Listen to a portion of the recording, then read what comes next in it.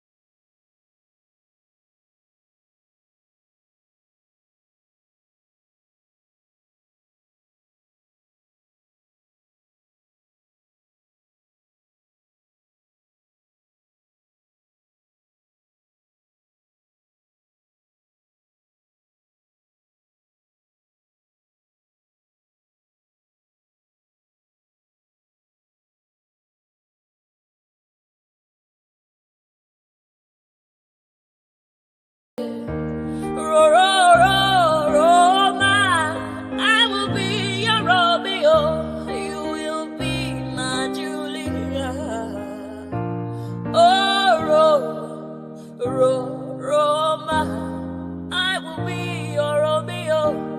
You will be my Juliet. Roma, I will be your Romeo. You will be my Juliet. Obuzikin fela chasha sa, obuziki femi chasha me. My baby, you know, say you gon' love me. How do go, how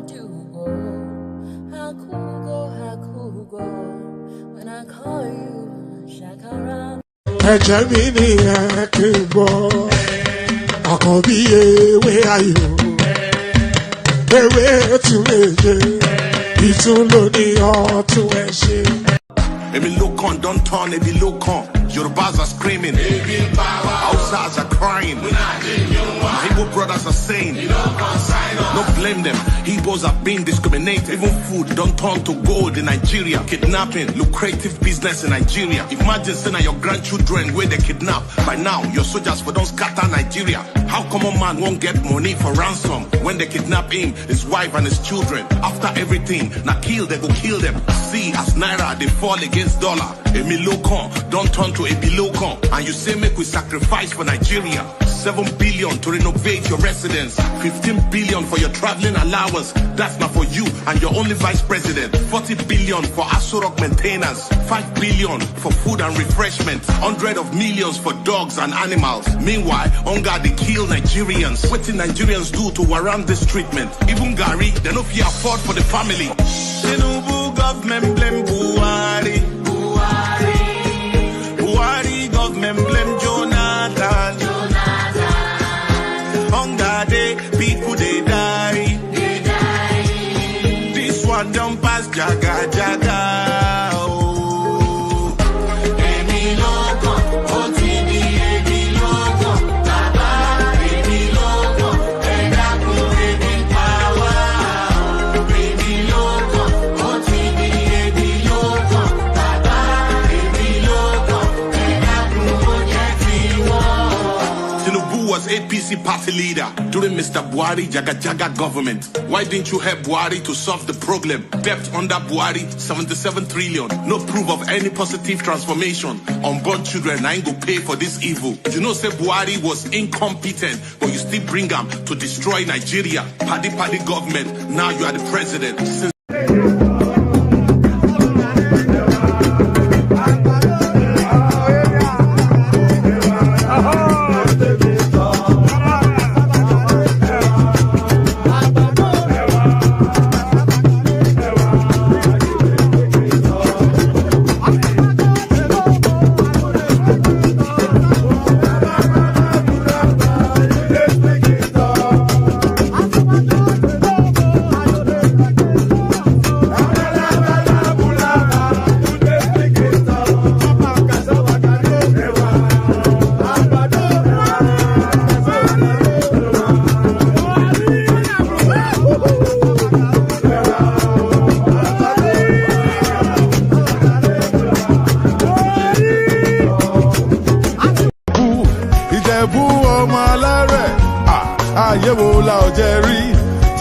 Tell them, let them know, say, won't lay back. Then they see us as they emulate. Then one begin, they imitate. Maybe someday they go graduate. Many people don't know about Baba. I see they go. Oh, well, I'm glad you Ìjẹ̀bú Àwùjalẹ̀. Ìjẹ̀bú ọmọ alárẹ̀. Kékeré Ìjẹ̀bú o. Aha! Àwọn tó mọ̀ wá o. Àgbà Ìjẹ̀bú o. Àwọn alábòsí o. Àríyá rẹpẹtẹ. Come on!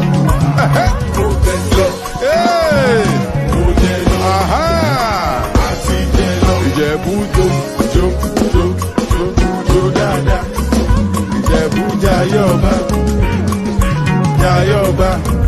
We done the ball with the represent. Olówó lọmọ ṣe yóò. Ìjẹ̀bú lọmọ kò sóṣì. Àjẹ́wò la ọ̀jẹ̀ rí. Tell them, let them know say wọ́n lè bá. Ìjẹ̀bú Àwùjalẹ̀. Ìjẹ̀bú ọmọ alárẹ̀. Kékeré Ìjẹ̀bú o. Come on! Àwọn tó mọ̀ wá o. Àgbà Ìjẹ̀bú o. Àwọn alábòsí o. Egbe. Ó pọ̀. Come on. Mo fọ́ kó yínú. Stop search.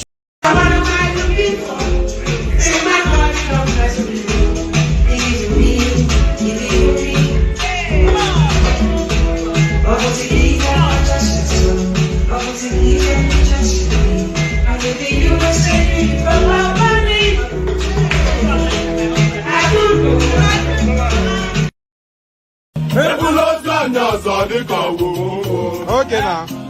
To person between my pen. I see. I see Panamata the wedding for game. Okay. Papa yellow the film. One day Mama Musi na to go. Akana mwamu telomba. Owe butike. Akanilu ne butilo wanemu.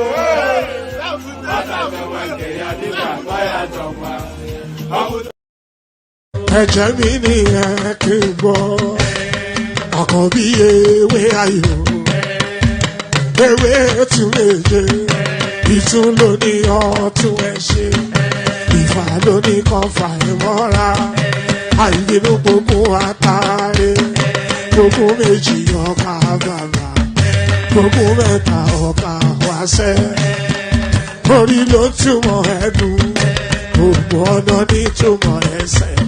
Akọni ìmọ̀ tú ìmọ̀ ọjọ́, ìbọn ibi ni wọn kì í dalẹ̀ wọ́n bá lọ mẹ́lẹ́mọ́ wọ́n á fi jóye ẹlẹ́mọ́ àkànbí wọ́n bá lọ bèbèrè wọ́n á fi jóye ẹlòkó bọ́wọ́ wọn bá tẹ̀lé wọ́n á fi jóye aláre àwọn mẹ́tẹ̀ẹ̀ta parapọ̀ wọ́n wá jọ ń pẹ́ mọ́ ẹ̀ẹ́mọ́ olóko jẹ wọ́n pa Akíntọ́lá ọmọ Ògún wọ́n pàdé ìyọ̀dà ọmọ àtàlàbọ̀bà àkọ́bí wọ́n pàdé ṣàtàdàdẹ ọmọ ọba Ìjẹ̀bú Mèrè aṣíwájú odògbólùkẹrẹ ajagun lólòdì ọ̀run tó bá ṣe pé tìyẹ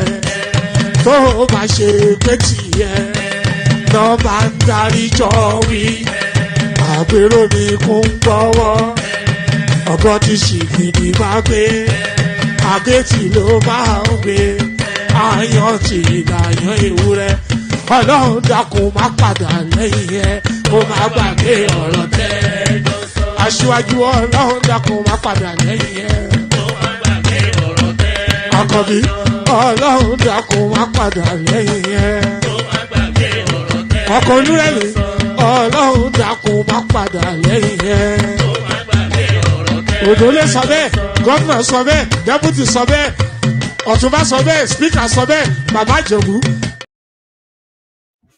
And there it is right there, Baba Ijebu. So there it is right there. Pardon me. So there it is right there, Baba Ijebu. So whoever he is, I was told is some sort of a betting establishment. So there it is right there, Baba Ijebu and over. Good day to you, good to be your company, and how are you? And yes, I do know the significance of today, especially to our American audience. The American presidential debate, Kamala Harris versus Donald Trump, to start imminently. We'll be crossing over to that. We'll be having the first reactions to that in terms of an African perspective. So we'll be keeping a watching brief on that as soon as it kicks off. We may not do the full streaming, but we dip in and out of it and run commentaries on it. So that might well happen in the latter half of the stream. So good day to you. Good day to you. Good to be in your company, and how are you? So we started off with that. Pardon me. Good. Pardon me.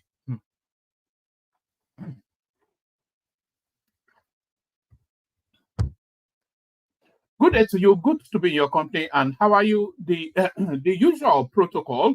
Click on the like button just as soon as you come in. Subscribe if you're not, and please do that. This is not just a sing along, just to hear the sound of my own voice. I'm not saying it just to rat-a-tat-tat, so do it just as I'm inviting you to do it. Click on the like button just as soon as you're coming in. Oh, yes, let me address this. So this is Nigerian.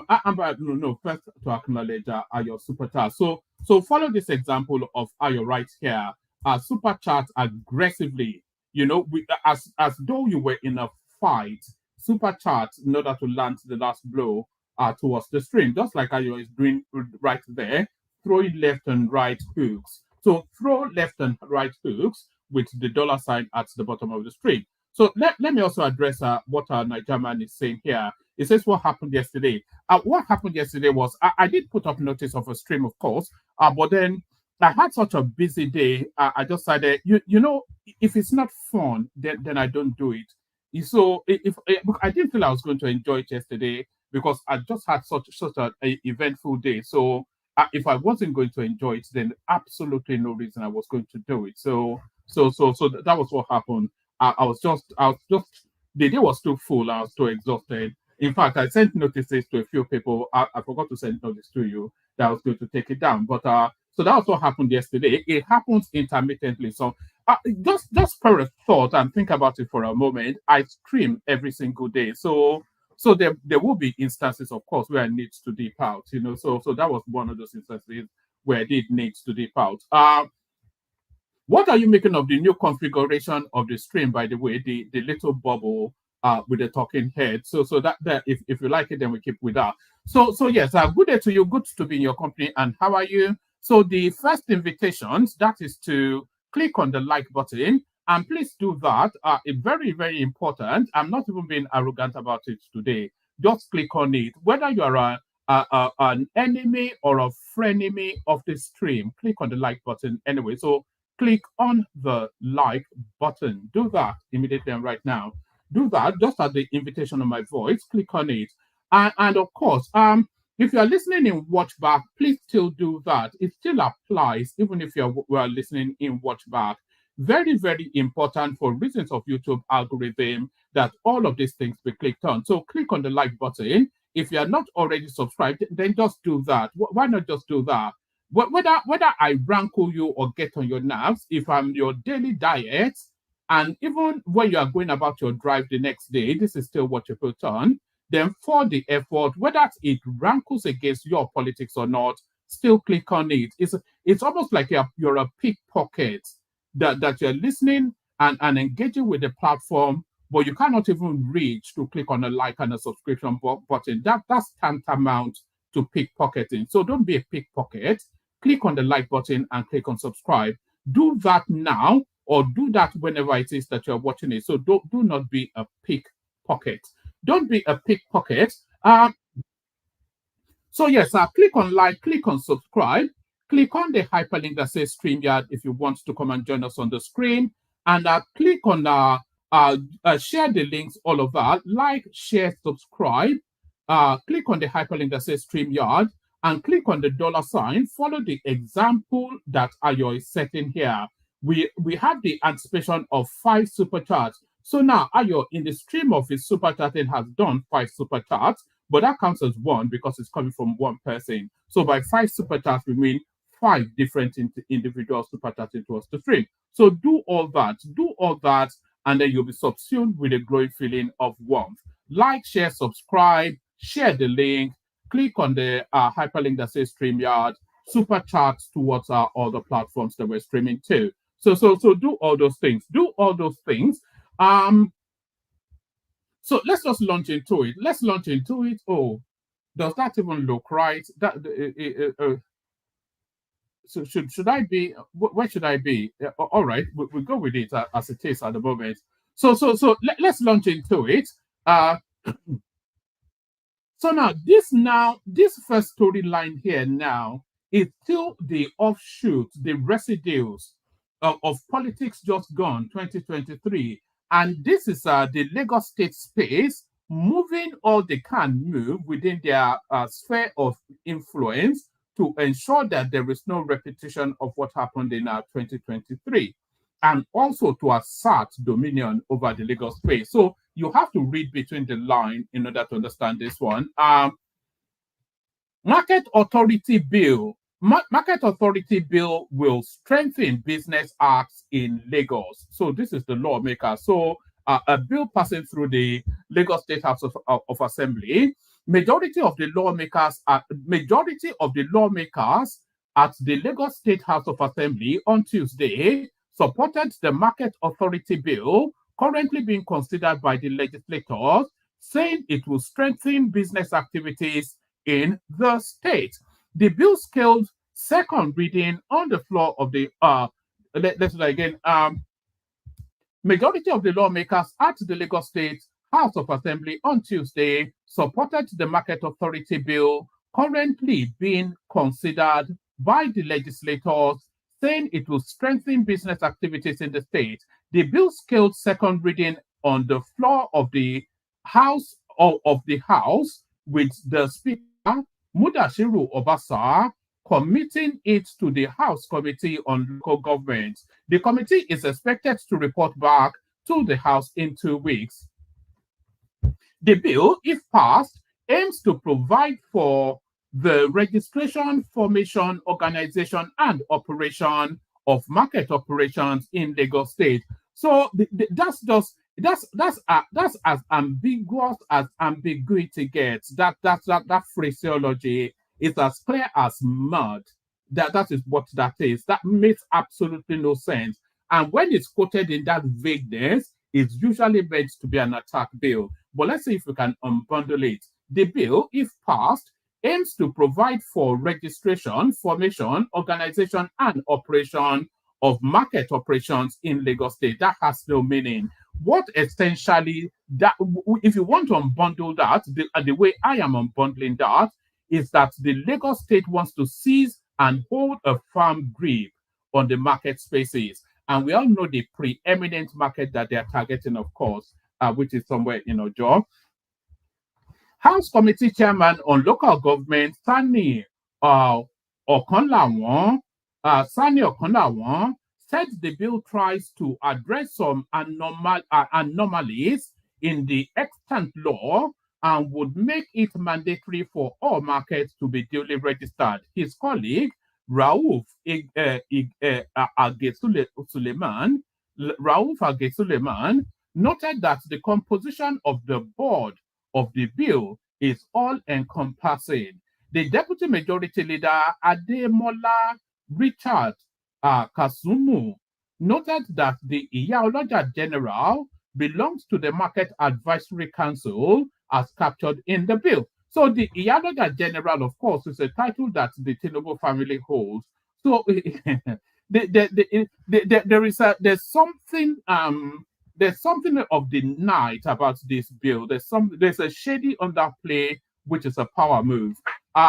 The Deputy Majority Leader, Ademola Richard Kasumu, noted that the Iyaloja General belongs to the Market Advisory Council as captured in the bill. As such, it would amount to dual roles if she's added on to the market board. On his part, Olumo said the bill makes it mandatory for the appointment of the board members to be ratified by the House. So what this is essentially telling us is that all of the market spaces in Lagos, they have to have a formalized structure, and the governance of that formalized structure has to be assented to and legitimized by the Lagos State Assembly. So essentially, they all come under the Assembly's rule.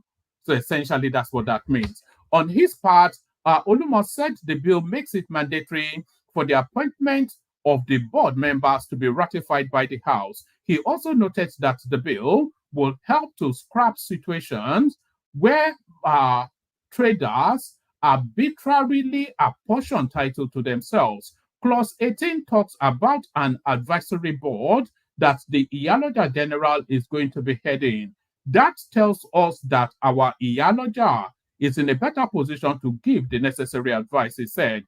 Whilst Stephen Ogundipe said residents should appreciate the proposed law, his colleague, something or the other, urged that the bill should make it necessary for only honest people to gain position. So there it is right there. So it sounds vague and it sounds surreptitious, one. It sounds vague too, but it sounds like a power move.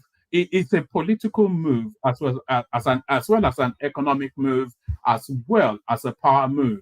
And it's a move against the Road Vivo narrative that is having its green shoots within the Lagos State space. So this is this now next headline is somewhat out of sequence, but it tallies with what we could have discussed yesterday. Ajero has terrorism case to answer, says ex-DSS director. So this is Joe Ajero now, who has been arrested by the DSS, as we all know. A lot of people are giving that arrest as having a political inflection, but acts of criminality they're suggesting has been identified. A former Assistant General of the Department of State Services, Dennis Amakri, has stated that the president of the Nigerian Labour Congress, Joe Ajero, is being investigated for suspected terrorism financing and related crimes, and therefore should not be permitted to leave Nigeria. So apparently the guy was in the throes of making an escape to the United Kingdom. Recall that Ajero was arrested by the Department of State Services on Monday.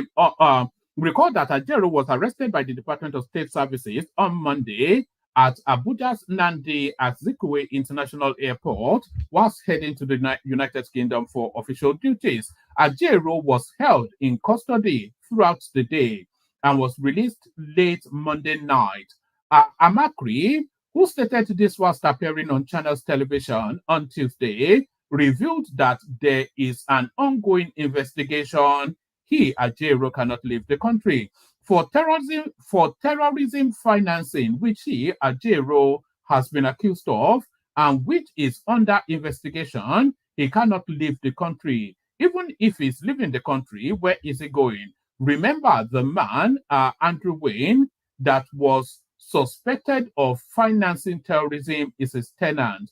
And I don't think Ajero is going to go to London without talking to the person, because he is in London running his mouth.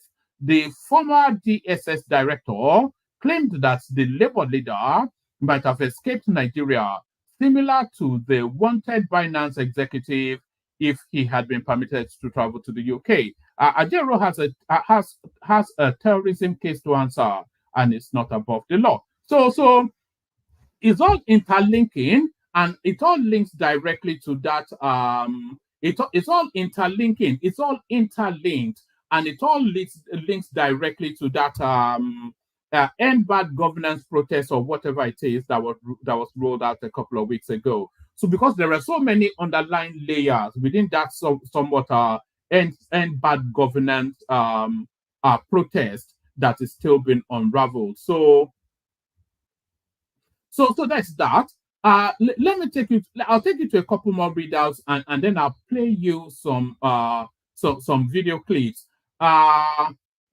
So now we don't have problems with Igbo residents, but Yorubas pretending as Lagosians. These are the indigents, the real owners of Lagos State, and the real owners of Lagos State, by the way, they are not the Yoruba people. They are the Awori people. A lot of people will tell you that. Certainly, they will tell you that. Lagos indigents, under the aegis of the Renaissance Patriot Foundation, Tuesday, declared that the group has no problem with Igbo residents, insisting it is worried about Yorubas from other Southwest states. The group's president, Mr. Mr. Bolaji Are, who spoke during a visit to Ikorodu, said there were individuals from the Southwest, not indigents of Lagos, but hold prominent offices in Lagos. In fact, I don't think an actual real Lagosian, I'm not sure if Jakonde was a Lagosian, but I had no recollection of an actual real indigenous Lagosian ever really getting the chance to govern Lagos. Arrest said they would no longer tolerate individuals who shortchanged them under the pretense that they were Lagos indigents. He said, "We have no problems with Igbo. It is the Southwesterners that are our problem. I have asked them, if you say Igbo wants to take over Lagos, are the Igbos the one who takes people's land and award the same to themselves? Are the Igbos, are they Igbos who approve C of O for those lands given out to other non-indigents? So I told them that they cannot send Igbos packing because Igbos are not our problem, but the Southwesterners who want to capture Lagos unjustly." Also speaking at the meeting, former Minister of Communications, Major General Tajuddin Olanrewaju, retired, lamented that some people come to the States claiming either double indigenship, adding that it was against the law. Olanrewaju, who is also the alternate chairman, board of trustee of the group, said, "The objective of the resident non-indigents is to capture Lagos State politically. The objective of the resident non-indigents is to capture Lagos State politically and deny indigenous people their constitutional rights and privileges. How do you explain the situation when the holders of 6 important political offices most often are held by non-indigents? The ruling elite and leadership in Lagos State government by by holding on to the most important political positions control the political administration and state resources, and use the state to climb the political ladder at the expense of indigents. So on and on that goes. But I think we get the thrust of that. The room needs populating, by the way. We say that often enough. 2027 Labour Party's presidential ticket no longer reserved for Peter Obi. So this is now the internal battle now that is hemorrhaging the Labour Party. It was barely 12 months ago, Abure gave us the guarantee that it was Obi's for the taking, no contest. So there it is. Change of heart. I've got a video clip on this, but let me give you a couple of paragraphs. The National Executive Committee, NEC, of the Labour Party LP has thrown open the contest for all of its tickets for the 2027 general elections. This was sequel to its decision to nullify a resolution taken at the party's national convention held in Nnewi, Anambra State on March the 27th, 2024. The party had announced that its 2027 presidential ticket and that of the Abia State governorship have been reserved for Mr. Peter Obi and Alex Oti, respectively. The LPNEC meeting, which was chaired by its national chairman, Julius Abure, resolved to jettison the arrangement at the meeting in Abuja yesterday. NEC also disowned the Senator Nanedi Usman-led 29-member interim committee set up to steer the affairs of the party for 90 days. The NEC, who is recognized by INEC, that's the only thing that matters, really. Who is recognized by INEC? That's just the main thing. The NEC resolution written part, NEC in session also reviewed the decision of the National Convention to reserve its presidential and governorship tickets for Peter Gregory Obi and Alex Oti, respectively. Consequently, all tickets of the party from the presidency to the House of Assemblies are open to all qualified Nigerians. The NEC in session, after reviewing the purported stakeholders meeting held in Umuahia, Abia State, condemned the conveners of the meeting and thereafter dissociates itself from the outcome of the so-called stakeholders meeting in Umuahia, Abia State, where the National Working Committee, the National Executive Council, State Council, local government, and ward executives of the party were purportedly dissolved and a so-called caretaker committee was set up.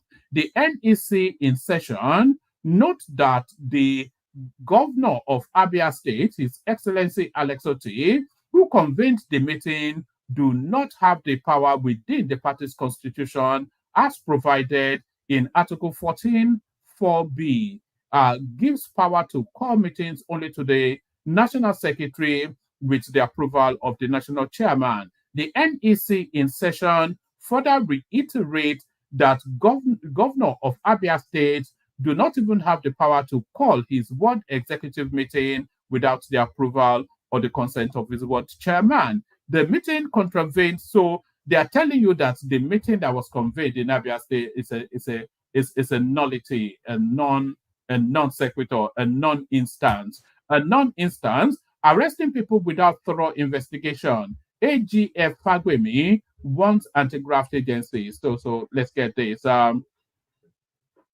think we get that anyway. So the headline should just hold that space. So the headline should hold that space. Ajero detained at the office of the NSA. NLC confirms arrest by DSS, says intimidation must stop. So who's actually arresting him? Because those are two different offices. The NSA, National Security, that's Nuhu Ribadu, and the DSS is that new Yoruba guy. So is that new Yoruba guy? Let me send the link again. The room needs populating. We often say that.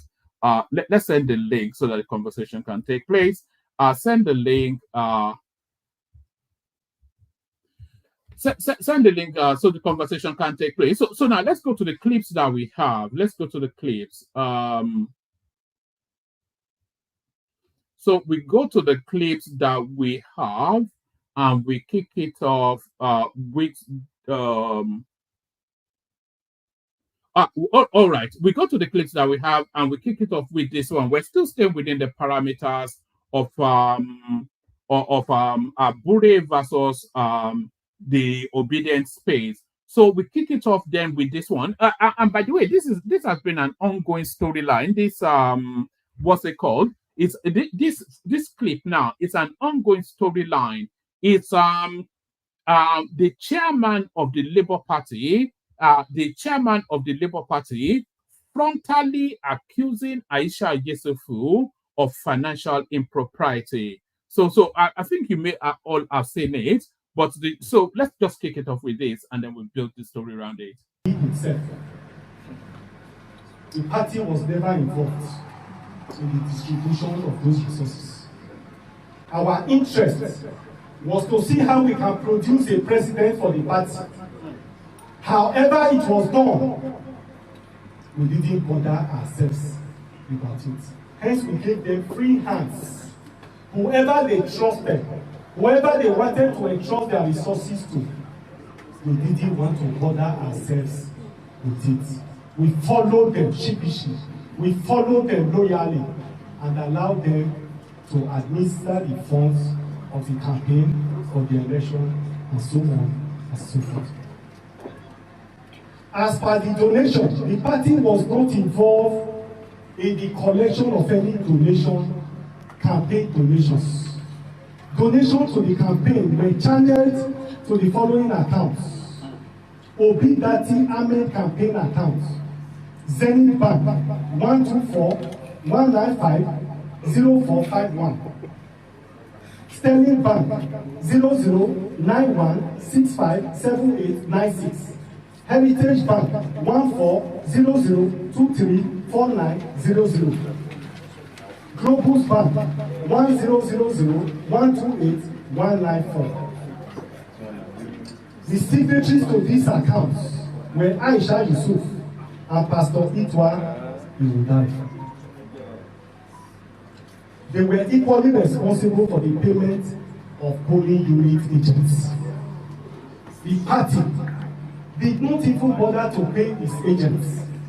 We handed over the list to the campaign council and to those who were administering these funds to pay polling unit agents that worked for the presidential election. Consequently, it is mischievous for any person to accuse me at the party for mismanaging of these funds. At no time did the party or its officials engage in any financial transaction as it relates to the. So there it is right there. So there it is right there. That's a frontal accusation right there from the Labour Party chairman against Aisha Yesufu, essentially accusing her of financial impropriety.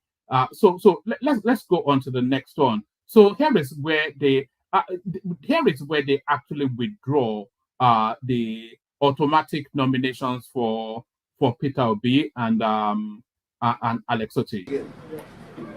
8. NEC session also reviewed the decision of the National Convention to reserve its presidential and governorship ticket to Peter Gregory Obi and Alex Otti respectively. Consequently, all tickets of the party from presidency to the House of Assemblies are open to all qualified Nigerians. NEC in session also grant the National Working Committee power to take disciplinary action against any member that brings the party to disrepute. This resolution is hereby signed by Barrister Julius Abure and Omar Farouk, National Secretary and Chairman, respectively. All right, brilliant. So there it is. The gloves are now off. So after they've crossed that line now where they cannot reverse from.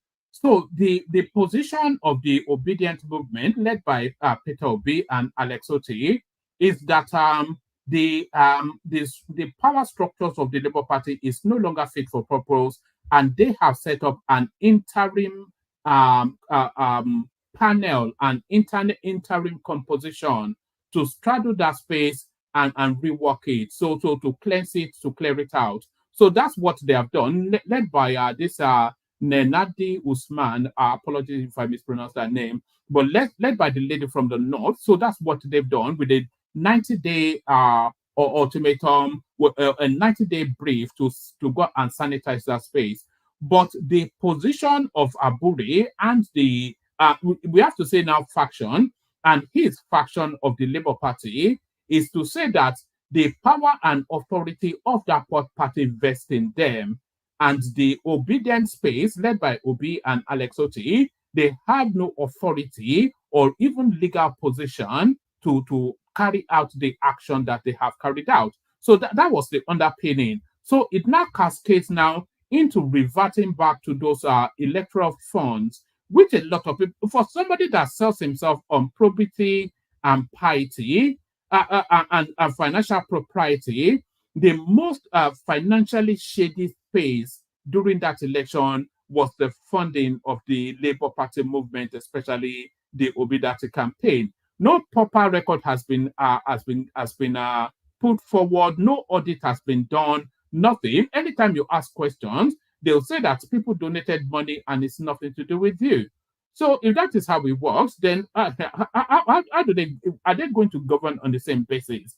But Arabambi chimes in. So let's hear now what Arabambi has to say. If he had always known that Aisha Yusufu and Itwa Godal and Peter Obi had mismanaged, party funds running into billions of naira, what took him so long to make, it public? And now that he has made it public, will he be asking that they be properly investigated by the EFCC or whoever? A formal petition will be submitted to the EFCC. It hasn't been submitted yet? To the Inspector General of Police over this infraction. No, but so the formal petition has not been submitted yet? No. All of us were investigating this thing because Obi tried as much as possible to cover up this account. He tried as much as, he's a banker. He tried as much as possible to cover up this account. Governor Lesotho also tried as much as possible. Go and look at their history. All of them are shares in this bank. So they tried, but that was why when we demanded for the audited account, a man who wants to become president of Nigeria failed, to give us one up to today. He only read out some primary of account that, we have 800 million, 700 million. That is not an audited account, please. Great. If we have been complicated with the truth, hold on, Mr. Arabambi. And that was why. Yeah, I'm sorry. I apologize. If Julius Abure has known now, from yourself also, you've also made it clear that Peter Obi, Aisha Yusufu, and Ito Egodalo, because of their prowess in financial and accounting and whatnot, they would cover up their tracks. But you're very, very sure that they mismanaged billions of naira of Labour Party funds. Why is Peter Obi still being considered to have the presidential ticket? Even if you've said that it's thrown open. But why should he be even part of the options? Why isn't Julius Abure completely saying that he will no longer be on your presidential ticket for any reason? Because, of course, you found out that he's guilty of mismanaging party funds. What he said is correct. The door is not shut in a democratic setting. So a person that mismanaged your party's money? Character. No, what I mean is this. Obi is also an apostle of this postulation. Which court convicted this, and nobody has been convicted until when you are convicted, you presume to be innocent. Are you getting me? So those who feel, when you want to run in a political party, do not forget, you will go through screening. So that somebody will not run to court, to go and collect an injunction, against your selection or this and that, just for them, because we knew they came to Labour Party in order to destroy it for PDP in 2027 Just to follow up to something you said, are you by this, saying that you uphold the presumption of innocence for Peter Obi, that you assume he's innocent until a court of competent jurisdiction proves him guilty? No, that is the position of the law. And that is what we expect them to follow. Because even when we restrain Abure, Obi rushed to Asaba to say, Abure is my man. And that until when the court, convicted him of the allegation. But when Court of Appeal set the restraining order aside, what did they do? They converged in Uma here to say, oh, Abure must go. Then they didn't know that until when somebody is, convicted in court, that is when he is guilty. You see, they will approbate and reprobate at every time they want. But let me quickly say some things about, what is the most important. I think at this juncture, Obi need to apologize to Nigerians over something. All the agent election money was also frittered away through these two individuals. That's why Chesu and Pastor Gadalo. But you will remember, all through 2023, all eyes was on the judiciary.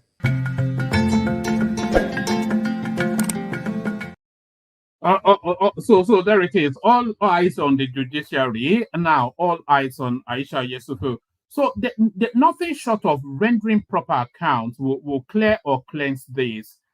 Because it's only really because of how they have positioned themselves. Look at Omoyele Sowore as an example.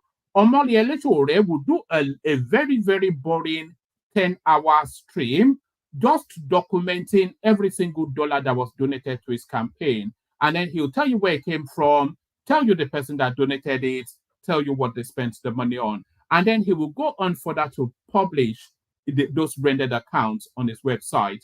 So that's what he does.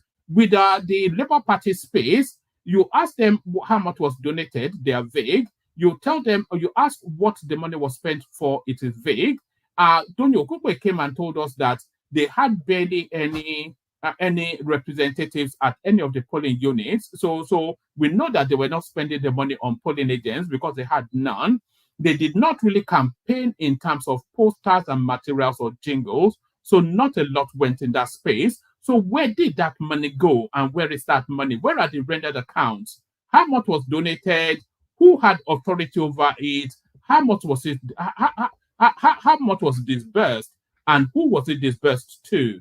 So all of these questions, people that position themselves as the new broom in Amanzu to come and cleanse the stench that is the Nigerian political space, telling us how pious and sanctimonious they are, how righteous they are. So at the first little hurdle, they cannot render financial accounts. So the chairman of the party now prompts frontally, he's just stopped short of calling them looters. So it cannot be wished away, and it cannot be abused away as well, because that is the usual go-to of that space. As soon as they stand accused, as soon as you try to put pressure on their narrative, they revert, they start ad hominems, they do whataboutism, they screech and squeal, they abuse you and your family, they do any and everything other than to address the matter on the ground.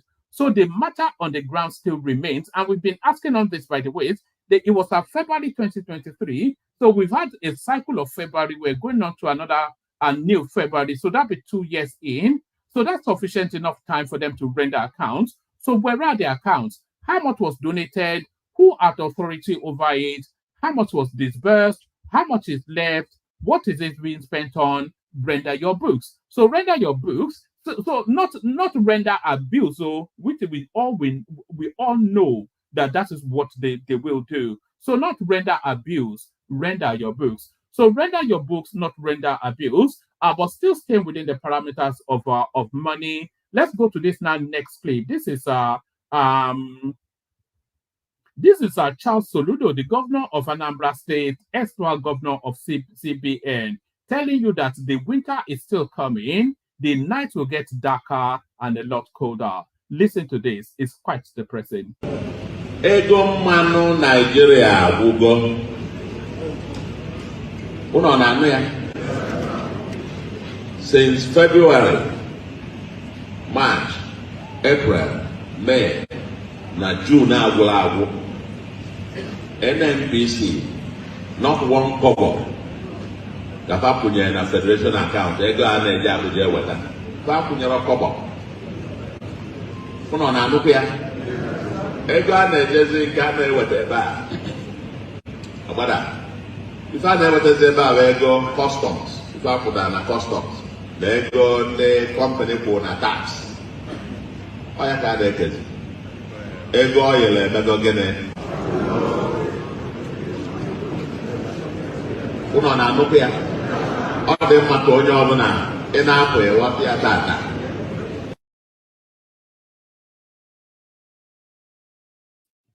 So there it is right there. So to some of you who may not understand the Igbo language like the rest of us, what Charles Soludo was explaining in that clip, that since February, essentially, our NNPC has not remitted anything into the national coffers. So the monies that has been sustaining the country are taxes, levies from the Port Authority, those sort of monies. So if the money is not coming in from our NNPC, then that tells you that the winter is going to get darker and colder. It's going to get a lot more painful before it starts to revert or to reverse. So where is all of the monies going? Some of the monies, a good chunk of it, is going in the direction of this now next clip. Watch this. Say we dey try now, we dey confess. No reason now, me no be prophet. Don't give yourself, you no be perfect. We no be compete, we no be contest. It's not about the budget. How many rounds we do for buckets? And for this life, me I because. So there it is right there. So the Lagos Calabar Superhighway, fast progressing, much to we'll see how that plays out in the future. If it's a white, it won't be a white elephant because a lot of it will be completed in this first term of Tinubu, and if it gets a second term, the whole of it will be completed, and it's going to be a legacy project.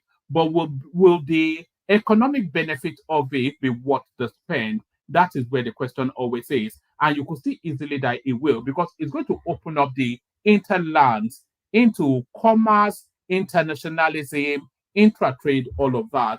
Free vehicular movement, people able to travel. So all of those things are economic benefits. That is probably the central piece of Tinubu's $1 trillion economy that he promised. So the $1 trillion economy that he promised, so a lot of that $1 trillion should probably be spent in the north to insulate this sort of happenstances. Watch this next clip from your vice president. Shugaban kasa ya tura ni musamman na zo na yi muku jaje bisa ga abin da ya addabe mu. Insha Allah za mu hada karfi da karfe. Ita Borno State Government da Federal Government da NEMA da National Refugees Commission, insha Allah da North East Development Commission za mu dauki duk matakan da ya cancanta a dauka a share hawayenku. Akwai hakkinku a kanmu, kuma hakkinku nan shine mu ga cewa mun tallafa muku. Ko ba siyasa ba, gaskiya za mu gaya muku duk abin da ya cancanta a yi za mu yi don mu share hawayenku. Muna muku godiya bisa ga halayen dattaku da kun nuna. Ba wanda yake ihu. All right. So to some of you who may not understand the Hausa language, like somebody like myself, for instance, what the vice president, Kashim Shettima, he was at an IDP camp somewhere in Maiduguri, which has been subsumed. The whole of Maiduguri has been subsumed by flooding. I think another dam burst yet again, and he's there now, telling them of the palliatives and future plans to insulate that. So these are flooding things of dams flooding over. This is something that has to be tackled once and for all. I could show you images of people's houses subsumed in flood, but I think you get the general gist of it. So the pain that is Nigeria has led to a lot of people fleeing that country. But when you flee the country, for instance, you take the risk of what happens to you next. So here is a narrative of people who fled Nigeria, and much to their regret. Watch this.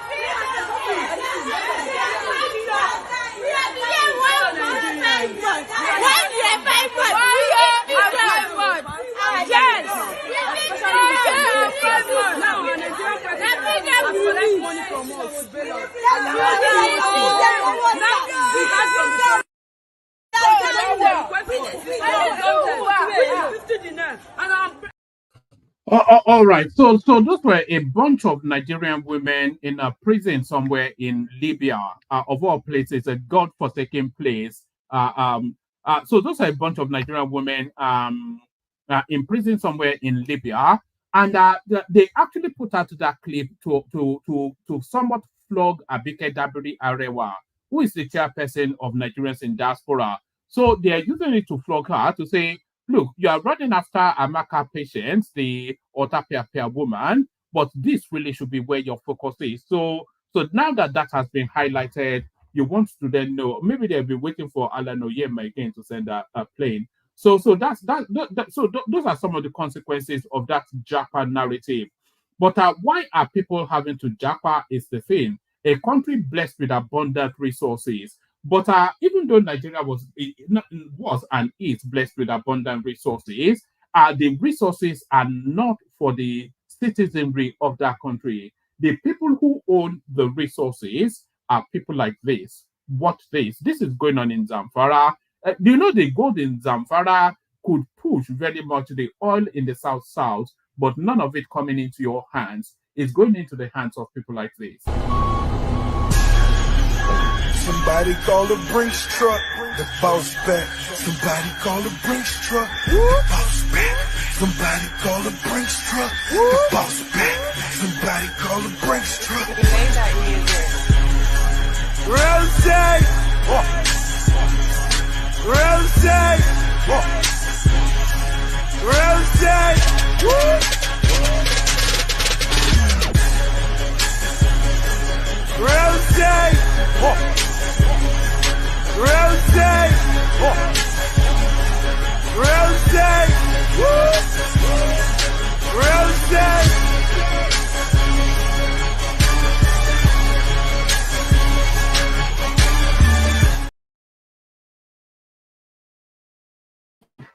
So there it is right there. So that's some random Arab guy in not in Maiduguri, but in Zamfarawa, harvesting your gold, handover using you, by the way. Those are Nigerians. The labor is Nigerian. The security is the Nigerian army. The person that is harvesting the resources is an Arab guy, and the money goes to Dubai. You know, I was actually watching a clip a couple of days ago. 90-something% of the gold that you find in the gold souks in Dubai, they actually come out of Africa. 90-something%, which is to tell you that the totality of it. I'll probably go and find that clip and play it to you at some point. 90-something% of the gold in the gold souks in Dubai, they come out of Africa. So there it is. So no money and no food. That seems to be the narrative of the Nigerian space. No money and no food. So we've now seen from that clip why there is no money. So the next clip now that I will play you now will tell you then why there's no food in Nigeria as well. Watch this.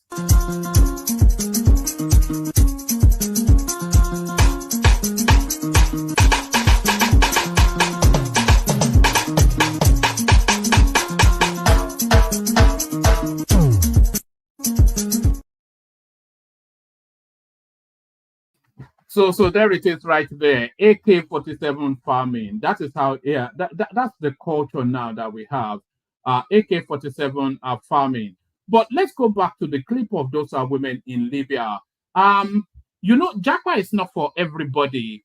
So we've seen the process of trying to Japa, that it can be quite harsh and torturous. We've seen how these women have ended up in Libya, and only God knows what the Libyans are doing to them in those spaces that they hold them in. But even if you succeed in Japaing, it doesn't still mean that you're liberated into a better life. So here is a long-standing uncle from abroad who, let me just say, you know, this chap is actually well known in London. Here is an uncle from abroad. And before you become an uncle from abroad, by the way, you would have been decades within that abroadian space. So here is an uncle from abroad telling you then about his life in the abroad. Is not the color that you'll be expecting it to have. I know that you hate me. Like, why you see your judge asking? We run, I mean, you know my boy, and then we are on charger. To marry any to charger as my boy. My sister's been sitting on that throne long time. Get me. Where are you from? Ondo State, Ifo, Omima. Before Ekiti, tell 19 states in Nigeria. How long have you been in the UK? Huh? How long have you been in the UK? It depends. I was born here, then I went back to Nigeria and I come back again. I'm going back again as Jagaba. Auntie, don't touch. Ola Kini, this is your cat spot. Get me. What's the best state to marry from in Nigeria? No be Igbo. Why? Z. They say Undo girls like to I don't know. Me, I'm marrying Igbo. I don't know about that. Me, I'm marrying Igbo. Let me tell you something there. Money cannot buy your food. So there it is right there. So that one is lost to the world. That character right there, he is lost to the world. You know, they say you can take the man out of motion, but you cannot take the motion out of the man. So you can take the man out of motion, but you cannot take the motion out of the man. So that's just somebody that is lost both to his family and to the world. So there it is. Endless decades abroad, of course, and that is how he's ended up. But he's just an example of so many other people. For all of the success stories you hear about Nigerians, the abundance of the story are people that end up like that. So the abundance of the story are people that end up like that. Let's go back to the Obi, Aisha Yesufu, Julius Abure narrative. And the precursor to this now next clip have the thought, narrow fiddled whilst Rome burned. So I'm sure you've heard that before.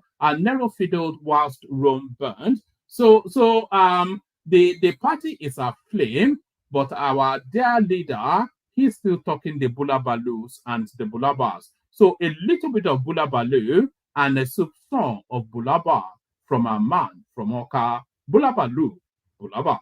People protested when I was governor. They even called strike. They shut down our schools for months, our hospitals for months, well verified.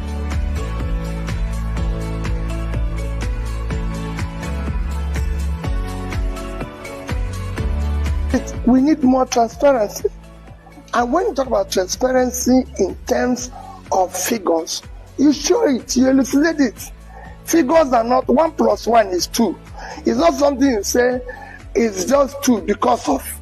Tell us how we arrived at it and we'll believe. And when we talk about subsidy, I've continuously said, if we are removing subsidy, what are we replacing it with?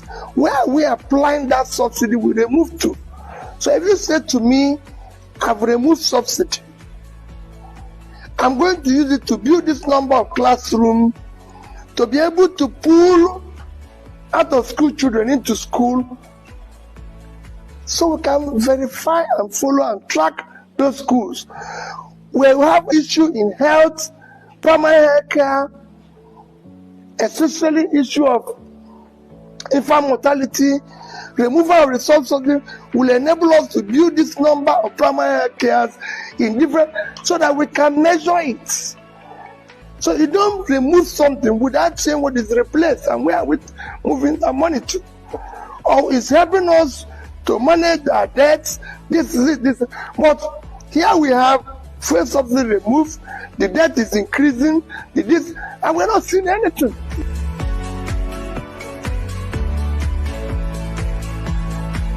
We have to continue our journey on democracy. It's government of the people, for the people, and by the people. However, we need to tweak it where we have some level of parliamentary system in it, like it's in South Africa. So we need to deal with issue of more scrutiny in our expenditure, in our borrowing, in efforts to be able to ensure that our scarce resources is prioritized to areas of urgent need for development, from security, food, all those areas, education. I'm not preoccupied about 2027 election. I'm preoccupied by Nigerians eating today and having a better life. I've said it before. My politics is not about the election. I am not desperate to be president, and I don't want to. What I want to hear is that fuel prices are coming down.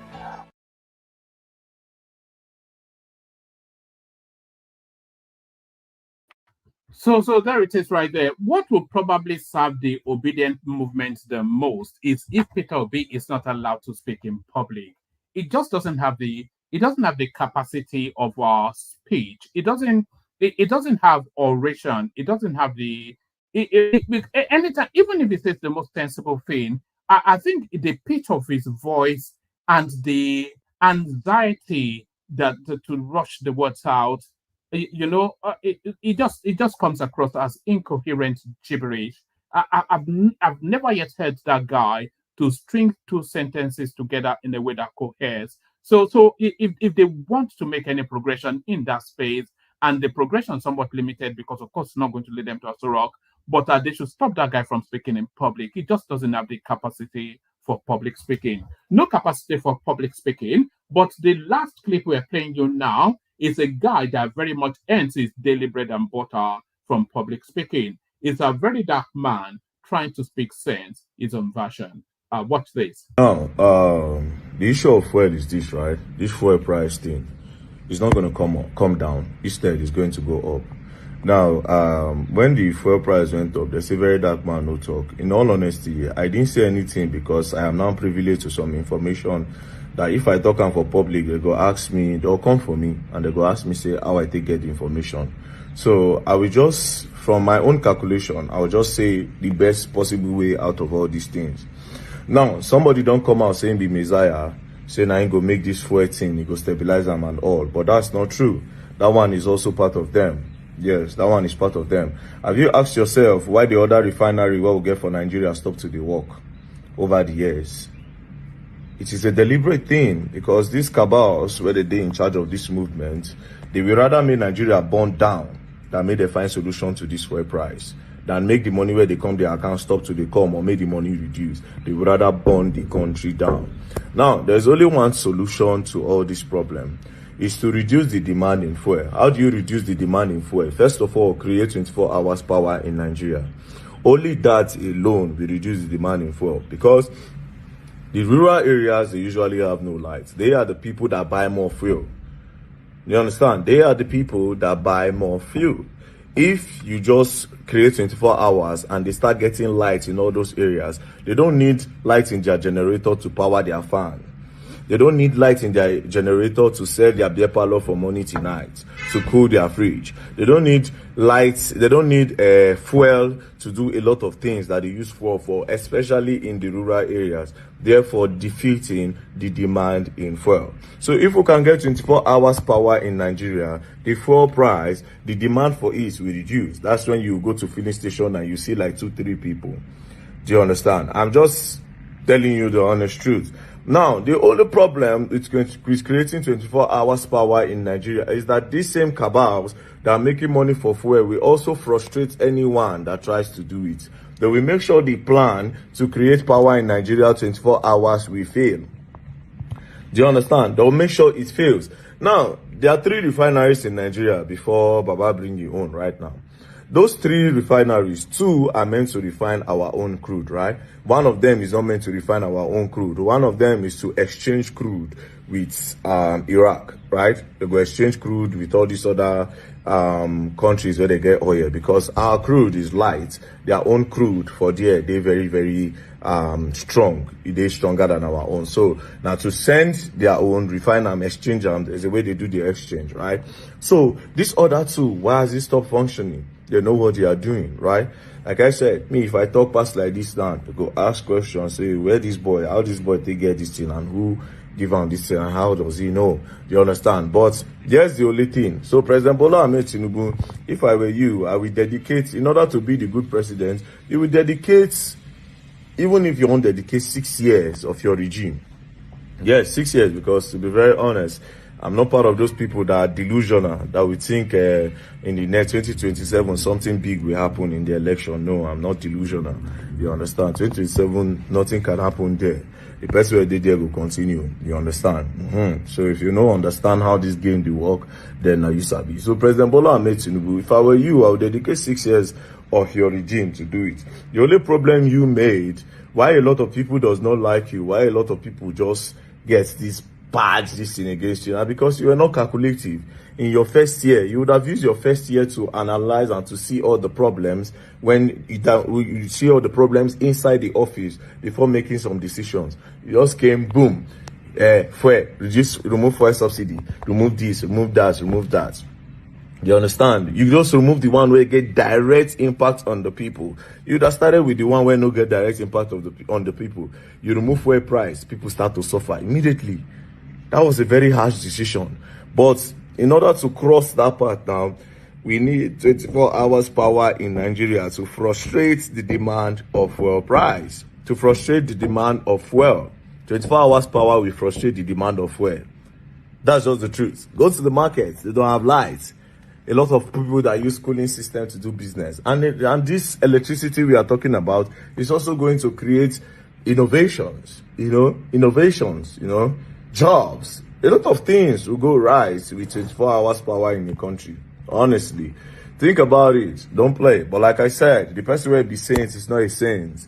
The person who is supposed to be the Messiah is not a Messiah. It's also coming to come and put you people in more problem. Peace and love. Don't play. Else you go and learn. I will learn the hard way. So there it is right there. You're going to all those those American. It's not even American. I really hate it when Nigerians speak with an American inflection. We come from a British stock, not an American stock. So if you're going to affect foreign language, at least have the affectation be British, not American. America is a colony of England, not something to be aspired to. But America still, America being a colony of England, we're still waiting for the American debate to start, and then we'll have conversations around that in the latter half of the stream. So we'll be doing that, and also the people watching us on Twitter, which is X now, we seem to have quite a strong viewership on X today. So if you are watching us on X, please make sure you're following the page. We daily stream every single day. Round about this time you're watching us now. So make sure you're following on X. Make sure you're following on Facebook. Make sure you're subscribed on YouTube. Share the links as widely as you can. Even if it rankles you somewhat, the sort of it's not the usual diet that you are used to, I'm sure. But we try to speak to it as factually and as truthfully, stripping out all the emotionalities and just presenting it as we know it factually to be. And we invite people to come and join us on the screen as well. So we're not mantra chanting here, and we're not propagandizing. We're presenting opinions to be countered by any other opinion that runs contrary to it. So if you want to come join us, come join us. And make sure you're following us on all of any platform you're watching us on now. Make sure you're following. So if it's Instagram or Twitter, which we seem to have a strong presence today, or the usual spaces of Facebook, YouTube, make sure you're following. Click on like, click on the subscription button, do all the usual stuff. So click on all of those nice things, and then your body will suddenly glow.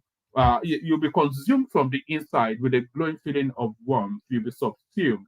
Once you do all those things, you'll be subsumed by and with a glowing feeling of warmth. So we'll play the Kegite music, bring on the panelists as they assemble so far. Still plenty of room. Anybody that wants to hop on. But first, the Kegites.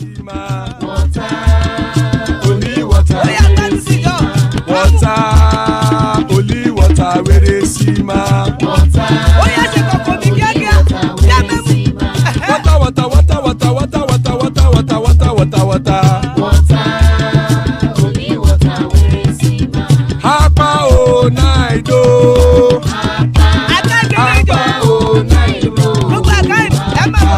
Hapa you don't come oh.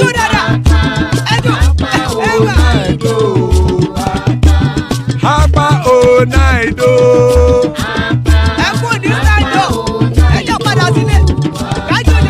Oroke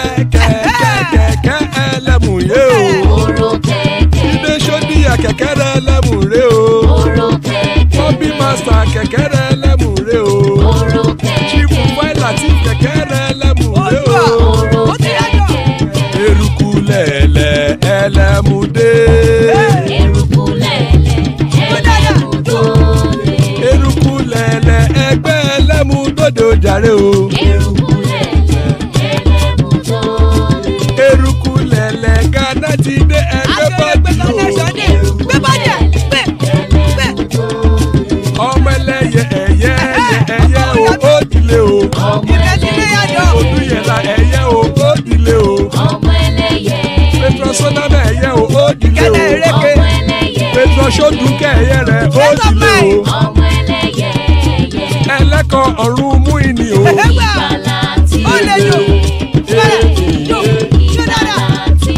Àkùkọ ọ̀run mẹ́kọ̀.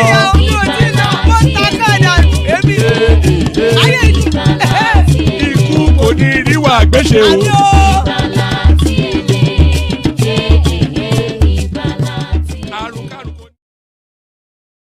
So there it is right there. Ikuko Neru Agbeche may death have nothing to do with us. So there it is right there.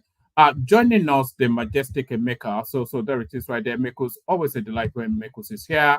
Father of the bride, Ajan Ekoko, there he is right there, the mighty man himself. Rational Mind graces us with his presence, always a delight. Ekene joins us from Alaba, Aizon in the house as well. So still plenty of room, as I said. Anybody that wants to jump on, like a bunny rabbit, hop on. Like a bunny rabbit, hop on. So let's kick it off. Start it off with Emeka. Emeka, good to see you. One man, good evening. The usual suspects are here. I'm very happy and delighted. Yes. Yeah, good evening to the panelists. Good evening to my brother. Don't flog anyone. Don't flog. Especially don't flog our brothers from the east. Don't flog our brothers. Good evening, Rational Mind. Aizon, I'm not excluding you, but I'm calling the usual suspects. Good evening to the comment section. Those who are at home, watching with their families or listening from wherever you are in the world. Don't forget to share, like, and subscribe. And also, don't forget to include your enemies. It's always good to have your enemies listen to the show so that both of you can be hating on each other. Anyway,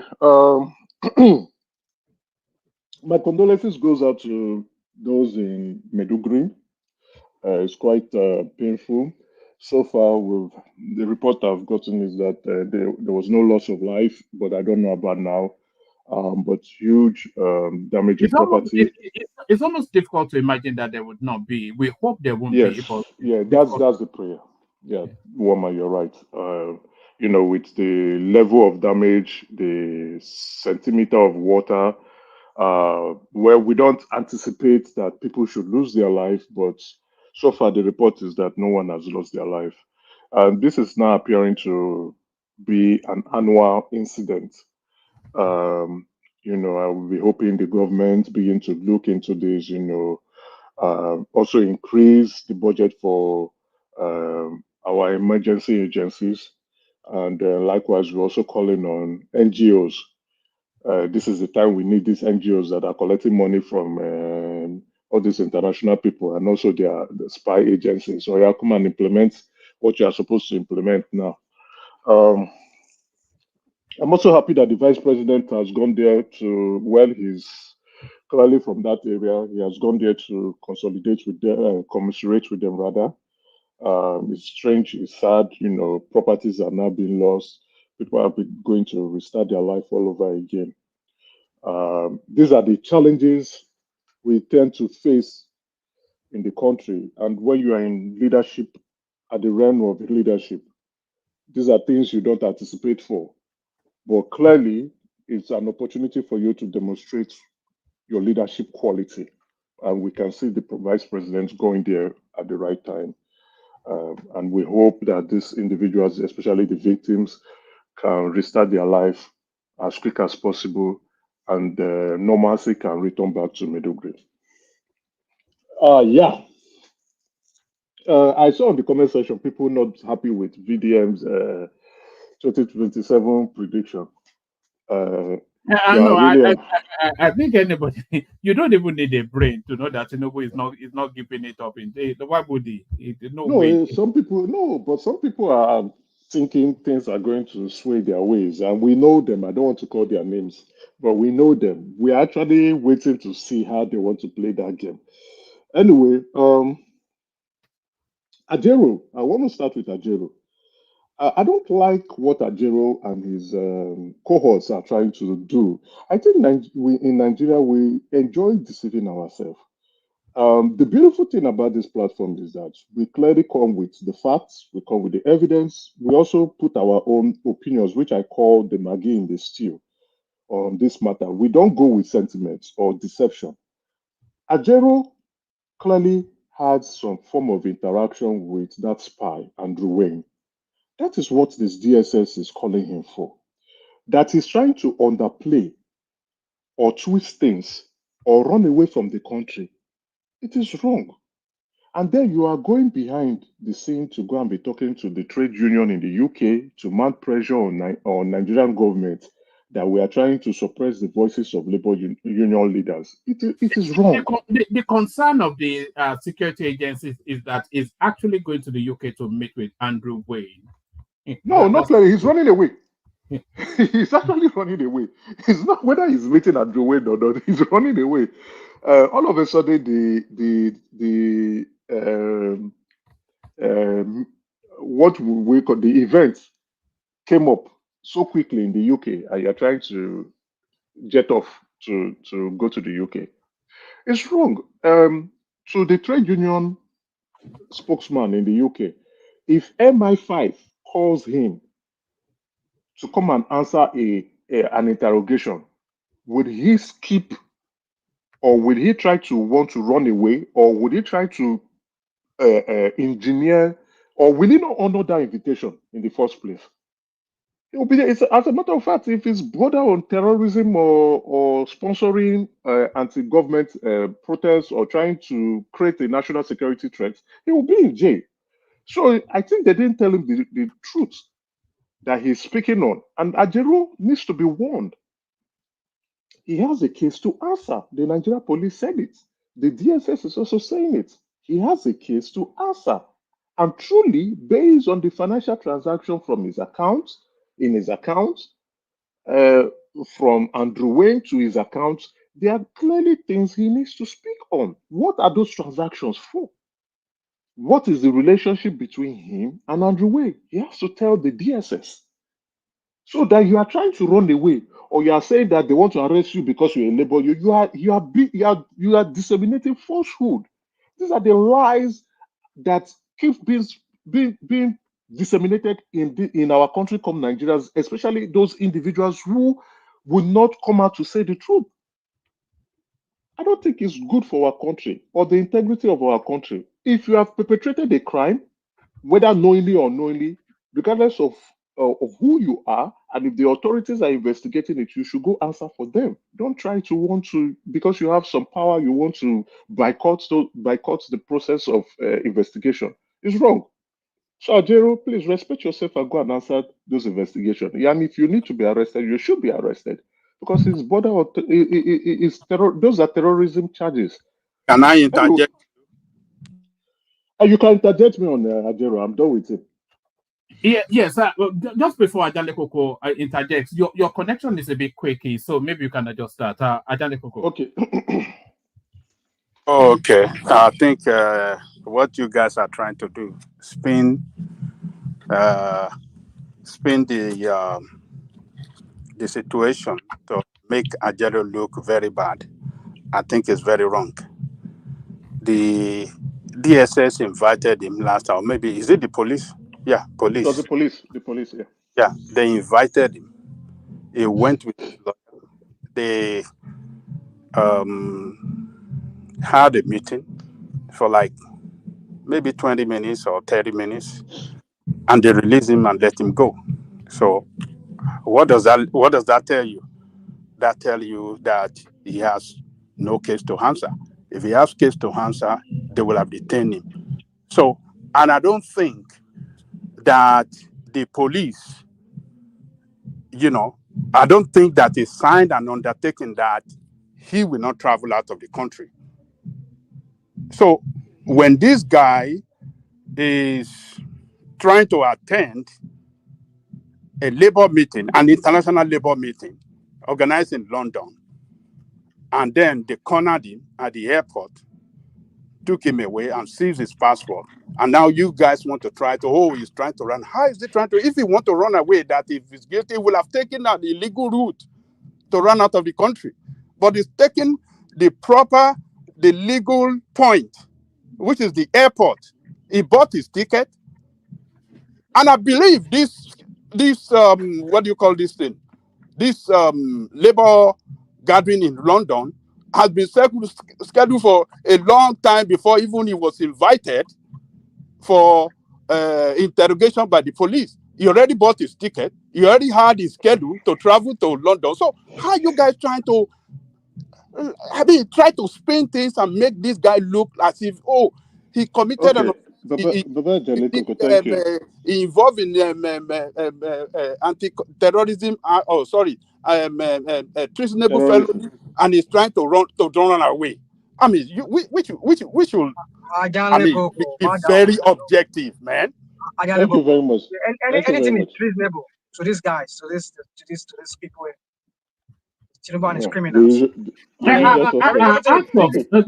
Acts of sedition. You know he's linked to Andrew Wayne, who is confirmed Come on, as why is it linked to Andrew Wayne for what? What are you talking about, woman?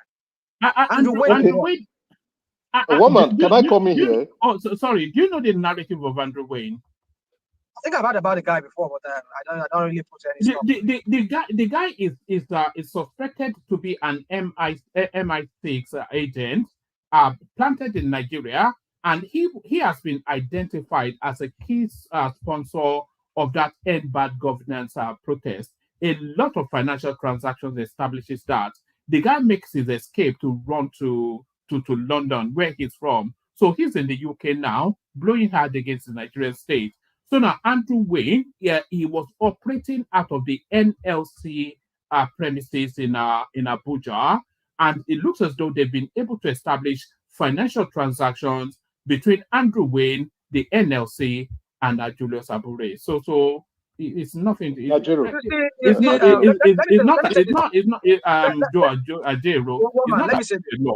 not above the law.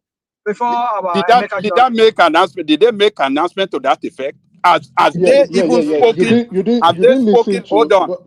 Have they charged Adero? Have they spoken to the press? Have they addressed the press that, oh, this is the allegation against him? And yet they did not detain him. Woman, can I come in now? Hold on, woman. And yet they did not detain him.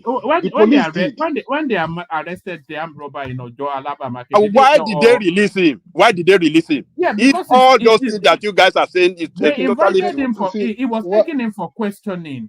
Woman, can I answer? Why did they release him? Why did they release him?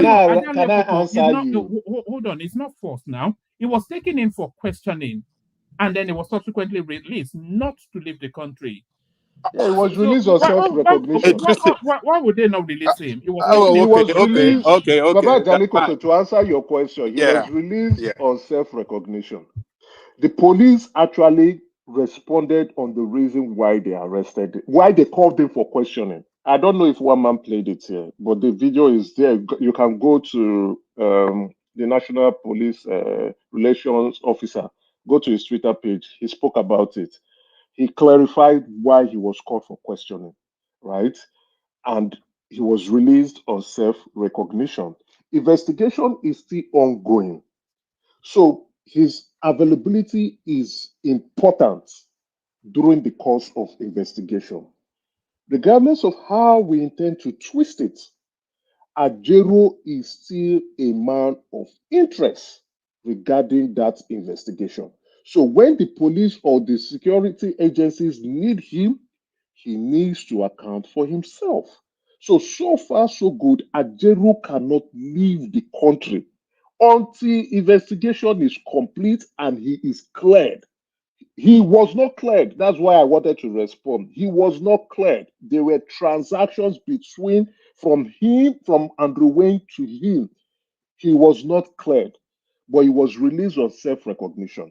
He's the national leader of the Nigerian Labour Congress. Of course, he can be identified at any point in time.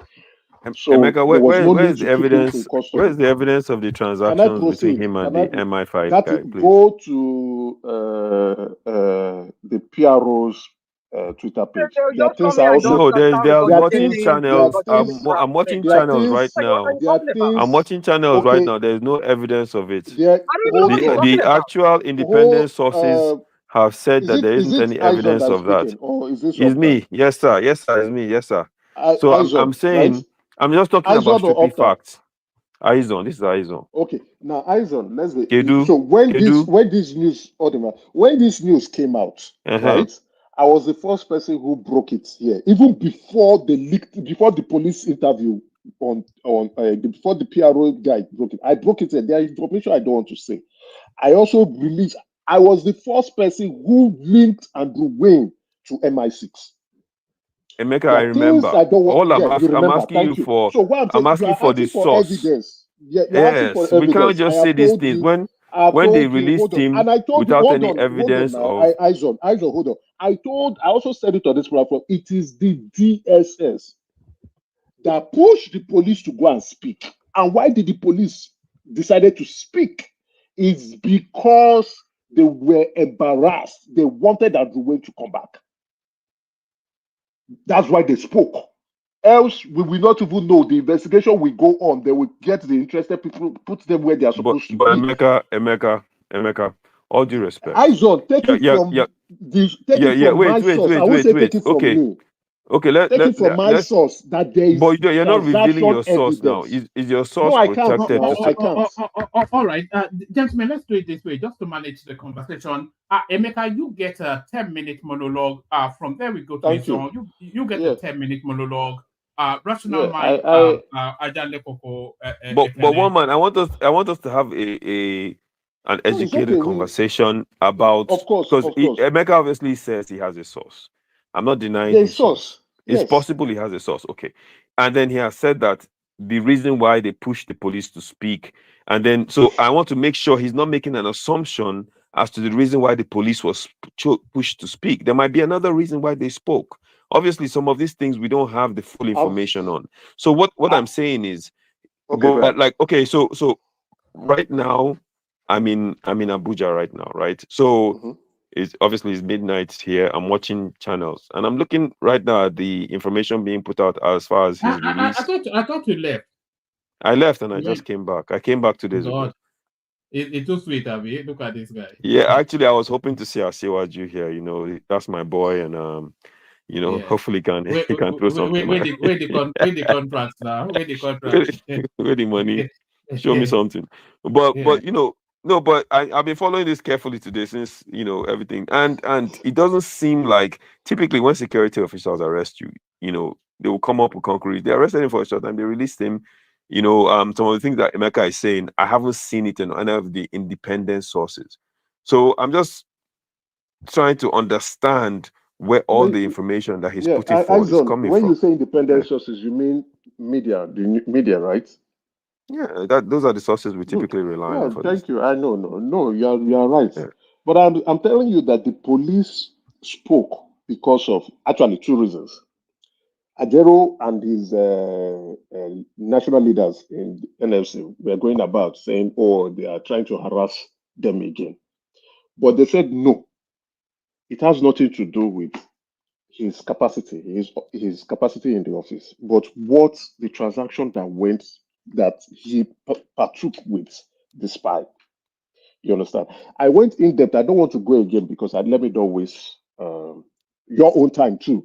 Let me speak because I don't want to dwell on Ajero. It's a side talk. I get where my brother, you're not wasting my time. I want to learn about this as much as I can. If there's information, maybe you can use your own time to ask me questions. Then I can ask you. All right, yeah. So because I'm going to be a bit rigid with the time. So you can either take us to the Julius Abure, Aisha Yesufu space, which it's just quite sad. These people, they vaunt themselves as the bastions of probity and piety, righteous and sanctimonious, and at the first hurdle, they can't even render simple accounts of money. Permit me that you start with the you throw in some grains, then you go to the highlight. That's my pot of soup that I want to cook properly.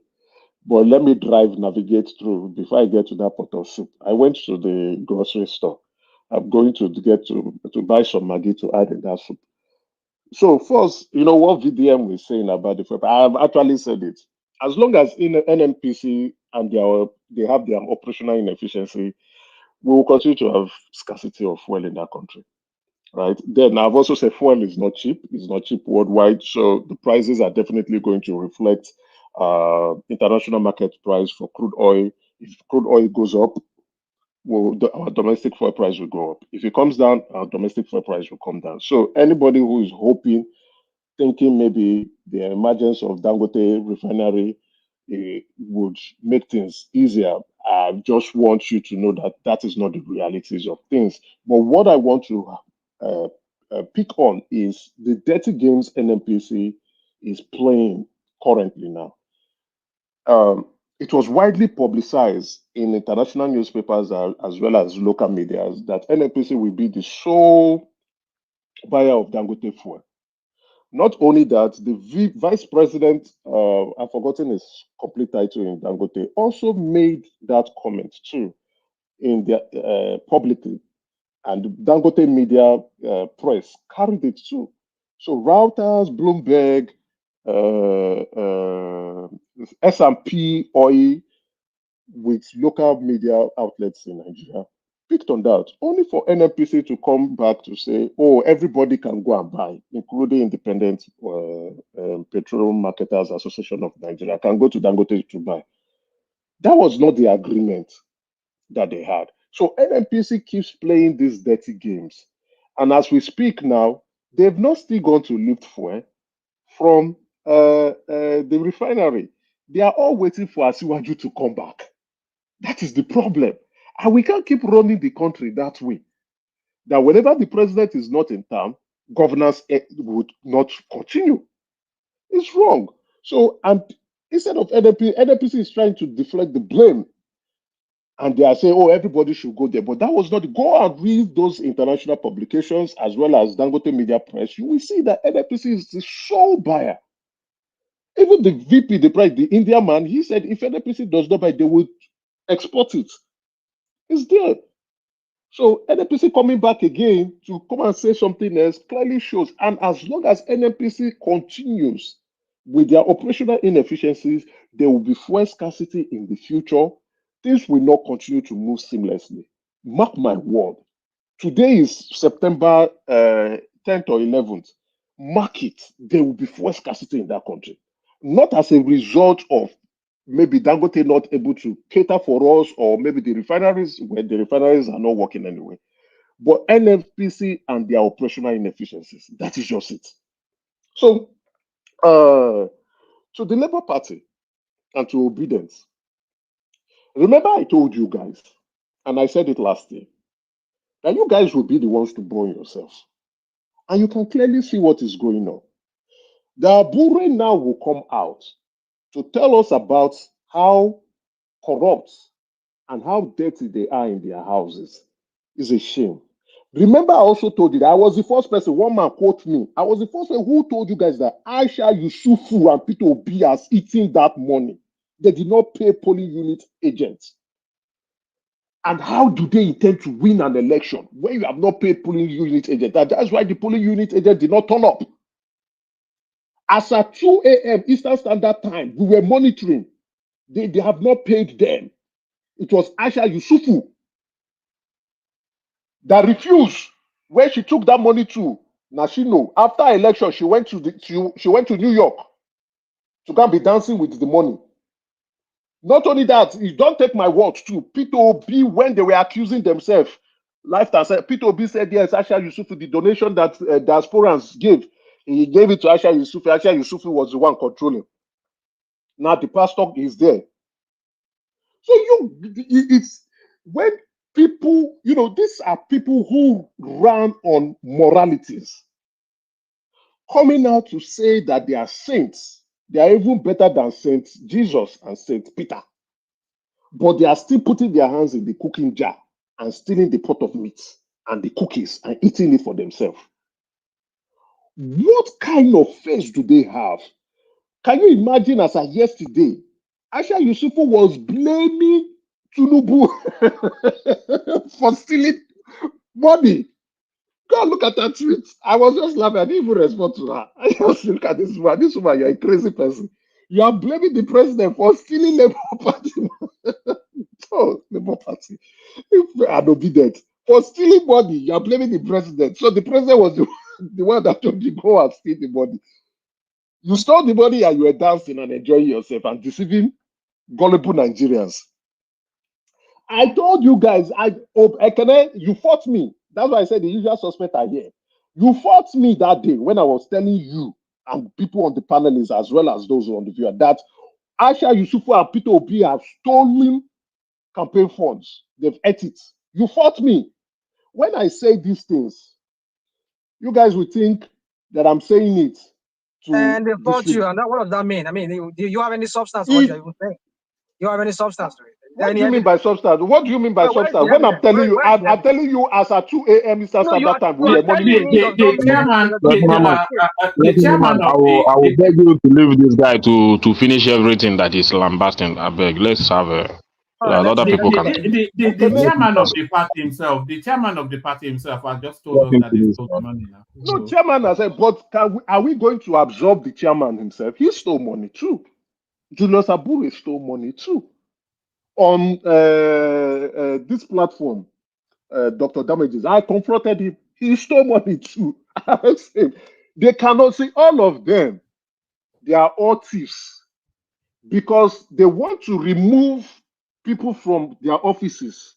That's why they are coming out and embarrassing themselves. No one of them is a saint. No one can excuse themselves.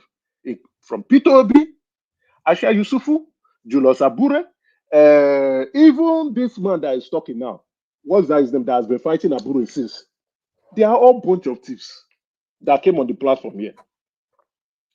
So it is a shame, that a party who marketed themselves as being new, fresh off the block, parting a new way for Nigeria, enticing gullible Nigerians, are now disgracing themselves in the market square. I told you guys, and I told Ekene, the usual suspects, that Labour Party is a mushroom party. What do they stand for? Every election cycle, every 4 years, they come out, INEC give them money, they share the money, they go back. Another election cycle, they come out again. But as Peter Obi came and the money came, all of them said, this is good news. Let us begin to eat. I am not embarrassed. I'm not saying it's just like someone coming and say, oh, I have been vindicated. It's not about me being vindicated. It's about what we know. These are politicians, and politicians will do what politicians do. I have said it on this platform. For those of you marketing P2B, including Uptown, that keeps doing it, I was thinking Uptown will come. Maybe he's listening. Uptown, wherever you are, come and defend your criminal. For those of you marketing P2B as the Messiah, the next thing after Jesus Christ, the best thing after Agege bread, P2B, and I've said P2B is a typical Nigerian politician. All the dirty attributes for a Nigerian politician that you can never think of. P2B has all of them plus one. All the stinking attributes that a dirty politician would have in Nigeria, P2B has it plus one. Is he a liar? Correct. Is he a thief? Correct. Is he someone that will not complete his sentence completely? Yes. Will he overpromise and underdeliver? Yes. Go and see what he did in Anambra. Nothing. So when you guys are trying to, which I have said, so it's like I'm trying to repeat what I have said previously, like last year. I've said it. We have to go and applaud and congratulate those individuals that rebranded and laundered the image of P2B. Those are the individuals we need to go. If I'm running for office, now those people are going to go fine. They did a fantastic job laundering a known criminal and converting him to be a saint, to confuse deliberately gullible Nigerians. All right, start to bring it home, Emeka. So to my dear brother, Ekene, I know you are upset. The goal is not to upset you. And also to rational mind, the goal is not to upset anybody No or upset comment. Just anybody. finish the statement. Let's move on. No, the comment. The goal is not to upset you guys. You And think likewise you're to upsetting? Who are you obedience. upsetting? You're not upsetting Hold anybody. on now, rational mind. The goal I is mean, you not to said you're upset you upsetting guys. us. What I'm trying Come to on. say is, I have said all these things. I said it. And I said, Labour Party, you guys will be the ones to destroy your party. And you are doing it. I have said Obi is a criminal. It is there. I have said Asha Yusufu and Obi ate that money. It is out. So you can, what we can all agree now is that, because all you'll say, oh, Ashwaju is this, Atiku is this. So they are all Nigerian politicians. We are all playing this game. Nobody here should come out to say Peter Obi is a saint anymore. No, it's wrong. He's a criminal. He's a thief. He stole money. He ate people's funds. There's no proper account. Aisha Yusufi went to go and print out something on Microsoft Word, how list of items. That's not how to reconcile accounts. Tell us how that money was spent. Show us how it was spent. Then Abure himself cannot excuse himself. He ate money too. He's only upset because they want to kick him out. The fight is still ongoing, and more revelations are still going to come out. More revelations will still come out, and the Labour Party will continue to give us more soap operas, more dramas, more series, more seasons. I think this one is season 13 now. We are waiting for season 14 to come. So thank you very much. Keep entertaining us, Labour Party and Obedience. Keep entertaining us while we watch and observe and enjoy the entertainment of your criminality. Thank you and good night. All right, brilliant, excellent. So a powerful start then by the Majestic Emeka. So a powerful start by the Majestic Emeka. Gentlemen, let me reorder it somewhat and go to Ekene first, only because it's in Nigeria, and then he very much in that obedience space as well. So Ekene, let me play you this clip, and then you come in after it. This is Obi campaigning in Benin City, and this will be the first test of his popularity since the election. But let's go to Obi campaigning for Olumide Akpata.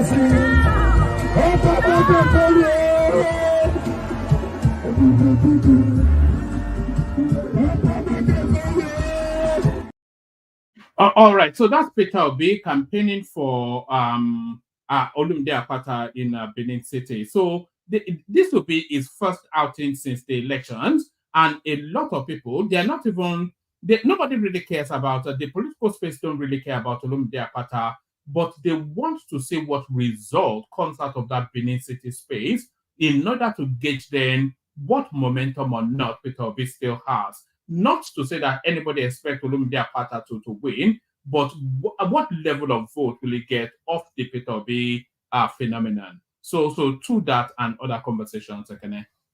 10 minutes. Ekene. Yeah, one man, how far? Adeo, pata pele. We just we know they show too much, a lot of activities, trying to meet up with Nigerian challenges. But anyway, all is well. Obi doing what he knows how to do. So Obi will continue to work. Obi is doing what he knows how to do best. Continue to work stronger and stronger and stronger. Even people that wants to cause ethnic problem between Edo people and Igbo people to create an enmity in that space. I think Nigerian voters know more better and know the works of the politicians, what they are trying to create to bring disunity in our nation. So, but no matter what, the hunger in the land is uniting the people because we are on ground, we know what is happening. It only happens on internet. People talk about Igbos, Yoruba, this and that. But on the ground, the hunger is uniting a lot of Nigerians. Nobody sits here. We don't have conversation about Igbo Yoruba here. The only conversation going on in Nigeria now is the great hunger that Bola Ahmed Tinubu has created within the space of 1 year and in the Nigerian space. It's a very big conversation. So both Yoruba, both Hausa, both everybody. Nobody is even saying Obi is from Igbo, Obi do this, Obi do that.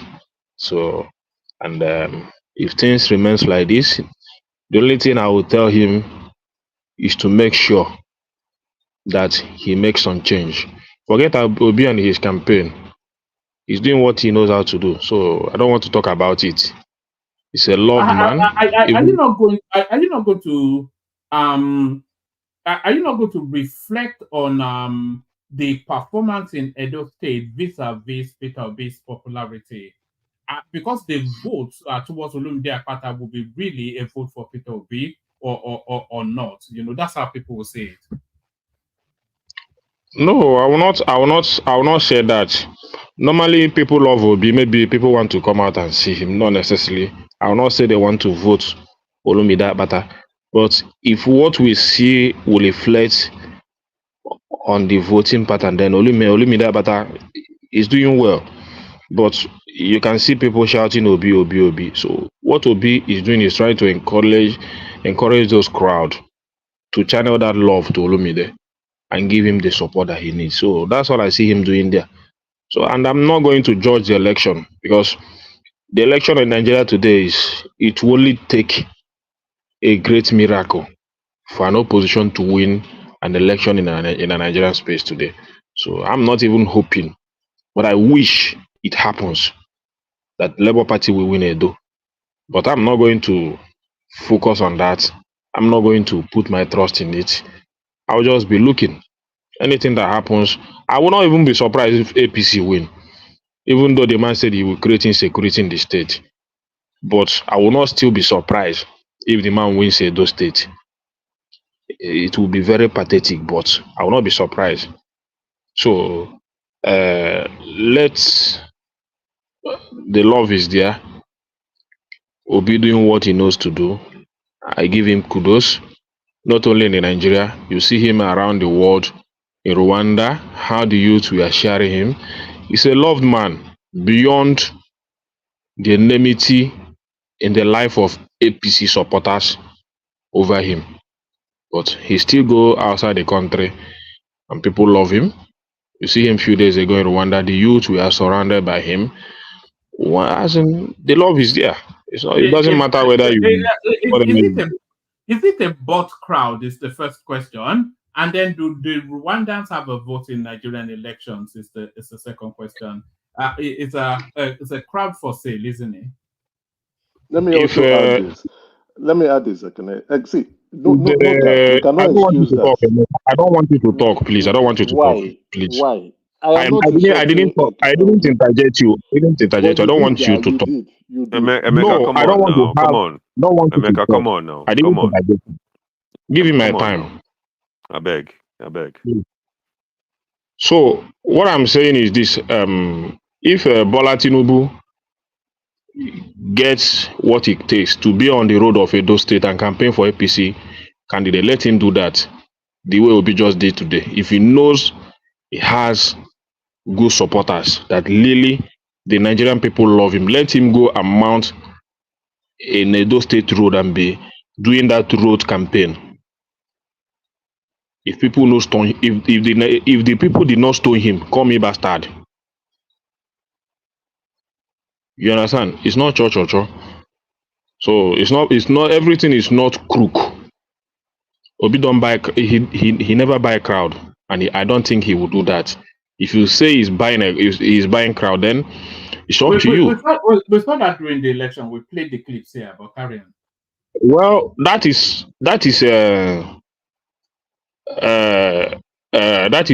what you can imagine. You never knew that he will continue to draw such crowd even after election. It still amazes you. Why is this thing happening? But it will continue to amaze you and it will continue to happen.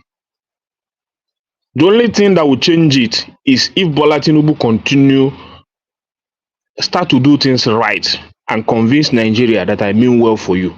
That is when you will see the love that people have for P2B continue to drop. But as far as Bola Ahmed Tinubu is doing the things he's doing today, saying he's governing, because I don't see him as a president governing anything. Are you saying that people love Peter Obi as an alternative to Tinubu? Is that what you're... No, I will not say that. The only thing I know is that the message of Obi is going so well because the government is not doing the right thing. If the government is doing the right thing, then people will not be. I don't think most people will have interest in Obi's message. You understand? So, but because the president is faltering in a lot of his policies and everything, then the Obi speech and his commentary is going directly well to the mind of the people. You understand? So forget it. Let's still stay with Peter Obi, but let's move to the Labour Party and the internal squabblings there. So the Obi Alex Otti duo, they set up an interim committee to reshape that party. Julius Abure, who says he has legitimacy, is riding against that, and then in the process of riding against that, he then exposes then the financial impropriety that went on during that election, which is widely known anyway, that a lot of the donation money was stolen. I think we all know that. And also they have now withdrawn the automatic ticket that they gave to Obi and Alex Otti. So the Labour Party hemorrhaging from within. Well, I think Obi made it clear that he's not concerned about the 2027 election, and I saw it in his recent interview when they asked him about Kwankwaso saying that he win 2027 election. He made it clear that he's not desperate to be Nigerian president. He wants Nigeria to work, and he is not going to be talking anything about 2027 election. So, in the first place, Julius Abule giving him an automatic ticket shows how desperate that Julius Abule is, and it's quite unfortunate for him. And I am happy that things are going like this. At least it will help rebuild the party. Ekene, Obi did not reject it when they had their convention and nominated Obi as the 2027. Obi don't have to reject it. Hold on. Obi did not reject it until now that they are having. See, all these issues we are going on. Double standard game of Obi, we should question it sometimes. You should have said there is no double. It is you that is saying it's a double standard. Have rejected. No. Obi never asked. Obi never asked him for. He have rejected it back then. That look. Let me finish, Babaja. Let me finish. Let me finish. I interject you. Let me finish for you. Let me land. Then you go continue. Obi should have rejected it then. He should have told that Abure, don't offer me this thing. What we want you to do is to organize the proper convention. You understand? He did not reject it. But now okay, let me talk now, because you cannot say that he did not reject it. Let me talk, because the day this convention was held, Obi was not there. And people say Obi didn't go. If Obi wanted to accept it, he would have been in that convention. Obi was not in that convention that automatic ticket was given to him. So what does that show you? And when people were accusing him, so he didn't believe in that convention. So when they anointed him there, he should have rejected it. That is when people have been waiting. A lot of people have been waiting to know the stand of Obi with that convention, and at last, Obi has made a stand to show that he's not in support of it. So the caretaker committee that was being set up, is it the stand that Alex Otti? The caretaker committee that the 29 member committee that they set up have the leadership was skill set to to make any create stand? a proper Did this Obi thing call any and NWC to meeting? conduct a proper convention You are talking for about a Labour Party. useless man that has no leadership skill set. You Is it understand? not Alex So Uche even in or our world here, we still have Abure supporters, people that don't want to lose their position because they know that if a proper convention is held today, a lot of them might not be re-elected. So this is what you see going on in Labour Party. It's as simple as that. Even the Lagos State chairman, even though a lot of people, even me, I like the woman to continue. But I will not say because I like the woman to continue, then proper things should not be done. He was never elected. He's an appointee of Abure. That's what she is. So because we felt the last election didn't go the way it's supposed to be, we need to sit down and talk to ourselves. I say it here every day that I want a national chairman from the north. And that cannot come if a proper convention is not being held. And that is what everybody is doing today. You understand? So the other day I was having a serious issue with my work people. I even tell them that I will not be coming to their meeting again. Because what is happening in our political space is selfishness. People want to hold on to little things that doesn't matter. Little power, that little money, that little 10,000 naira, 20,000 naira they give them whenever they want to contest election, put it in an envelope, give them the chairman, give them wine, all those things. I don't know why Nigerians are too selfish and they too love power. That is what you see. Even in our world here, you see people fighting for Abure. People that, because their main reason is because the position they have suffered to gain. Now, if another convention is held today, they might not be re-elected. Who told you will not be re-elected? I told them, who told you will not be re-elected? Allow the proper thing to be done. Yes. What about the financial impropriety that was highlighted by Julius Abure? So that goes to the heart of our credibility, isn't it? Of Obi and Aisha Yesufu. The financial issue of it, I think Obi and Aisha Yusuf have made their account. So the best thing Abure should when do. did they do that? We've all been waiting. You televise it here, you discuss it here. So the proper thing Abure should let me finish. The proper thing Abure should do is to come up with his own. You are looking for credibility in Nigeria. I never interjected you. I told you I don't want to speak when I'm speaking. I said I don't want you to speak when I'm speaking. You guys are hypocrites. I don't want you to speak when I'm speaking. This is I'm discussing my party. Stay on your lane. Whenever I come here, I don't want to have any discussion with people like you.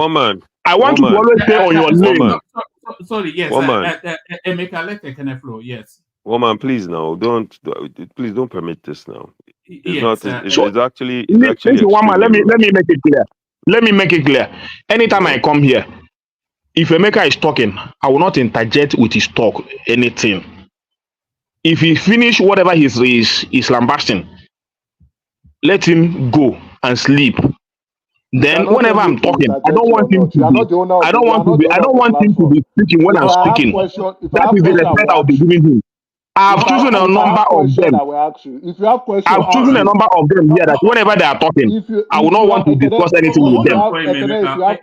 Hold on for him, so that if Ekene has question, Ekene can ask me. If I have question, I will ask him. He can choose not to answer the question, just like I can choose not to answer his question. But I will ask him. But I can also interject. If he's a hypocrite, when you are looking for integrity and morality in the country, but you cannot speak on it in your own political party, then you are clearly you're an hypocrite. Just accept it. All right. I think he wants to have a flow without too much interjection. Back to Ekene. So what am I even saying? Because this is why I said I don't want him to interject. No, you were speaking about the accounts being rendered already and people. Okay. So what Abure what Abure would have done, there was accusation leveled against him of 3.5 billion or so by the former secretary.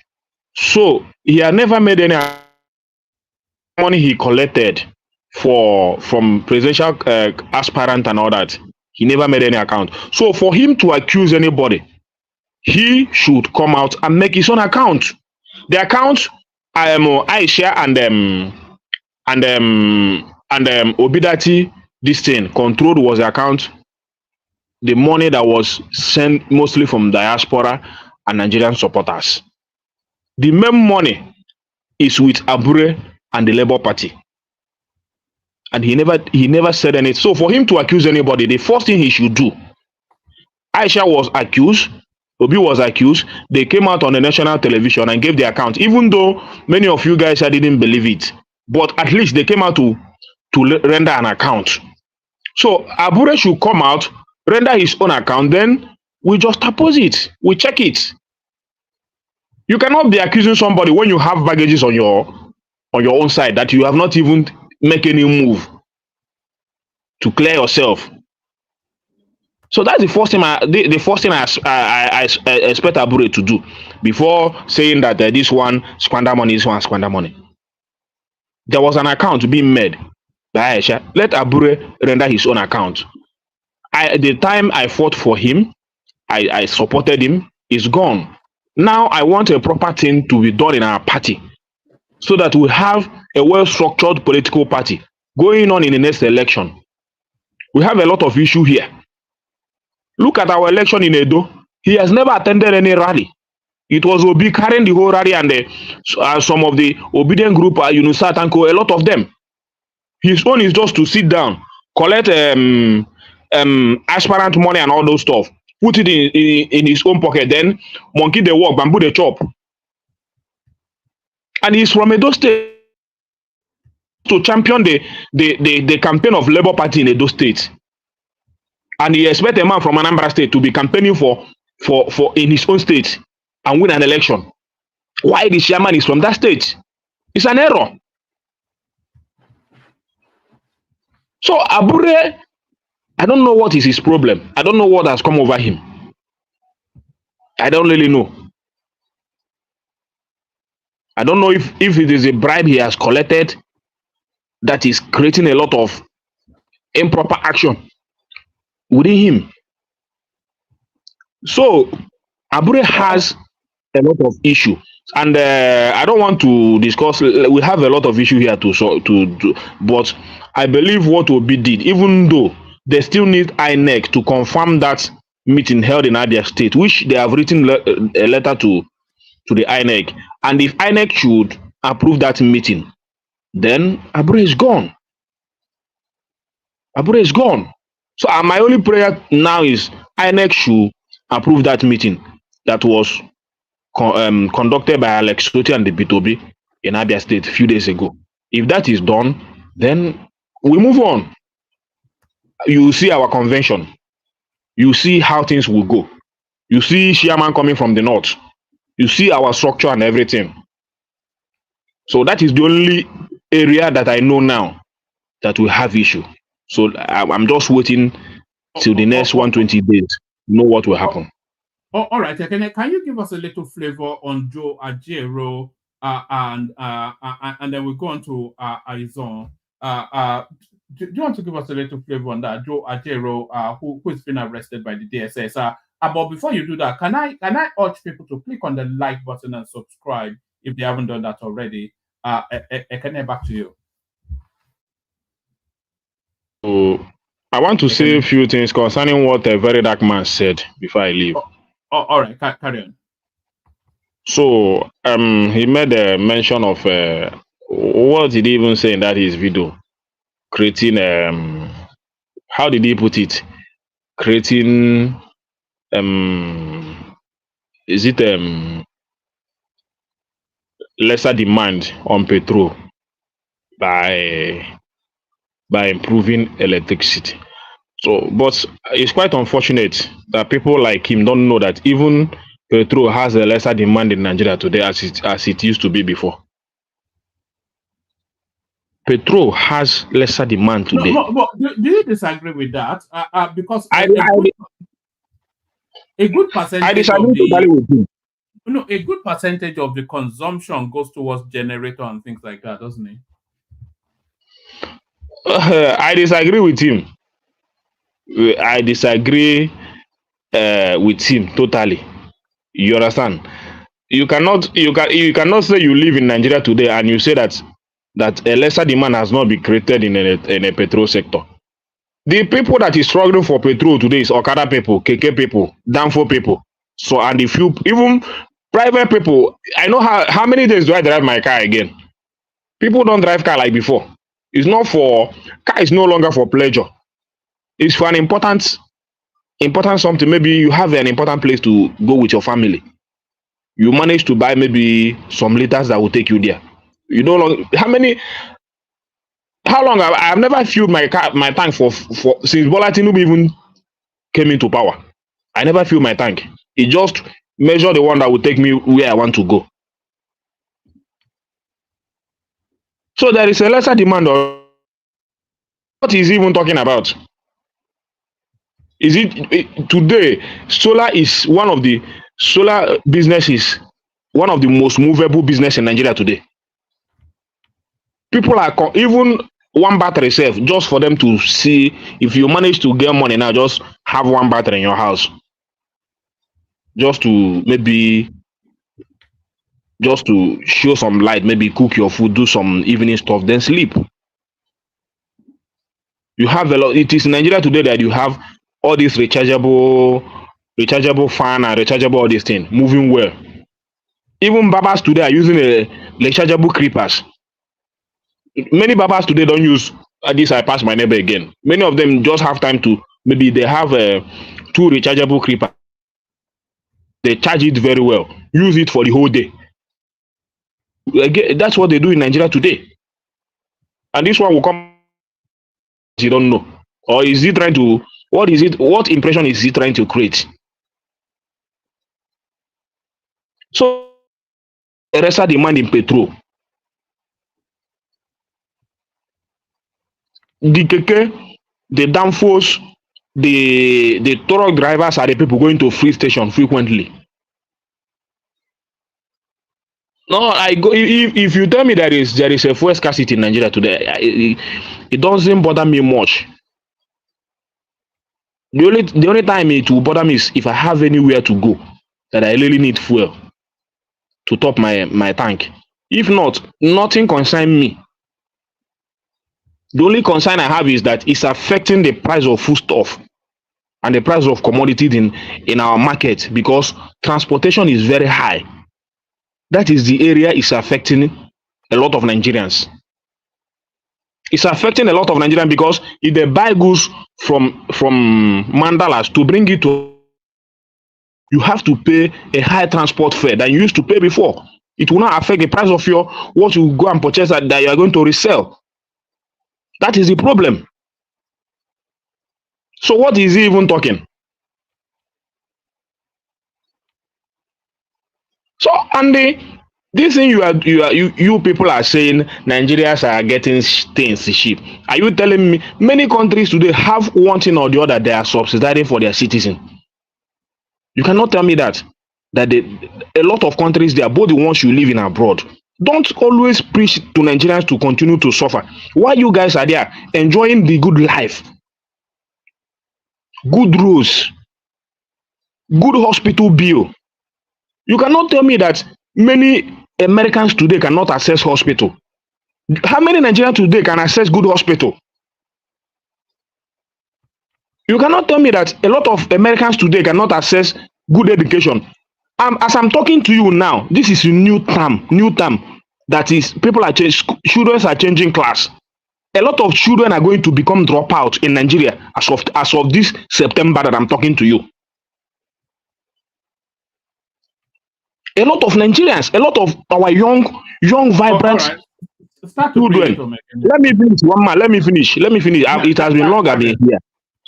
So a lot of Nigerian students, all these our small primary school, a lot of them is going to become a dropout. Do you know how much school fees are? in Nigeria today? Primary school, kindergarten. We're not talking about secondary school. There's public school. It's preference. Public There's public school. school. Public school how many public school are functioning in Nigeria today? There's public school. Send the child. Even the Let's put public pressure school on the itself is government. not There's even public accessible. school. Do you know how much public school pays as a school fees today?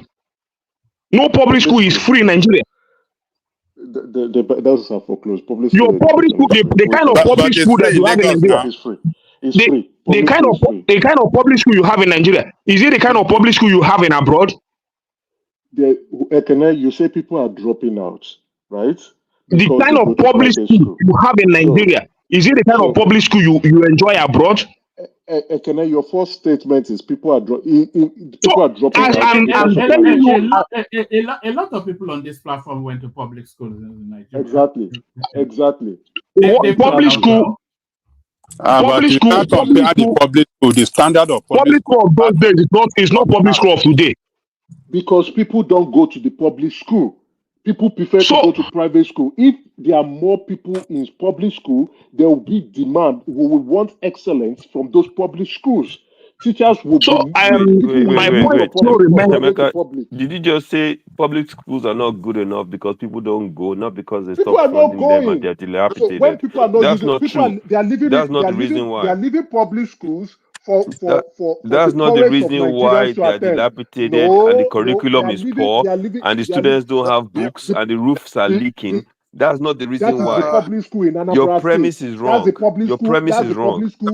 That's the public school in Anambra State. No, you are The public incorrect, school, sir.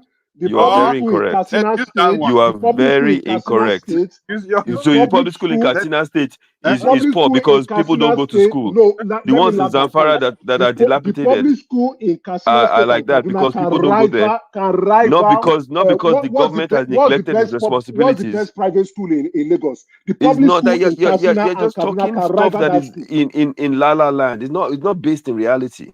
The reality It of is the fact based is on practical evidence. the funding for It the is schools and the based on funding for the practical schools evidence. and the resources put into those When schools have been people are not seriously using dwindled. public school, That is why the when schools have. Are you telling me that the schools, the Anambra infrastructure in the State, schools, the roofs are not leaking because because people don't go, not because they stop funding them? Let me just round it up in a few minutes so that you people can continue to interject. Let me say this. See, all these people giving excuses for government, very dark man, great this and that. They don't know what they're talking about, as if he is not living in Nigeria.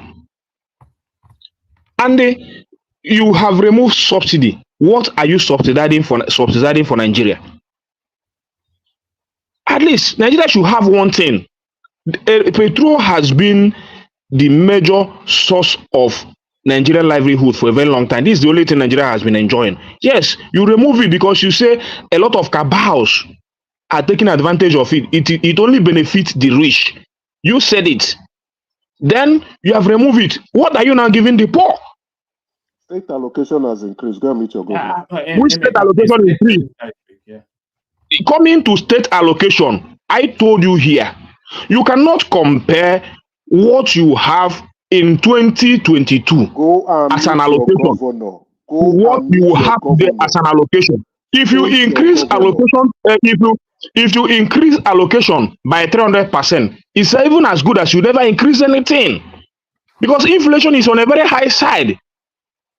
And whenever you see, if I have goods worth 100,000 naira in my shop in 2022 or 2023 before Bola Tinubu took over, today that dollar is 1,600 naira. That goods is worth 2.5 million.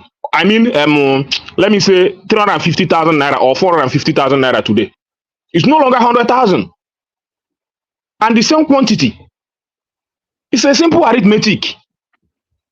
The amount you used to do 1 kilometer of road in 2023 is not what you used to do it today. Those days, Ross, 12 mm of road during Buhari time, 12 mm of road is about 4,200 naira. Today, 12 mm is more than, it's close to 10,000 naira. All right, I can bring it home. 3,000 something. Today, cement is 8,000 something. You're starting to say all the things that you always say. Yeah. No, I want to tell you this. This excuse you are saying that state allocation has increased. Increased for what? There was a video. You see, you cannot. There was a video. These are the truths. These are the things that are not factual. And I can speak now. You can't keep telling me not to speak now. One man. It's either you tell me not to come, I can speak. You can't. But I am correcting the lies. Can Nigerians meet their governors? I am correcting the lies. The lies. Emeka, can you hold on, please? You have to let him speak, whether you disagree, whether it's lying or not. But already he's repeating himself. He's repeating himself. You said it, and I'm saying let's meet the governors are not doing their work. No, Emeka, we've spoken about this too often. You have to let people speak, whether it's a lie, whether it's not, whether you agree, whether you disagree. Stop you from so okay, one man. Now hold it. Let me be clear. Let me make this clear. So if Baba Ajani Koko interject, it is fine. If I interject, it is wrong. No, let's get this right. You can so if Baba Ajani Koko, let's be clear on this, because I've been seeing the pattern now. I've been seeing the pattern. So if I interject, it is wrong, and if Baba Ajani Koko interject, it is right. Can you confirm it now so that I don't speak? You asked the question. Do you want to answer it yourself, or do you want me to answer it? You can interject, one, but if the person speaking is not taking the interjection, then let it flow. But then you can't interject every single. Can you hold on? Just hold on. You can't interject every single sentence that is saying. Just hold on still. There's a lot that Ekene is saying that I disagree with. Ajani Koko disagrees with. Izon disagrees with, but they're giving him the grace to express himself. So you can't keep chopping him up every other sentence. Chop him up. It doesn't really do for the flow of the experience. We have allowed him to speak. Nobody, when you say, I said I didn't want to interject him. He has spoken and he's repeating himself. He spoke about public schools that people are dropping. And I said there's private schools and there's public school. If you can't afford private schools, go to public schools. If you can't afford it, some people in the United States do homeschooling. One man. Let me conclude in 2 minutes, please. So my point still remains that there must be policy that affects the common man. If you know you're not going to give them petrol again, give them good education, give them constant electricity. The public school you are talking about, go and check the last few months, the tuition fee for after they have announced their student loan, the tuition fee for Federal University today has increased for almost more than 200%. Check it. Check what it used to be last month and check what it used to be this month. It has increased. So what sort of student loan is that? So the money you are going to, the loan that they're going to give to them, how is it going to benefit them? Check the price of Federal University today, their tuition fee in this current administration. So it's a whole lot of things. Is it the VAT you are trying to increase it from 7.5% to 10%? Nothing for the common man. Nothing. But you are buying private jet for yourself, buying everything for yourself, and you say that people should keep quiet so that you enjoy yourself for next 4 years and 8 years. Put Nigeria into more debt and leave, and people will continue to suffer. So nobody is let them stop all this defense. A lot of many states, many countries today have what they are subsidizing. Some countries are subsidizing what are they calling it? Loan or whatever, interest rate. Many countries are doing that. They are subsidizing for their people, for business to grow. Some are subsidizing education. Every country is not the same. This country might be either education, loan, interest rate, but something you have to is going to the masses. Yeah, bring it up. For Nigeria, everything you mash upon the citizens and say, for things to go well, if Nigeria continue to get things cheap, will not develop. Will not develop. You are buying private jet, you are buying all these things. For Nigeria to get things cheap, Nigeria will not develop. One man, let me keep it here for now. Well, all right, brilliant. So sometimes it feels like Groundhog Day, just looping around the same sort of commentaries. But hopefully we won't get that experience with Izon, who is up next. So Izon, we actually have a myriad of topics. It's not just the Obi space. Ajero has terrorism case to answer, says ex-DSS director. So Ajero are very much in the focus of the security agencies at the moment. A market authority bill will strengthen businesses, business acts in Lagos. So these are the lawmakers in Lagos State wanting to bring the whole of the marketing space under their fold.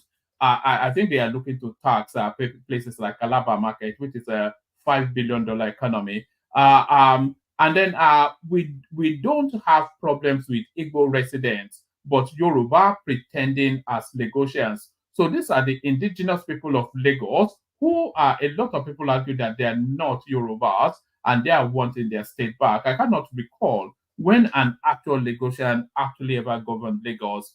Labour Party's presidential ticket no longer reserved for Peter Obi. This is the last stand of the Mohicans. Julius Abure trying to assert his authority. Stop arresting people without thorough investigation. The Attorney General of the Federation reading the Riot Act to EFCC to get a bit of professionalism. So we're discussing all that and more. So go to it, or whatever interests you within the Nigerian space. Is on. Yo, man, how are you? Okay, I should have brought the Ajala travel song for you. You're like, are you getting ear miles? You should have enough ear miles now to go on an expensive. Dude, I always put my frequent flyer miles Yes. in as soon as I book anything. But no, I have to come back. There's an event I do every 1 to 2 years in Nigeria, so I have to come back for this one. Is it sports related? I know you are heavy into the sports. Yeah. No, I have some partners from Denmark that I work with, and so we implement this program. It's sports related. It's also tied to the development. So we come down. We've done it in Lagos before. This is the 4th edition, so we're doing it again in Abuja, and they fly in and we come together and we put it together. And today was day 2. It went well, so just came in to do that, and it was going well. It was hard to manage because we had like over. Who is it linked with internationally? Who puts the bill for this? It's a combination of my partners in Scandinavia, and then I have a non-profit that also does that as well. So, all right, keep up the good work. Yeah. Thank you. You know, if we can't change the government, we can try to improve some lives through some grassroots work. Abby, that's it. All right. So to the space, either to the topics we're talking about or anything that especially interests you. I want the Attorney General's comments are really, I think, it's a little bit of poetic justice in the sense that he's making that comment about EFCC. I wonder why he made that comment to start with. What prompted him to make that comment? But shouldn't that comment also be extended to DSS? You say I think often they have arrest without prosecution, so they'll make headline arrest, but then it never gets to the court, and when it does get to the court, it gets thrown out. So I think that's where his frustration is. Yeah, no, I think the irony of it is he's making that comment on the eve of DSS arresting Ajero and releasing him under, within a certain time frame. So essentially, his comment is extended past EFCC to DSS because DSS just arrested Ajero and released him very quickly.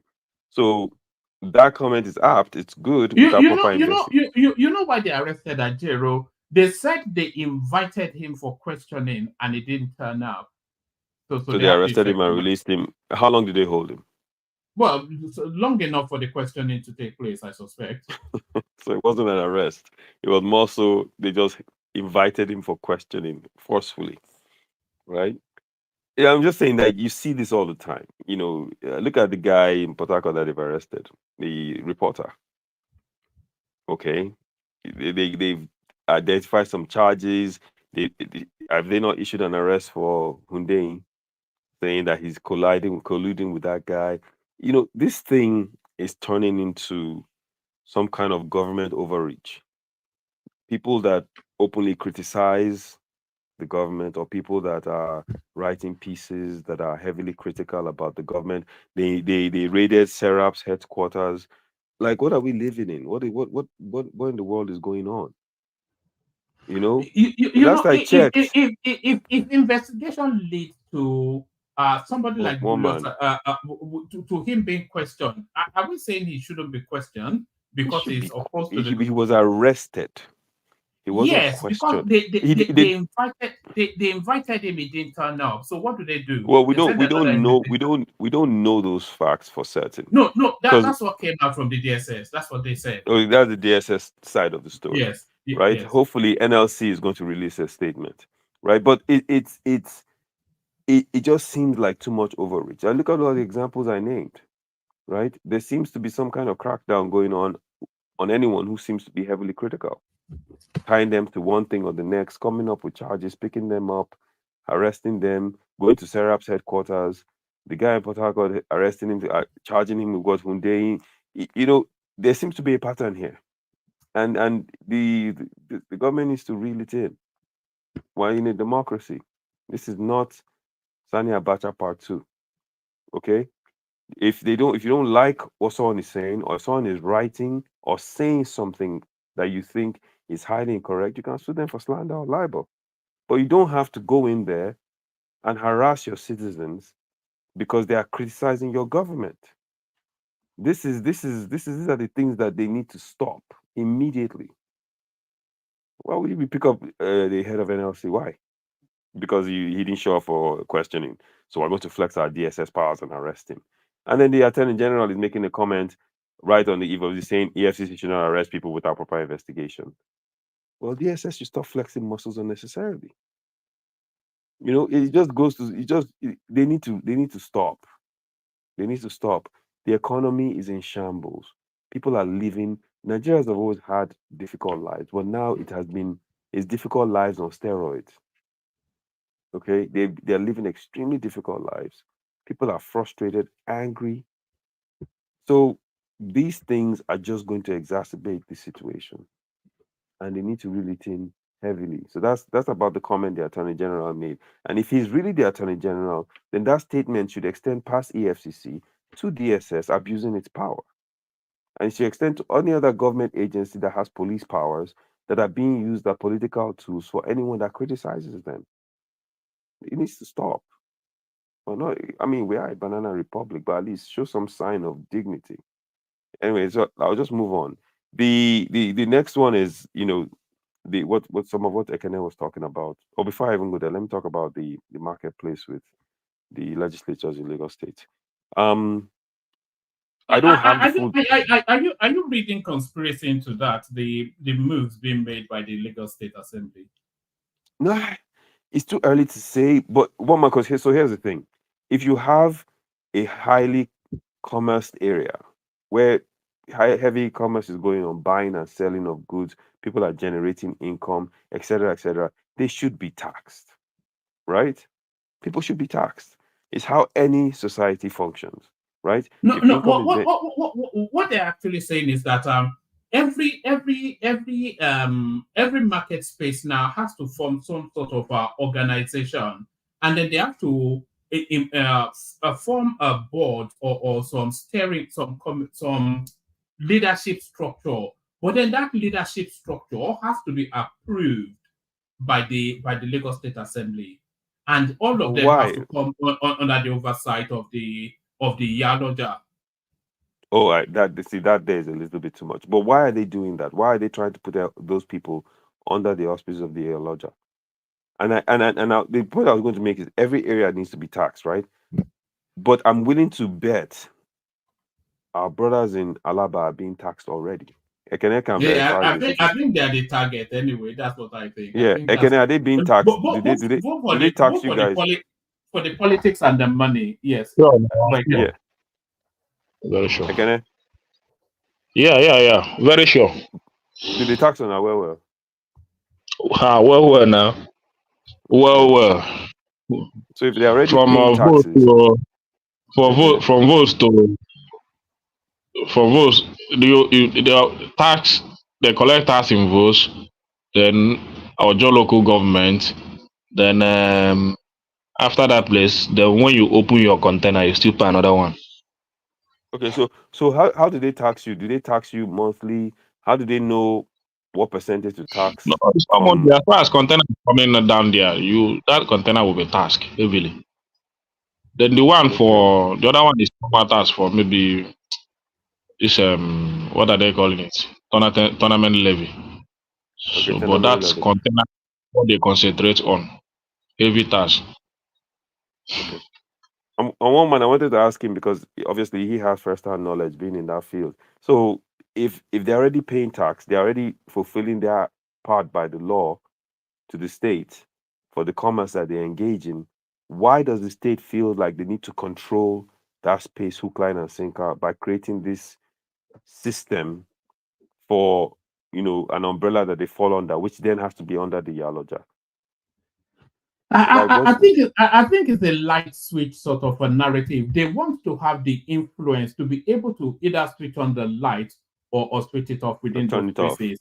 Yeah. So to be able to leverage them in order to manipulate them. I think that's what they But want to why? have power over them to be able to But why do this to fellow Nigerians who are paying their taxes, running trade within your state, contributing to the economy of Lagos State through the trade that they run? I don't have the figures, and I'm sure maybe someone has done this study, but I'm willing to bet if you were to look into the study of Alaba market and similar types of markets in Lagos, they generate significant amount of revenue for the state and trade and jobs and opportunities for people. So why go into a place that's good for the economy to squeeze them and to try to make things a little bit more difficult for how they conduct their business? These are people that you should partner with to try to expand what they do and help improve the platform that they work in. It doesn't make any sense. We have Lebanese in Lagos that are doing things in high property areas in Lagos. They don't bother them. We have Indians doing things, have their own communities, doing all sorts in Lagos. They don't bother them. Why are you bothering fellow Nigerians who are just trying to run business, who are paying taxes? If they weren't paying taxes and they were skirting around the state and they weren't fulfilling their responsibilities, I can understand that. But they're doing everything they're supposed to do. They're helping the economy. Why don't you work with them? Why don't you try to make Alaba market's infrastructure better so they can have better trade? Why don't you make the environment better so you can create better sources of revenue there? I don't understand this small-mindedness that they have in environments like this. You want to clamp down and make things more challenging in a difficult economy. Eyes on, please. I Go wish ahead. you can visit this Alaba road that they collect all these tasks. Very shamble. You see what Very I'm saying? bad. Yeah. So They're paying tax without sometimes representation. if you see what is going on there, cannot even drive your vehicle smoothly. Yeah, but you Container should fall. Most of the time, container fall. you should pressure them for that now. If you are paying the taxes, Well, then that gives you leverage to pressure improve the well, infrastructure. the first time of Babajide Showole, he came and they used it for campaign. I think that time Ojo voted him. Alaba people voted him. Then when he came the second time, I was in that gathering. Chairman told him, Mr. Governor, this road, you use it to campaign for us. What is happening? You didn't do that road, and you now come the second time. What do you expect us to do? What do you want me to tell these people that is trading in this environment? You want me to tell them to vote you? That you will still do this road that you didn't do for the last 4 years. And this is a major road that heavy tax is coming from to the state government. He never answered him until he left. He just said, vote me. Now that road is getting bad every day by day. Every day by day. I used to say it here every day. Very bad. And these are places that you see heavy containers every day. Container falling every day. People's goods spoiling upon all the money you collect from them. What was his So response? my problem is not even that bad, but Hold on, give basic amenities. Ekeneka, you hear Yeah. me? What was his response to your market chairman when they put that question to him, Sanwo-Olu? He didn't say anything. He said he will still do it. That like we should give him second term. That he will do it. So the chairman told him, okay, I will not force my people to vote you. I'll just tell them what you said. Then if they want, let them vote you. Which the people said they're not going to vote him. That he disappointed them in the first time. But you had a candidate already now, so you were never going to vote for him. Well, it's not as if we have the candidate. We are forced. If we had a candidate already, it's because the first trust we gave to him, he didn't perform.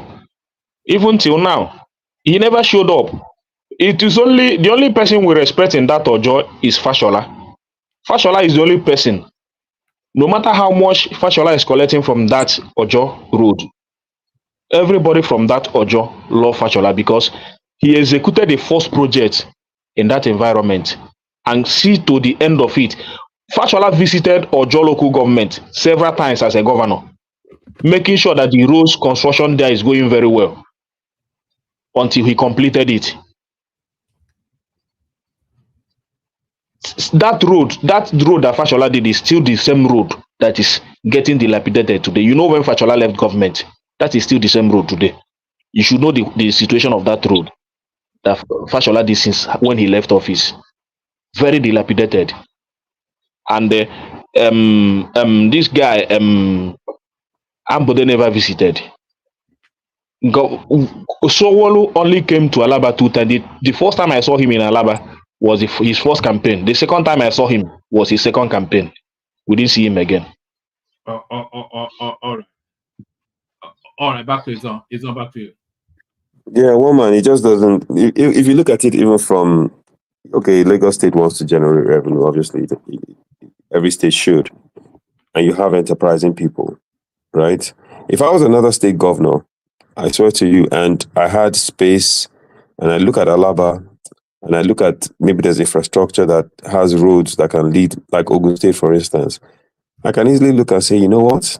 Why don't I just build a 21st century location for this sort of trade for these guys and invite them, bring them into my economy. If they have containers, there's a road that they can get their goods here and let them come and set up here. We'll create roads, nice environment, nice shops, build the infrastructure, they'll rent it, they'll pay taxes, the money will come to the state and create a comfortable environment for our citizens of our state and these people. They're investing a lot of money into that space. So work with them, build it, create an environment where every Lagosian, I've been to that Ojo area before, and I know what Akene is talking about, but create an environment where it's comfortable for people to go there and buy goods, where it's comfortable for them to bring in. I've been there before as well. It's heavily waterlogged from my memory. Yeah. And there's traffic sometimes. Traffic can be... So imagine if you feel like you have to go buy something there. It's a hassle just to go in. And by the time you come out, you're just like, goodness, all this just to buy this one good. It shouldn't be the case now. We don't make anything in Nigeria for us to... So these guys are bringing things in that people have to go and buy. So create an environment where it's very comfortable for people to go in there. They have a good shopping experience. You know, people can... There's so much you can do with that space. But not focus on petty things like this to try to put them under the umbrella of the lodger. I mean, what is that? May I contribute eyes on? May I just interject you for a moment? Yeah, please. Yes, go ahead, sir. Yeah, the problem with that road, actually, Fashola time, Ekene referred to, it was because Fashola's deputy governor then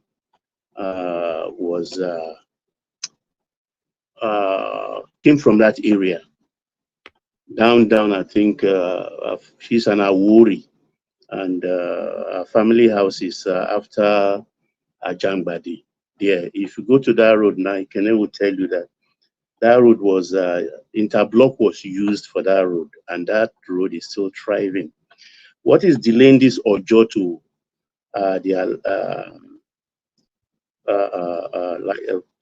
from Ojo inside to Alaba market is because of the blue line. The moment they finish the blue line, which will be commissioned next year, there is a station right there at Volkswagen. So that station is the one that that will eventually give birth to that road being recreated, because that road is very bad. It could even take the head of a trailer, totally subsume it. And then for the market thing, actually, I mean, marketplace is a cartel all over the world. Even the New York garment markets, everything, the Roma market, even the Liverpool market in London, it's all about cartel. You understand? And politics also.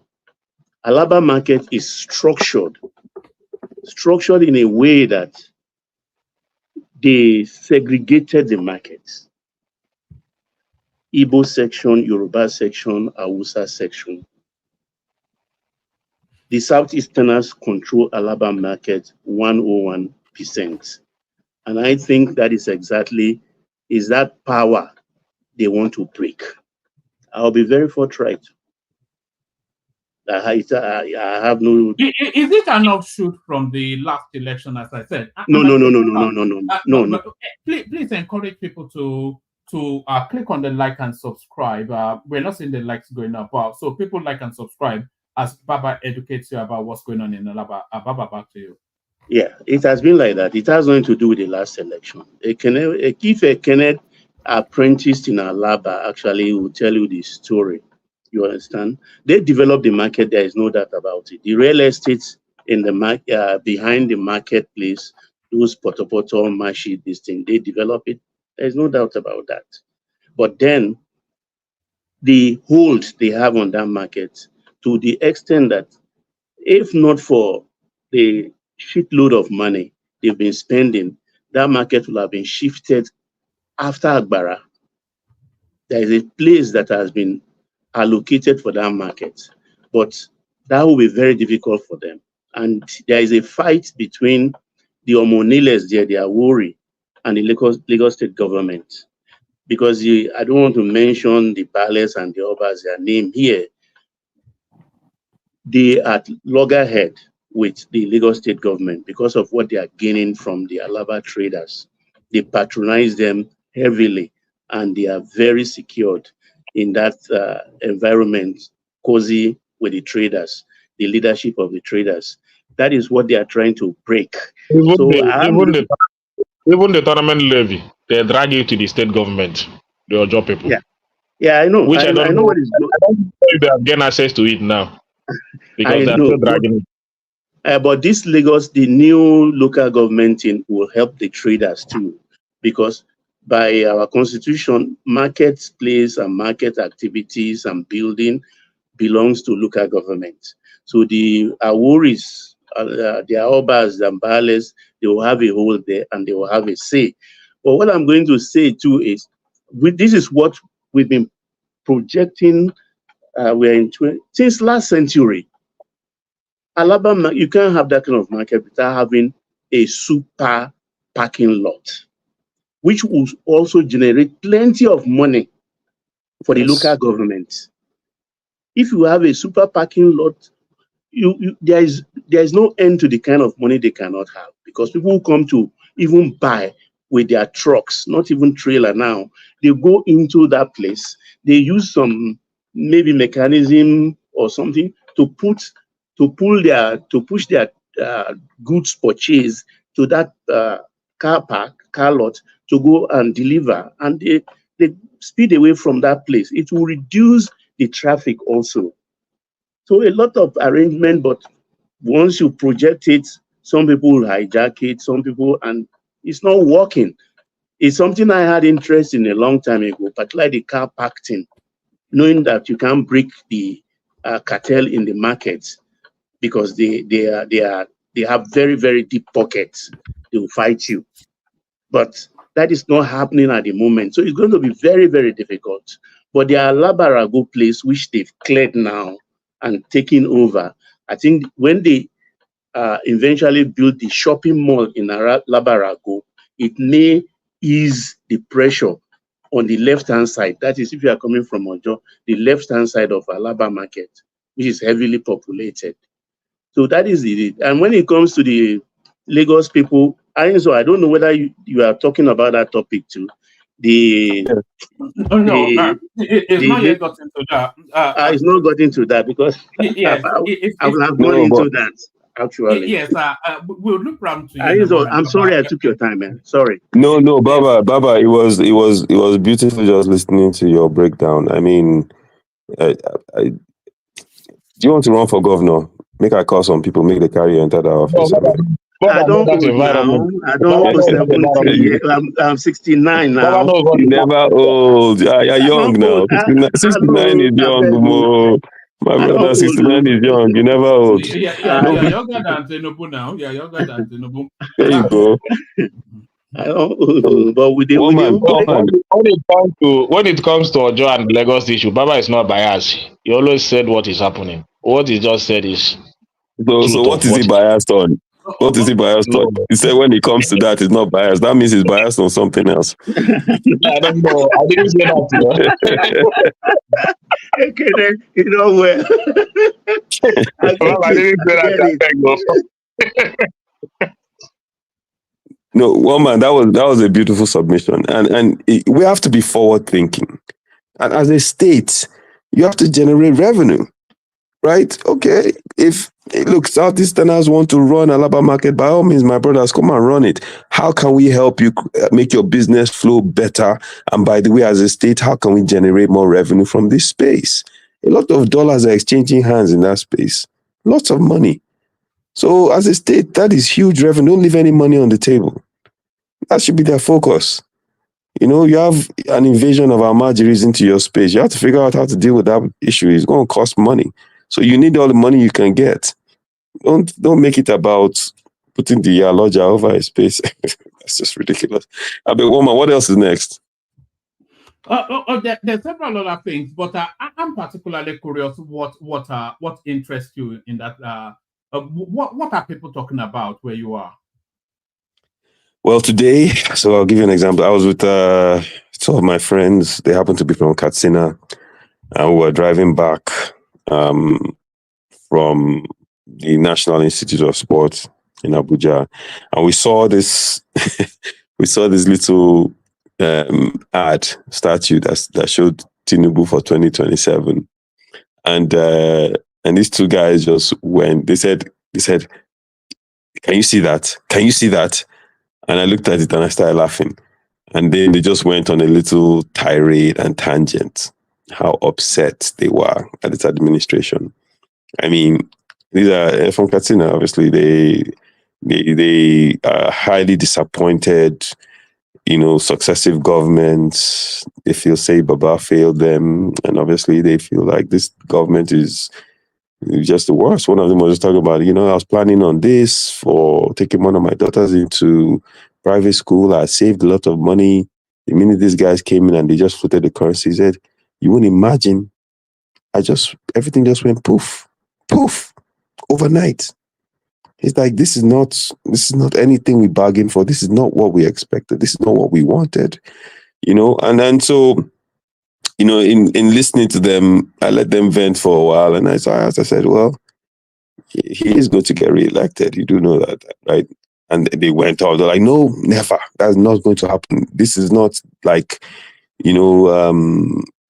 the normal situation you see in Nigeria, et cetera, about how, okay, well, the North, we were instrumental in putting him in. And this time around, their sentiments are echoed all across the North. And, with the other states not being in his back pocket, that they believe that Tinubu is going to be a one-term president. Yeah, we're actually pretty sure about it. So I said, well, we'll see how it plays out. Obviously, this is Nigeria. You never know what happens. What are they suggesting as an alternative? So Tinubu is going to be what was their expectation when Tinubu came in, knowing the state of the economy? And what they expected that, okay, he had a background, somewhat of a background in business, and he was going to come in and actually put policy. The first thing they expected was, one, the insecurity thing was going to take a huge nosedive. He was going to totally eradicate that issue. Then the second thing was that they expected that he would come. Something that Buhari, a general, could not. Yeah, but obviously they felt, and that's why they had some hope that he would come in, not being part of that ilk. They felt Buhari was pandering a little too much to people in the military that weren't doing their jobs.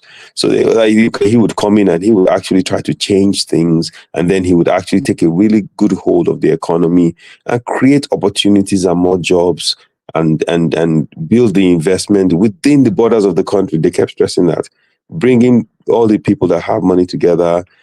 They talked about the Zamfara thing a little bit on the gold issue and how when they first showed, remember the image of when they brought those initial gold bars to Buhari a couple of years ago, and they did the photo op. They said, you won't believe it. I didn't even know this, but according to them, after they did that, a number of those gold bars found their way into a private jet with Aisha Buhari and got flown to Dubai. And so those sort of things they looked at, and because of that insecurity, and they felt he was actually going to take hold of that space. They were saying, they're like, Zamfara is such a small space. Have you been to Zamfara? I said, no. They said, we've been. It's small. Why can't they not control that space? So there's a lot of anger about those things. And then the economy, just how the policies he took were so... Did you point out to them the inherent hypocrisy in that stance? I'm not one to defend Asiwaju, but I was actually getting a kick out of listening to them rant. I thought it was pretty entertaining. But they say all these things, but what has led to it, and what is the way out of it? We all know what has led to it. Buhari destroyed that country in terms of the insecurity. He expanded, not diminished it. He wrecked the whole economy. He inflated the whole ethnic chasm. He played it up to the highest zilt. So what did people expect to happen just immediately after Buhari? They expected that the man that was coming in saying, I've been preparing for this, do not feel sorry for me, I know what I'm getting into, I have been waiting for this opportunity, that guy, that he was going to come in and he was going to take the bull by the horns and actually steer this country in the right direction, given how he was selling himself and given the experience that he believed he had and what he felt he knew how to use power. Right? He's the same guy that said that boy. He said, I quote him once saying that boy doesn't know how to use power, referring to GEJ. So, I mean, the expectation is someone that has touted himself as this herald coming in on clouds of gold to come and save the economy and steer it in the right direction and make us this $1 trillion economy, right? Will come in and actually make policies to change and steer the economy in the right direction, taking into consideration, and this second part is very important, the current status, economic status of your populace, of the majority of your populace, who at the time had been labeled as the poverty capital of the world, right? That didn't happen. Right? He took policies absent of that reality, and it plunged people who are maybe on the margins of poverty deep into poverty. I mean, let's not kid ourselves. Tinubu has successfully taken a majority of our population into deep poverty. It's not, I mean, this is a fact. And his defense would be, well, I had to take these tough policies to try to steer our country in the right direction. And these are temporary pains that are only going to generate future growth in the future. But then you don't see any signs of an oasis in the horizon. None. There's nothing. Give me one metric that you think has totally gone opposite since this has happened, that is showing us signs of a much brighter future after this period of pain. And you don't see it. And that's the reason why... What about the economic indices? Which ones? All of them. The country's reserve continue to grow up. The country's rating internationally, financially continues to grow up. There's money coming into that country now. There's growth in the GDP, month on month, quarter on quarter. Are the impacts being felt by the people? No. So that's the only real. That's the only real. Woman, And that is the meat and potatoes of it all, right? If our GDP is going up, if Moody's or whoever is giving us these fantastic ratings and all these neoliberal institutions are telling us how wonderful we are, right? But you should come home and you still have to give out bags of rice. All that doesn't mean anything. You are there to serve the people of Nigeria. You're not there to serve neoliberal institutions. You're not there to serve any kind of foreign government that feels, oh, you're doing a great job, boy. No, you're there to serve the masses. And the masses in this country are living way below the poverty line. They can't afford rice. That is a stark reality. And then we have farms. We have fertile land. I've met people here that are telling me, okay, I'll give you an example. I went to NISA, National Institute of Sport. I'm just coming back. There's like huge amounts of land around the area that they're not using. People have gone there and they started farming. This belongs, this belongs to government institutions that should be building things to, I guess, use sport as a platform to engage youth and steer them in the right direction. But obviously people are farming there because people have to eat, right? So you see these signs of extreme poverty everywhere. And those are the real questions that anyone that governs has to answer.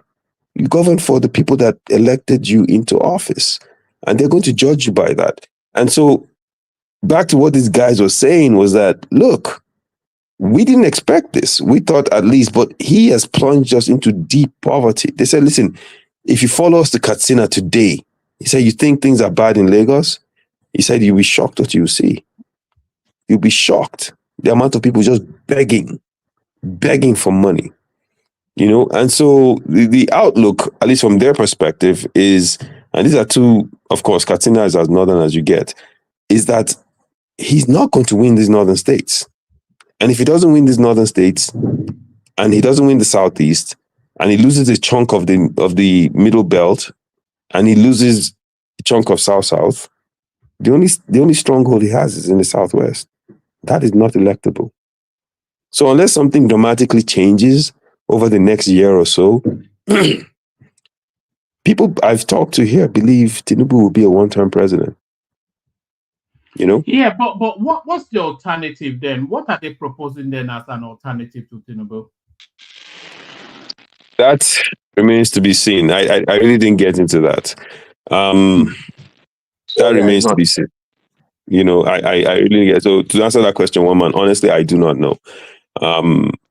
If you ask me my opinion of it, you know where I stand on that. But as far as those guys, I don't know. I didn't really ask them as, hey, so who would you vote for? But it was more a venting session on their part.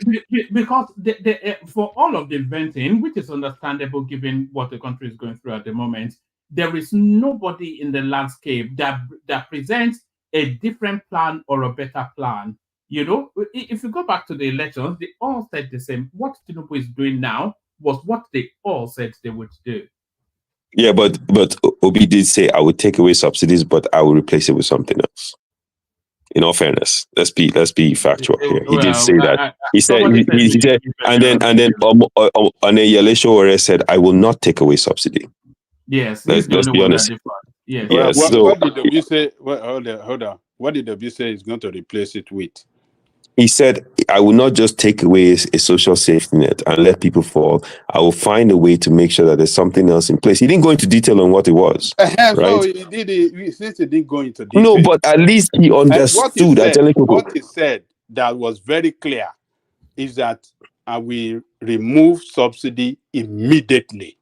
No, but you can't wait. You can't take a statement, you can't take a statement and stop it halfway.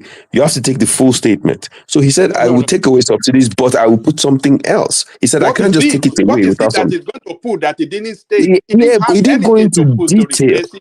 Maybe that's something else. He will stop the all theft. Tinubu said, I will remove it from day one. Atiku said, I will remove it from day one. They were saying the same thing. We will have been in the same situation. No, but let's quote them correctly. Atiku said, yes, I will remove it from day one. Obi said, I'll remove it, but not without putting something else in place. Right? But let's quote them for what they said. Okay, maybe that he didn't tell us. Maybe he didn't give details on what he will put, but that's what he said. He was silent on it. That is a but he said that. Let's quote him. You're right. You can criticize him based on the fact that he wasn't specific. Way of promising people. No. I want to do this for you, him, but then you don't tell us specifically what you're going to do. I called you Obi. Ajale, if you're going to quote him, at least quote him. The man said, "I will replace it with something." Maybe that something else is, "I will plug the all theft."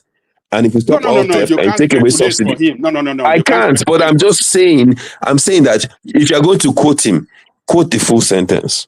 Don't stop halfway now. What's the full Don't stop halfway. He said, "I will take it away, but I will replace it with the one that he said, no. He said, "I will remove it. I will. You can play it again." He said, "I will remove it, but I will replace it with something else." If you have that video, show it to this man, man. Yes, look, when these people are lying, I know one man is looking for it. I'm not lying now. He said, "I will remove it, but I will replace it with something else." When these people are lying to us, let us point to them that they are lying. Any one of them, all of them that said they will remove subsidy, they all got it wrong. It's Adewale and Sowore that said we are not going to remove subsidy, but we will fight the corruption around it. Those are the two guys that got it right. And people did not vote for them. Which people? I couldn't vote, but if I could, it would have been. Yeah, I supported Obi, of course. I supported Obi, yes, because I thought he was the best one. And by the way, I like Sowore, but I supported Obi because I felt Obi has the empathy. And the funny things, everyone keeps saying, "Oh, he didn't do this in Anambra, he didn't do this." During the election, I came on here and I presented an edition of Fate of the States that was broken down during the last tenure of Obi's gubernatorial run. And he talked about the progress he had made in Anambra. I still have that document, one man. And it was just so conveniently ignored. And everyone just went into, "Oh, he didn't do anything in Anambra." I had fact, and this is long before, I'm talking about, this is maybe 5 to 10 years before Obi even announced he was running for office. There was no reason to hype him up. Independent source talked about the progress he had made in the state. So people try to downplay the work he did and the progress he made in that state. And the man has empathy. For me, that was a big thing. Because in order for you to lift as many people out of poverty as you need, you need someone... The plan is nothing now. He had the plan. But he got the fundamental wrong on how... Well, guys, the truth about it is Obi is not in office. Obi is not in office. Let me play a clip. We have him... Obi. Our question has to do with the issue of removal of fuel subsidy. Considering that this current administration has said that by June 2023, the subsidy will be removed, is it going to be your priority in your first 100 days in office? How sustainable is subsidy to the Nigerian economy? Thank you. Thank you, Glenn. Well done. But I can assure you, it will go immediately. Subsidy, I've said it before, is organized crime. And I cannot allow it to stay a day longer. 3 critical development areas is receiving 4.5 trillion.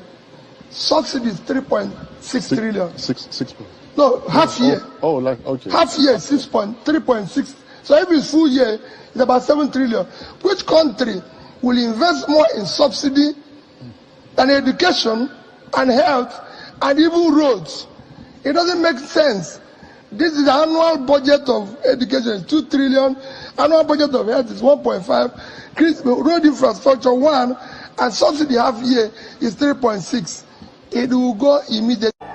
So you don't remove something without saying what is replaced and where are we moving our money to. You saw that last part? You saw that last part? No, that was after. You guys, man. That was after. You guys are hilarious. You guys are funny. You saw that last part? You saw that last part? You don't remove something without replacing it with something else. Oh, you guys, man. Don't carry propaganda. No, I'm not carrying propaganda. It's the doctored video. You guys are funny. You see, you are Tinubu people. Hold on. That latter part, that was what he said yesterday at some space. I don't know where he is in the world. That's what he said yesterday. So what that clip was showing was juxtaposing what he said in the election and what he said just as early as 24 hours it's from. So the latter part was, we also the clip now, it's all over social media. I even played it earlier. So what I was saying, he never said he was going to replace it with anything. He said he would remove it immediately from day one, and then he went on to say the value cost of the subsidy, that the value cost is money is not being spent on this, that, and the other, which he will spend the money on, but he didn't say how he would insulate that gap that the subsidy filled. And he also said that he didn't even believe that there was ever any subsidy because it's a scam. So he didn't give us you see. So he would have done exactly the same thing. Can I interject one man? I One man, wanted to one man. interject to earlier. Can I interject I'm to coming. small, please? One man. You're so Yes. funny, man. I Okay, swear. I we can't say help but laugh, but because what you've done is it's typical. You pretty much just doctored. You picked a video, a snippet, right? Confirmation bias that supports your end argument, and you play it to say, "There you go." That's what he said. I don't have I'm on my phone, right? But if you just give me a few minutes, I will find the video where he said, yes, I will take away subsidy, but I will replace it with something else because you just can't take away something and not put anything there. He said it during the election. And any any self-respecting obedient that's listening to me right now knows exactly what I'm talking about. Right? Can I interject you, please? I've been trying to talk before I go to bed. So can I please? Go ahead. Okay. All right. So, Initially, let's hold on. Let's do this. You have that interjection. Yeah. Let's hear. I think Patrick wants to come in as well, and then give just like a 1 minute sum up, and then we go on to Ajale Koko just to move it around. Yes. Emmy. Okay, I will just interject and go because I want to go to bed. So, but I wanted to interject. The first part he was talking about, what the policy Tinubu is putting in place and everything, how he's imparting the life of the Nigerians and all stuff like that. So, like, I wanted to interject him then to let him know that I want to say it here, and I'm not the one that said it, that Tinubu said that he's going to reduce the purchasing power of Nigerians. So I'm the one that said it. He said it himself. So, and obviously that's what he's doing currently.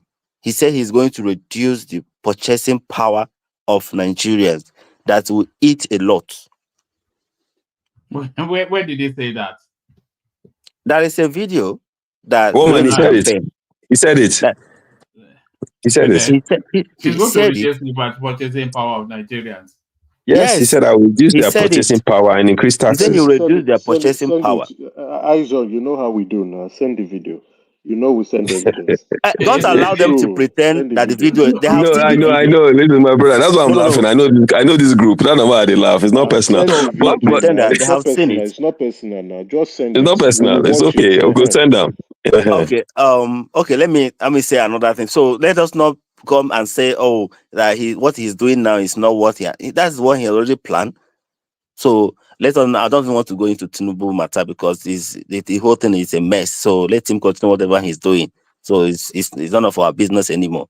So if you like, let him not think of 2027. Let him doing Dabaro himself. So it's to our own gain. But talking about this subsidy they're talking about here, I think Obi was very, very clear with this thing. Is inside his manifesto, and he tweeted how this thing will go. I have sent one man that tweet here in this platform, and one man has read it. He states clearly how that subsidy will be removed. And even during his campaign, he said that he can't just remove it without replacing it with anything.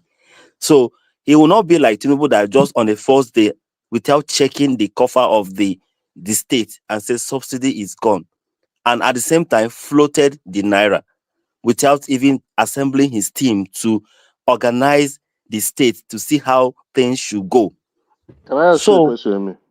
Peter Obi is a businessman that know how things should go. And this man, I was thinking that he's an economist that's supposed to understand that there should be a background check of the money remaining in the coffer and how things should Can go. I ask you a question? Let it be in a ceteris paribus, gradual by gradual. Let's go by. So he just came and just based on, that's a Jagaban, attitude that used to call him. He said subsidy is gone. Subsequently, he floated the naira. So all this while they have been trying to see how they will sustain what they have, the mess they have put themselves.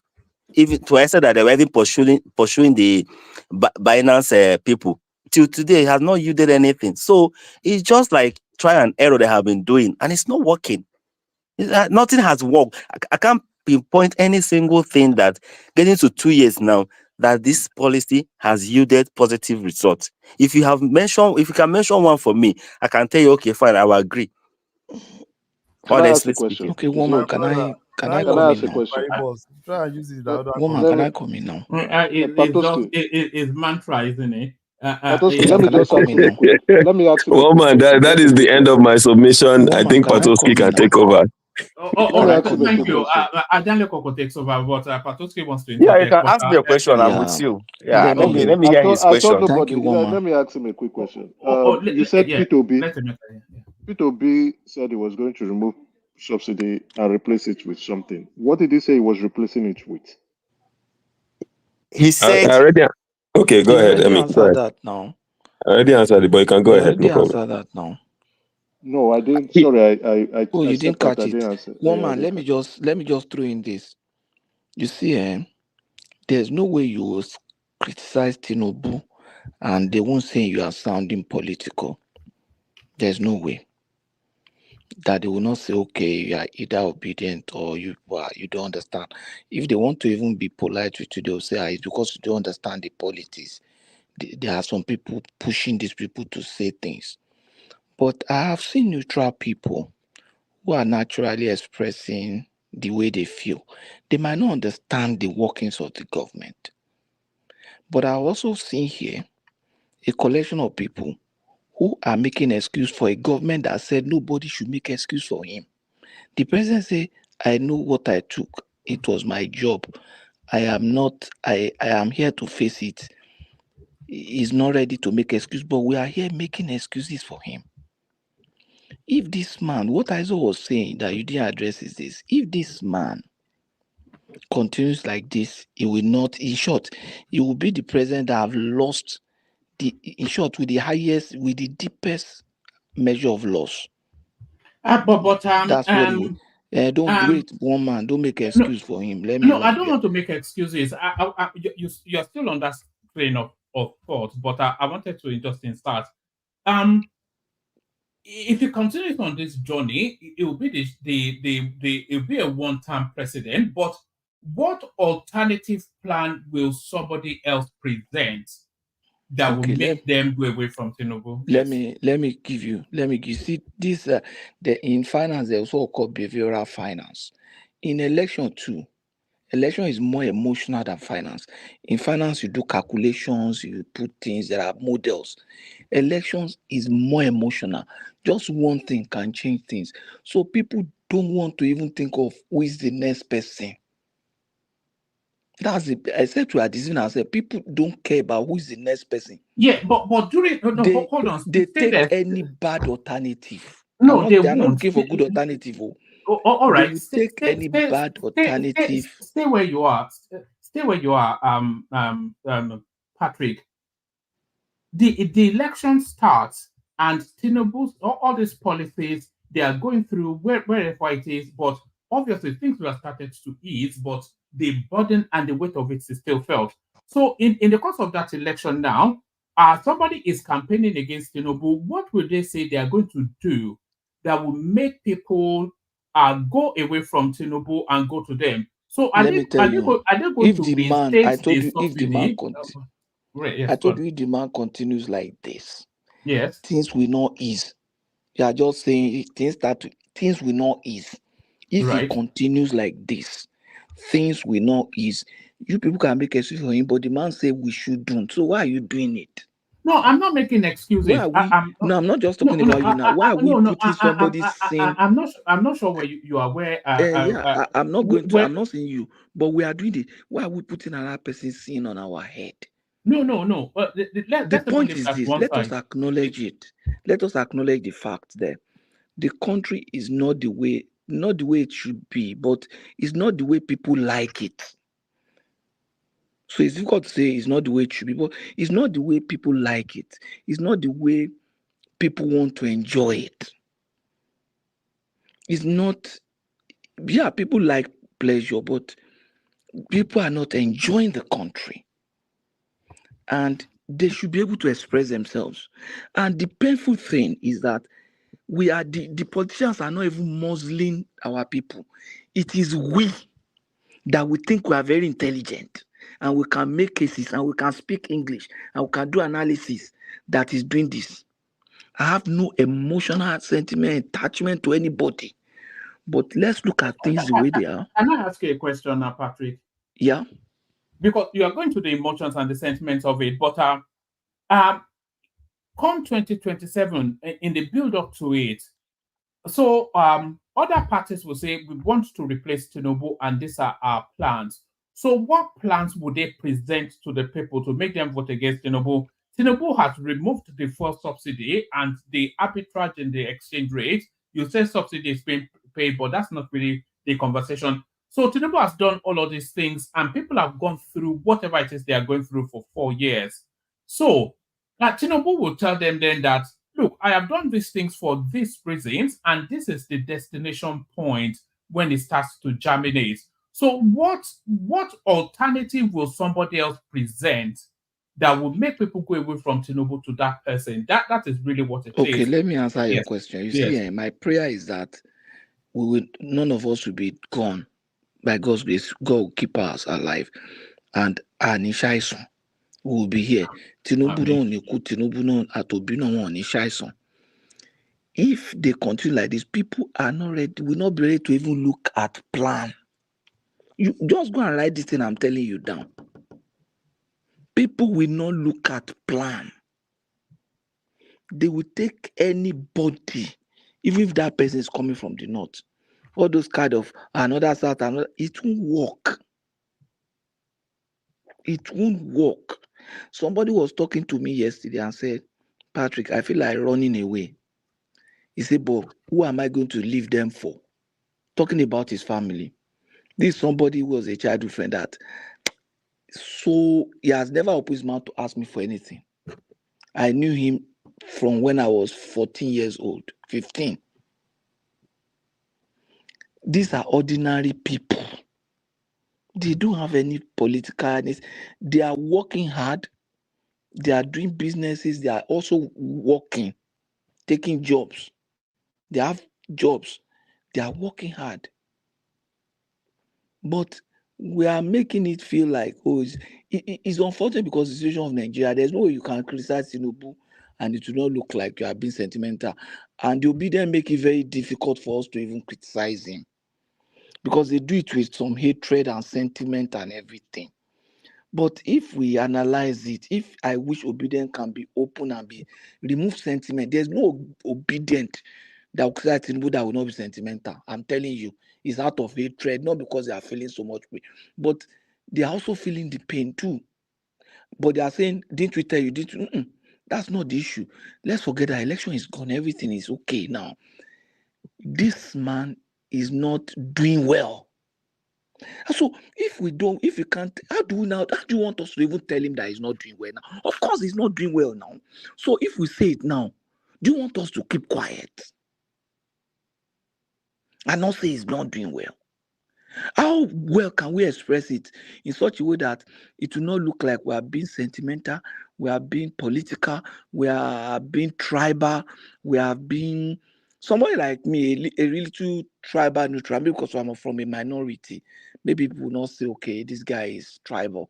But if you're going to limit Tinubu's criticism to people like me, you are excluding you are just excluding a large proportion of Nigeria from this thing. If we destroy that country, If that country get destroyed today, it will not be Tinubu, it will be all of us that are not speaking out to him. He's not paying us. He's not doing anything to me. He's not. So why shouldn't I be able to speak out? It's not as if I don't speak, they will increase my salary. Even if it's going to increase my salary here where I'm working, what can that do to me? Does that mean I shouldn't speak to him or look at his face and say, no way? This democracy is talking about, some people died for it. They died. End of their their life was terminated in the struggle for democracy that eventually results in Tinubu getting private jets, his children getting bigger jobs, manipulations like this. Those people just died for nothing. That's what I'm seeing here. Those people just died for nothing. They died to increase some people's wallet.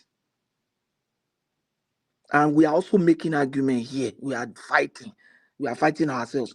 If you are not here now, we will be calling ourselves name. Some people will be calling somebody's father and somebody's mother because of one man that can't stand for 40 minutes. That is pushing Nigeria here and there, or does not even know where to push Nigeria to. One man, I think I'll wait for my turn. All right, Brian. All right, One man, let me go next, please, so I can go sleep.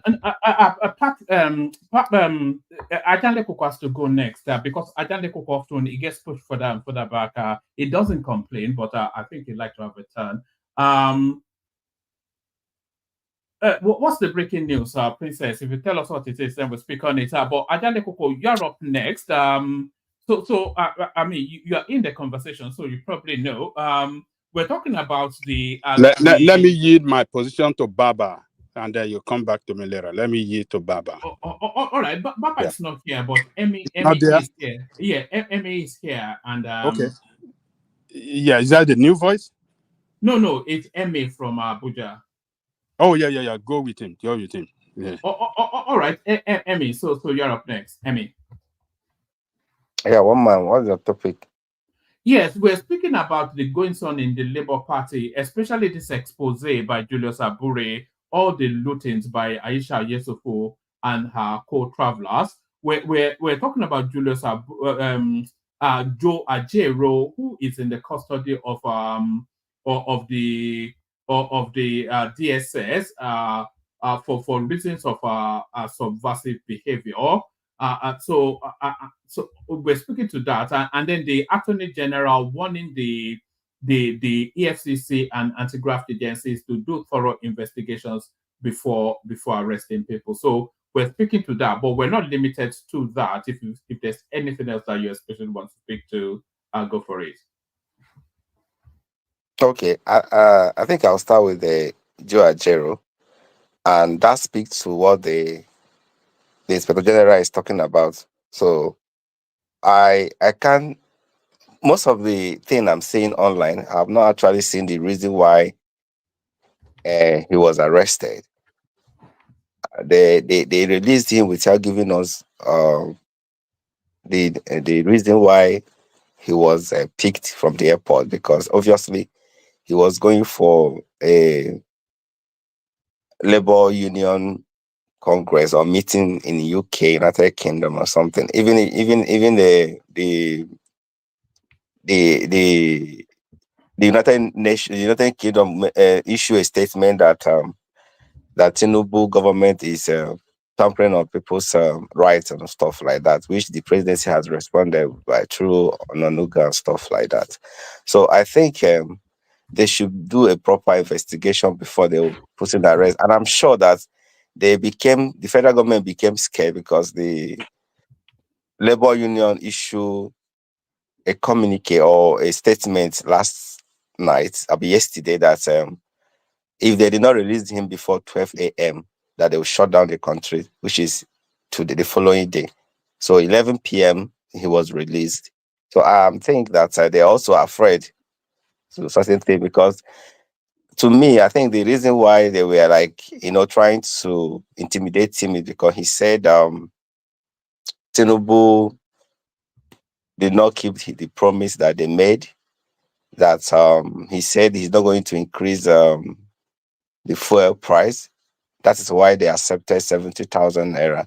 And now that he has increased it, that they are not going to take it. So therefore, they are going to take industrial action or something like that. They're going to go on street and shut down the country. So I'm sure most of this thing is just some intimidation just to make on him so that he will calm down or stuff like that. And I'm sure they are not winning. They are not winning at all because due to that communique that came out immediately, so the federal government released him an hour before their time elapsed. So obviously, so because we can't even say anything, we're just speculating. We're just speculating of this is what the reason why they arrested him, because they have not given us the reason why. They said they arrested him for questioning, which they are not telling us what they questioned him and what they're asking him. So I heard some people saying that they have an evidence that he is sponsoring some sort of is it terrorism or protests and stuff like that. They don't have the evidence. That one is a speculation. That one is just an allegation. The police has not given us the reason why they arrested him or what he's doing and stuff like that. So obviously. All right. Do people want us to dip into the American debate, which I think has just kicked off now, or do you also want us to carry on? What are we doing with American debate? I think a lot of people want to. One man, I was wondering where Prince. I was wondering where Prince Daddy was. Let's go into it, one man. I was wondering where Prince. I was wondering where Prince Daddy.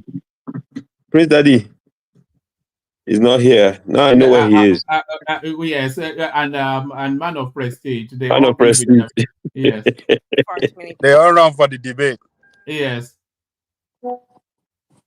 Children, and I intend on extending a tax cut for those families of $6,000. Can you hear the it? largest child tax credit that we have given in a long time. Loud and clear. So that those young buy a crib, buy a car seat, buy clothes for their children. My passion, one of them, is small businesses. My mother raised my sister and me, but there was a woman who helped raise us. We call her our second mother. She was a small business owner. I love our small businesses. My plan is to give $50,000 tax deduction to start up small businesses, knowing they are part of the backbone of America's economy. My opponent, on the other hand, his plan, corporations, which will result in $5 trillion to America's deficit. My opponent has a plan that I call the Trump's sales tax, which would be a 20% tax on everyday goods that you rely on to get through the month. Economists have said that Trump sales tax would actually result for middle-class families in about $4,000 more a year because of his policies and his ideas about what should be the backs of middle-class people paying for tax cuts for billionaires. President.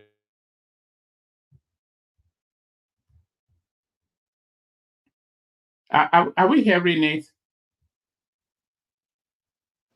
It's frozen. It is frozen. It's a bit choppy as well. In fact, they never took the tariff off because it was so much money they can't. It would totally destroy everything. Yeah, we are hearing it now. They're taking in billions of dollars from China and other places. They've left the tariffs on. When I had it, I had tariffs, and yet I had no inflation. Look, we've had a terrible economy because inflation which is really known as a country buster. It breaks up countries. We have inflation like very few people have ever seen before, probably the worst in our nation's history. We were at 21%, but that's being generous because many things are 50, 60, 70, and 80% higher than they were just a few years ago. This has been a disaster for people, for the middle class, but for every class.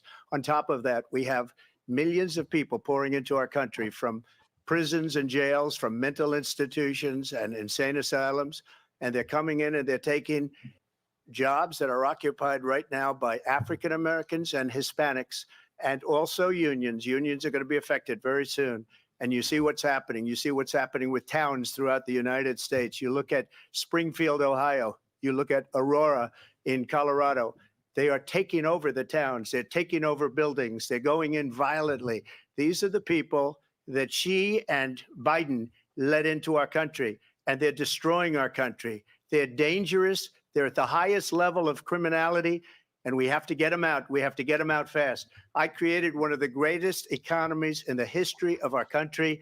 I'll do it again and even better. We are going to get to immigration and border security during this debate, but I would like to let Vice President Harris respond on the economy here.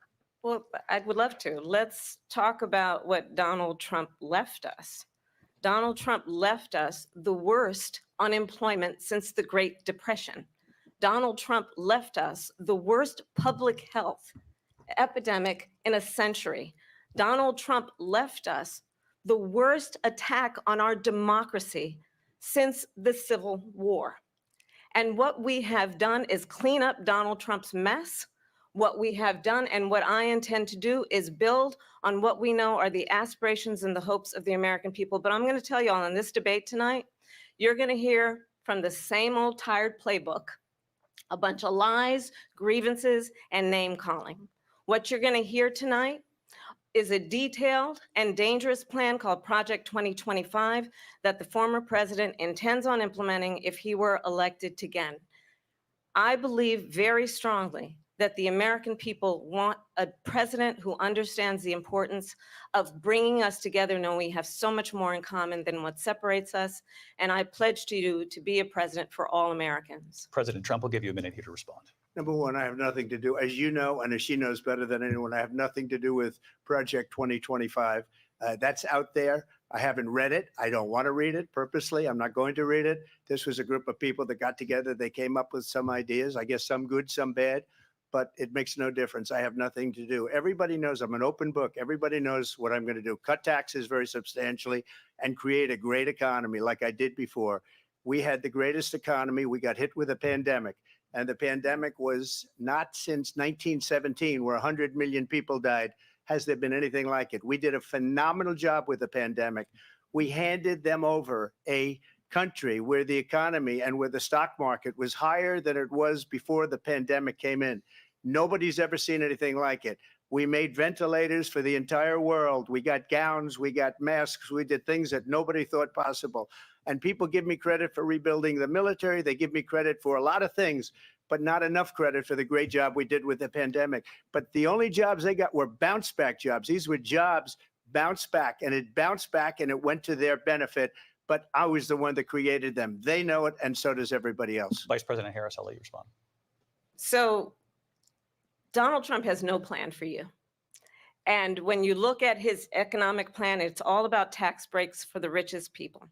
I am offering what I describe as an opportunity economy, and the best economists in our country, if not the world, have reviewed our relative plans for the future of America. What Goldman Sachs has said is that Donald Trump's plan would make the economy worse. Mine would strengthen the economy. What the Wharton School has said is Donald Trump's plan would actually explode the deficit. 16 Nobel laureates have described his economic plan as something that would increase inflation and by the middle of next year would invite a recession.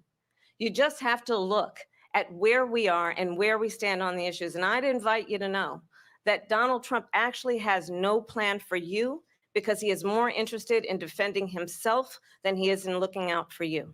It's just a soundbite. They gave her that to say. Look, I went to the Wharton School of Finance, and many of those professors, the top professors, think my plan is a brilliant plan. It's a great plan. It's a plan that's going to bring up our worth, our value as a country. It's going to make people want to be able to go and work and create jobs and create a lot of good, solid money for our country. And just to finish off, she doesn't have a plan. She copied Biden's plan, and it's like 4 sentences, like run, spot, run. 4 sentences that are just, oh, we'll try and lower taxes. She doesn't have a plan. Take a look at her plan. She doesn't have a plan. Mr. President, I do want to drill down on something you both brought up. The Vice President brought up your tariffs. You responded, and let's drill down on this because your plan is what she calls is essentially a national sales tax. Your proposal calls for tariffs, as you pointed out here, on foreign imports across the board. You recently said that you might double your plan, imposing tariffs up to 20% on goods coming into this country. As you know, many economists say that with tariffs at that level, costs are then passed on to the consumer. Vice President Harris has argued it'll mean higher prices on gas, food, clothing, medication, arguing it costs the typical family nearly $4,000 a year. Do you believe Americans can afford higher prices because of tariffs? They're not going to have higher prices. What's going to have and who's going to have higher prices is China and all of the countries that have been ripping us off for years. I was the only. We've lost half of our viewership, by the way, but we carry on. It's not always just about the viewership. They've just all bailed out, but I carry on. President ever. China was paying us hundreds of billions of dollars, and so were other countries.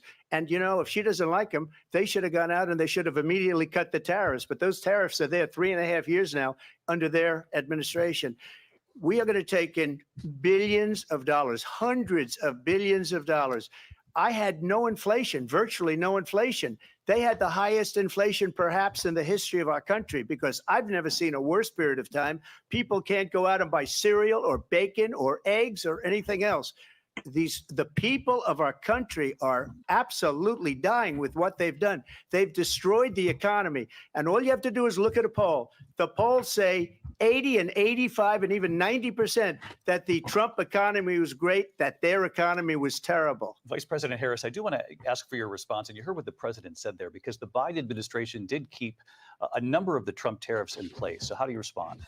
Well, let's be clear that the Trump administration resulted in a trade deficit, one of the highest we've ever seen in the history of America.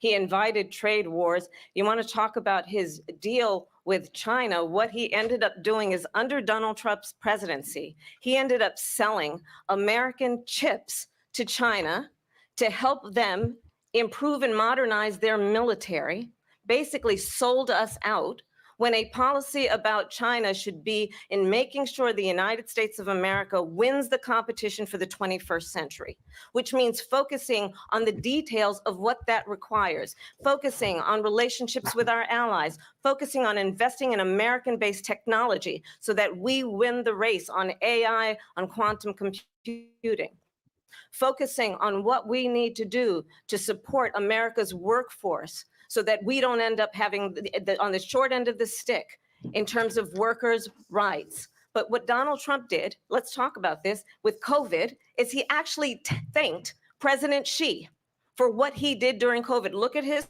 tweet. Thank you, President Xi, exclamation point, when we know that Xi was responsible for lacking and not giving us transparency about the origins of COVID.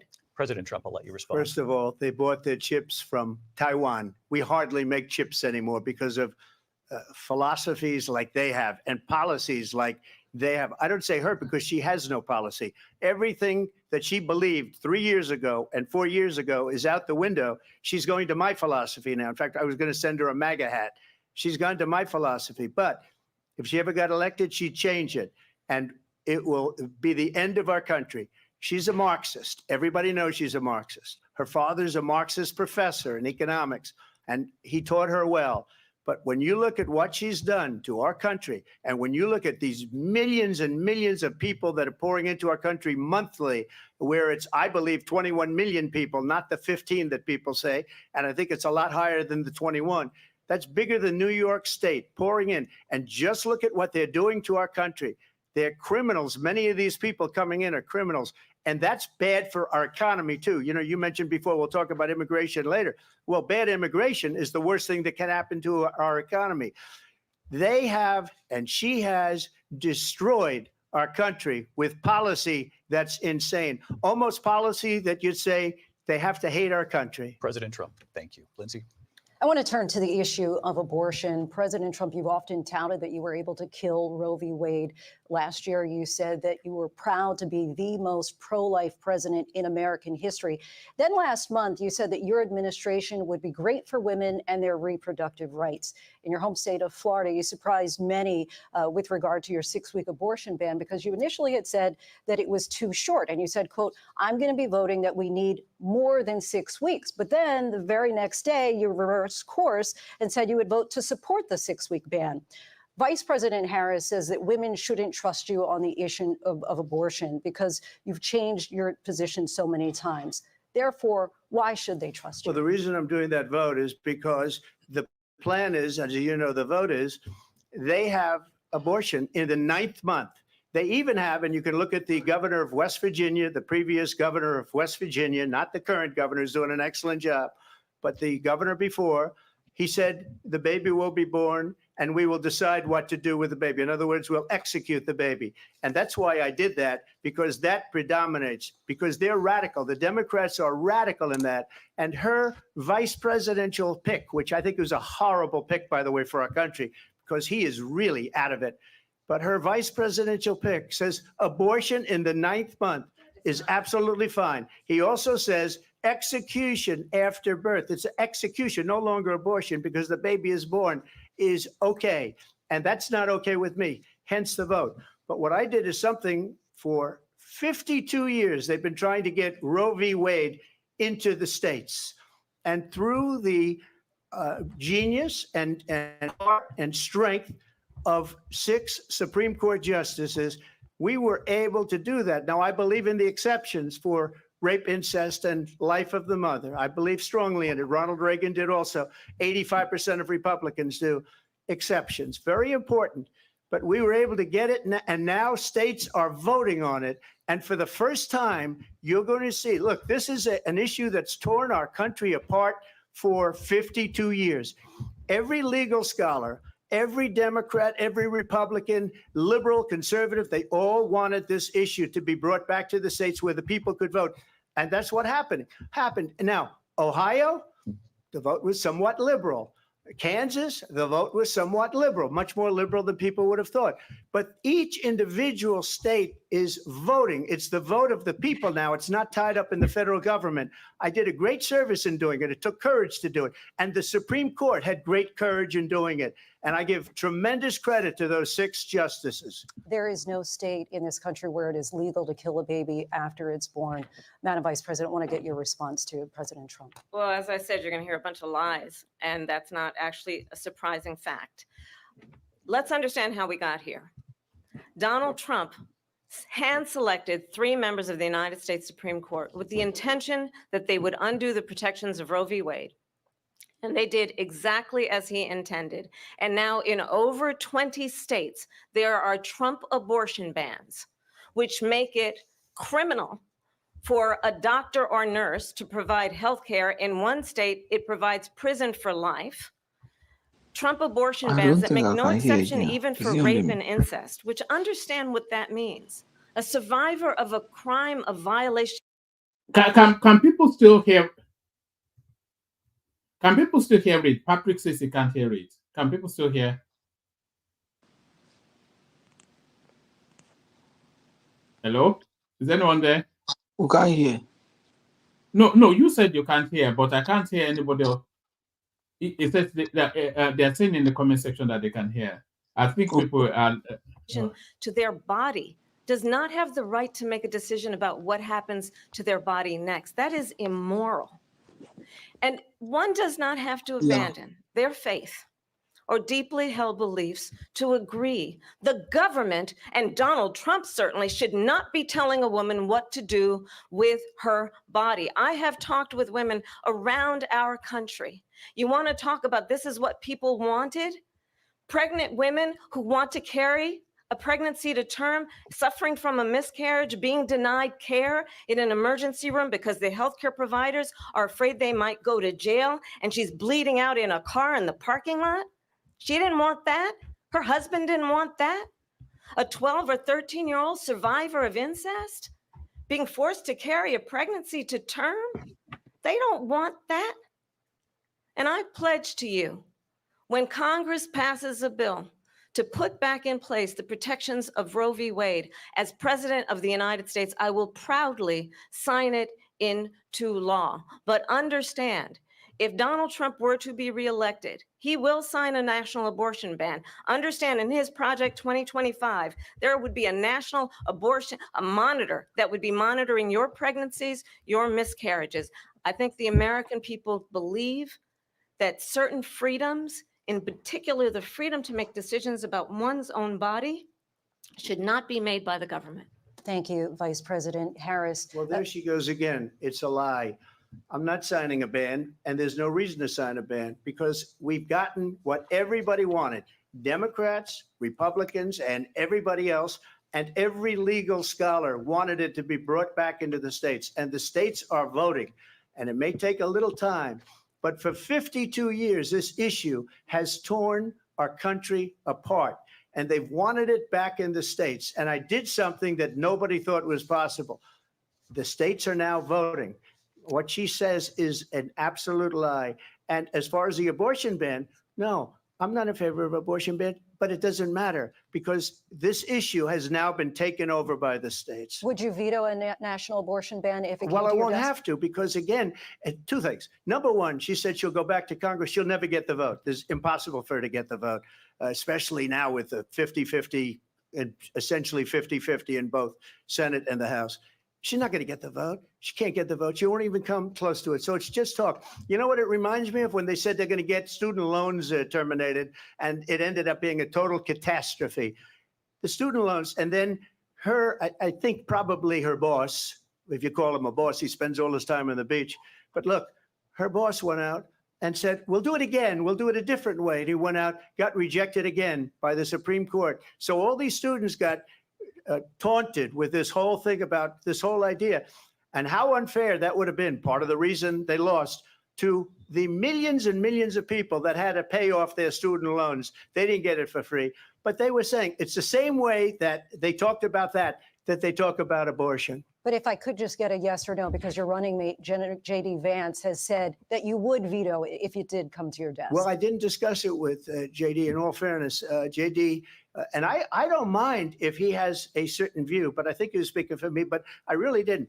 Look, we don't have to discuss it because she'd never be able to get it, just like she couldn't get student loans. They couldn't get student loans. They didn't even come close to getting student loans. They taunted young people and a lot of other people that had loans. They can never get this approved. So it doesn't matter what she says about going to Congress. So wonderful. Let's go to Congress, do it. But the fact is that for years, they wanted to get it out of Congress and out of the federal government. And we did something that everybody said couldn't be done. And now you have a vote of the people on abortion. Vice President Harris, I want to give you your time to respond, but I do want to ask, would you support any restrictions on a woman's right to an abortion? I absolutely support reinstating the protections of Roe v. Wade. And as you rightly mentioned, nowhere in America is a woman carrying a pregnancy to term and in asking for an abortion. That is not happening. It's insulting to the women of America. And understand what has been happening under Donald Trump's abortion bans. Couples who pray and dream of having a family are being denied IVF treatments. What is happening in our country? Working people, working women who are working one or two jobs, who can barely afford state, get the health care she needs, barely can afford to do it. And what you are putting her through is unconscionable. And the people of America have not, the majority of Americans believe in a woman's right to make decisions about her own body. And that is why in every state where this issue has been on the ballot, in red and blue states both, the people of America have voted for freedom. Vice President Harris, Excuse me, I have you. to respond. Another lie. It's another lie. I have been a leader on IVF, which is fertilization. The IVF, I have been a leader. In fact, when they got a very negative decision on IVF from the Alabama courts, I saw the people of Alabama and the legislature 2 days later voted it in. I've been a leader on it. They know that, and everybody else knows it. I have been a leader on fertilization, IVF.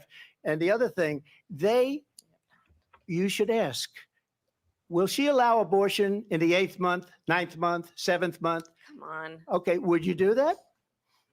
Why don't you ask her that question? Why don't you answer That's the problem. question? Would you because veto? under Roe v. Answer Wade, the question, you would you could veto? you could do abortions in the 7th month, the 8th month, the 9th That's month, not true. and probably after birth. Just look at the governor, former governor of Virginia.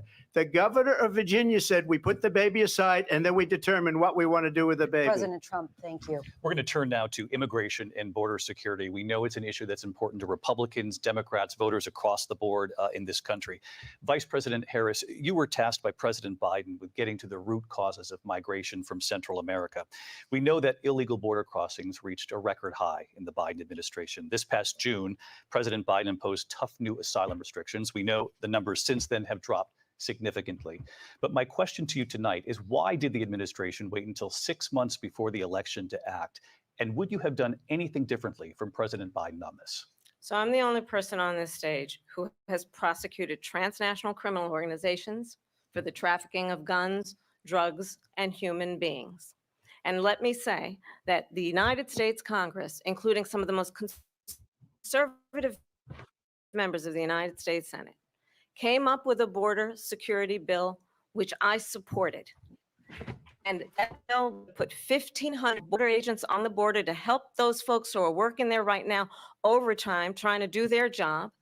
It would have allowed us to stem the flow of fentanyl coming into the United States. I know there are so many families watching tonight who have been personally affected by the surge of fentanyl in our country.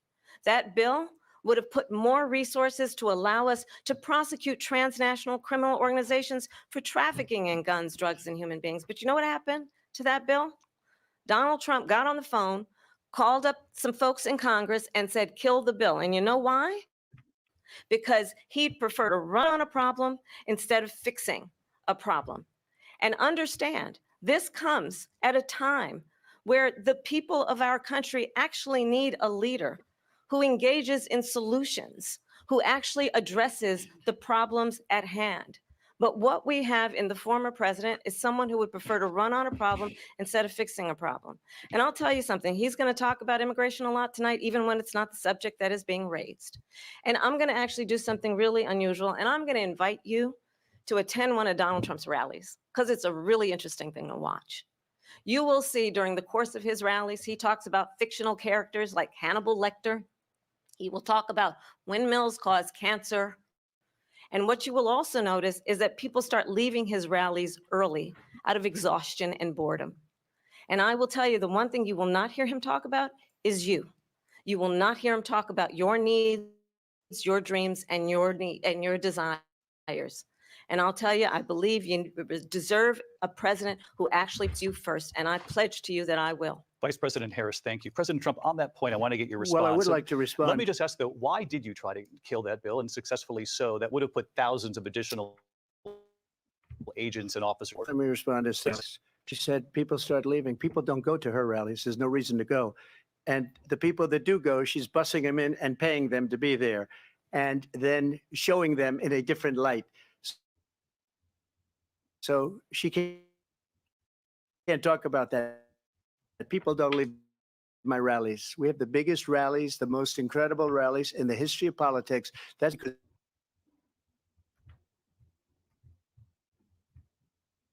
And what's going on here, you're going to end up in World War III, just to go into another subject. What they have done to our country by allowing these millions and millions of people to come into our country, and look at what's happening to the towns all over the United States. And a lot of towns don't want to talk. It's not going to be Aurora or Springfield. A lot of towns don't want to talk about it because they're so embarrassed by it. In Springfield, they're eating the dogs, the people that came in. They're eating the cats. They're eating the pets of the people that live there. And this is what's happening in our country. And it's a shame. As far as rallies are concerned, as far as the reason they go is they like what I say. They want to bring our country back. They want to make America great again. It's a very simple phrase, make America great again. She's destroying this country. And if she becomes president, this country doesn't have a chance of success. Not only success, we'll end up being Venezuela on steroids. I just want to clarify here. You bring up Springfield, Ohio, and ABC News did reach out to the city manager there. He told us there have been no credible reports of specific claims of pets being harmed, injured, or abused by individuals within the immigrant community. Well, All I've this, seen people on television. Let me just say here, this is the people on television say my dog was taken and used for food. So maybe he said that, and maybe that's a good thing to say for a city manager. I'm not taking this from but television. The people I'm on taking it from television the city saying manager. their dog was eaten by the people that went there. Again, the Springfield city manager says there's no evidence of that. Vice We'll President find Harris, out. I'll let you respond to the rest of what you've heard. You talk about extreme. This is, I think, one of the reasons why in this election, I actually have the endorsement of 200 Republicans who have formerly worked with President Bush, Mitt Romney, and John McCain, including the endorsement of former Vice President Dick Cheney and Congress member Liz Cheney. And if you want to really know the inside track on who the former president is, if he didn't make it clear already, just ask people who have worked with him. His former chief of staff, a 4-star general, has said he has contempt for the Constitution of the United States. His former national security advisor has said he is dangerous and unfit. His former Secretary of Defense has said the nation, the republic, would never survive another Trump term. And when we listen to this kind of rhetoric, when the issues that affect the American people are not being addressed, I think the choice is clear in this election. President Trump, I'll give you a quick minute to respond here. Thank you, because when I hear that, see, I'm a different kind of a person. I fired most of those people. Not so graciously. They did bad things or a bad job. I fired them. They never fired one person. They didn't fire anybody having to do with Afghanistan and the Taliban and the 13 people who's were just killed, viciously and violently killed. And I got to know the parents and the family. They didn't fire. They should have fired all those generals, all those top people, because that was one of the most incompetently handled situations anybody has ever seen. So when somebody does a bad job, I fire him. And you take a guy like Esper, he was no good, I fired him. So he writes a book. Another one writes a book, because with me, they can write books. With nobody else can they? But they have done such a poor job, and they never fire anybody. Look at the economy. Look at the inflation. They didn't fire any of their economists. They have the same people. That's a good way not to have books written about you. But just to finish, I got more votes than any Republican in history by far. In fact, I got more votes than any president, sitting president in history by far. Let me continue on immigration. It was what you wanted to talk about earlier. So let's get back to your deportation proposal that the vice president Trump has is reacted sounding to. like as well. Adewale. President Trump, you call this the largest domestic deportation operation in the history of our country. You say you would use the National Guard. You say if things get out of control, you'd have no problem using the U.S. With local military. police, yes. You also said you would use local police. How would you deport 11 million undocumented immigrants? I know you believe that number is much higher. Take us through this. What does this look like? Will authorities be going door to door in this country? Yeah, it is much higher because of them. They allowed criminals, many, many millions of criminals.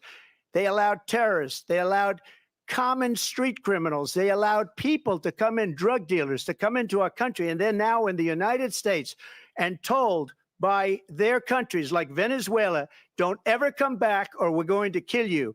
Do you know that crime in Venezuela and crime in countries all over the world is way down? You know why? Because they've taken their criminals off the street and they've given them to her to put into our country.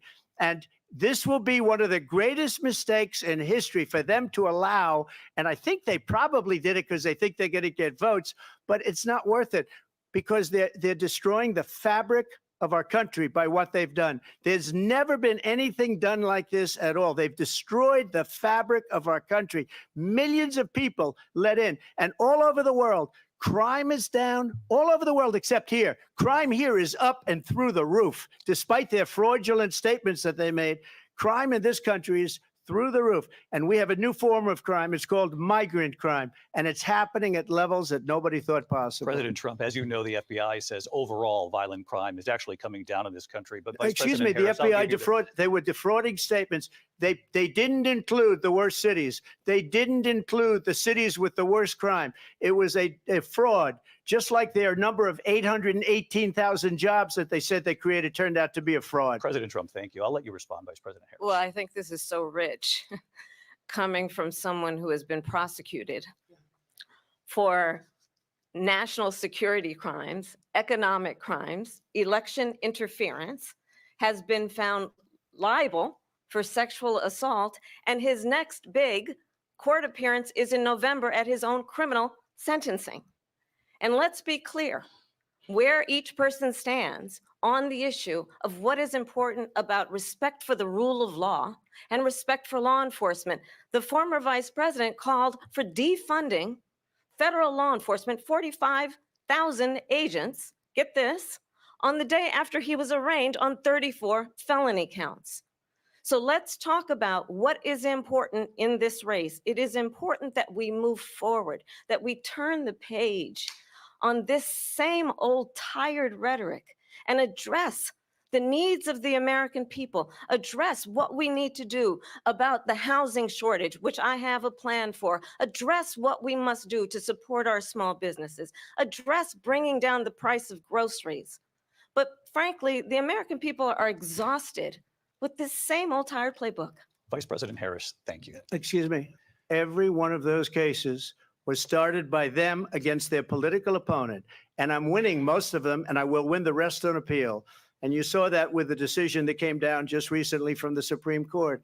I'm winning most of them. But those are cases, it's called weaponization. Never happened in this country. They weaponized the Justice Department. Every one of those cases was involved with the DOJ, from Atlanta and Fani Willis to the Attorney General of New York and the DA in New York.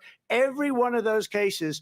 And then they say, oh, he's a criminal. They're the ones that made them go after me. By the way, Joe Biden was found essentially guilty on the documents case. And what happened in my documents case? They said, oh, that's the toughest of them all. A complete and total victory. 2 months ago, it was thrown out. It's weaponization, and they used it, and it's never happened in this country. They used it to try and win an election. They're fake cases. President Trump, thank you. A really quick response here, Vice President Harris, on this notion of weaponization of the Justice Department. Well, let's talk about extreme and understand the context in which this election in 2024 is taking place. The United States Supreme Court recently ruled that the former president would essentially be immune from any misconduct if he were to enter the White House again. Understand, this is someone who has openly said he would terminate, I'm quoting, terminate the Constitution of the United States, that he would weaponize the Department of Justice against his political enemies. Someone who has openly expressed disdain for members of our military. Understand what it would mean if Donald Trump were back in the White House with no guardrails, because certainly we know now the court won't stop him. We know J.D. Vance is not going to stop him. It's up to the American people Vice to President stop Harris, him. thank you. Lindsay? Vice President Harris, in your last run for president. This is the one that weaponized, not me. She weaponized. I probably took a bullet to the head because of the things that they say about me. They talk about democracy. I'm a threat to democracy. They're the threat to democracy with a fake Russia investigation We do have a lot that to get, went nowhere. We have a lot to get to. Lindsay? Vice President Harris, in your last run for president, you said you wanted to ban fracking. Now you don't. You wanted mandatory government buyback programs for assault weapons. Now your campaign says you don't. You supported decriminalizing border crossings. Now you're taking a harder line. I know you say that your values have not changed. So then why have so many of your policy positions changed?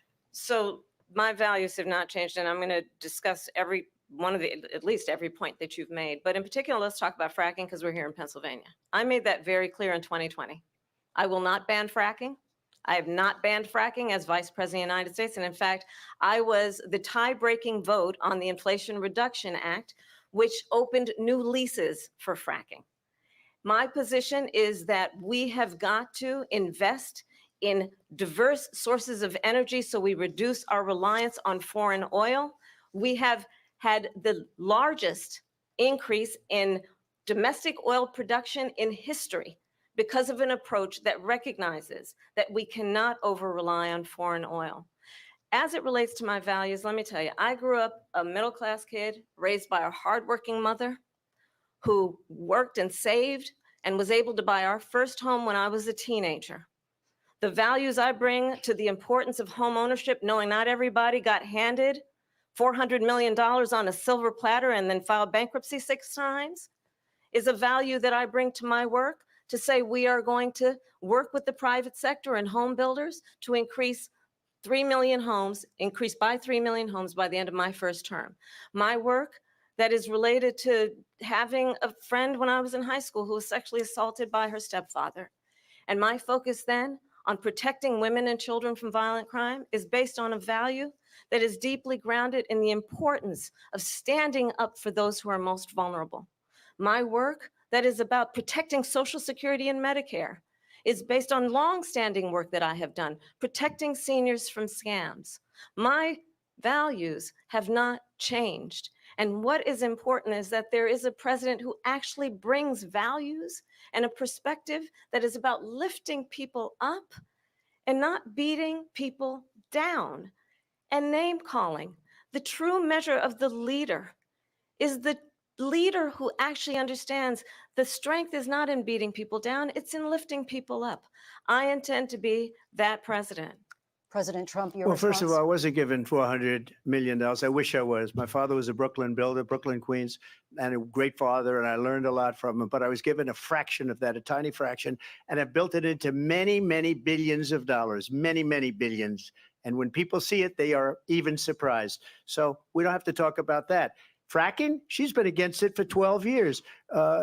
Defund the police, she's been against that forever. She gave all that stuff up very wrongly, very horribly, and everybody's laughing at it, okay? They're all laughing at it. She gave up at least 12 and probably 14 or 15 different policies. Like, she was big on defund the police. In Minnesota, she went out, wait a minute, I'm talking now, if you don't mind, please. Does that sound familiar? She went out in Minnesota and wanted to let criminals that killed people, that burned down Minneapolis, she went out and raised money to get them out of jail. She did things that nobody would ever think of. Now she wants to do transgender operations on illegal aliens that are in prison. This is a radical left liberal that would do this. She wants to confiscate your guns, and she will never allow fracking in Pennsylvania. If she won the election, fracking in Pennsylvania will end on day one. Just to finish, one thing so important in my opinion. So I got the oil business going like nobody has ever done before. When they took over, they got rid of it, started getting rid of it, and the prices were going up the roof. They immediately let these guys go to where they were. I would have been 5 times, 4 times, 5 times higher, because you're talking about 3.5 years ago. They got it up to where I was because they had no choice, because the prices of energy were quadrupling and doubling. You saw what happened to gasoline. So they said, let's go back to Trump. But if she won the election, the day after that election, they'll go back to destroying our country, and oil will be dead. Fossil fuel will be dead. We'll go back to windmills, and we'll go back to solar, where they need a whole desert to get some energy to come out of. You ever see a solar plant? By the way, I'm a big fan of solar, but they take 400, 500 acres of desert President soil. Trump, we have a These lot are of not good issues things that we for the have to get to. environment, as We're she out of time. understands. Thank you. Lindsay, thank you. We have an election in just 56 days. And I want to talk about the peaceful transfer of power, which, of course, we all know is a cornerstone of our democracy, and the role of a president in a moment of crisis. Mr. President, on January 6th, you told your supporters to march to the Capitol. You said you would be right there with them. The country and the world saw what played out at the Capitol that day, the officers coming under attack. Aides in the West Wing say you watched it unfold on television off the Oval Office. You did send out tweets, but it was more than 2 hours before you sent out that video message telling your supporters to go home. Is there anything you regret about what you did on that day? You just said a thing that isn't covered. Peacefully and patriotically, I said during my speech, not later on.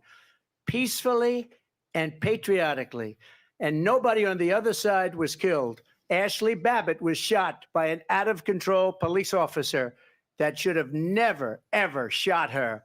It's a disgrace. But we didn't do this group of people that have been treated so badly.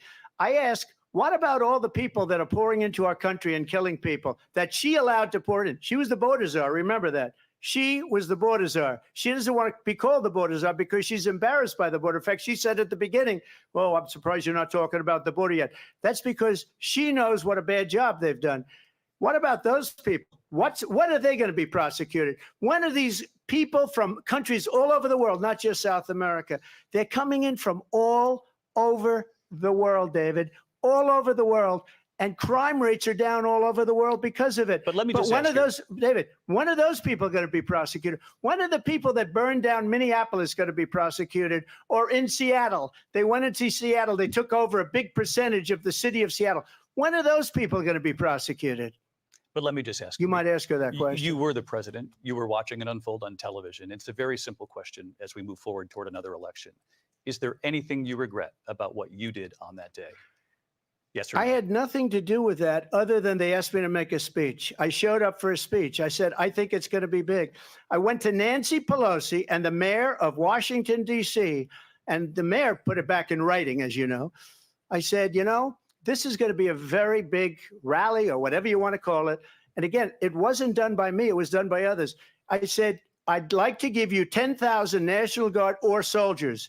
They rejected me. Nancy Pelosi rejected me. It was just 2 weeks ago. Her daughter has a tape of her saying she is fully responsible for what happened. They want to get rid of that tape.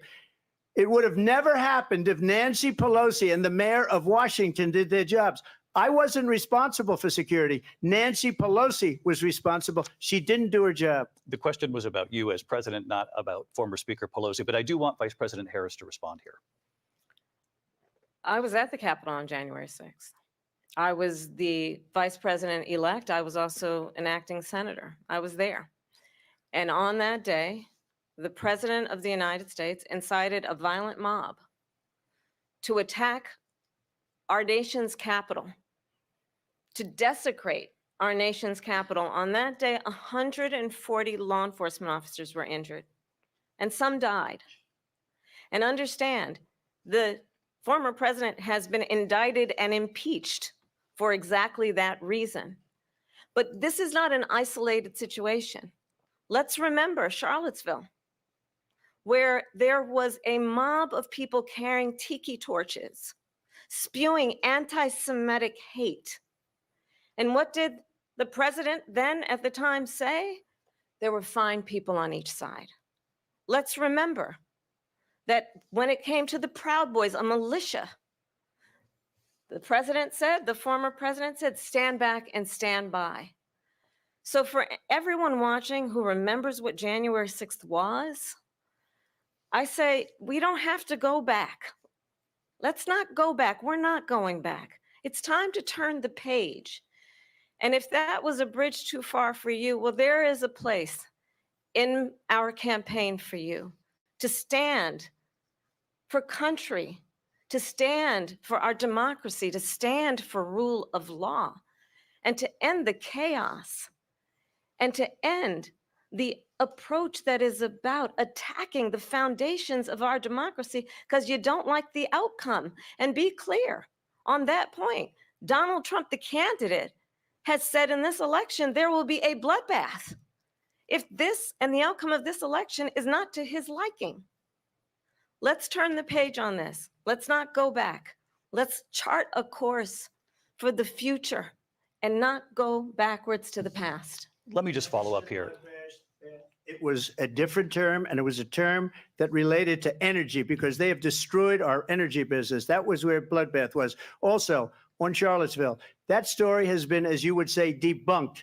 Laura Ingraham, Sean Hannity, Jesse, all of these people, they covered it. If they go an extra sentence, they will see it was perfect. It was debunked in almost every newspaper, but they still bring it up, just like they bring 2025 up. They bring all of this stuff up. I ask you this. You talk about the Capitol. Why are we allowing these millions of people to come through on the southern border. How come she's not doing anything? And I'll tell you what I would do, and I would be very proud to do it. I would say we would both leave this debate right now. I'd like to see her go down to Washington, D.C. during this debate, because we're wasting a lot of time.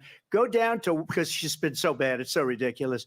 Go down to Washington, D.C. and let her sign a bill to close up the border, because they have the right to do it. They don't need bills. They have the right to do it. The president of the United States, you'll get him out of bed. You'll wake him up at 4 o'clock in the afternoon. Right. You'll say, come on down to the office. Let's sign a bill. If he signs a bill that the border is closed, all he has to do is say it to the Border Patrol, who are phenomenal. If they do that, the border is closed. Mr. Those President, people are killing many people, unlike J6. We talked immigration here tonight. I do want to focus on this next issue to both of you, because it really brings us this into focus, truth in these times that we're living in. Mr. President, for 3.5 years after you lost the 2020 election, you repeatedly falsely claimed that you won, many times saying you won in a landslide. In the past couple of weeks leading up to this debate, you have said, quote, you lost by a whisker, that you, quote, didn't quite make it, that you came up a little bit short. I said that? Are you now acknowledging that you lost in 2020? No, I don't acknowledge that at all. But I you said did that say sarcastically. That. You know that. It was said, oh, we lost by a whisker. That was said sarcastically. Look, there's so much proof. All you have to do is look at it. And they should have sent it back to the legislatures for approval. I got almost 75 million votes, the most votes any sitting president has ever gotten. I was told if I got 63, which was what I got in 2016, you can't be beaten. The election, people should never be thinking about an election as fraudulent. We need two things. We need walls, and we have to have it. We have to have borders, and we have to have good elections. Our elections are bad. And a lot of these illegal immigrants coming in, they're trying to get them to vote. They can't even speak English. They don't even know what country they're in practically. And these people are trying to get them to vote. And that's why they're allowing them to come into our country. I did watch all of these pieces of video. I didn't detect the sarcasm, lost by a whisker. We didn't quite make it. And we should just point out here as clarification, and you know this, you and your allies, 60 cases in front of many judges, many of them Republican. No judge looked at it. And said they there was said no we didn't have widespread fraud. standing. That's the other thing. They said we didn't have standing, a technicality. Can you imagine a system where a person in an election doesn't have standing? The president of the United States doesn't have standing. That's how we lost. If you look at the facts, and I'd love to have you'll do a special on it. I'll show you Georgia, and I'll show you Wisconsin, and I'll show you Pennsylvania, and I'll show you. We have so many facts and statistics, but you know what? That doesn't matter, because we have to solve the problem that we have right now. That's old news. And the problem that we have right now is we have a nation in decline, and they have put it into decline. We have a nation that is dying, David. Mr. President, thank you. Vice President Harris, you heard the president there tonight. He said he didn't say that he lost by a whisker. So he still believes he did not lose the election that was won by President Biden and yourself. But I do want to ask you about something that's come up in the last couple of days. This was a post from President Trump about this upcoming election just weeks away. He said, when I win, those people who cheated, and then he lists donors, voters, election officials, he says will be prosecuted to the fullest extent of the law, which will include long-term prison sentences. One of your campaign's top lawyers responded saying, we won't let Donald Trump intimidate us. We won't let him suppress the vote. Is that what you believe he's trying to do here? Donald Trump was fired by 81 million people. So let's be clear about that. And clearly he is having a very difficult time processing that. But we cannot afford to have a president of the United States who attempts, as he did in the past, to upend the will of the voters in a free and fair election. And I'm going to tell you that I have traveled the world as Vice President of the United States, and world leaders are laughing at Donald Trump. I have talked with military leaders, some of whom worked with you, and they say you're a disgrace. And when you then talk in this way in a presidential debate and deny what over and over again are court cases you have lost because you did in fact lose that election, it leads one to believe that perhaps we do not have in the candidate to my right the temperament or the ability to not be confused about fact. That's deeply troubling, and the American people deserve better. I'll give you 1 minute to respond, Mr. President. Let me just say about world leaders. Viktor Orban, one of the most respected men, they call him a strong man. He's a tough person, smart, Prime Minister of Hungary. They said, why is the whole world blowing up? 3 years ago, it wasn't. Why is it blowing up? He said, because you need Trump back as president. They were afraid of him. China was afraid, and I don't like to use the word afraid, but I'm just quoting him. China was afraid of him. North Korea was afraid of him. Look at what's going on with North Korea, by the way. He said Russia was afraid of him. I ended the Nord Stream 2 pipeline, and Biden put it back on day one, but he ended the XL pipeline.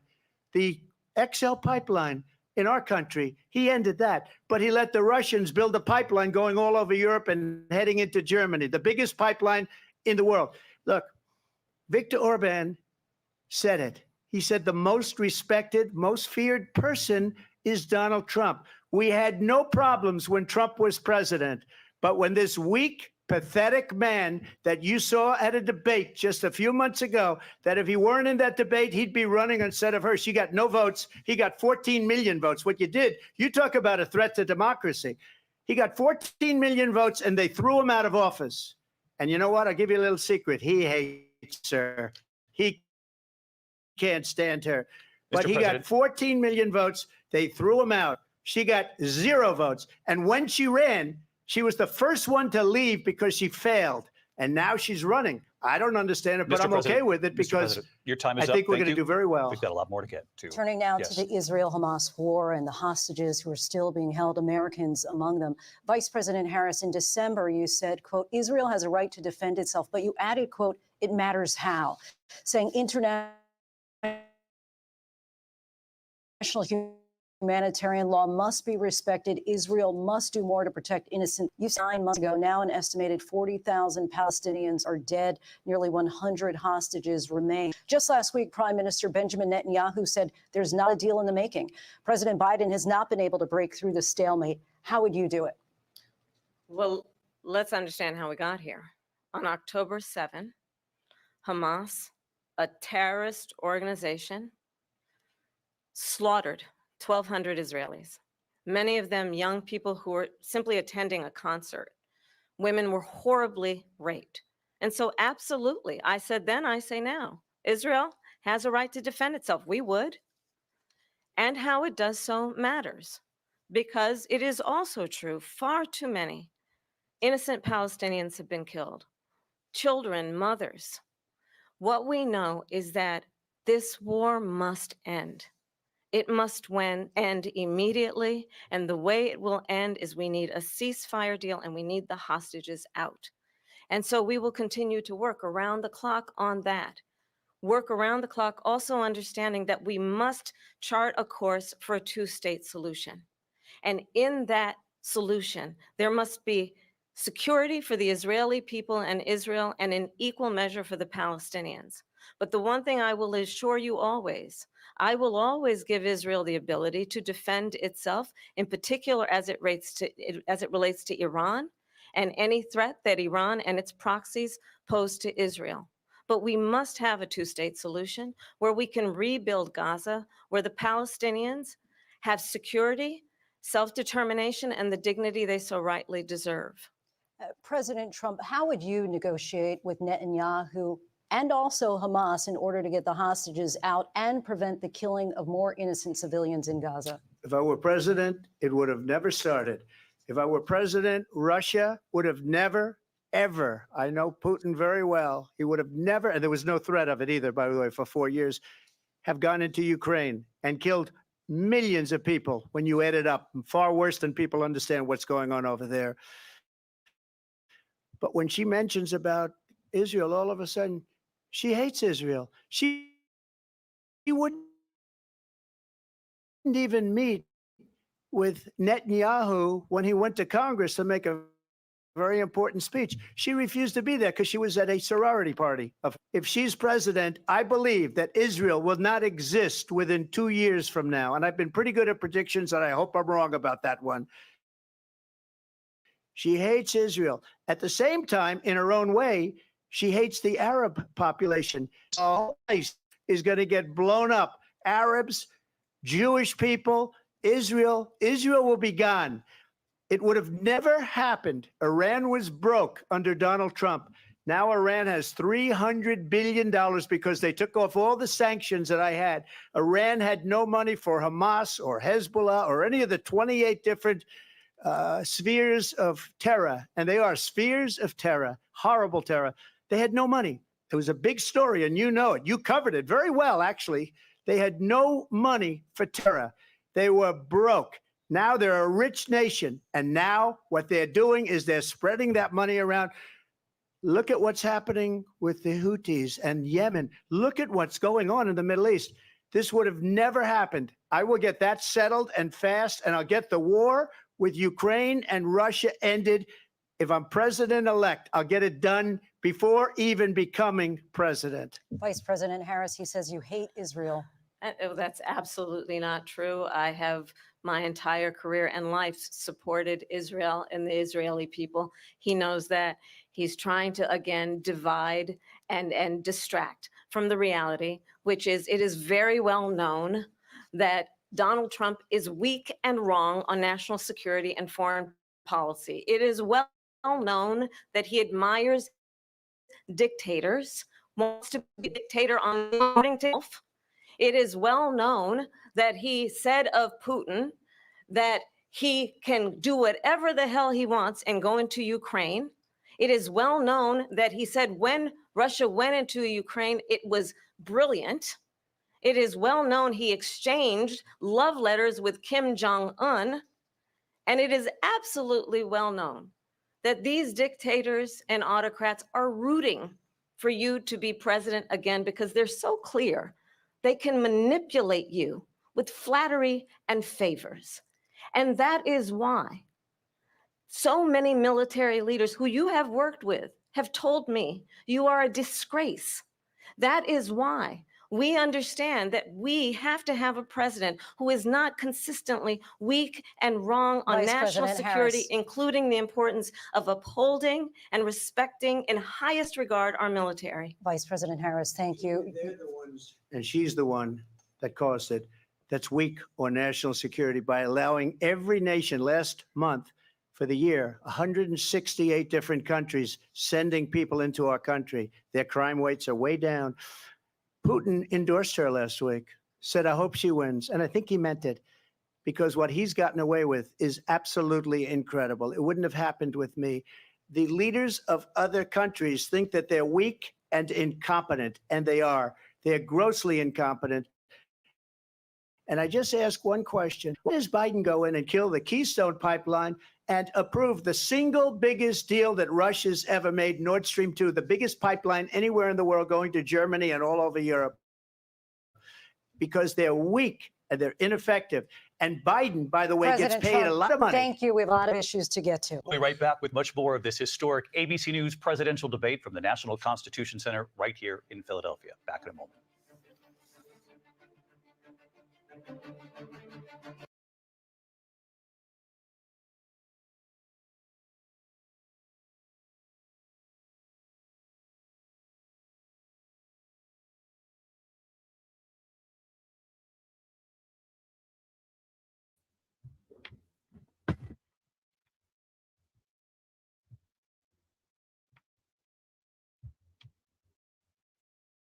All right. Any comments so far? They're on a break. Larry, what are you making of it? Larry?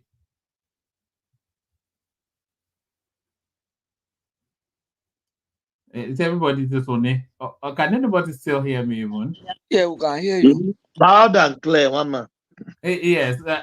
Whilst they're on break, I just thought that if I thought the woman was putting up a spirited. In fact, if we were to rate it, before they come back, do we want to rate it quickly? Who do you think is ahead? With the argument, I think. Yes. With points and argument, I think the woman is, but I think in this debate, people are not looking at argument. People are looking at the way you're able to sound. Did she sound nervous? Did her voice? I've never heard her speak before. No, her voice speaking. She's not sounding nervous. She's okay. I think if you see Trump's argument, he was just repeating himself and repeating himself. I expect him to bring up issues like the way Biden pulled out of Afghanistan. Biden has really done some goofing that I expect him to put on. But it looks like he wasn't really very prepared for this debate. I mean, You mean Trump? yeah, He because there thought are he some, would just guy it along, isn't he? He thought he would guy it along. yeah, there are some issues that I expect him to Well, bring that he didn't. He's everybody actually stammering has, on border and everybody actually have different perspective in which they look at some of all those things, right? So I think what he's trying to do is this: the problem is obvious, and it's kind of like eating on the problem, which every American knows. So it's just left for Kamala to be able to turn things around. Every American knows the problem we have in America today, and what he's basically doing is eating at that problem.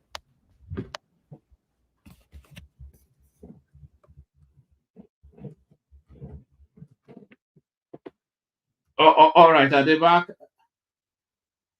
Not yet. One man, the lady to me, it doesn't stand presidential. I think She doesn't. You don't think so? she- I thought she did. no. To me, we see things that are in different perspective. Yeah, she doesn't stand presidential to me. Like somebody that doesn't like command the authority. You can see maybe because I'm a Trump fan, maybe I'm looking in that direction. But no, I don't think so. I don't think so. She's trying. She's trying, but I think Mama, Trump is crazy, man. This do you know what I love Trump for? It's talking and good. Yeah.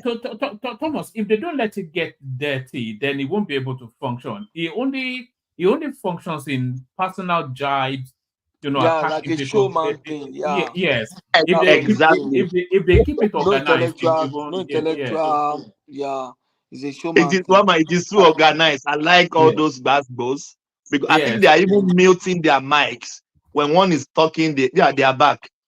Yeah, let's go back. Okay. All Yeah.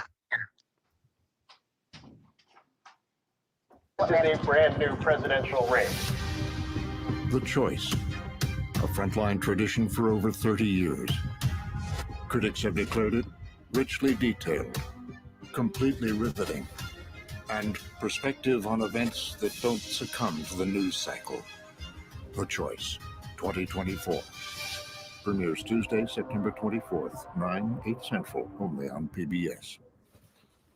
I've never seen a president being nervous.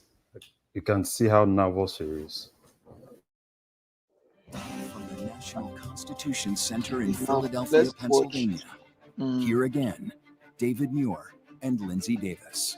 Welcome back to this historic ABC News presidential debate tonight. We're going to continue here, and I want to turn to the war in Ukraine. We're now 2.5 years into this conflict. Mr. President, it has been the position of the Biden administration that we must defend Ukraine from Russia, from Vladimir Putin, to defend their sovereignty, their democracy, that it's in America's best interest to do so, arguing that if Putin wins, he may be emboldened to move even further into other countries.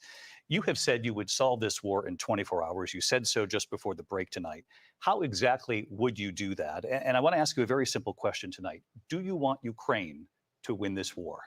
I want the war to stop. I want to save lives that are being uselessly, people being killed by the millions. It's the millions. It's so much worse than the numbers that you're getting, which are fake numbers. Look, we're in for 250 billion or more, because they don't ask Europe, which is a much bigger beneficiary to getting this thing done than we are. They're in for $150 billion less because Biden and you don't have the courage to ask Europe like I did with NATO. They paid billions and billions, hundreds of billions of dollars when I said, either you pay up or we're not going to protect you anymore. So that's maybe one of the reasons they don't like me as much as they like weak people. But you take a look at what's happening. We're in for 250 to 275 billion. They're into 100 to 150. They should be forced to equalize. With that being said, I want to get the war settled. I know Zelensky very well, and I know Putin very well. I have a good relationship, and they respect your president, okay? They respect me. They don't respect Biden. How would you respect him? Why? For what reason? He hasn't even made a phone call in 2 years to Putin, hasn't spoken to anybody.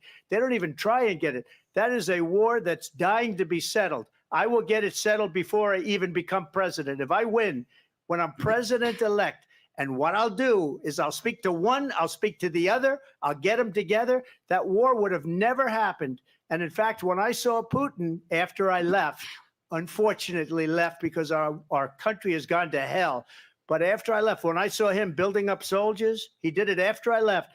I said, oh, he must be negotiating. It must be a good, strong point of negotiation. Well, it wasn't, because Biden had no idea how to talk to him. He had no idea how to stop it. And now you have millions of people dead, and it's only getting worse, and it could lead to World War III. Don't kid yourself, David. We're playing with World War III, and we have a president that we don't even know if where is our president? We don't even know if he's a president. And just to clarify they here, threw him out of a campaign like a dog. We don't even know. Is he our president? But we have a president, Mr. President, that doesn't know he's alive. your time is up.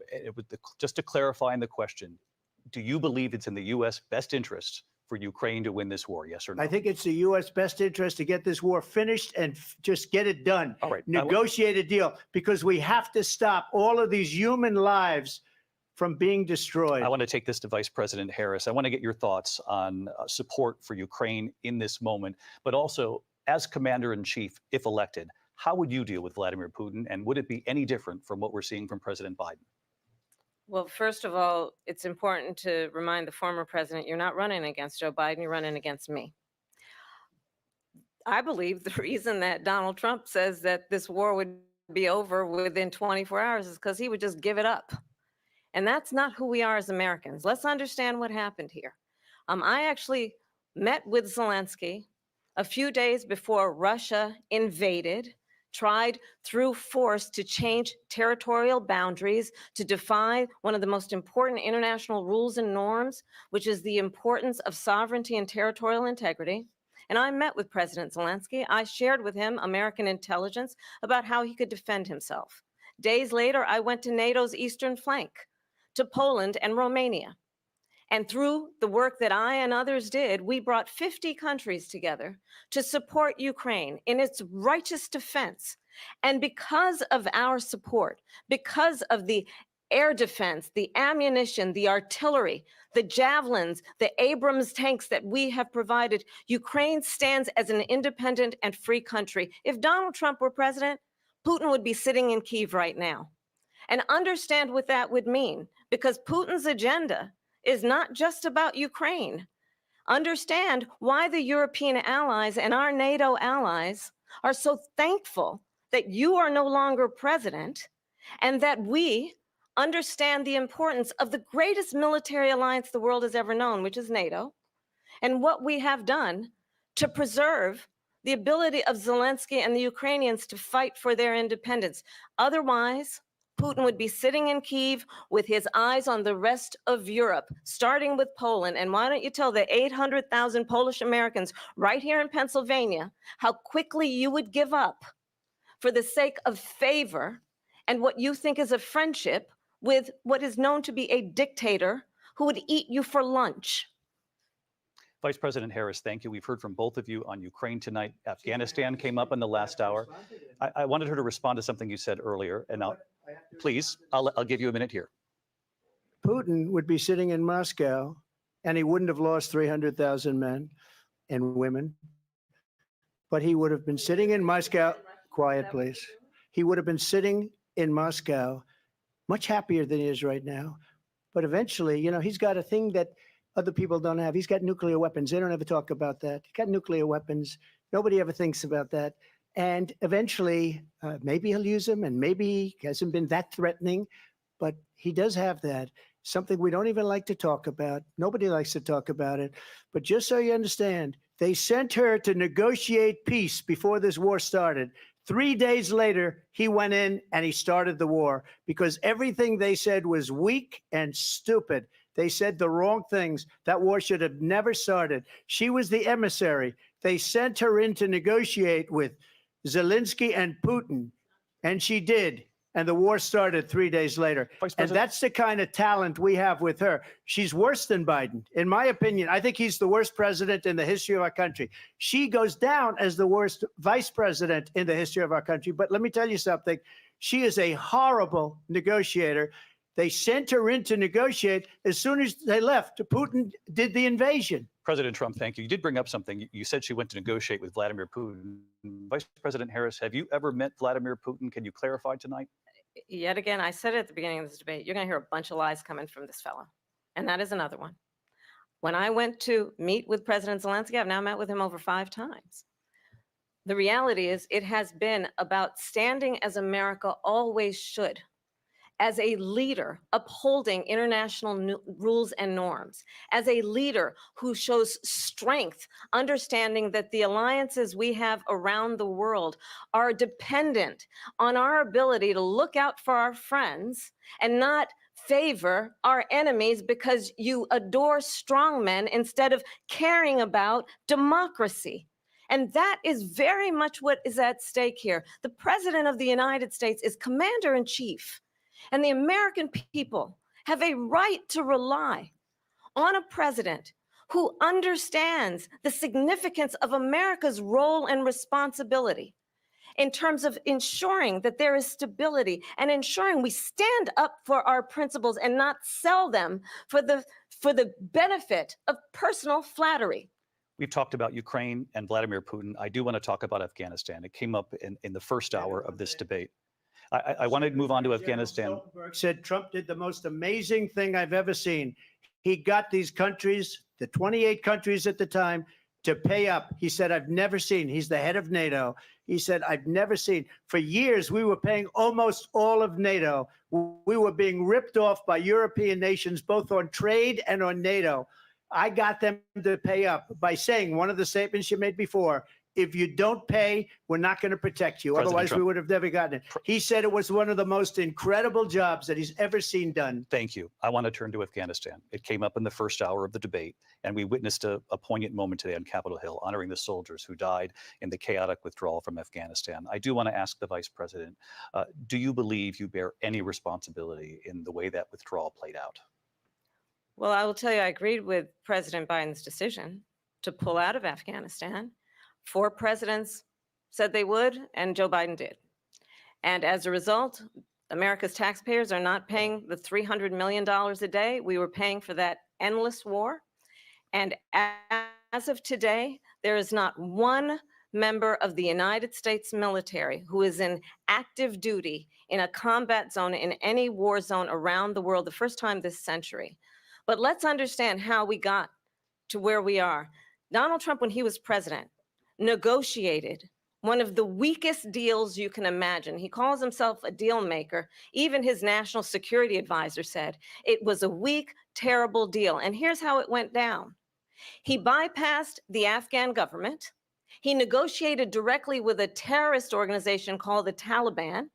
The negotiation involved the Taliban getting 5,000 Taliban terrorists released. And get this, and the president at the time invited the Taliban to Camp David, a place of storied significance for us as Americans, a place where we honor the importance of American diplomacy, where we invite and receive respected world leaders.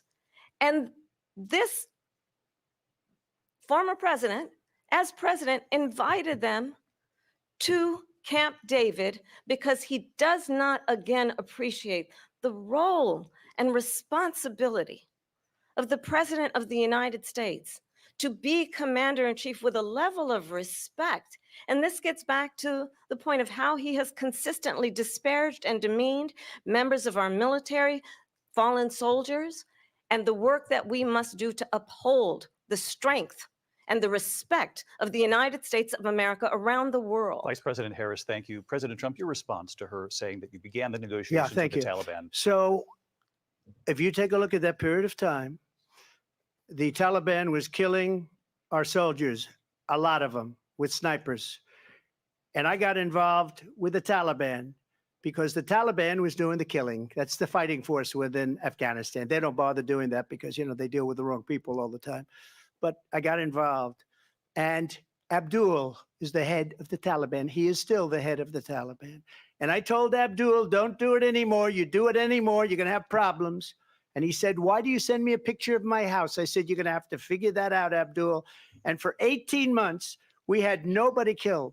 We did have an agreement negotiated by Mike Pompeo. It was a very good agreement. The reason it was good, it was we were getting out. We would have been out faster than them, but we wouldn't have lost the soldiers. We wouldn't have left many Americans behind, and we wouldn't have left $85 billion worth of brand new, beautiful military equipment behind. And just to finish, they blew it. The agreement said you have to do this, and they didn't do it. They didn't do it. The agreement was terminated by us because they didn't do what they were supposed to do. I want to move on. And these people did the worst withdrawal, and in my opinion, the most embarrassing moment in the history of our country. And by the way, that's why Russia attacked Ukraine, because they saw how incompetent she and her boss are. President Trump, thank you. I want to move on now to race and politics in this country. Mr. President, you recently said of Vice President Harris, quote, I didn't know she was black until a number of years ago when she happened to turn black, and now she wants to be known as black. I want to ask a bigger picture question here tonight. Why do you believe it's appropriate to weigh in on the racial identity of your opponent? I don't, and I don't care. I don't care what she is. I don't care. You make a big deal out of something. I couldn't care less. Whatever she wants to be is okay with me. But those were your words. So I'm I asking. don't know. I mean, all I can say is I read where she was not black, that she put out, and I'll say that. And then I read that she was black, and that's okay. Either one was okay with me. That's up to her. That's up to her. Vice President Harris, your thoughts on this? I think it's, I mean, honestly, I think it's a tragedy that we have someone who wants to be president who has consistently over the course of his career attempted to use race to divide the American people. You know, I do believe that the vast majority of us know that we have so much more in common than what separates us, and we don't want this kind of approach that is just constantly trying to divide us, and especially by race. And let's remember how Donald Trump started. He was land, he owned buildings, and he was investigated because he refused to rent property to black families. Let's remember, this is the same individual who took out a full-page ad in the New York Times calling for the execution of 5 young Black and Latino boys who were innocent, the Central Park 5. Took out a full-page ad calling for their execution. This is the same individual who spread birther lies about the first Black president of the United States. And I think the American people want better than that, want better than this, want someone who understands, as I do, I travel our country. We see in each other a friend. We see in each other a neighbor. We don't want a leader who is constantly trying to have Americans point their fingers at each other. I meet with people all the time who tell me, can we please just have discourse about how we're going to invest in the aspirations and the ambitions and the dreams of the American people? Knowing that regardless of people's color or the language their grandmother speaks, we all have the same dreams and aspirations and want a president who invests in those, not in hate and division. Vice President Harris, thank you. Lindsay? President Trump, this is now your 3rd time. This is the most divisive presidency in the history of our country. There's never been anything like it. They're destroying our country, and they come up with things like what she just said. Going back many, many years, when a lot of people, including Mayor Bloomberg, agreed with me on the Central Park 5, they admitted, they said, they pled guilty. And I said, well, if they pled guilty, they badly hurt a person, killed a person ultimately. And if they pled guilty, then they pled, we're not guilty. But this is a person that has to stretch back years, 40, 50 years ago, because there's nothing now. I built one of the greatest economies in the history of the world, and I'm going to build it again. It's going to be bigger, better, and stronger. But they're destroying our economy. They have no idea what a good economy is. Their oil policies, every single policy. And remember this, she is Biden. You know, she's trying to get away from Biden. I don't know the gentleman, she says. She is Biden.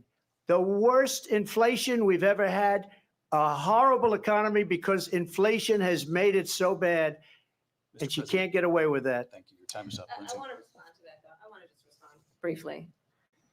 Clearly, I am not Joe Biden, and I am certainly not Donald Trump.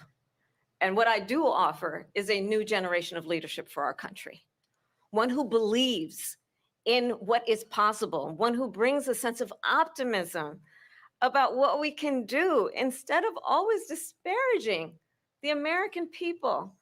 I believe in what we can do to strengthen our small businesses, which is why I have a plan. Let's talk about our plans and let's compare the plans. I have a plan to give startup businesses $50,000 tax deduction to pursue their ambitions, their innovation, their ideas, their hard work. I have a plan, $6,000 for young families for the first year of your child's life to help you in that most critical stage of your child's development. I have a plan that is about allowing people to be able to pursue what has been fleeting in terms of the American dream by offering a help with down payment of $25,000 down payment assistance for first-time home buyers. That's the kind of conversation, I believe, David, that people really want tonight, as opposed to a conversation that is constantly about belittling and name-calling. Let's turn the page Vice President and move Harris, forward. thank you. Let's turn to policy. President Let's Trump, turn back we to have policy. to move on. President Trump. Let's turn to policy, She has please. a plan to defund the police. She has a plan to confiscate everybody's gun. President Trump, she we has do a have to plan move to on to not other allow issues. fracking in Pennsylvania or anywhere else. Okay. That's what her plan is until just recently. I just need Lindsey, to go ahead. respond President because Trump, no, the President former Trump, president has said no, I'm something sorry. twice that I need to No, respond to. I'm sorry. I We're just going need to to move on, respond Vice one President time Harris. to what he has President said Trump, this multiple is times. now your Yes. third time running for president. You have long vowed to repeal and replace the Affordable Care Act, also known as Obamacare. You have failed to accomplish that. You now say you're going to keep Obamacare, quote, unless we can do something much better. Correct. Last month, you said, quote, we're working on it. So tonight, 9 years after you first started running, do you have a plan, and can you tell us what it is? Obamacare was lousy health care, always was. It's not very good today.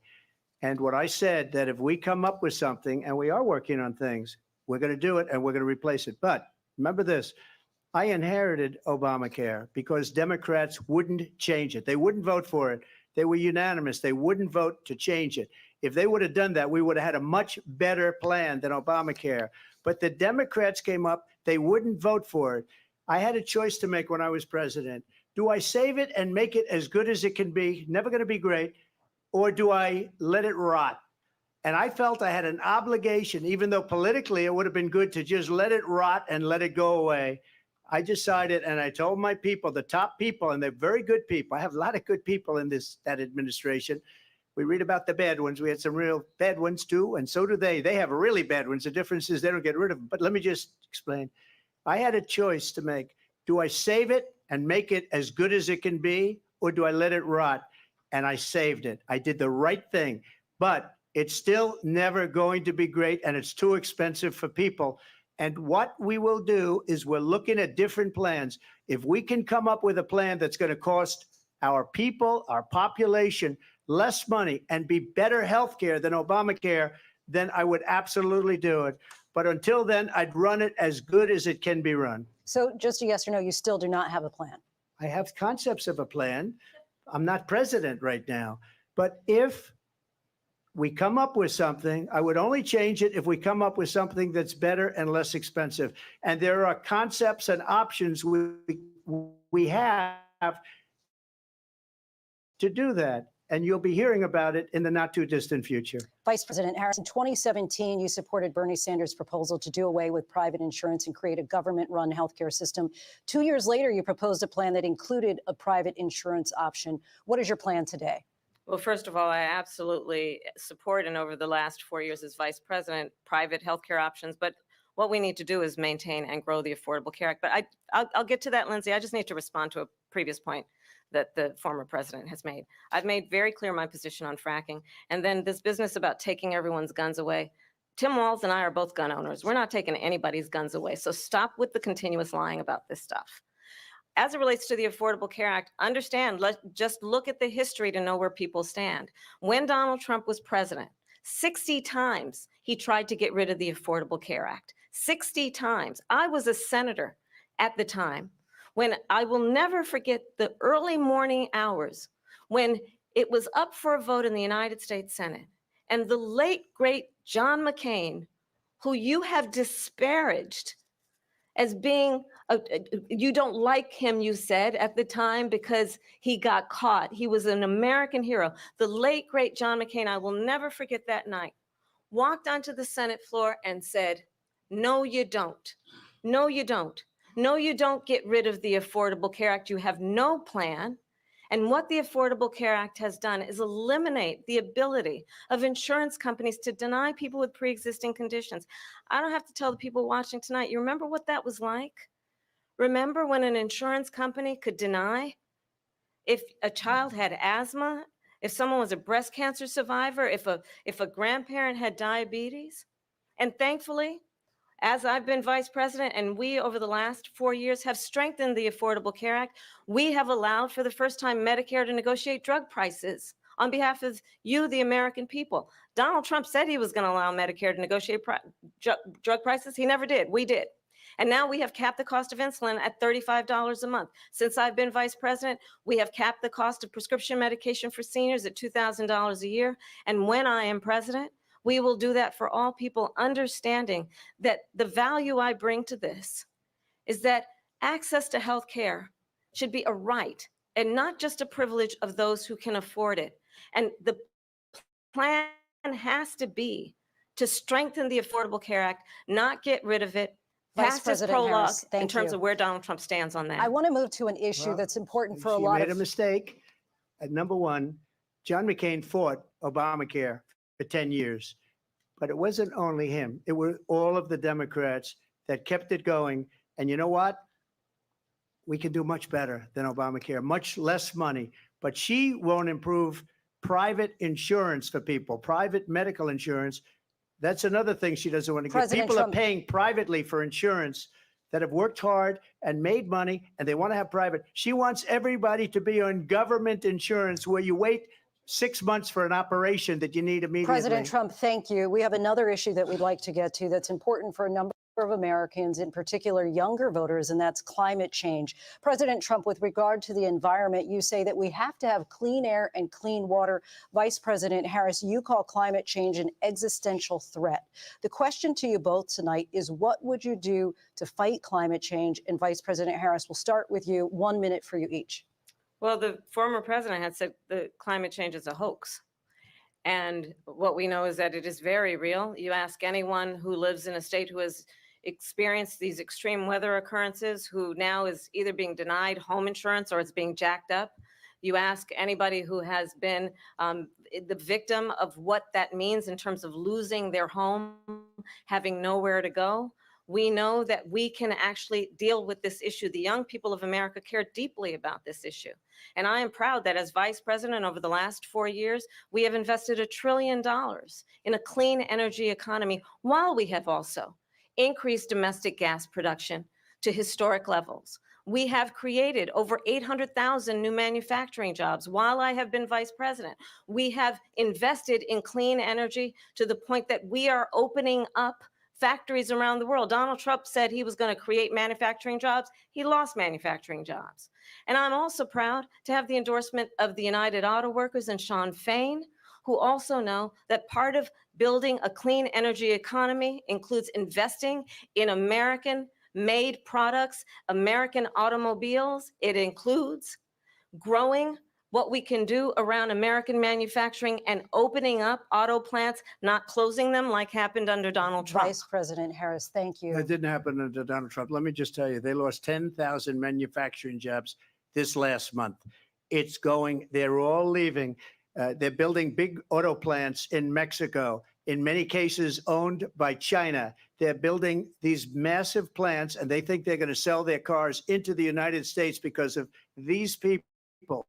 What they have given to China is unbelievable. But we're not going to let that. We'll put tariffs on those cars so they can't come into our country, because they will kill the United Auto Workers and any auto worker, whether it's in Detroit or South Carolina or any other place. What they've done to business and manufacturing in this country is horrible. We have nothing because they refuse. You know, Biden doesn't go after people because supposedly China paid him millions of dollars. He's afraid to do it. Between him and his son, they get all this money from Ukraine. They get all this money from all of these different countries. And then you wonder, why is he so loyal to this one, that one, Ukraine, China? Why is he? Why did he get $3.5 million from the mayor of Moscow's wife? Why did she pay him $3.5 million? This is a crooked administration, and they're selling our country down the tubes. President Trump, thank you. Thank you. We'll be right back with closing statements from both of our candidates. An historic night, this ABC News presidential debate from Philadelphia. Back in a moment.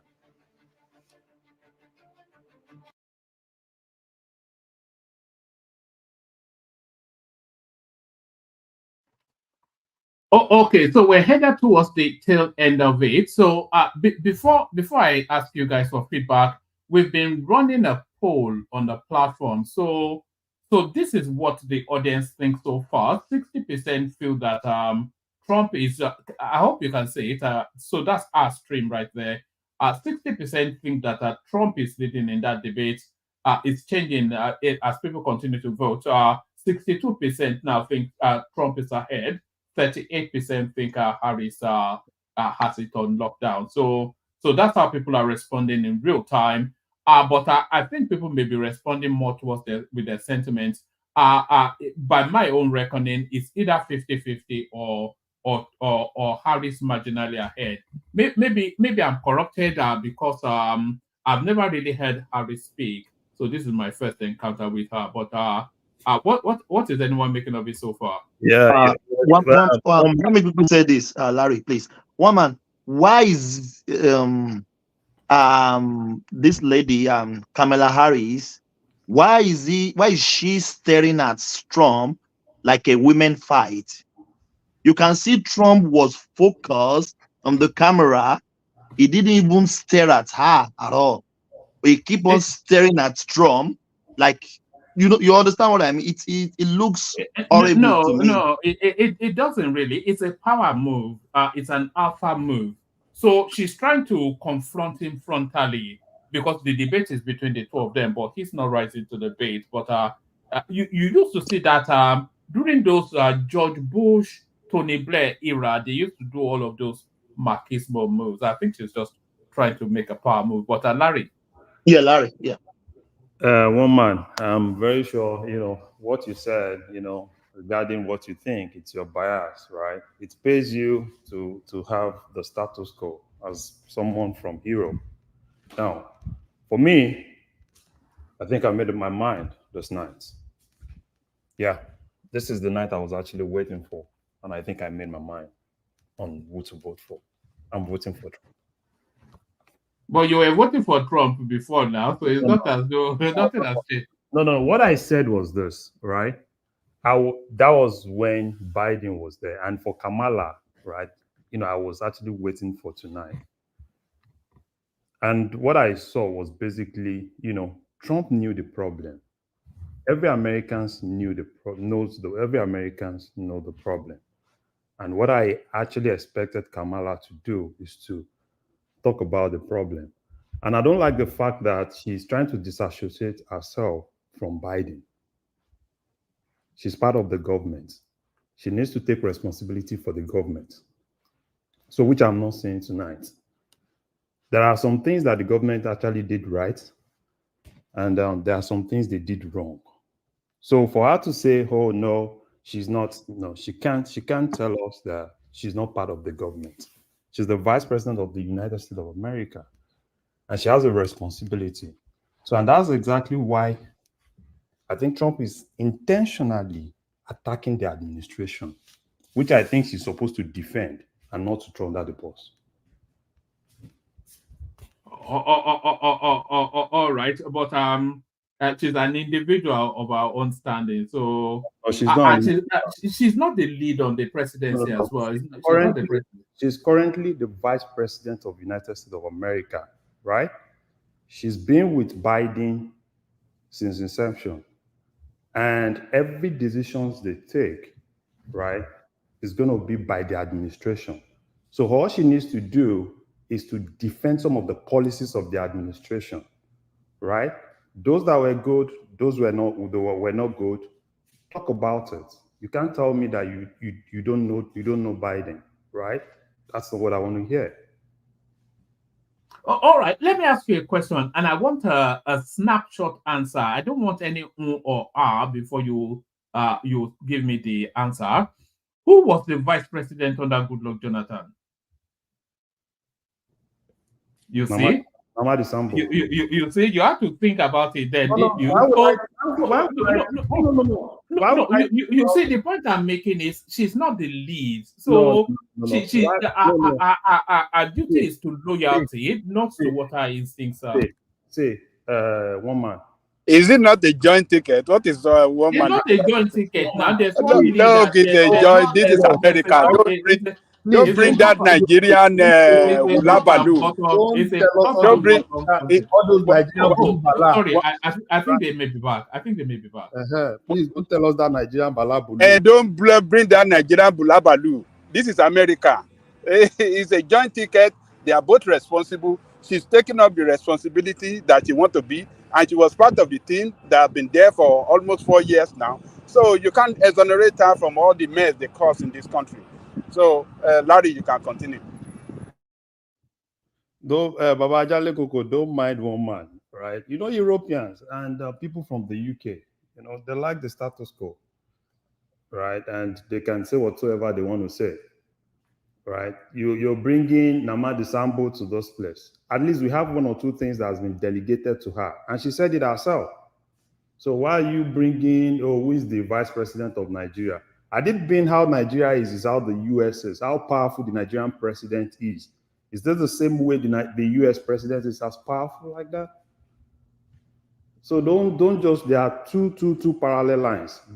Please don't equate them. One man is trying to import that Nigerian Wayo politics into American politics. That's not acceptable, one man. All right, I think they may be back, but hopefully we still have the volume. Can anybody hear them?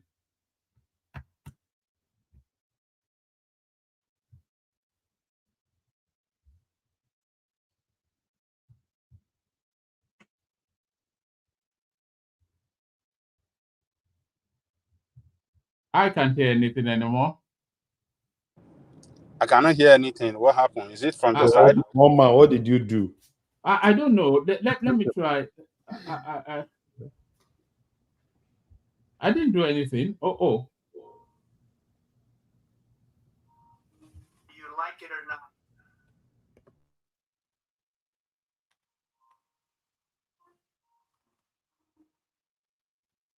I'm not quite sure if it's from there or not. But BT, did you want to fill in the gap whilst I'm trying to sort this out? Yeah. I think. Good evening, everyone. Good evening, one man.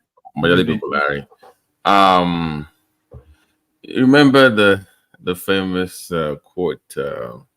I was for it before I was against it. Was that Al Gore, right? You know, when they asked her about fracking, you see how she danced around it. This is somebody that has no courage. She has no courage of her own conviction at all.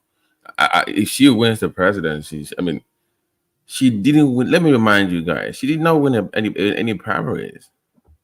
I mean, I talked to the liberals, to the Democrats. They might not say it publicly, but privately they're concerned.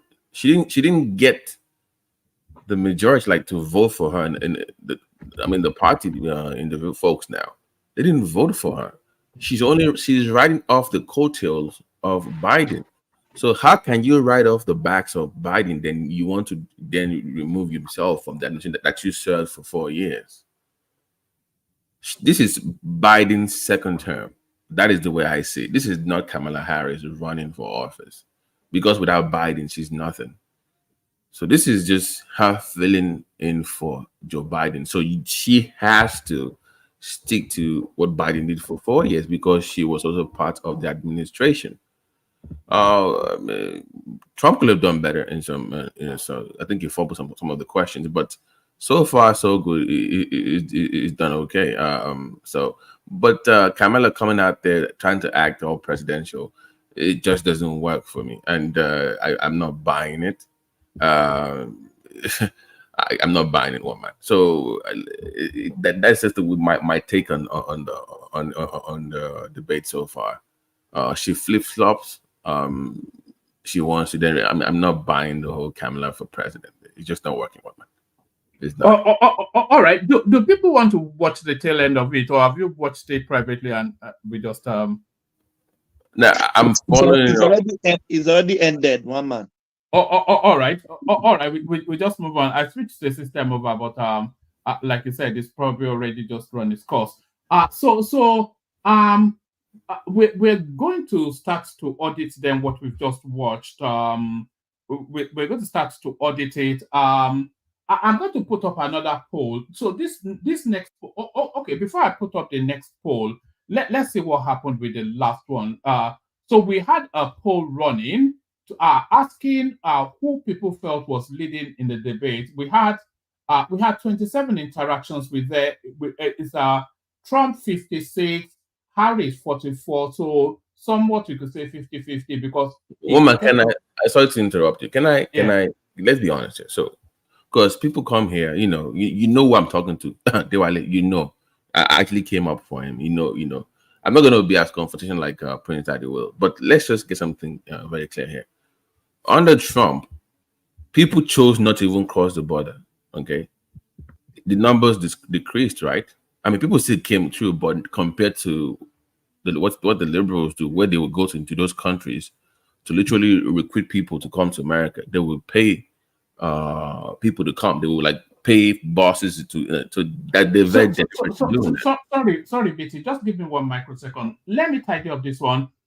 The poll we were running before during the debate, who do you think is leading? 53% Trump, 47% Harris. So I'll end that, and then I'll ask another question now. Who do you think won the debate? That will last only for about 10 minutes, and then we audit that. But back to you, BT.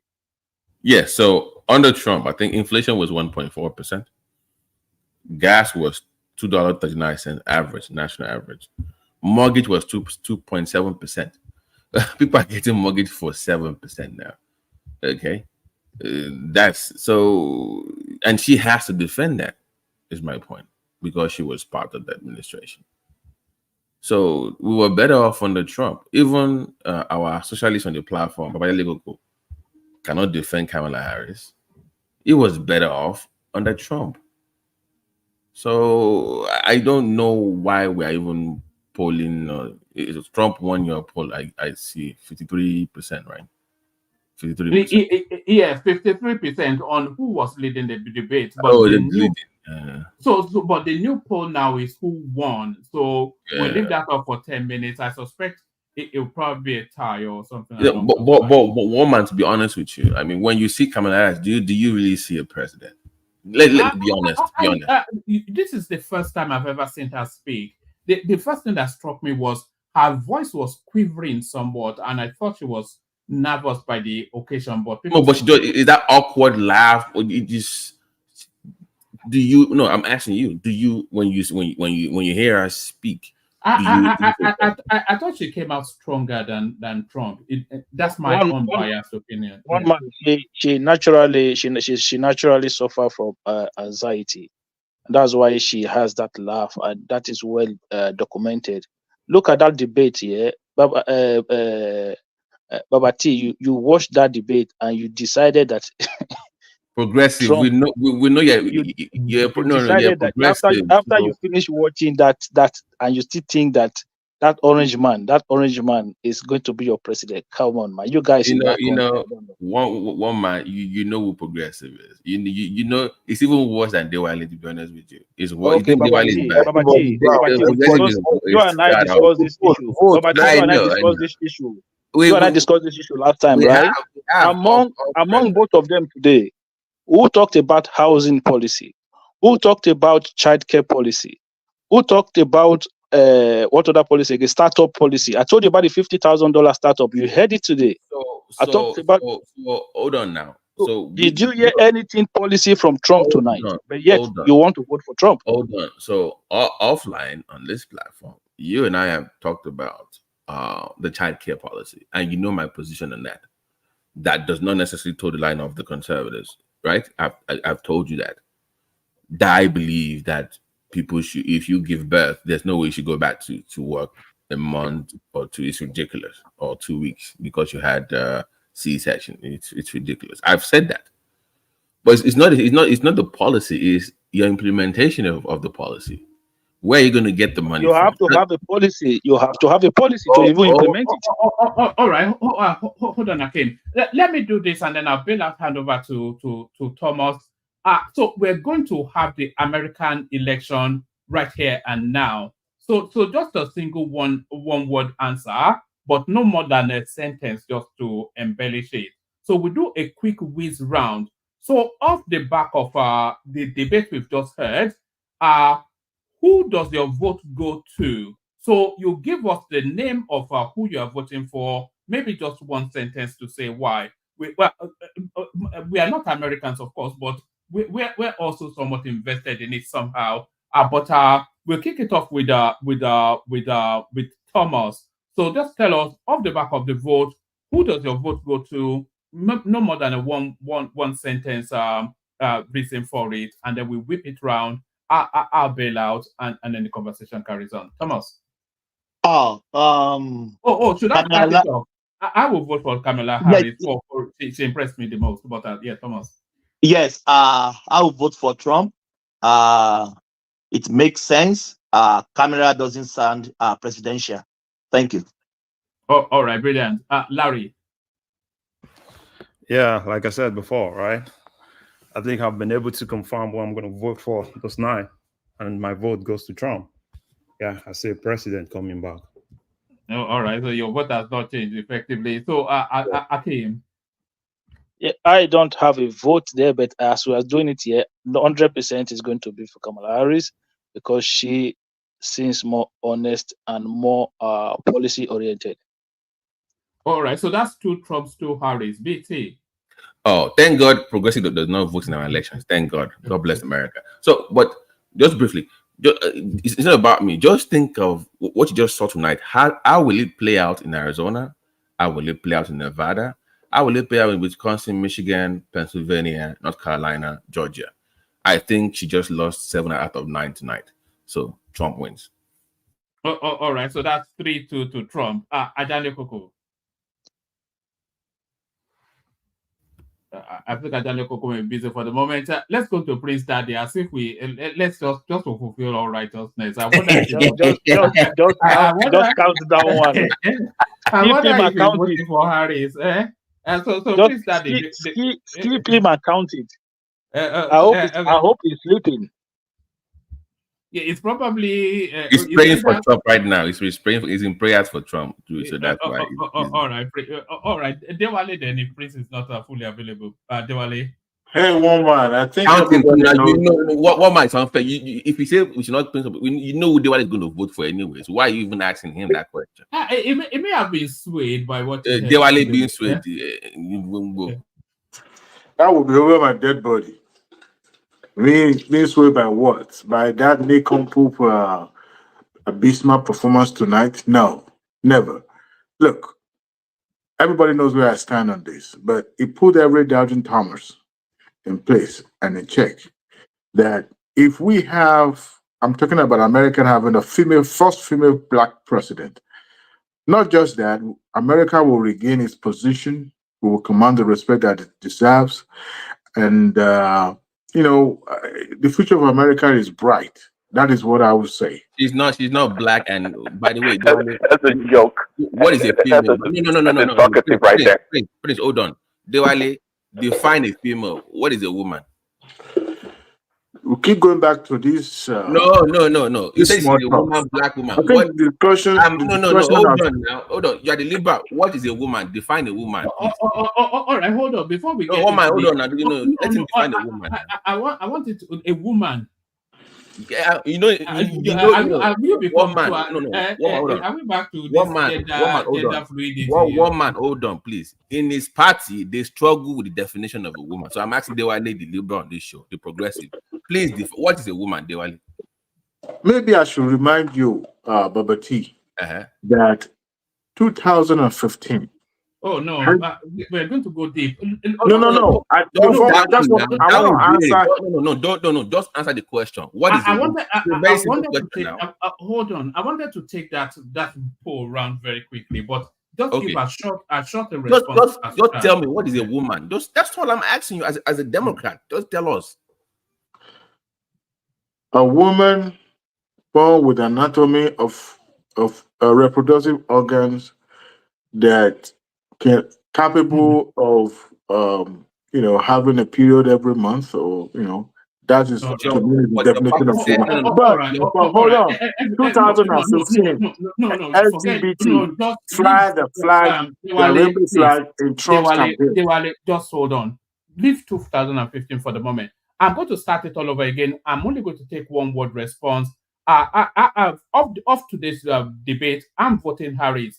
Just give us the name, Thomas, so that we can keep the score. So that's Harris 1. Thomas. All right, Larry, you said Trump, did you? Yes, sir. So that's Trump. Adani Koko. All right, we go on then to who's the next name? I can't quite make it out. Emeka. Yes. No, you didn't give us a response. So I'm Harris. What are you, Thomas? Trump for life. All right. So Larry is Trump as well. So that's 2 Trumps. And then Adande Koko, it doesn't seem to be with us at the moment. Dewale, just give us a name.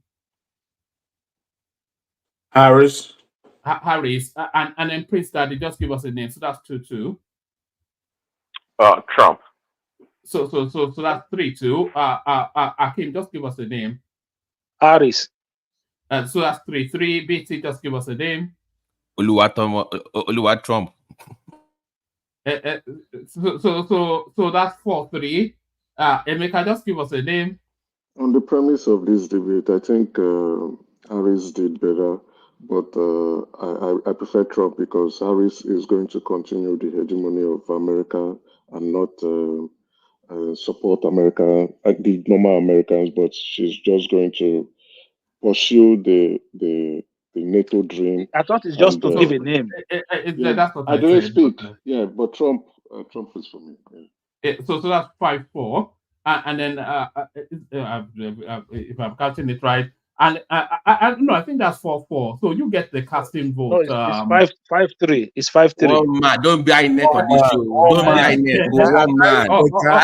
One man. All right. War Peace. You get the yes. War Peace. Inconclusive. No inconclusive. It's Trump now. What will I do without it? So there it is. So Trump wins. So long as it doesn't bring this project 2024, whatever it is that you people call it over there. I don't know what it means, but it sounds dangerous. Oh, the project. No, it doesn't sound dangerous to me. I think that project is going to replace a lot of. You see, currently, America is being controlled by individuals that are not elected. So what he's going to do is to get rid of these individuals and the behind the scenes power that they have. Someone like a Dick Cheney. Do you even understand what dictatorship is all about? That is dictatorship. I beg. America is telling you the pure fact. First time American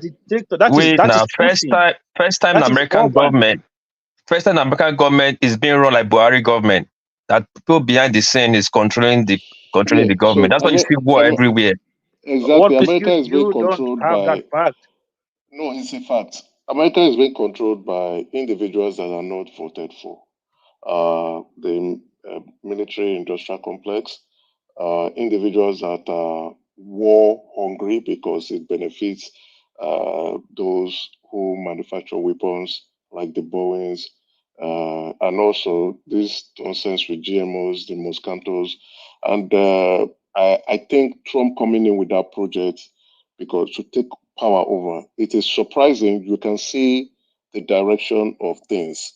Dick Cheney, including his daughter, supporting Harris, right? These are blue blood Republicans because they want to keep up that American hegemony of going to create wars and conflicts that will increase their pockets. That is why they are siding with Harris. And Trump comes with a view set of ending wars. During his first tenure, there was no war. America did not go about creating new wars. There were some existing conflicts, but they didn't create new wars. They didn't create new problems. And he tried as much as possible to end conflicts where those conflicts should have ended. So currently, the people controlling America do not serve the people of America. That is why you keep seeing poor people getting poorer, and it largely extends to other jurisdictions. If you are going to create crisis everywhere, you're only sending people out of their homes like they've done in Ukraine. That war should have never started. Even Putin gave an interview explaining that this war should have never started. It's not a war that actually favors America. You're taking funds to go send off to Ukraine to buy weapons. I thought you were just supposed to say who you want to vote for. No, we have all said it. I'm just giving my Yeah, so how can you say a man who drove tanks into another country then give an interview and say the war should never started when he started the war? The war How does that even, and you believe that? Emeka, give me 1 second. Okay, land that point, and then after that point, I want to bail out and NATO was coming down his border, breathing down his neck after the gentleman agreement that NATO should not move eastward. If I was Putin, I should have even fought that war earlier than down, because I can see the signs. They made Putin, they made Russia an enemy when Russia never wanted to be an enemy. Even Russia wanted to join NATO during Clinton's administration. So you forgot about Crimea. You forgot about Crimea, right? Crimea. Go ahead, Roman. No, I just wanted to bail out. Acknowledging the super chat as Ayo, and then Ayo, and then Ayo. Guess what? Still Ayo. You won't believe it's still Ayo. So that's Ayo right there. Making sure they like to switch on. That's George Blue Shell right there. Well done, George. That's Chioma encouraging people to click on the thumbs up. That's still Chioma still going at it. Supporting Peter Obi with that one there. That's Chioma saying something or the other. That's Chioma declaring her allegiance to Donald Trump. That's Chioma still extolling the virtues of Donald Trump. And this is Kulata passing by, infusing a dose of reality to what we just witnessed, which I thought it was a resounding beat down by Omar, sorry, before you go, there's a question for you. Will you be doing a live coverage of the Edo elections? I don't know when, but will you be doing like a wall-to-wall coverage of it? And I'm not sure it's big enough of an event, but yes, but we'll see how that goes. It's only a Edo state now, so I think War Peace. You can hear he's trashing No, I think War Peace would live stream that anyway, so we probably all go and join him. I will live stream it. We all go and join him and make noise. Yeah. Thanks. Over talk where you're there.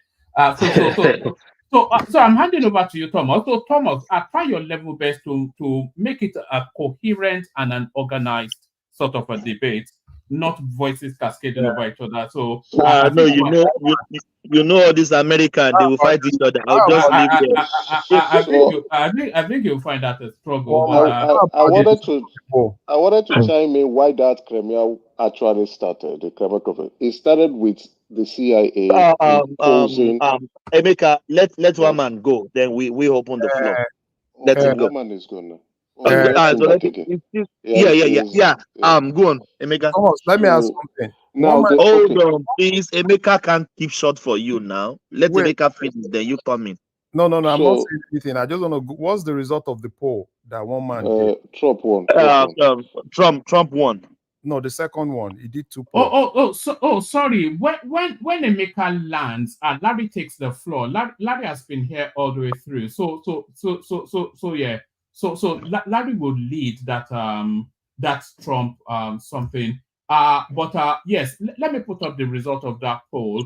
So I'm going to end it now. Actually, so I end it now, and then I put the result up.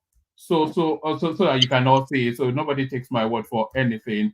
Who do you think won it, Larry? Before I put it up, who do you think won it? No, I need data. Give us the results.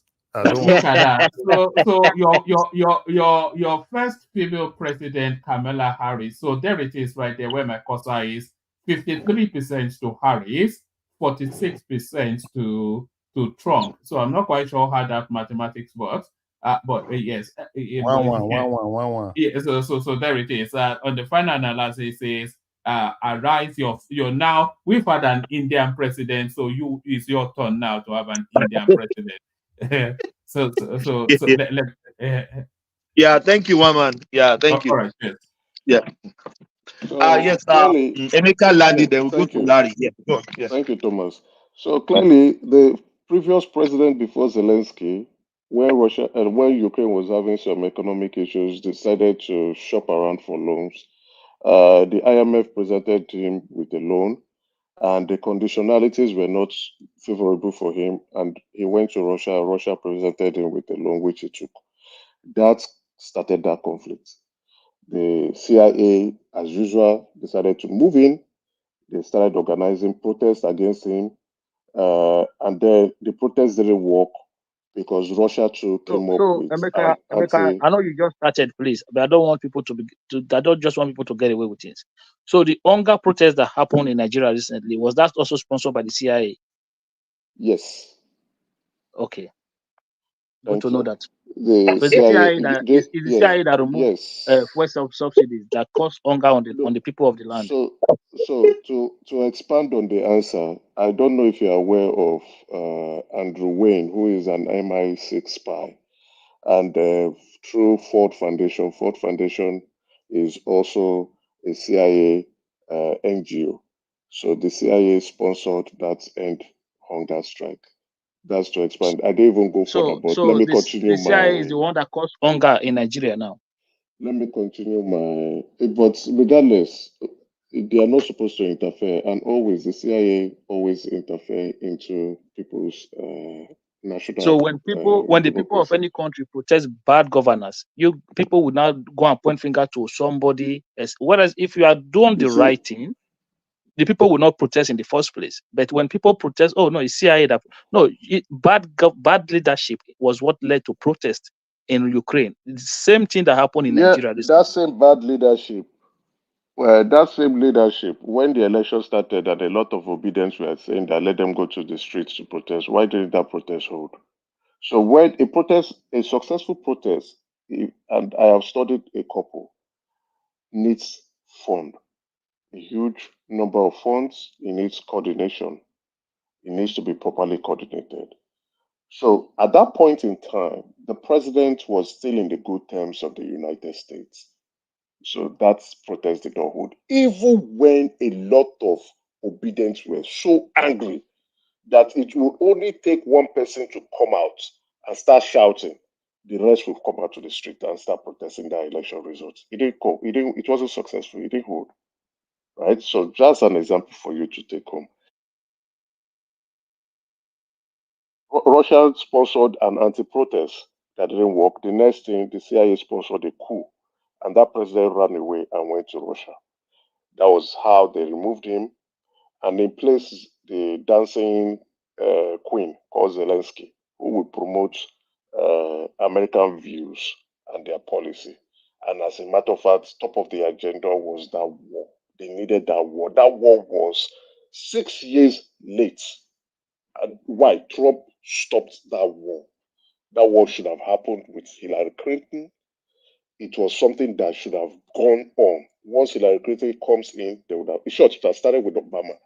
Once Hillary Clinton gone in, that war would occur, whether they like it or not, whether Ukraine like it or not. The view is to instigate Russia, not for Ukraine to have an upper hand.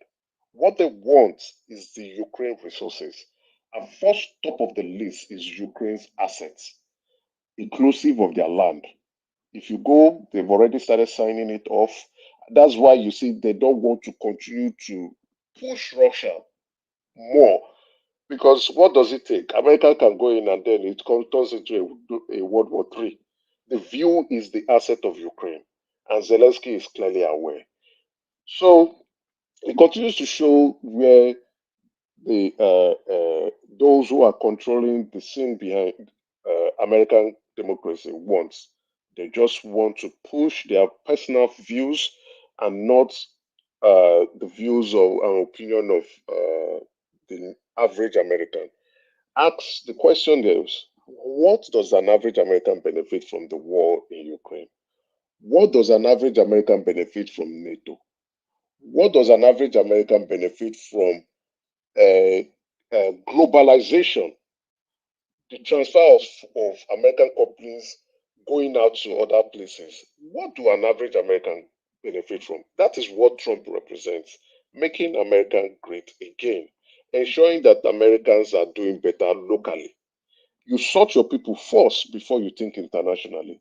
But no, these individuals are not interested in that. Or there's a larger view, but I don't want to begin to go into stuff that I cannot support before it turns into a conspiracy theory. But those individuals want to push a view. They don't care about the average American people.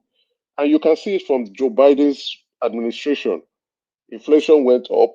He never cared about the average American. He was only enriching the state actors behind the scene.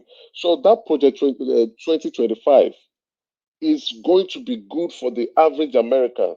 Take power away from the military industrial complex, take power away from Pentagon, take power away from these warmongers and these individuals sponsoring wars left, right, and center. Take power away from the CIA and give that power back to the American people. I think that would be the best decision that will ever happen in the United States. Hey, Emeka, where do you get your information from? I mean, you've been a Canadian, knowing all this information, and Adewale here in America has no clue about what is going on. How amazing that is. Yeah, I do not talk about American issues here because I'm here about the interests of Nigeria. But of course, I am very well in tune about what How goes does on that in the make you United feel? States. I am very well in tune, and I see the signs, and I read a lot, and I follow up on what is going. You can see the trend. You see what is happening, and the long course of what they want to do. You see, hearing, it's a pity some Americans are not aware. I could see a Dick Cheney, former vice president, a lifelong Republican, a strong one for that matter, breaking ranks because his view set, he sits on the Atlantic, what's the name of this company? Atlantic, whatever, I've forgotten the last name, where about seven Pentagon former military, top military chiefs sit on, right? That is the organization that dictates most of how things move. They don't represent the average American interest. They are not there for American people. They're only there to push their own interests and multinationals. America, can I quickly share me, please, if it's okay with you? Go ahead. So, Trump was president, right? He went and he had a meeting with Putin. After he came out from that meeting, he said he asked President Putin about interfering in the U.S. election, and Putin denied it. He said, "I believe him. I see no reason why he's going to lie about it." Even though the American intelligence society had told Trump, giving him information that it was Putin that interfered in the election, right? So Well, he said that he is not believes true. Putin. That is not the same American military officers. 51 of them that signed a document that onto Biden's laptop was fake news. And today, all the liberal media is they are talking about it, and they have proved the laptop to be true. So this Hold notion on, about Prince Daddy, hold on, hold on. So Prince he Daddy, let's said be factual here. the Trump actually came out and said he believed Putin. Yes, he did. So yeah, he did, but then so again, that right? is the person that is fighting for America, right? Come on, guys, man. No, Thank Trump, God I don't live in your country, man. I'll be no, banging my head on the wall right now. Trump's policy. Let's be fair. Let's be fair. Give it to him. Trump's policy made the average American better. Let's be fair. Give it to him. And what he is saying currently will only make the average American to get better. If you are talking about cutting taxes down, you're only adding more money into the pockets of the average American. If you are talking about the police, you're only ensuring that security is good in America. If you are talking about closing the border when over 11 million illegal immigrants, and most of them are Venezuela criminals coming into your country, America does not know what that means. I think the average American has not sat down to Do you see do you see how you condemn a whole people? This is the same thing that they do to Nigerians, and I'm not you guys will condemning, rage but about that is the truth. it. You You are see, not aware. most I am of telling them, this you, is the word you use. Most of them are hardened criminals of a people who came through the border, who came there to look for the same thing that you went there for. But you're well, criminalizing them now. listen, you can't be talking from Ireland. Please, Daddy, give me 1 sec. But Emeka is not a criminal. Yeah, but how is it criminalizing people without even no. If they are criminal, they are criminal. So how do you know they are criminals? They are criminal. But how do you know they are criminals, Thomas? When they were apprehended, don't they know where they come from?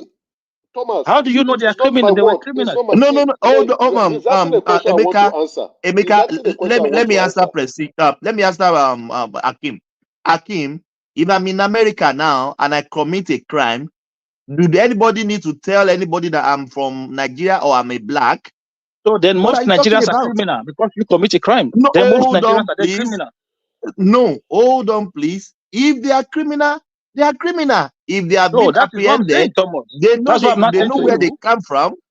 That is what I'm not saying to you. Most Nigerians in Australia are criminals. Most Nigerians in America are criminals, right? It is not even that is your own opinion. It's not. No, it's not. That is what you. That is your analogy now. Hakim, this is not name calling. I try to be very careful. The FBI confirmed it that Venezuela opened their prison and told them not to come back straight to America or they will kill them. I will get the FBI report when I stop talking and send it. They confirmed it. So it's not me calling them names. The report is there. So they really opened their prison and sent the prisoners from Venezuela to head to America. Why did they do that? The president of Venezuela, the CIA is fighting that man. They don't like him. So it's a payback time. So that you've opened your borders and you allowed. So within that immigrant space, there are economic immigrants too who want to better their life. Definitely they are there. But criminals from Venezuela has actually infiltrated American soil. And the repercussion is going to come up in the future. For Trump to say, I want to begin mass deportation, I think it's only going to make America better. Close the border. It's only going to make America better. So I don't see Hillary. I mean, I say Hillary. I don't see what's her name, Harris, doing anything differently because the view is to convert these illegal immigrants to votes. That's the mindset. So I also don't see her coming up with policies that would better the American people. Yes, she may do a couple few things, but her goal is to continue from where her boss stopped, to continue to push that hegemony and ensure that these multinational companies, these CIA front companies, these state actors behind the scene running black budgets will continue with their program. I support Project 2025 for world peace on earth. I support it clearly. We need that power removed from these non-elected individuals. Thank you. Can I come in? Can I chip in? Do I have the floor? Hello? It's supposed to be Larry's turn. Yeah, Larry's still go there. ahead. Go ahead. Oh, okay. Larry, if you can go on there. I don't want you to take anybody's time. You can go on then. I just want to chip in, but you can go on. No. What I mean is that it's supposed to be Larry's turn. If Larry's not there, you can go ahead. Okay. See, just chip in and I'll come after you. Okay. I respect everybody's view. And of course, nobody's going to change anybody's mind. But you see, most of the things being said, some of them are not true. Some of them have truth. In terms of immigration, let me tell you today. Hold on, baby. In every country that I've visited, this country, I can tell you, as part of that member of that elite, I can tell you that every single one person being paroled into this country today is being vetted, strongly vetted and cleared. Where did you get that one from? Because I know the fact. Every single person being allowed to step into this country officially is being cleared. Madam And I Lisa, can, ask and I him can again. give you. Ask him that And I, question again. hold on. Americans have the wherewithal to track anyone down. But because of the leniency of the law and then prioritizing what needed to be done, they choose their battle and what to do, what not to embark on. That is why immigrants are not being followed like they did in Europe.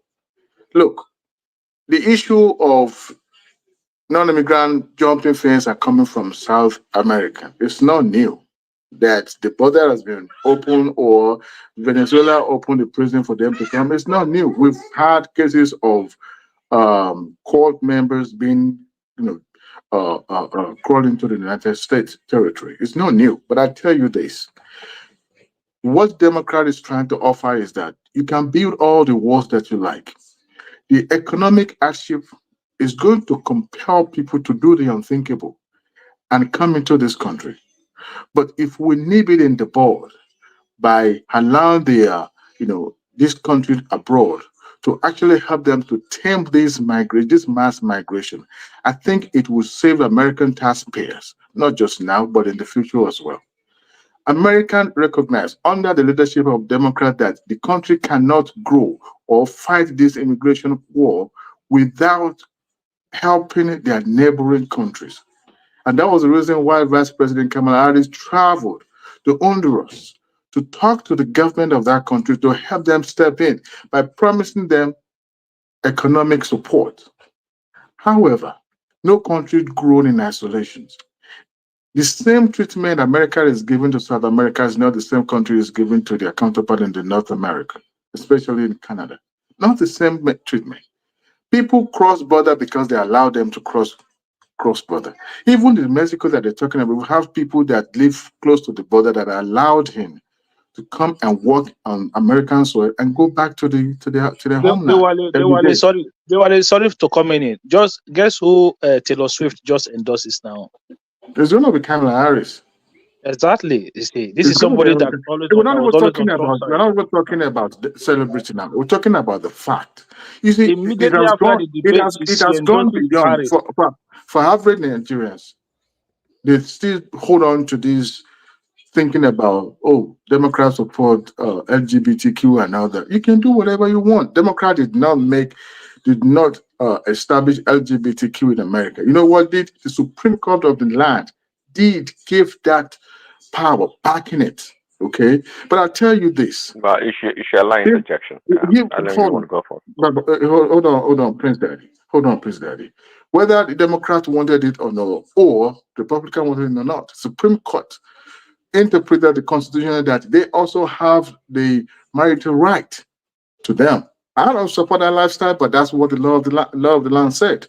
But I tell you what, under democratic system, under Democrat government, they promise to give a child tax credit, which is to enable people out of, this economic action. The same thing the Biden administration did during the COVID time. They gave stimulus to people.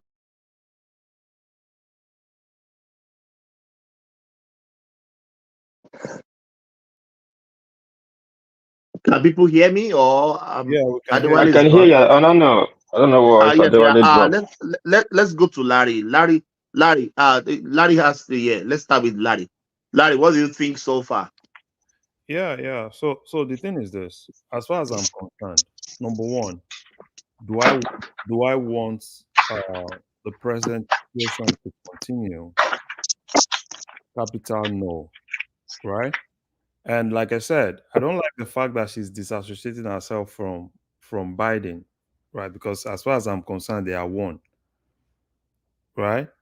And Larry, what I discover is when Trump was bringing out the faults and the nonsense in Biden's administration, that is why Kamala Harris is trying to disassociate herself from Biden.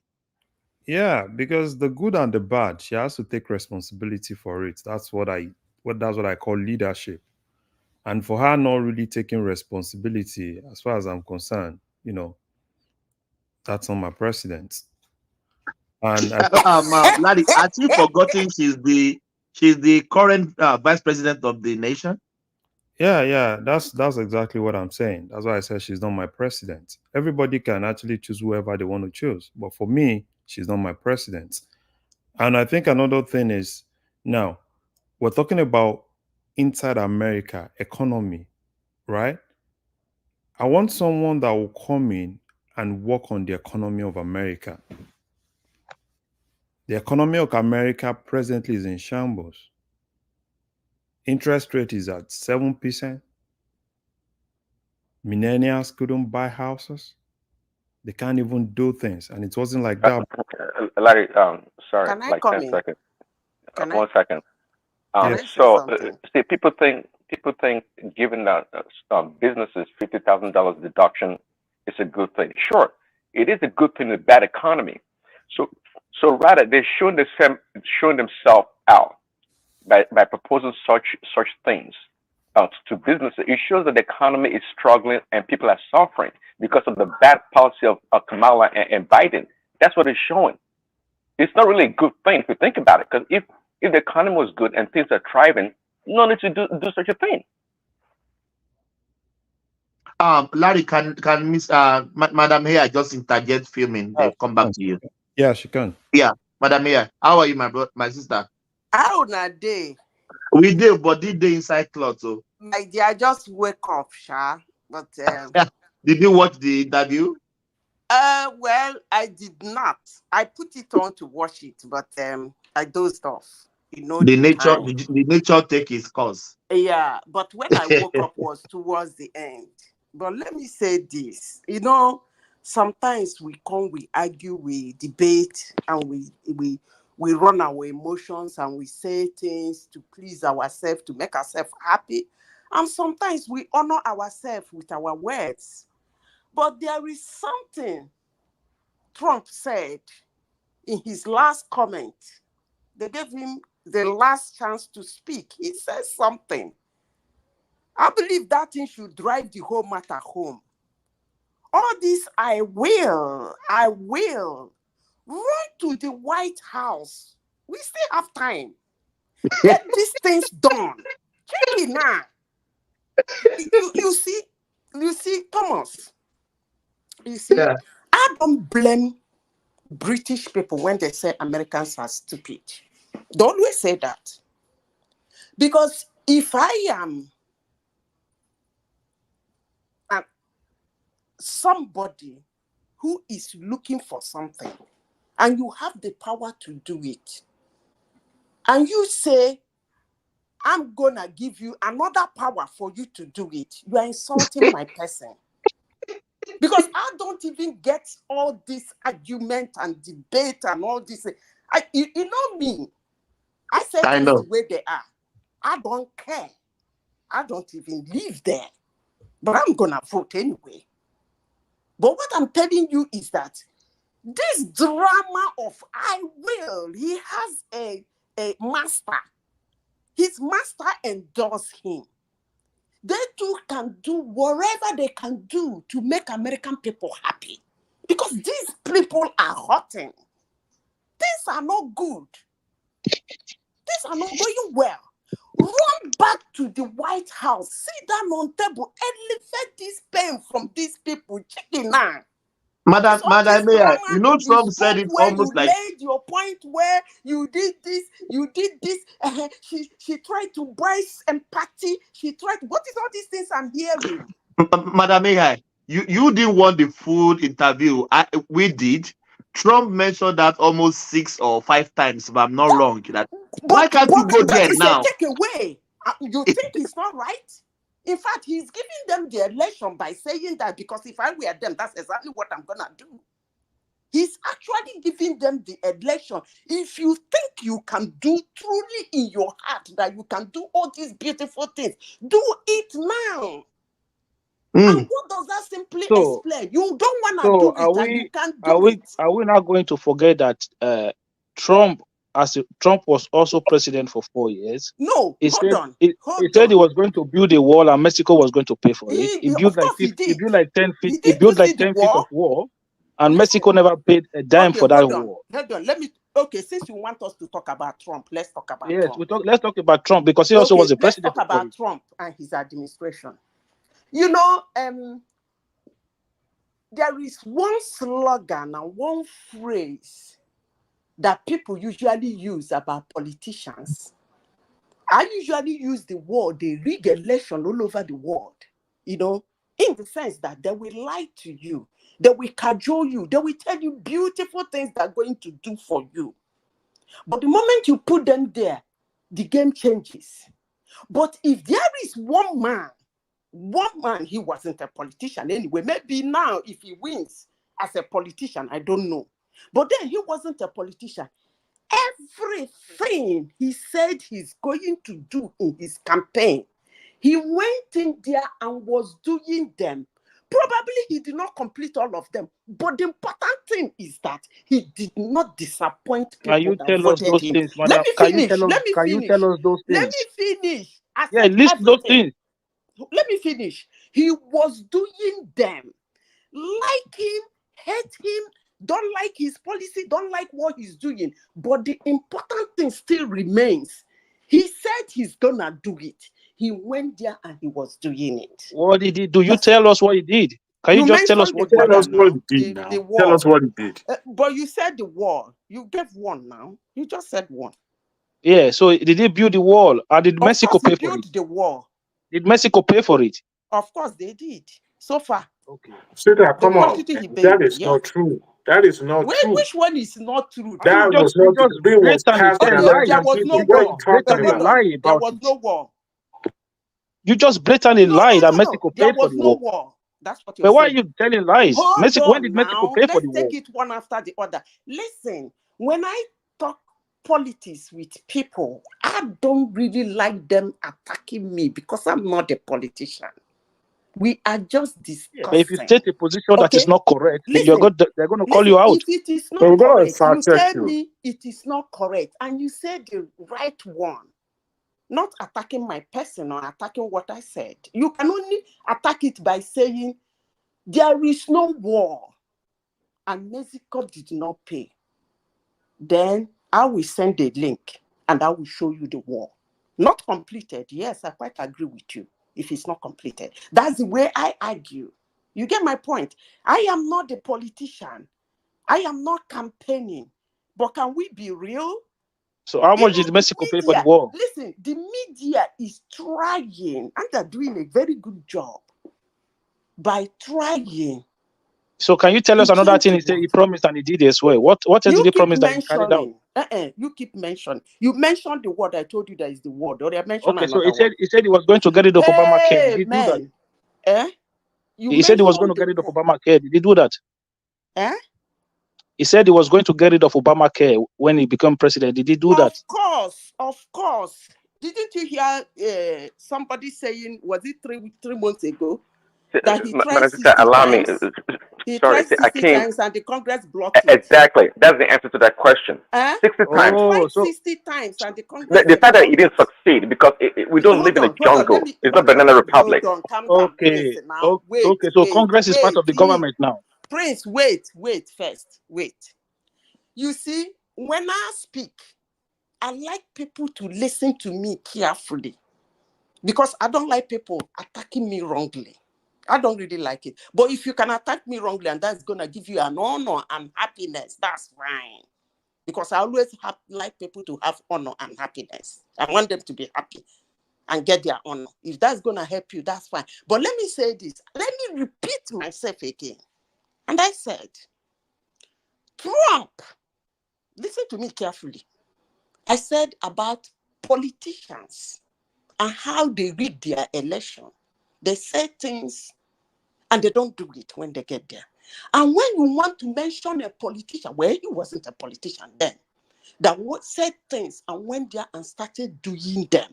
I said, started doing them. That he completed it is a different discussion. But did he try to do those things he said he's gonna do? Yes, he did. Obama, how many times did he try? The Congress blocked him. So that's what I am saying. Madam Mayor, Right. he even mentioned it today. He mentioned it today that it was blocked. And yeah, you didn't watch the interview. So Trump mentioned it that is today. what I am saying. Thomas, Did why are you he saying what try he to never do said? what he wants to do, and the ones he tried, the ones he could, was he doing it? The ones he tried several times and was blocked, but he kept So trying. Madam, please, Name I want to ask another one. again. I want to ask again, right? Trump said he was going to pass an infrastructure bill. He said this is what he said, that he was the builder, that is going to build the roads and bridges. He's going to pass the biggest infrastructure bill. Did he ever pass any infrastructure bill while he was the president? Yes, he did. He did it. Yes, he did. It was How could he be blocked when he had look, it's like you guys forgot that when Trump was president, his first 2 years, Madam, please 1 second, let me remind you. Trump's first 2 years in office, Republican controlled both Congresses, Senate and the House. So how could his infrastructure bill be blocked in the first 2 years? But when hold on now, hold on. When he wanted to pass the $1 trillion tax cut, $1 trillion tax cut, they didn't block him, did they? Okay. But every other Can thing I was answer blocked. you? In the first place, if you say Trump first 2 years, actually mean that you were not watching what was happening. If you watch what was happening, the crime he committed was to win that election in the first place.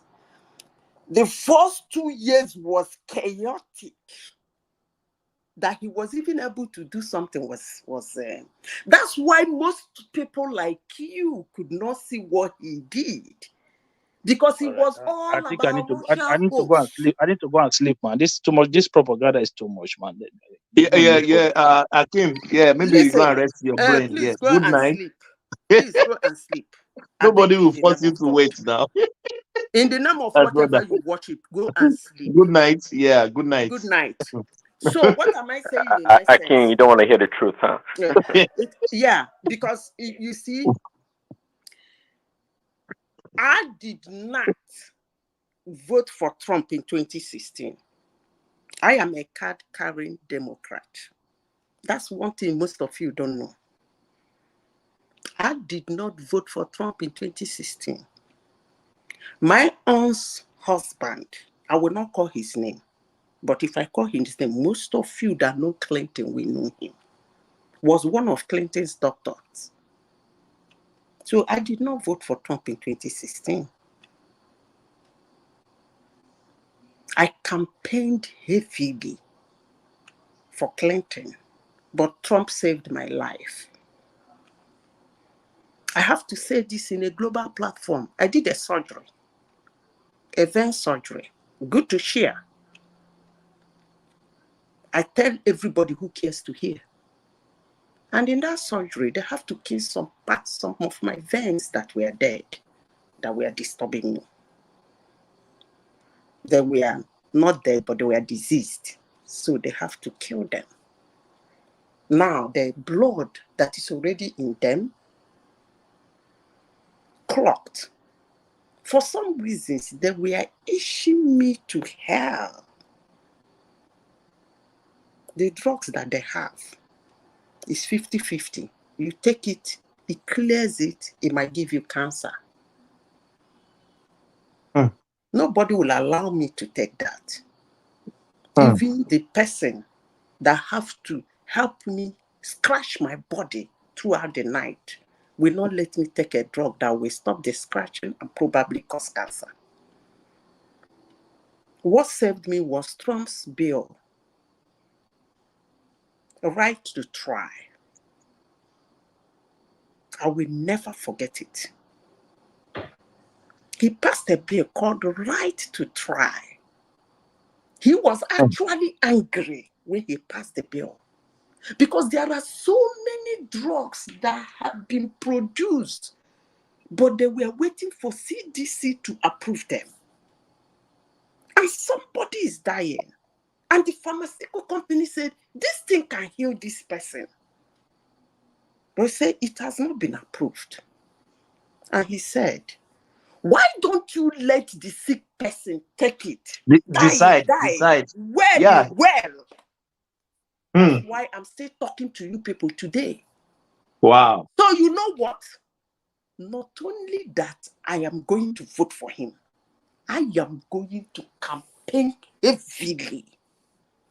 At least he's going to get 36 votes from me. That's sure banker in the state of Illinois. 36 votes. Yes. So Madam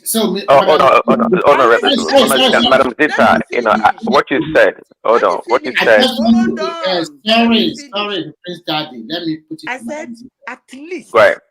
Madam Zita. So all this while that you have been talking about this guy, I figure it out that you are an Eden voter. So I don't know. I mean, all this while that you have been talking about Trump, all these days, all this week, I thought in my mind that you are an Eden voter. But according to my memory, I know you are living next country. I mean, you are my neighbor here. So you are an American. So you are an Eden voter, and you are stopping promoting. I thought you are giving a balanced analysis all this while before. But today, it clearly shows that I told you that I'm a card-carrying Democrat. But I'm you said you vote. You said you will vote for Trump. Yes. Did I? And you said, hold on. You also said you are a card-carrying. You are a member of the Democrat Party, right? Yeah. Did I carry water in my mouth? So that makes you an American, right? Yeah, she's an American now. You told us before. For your so maybe I don't know. I'm sorry. I don't know. I thought. Let us speak, Remy. Hold on. Now. Yeah, let us speak. Then you respond. Norwood is not a Nigerian name, for your information. What? Norwood is not a Nigerian name. Okay.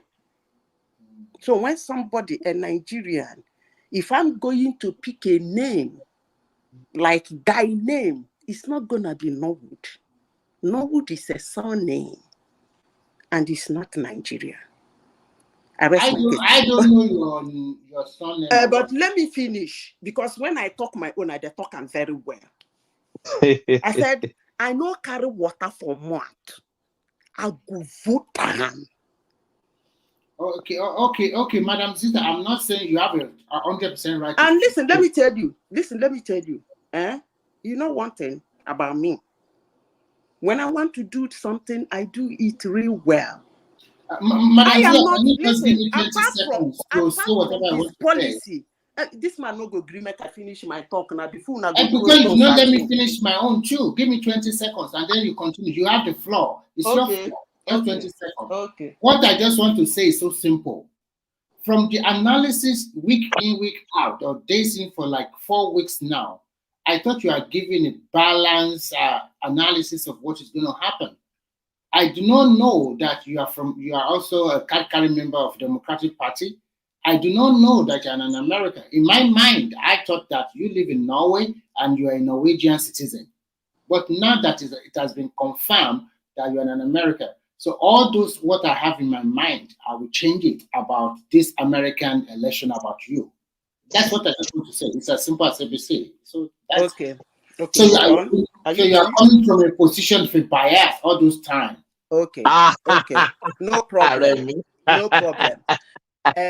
You see, Madam Mayor, are you listening to Remy? Okay, let me finish. He's coming after you. Listen, I don't care. People do call me all manner of names because of my opinion, and I don't give a damn. Before I throw my opinion in the public, I think over it. One thing my father told me is never say things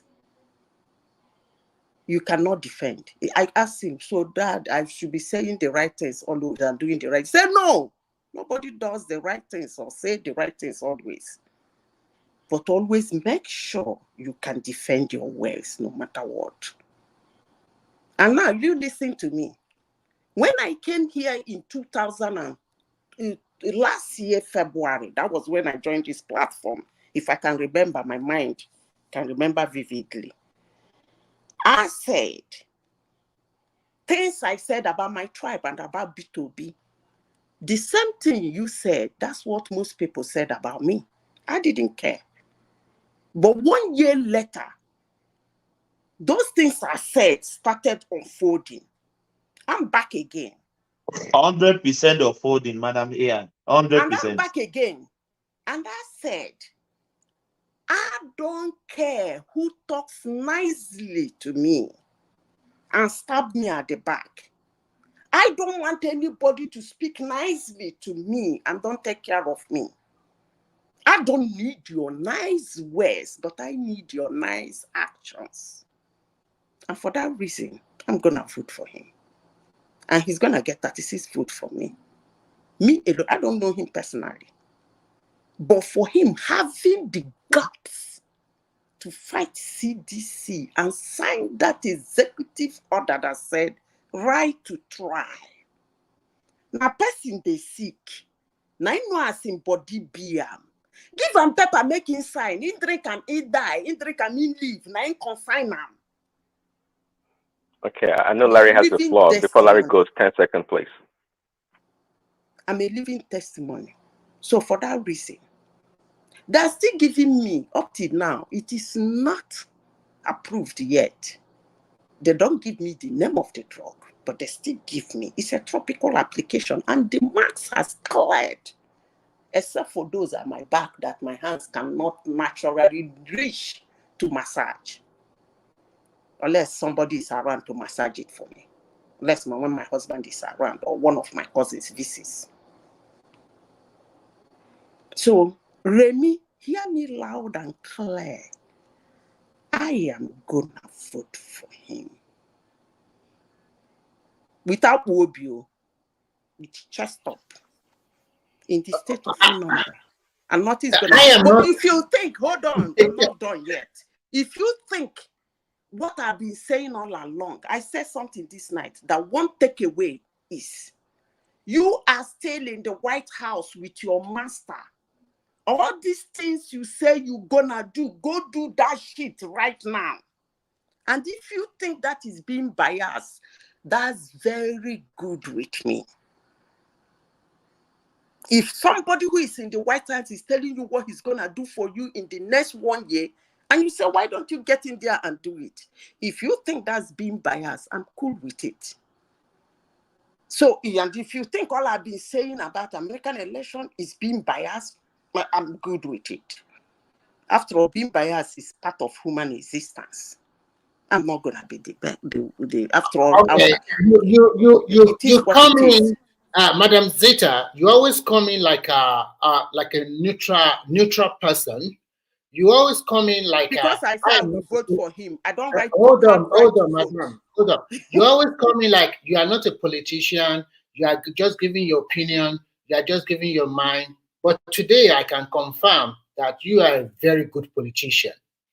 Very, very good and very savvy at what you are doing. You, from the beginning, this one might be out of reason why you should believe me. so this one might be out of experience. Zita, you have 36 votes. Remy have his mouth to vote for Democrat. I am not voting. I'm just He's talking. voting with his mouth for Democratic Party. I'm just Right, saying Zita that. have 36 voters that will vote for Trump. So, who is going to win now? No, I'm not talking about who's I'll going give to you win. that result end of I am not second week of I've not October. even started asking questions about you guys that in America that you have the right to vote for your president or to vote for who is going to be your president.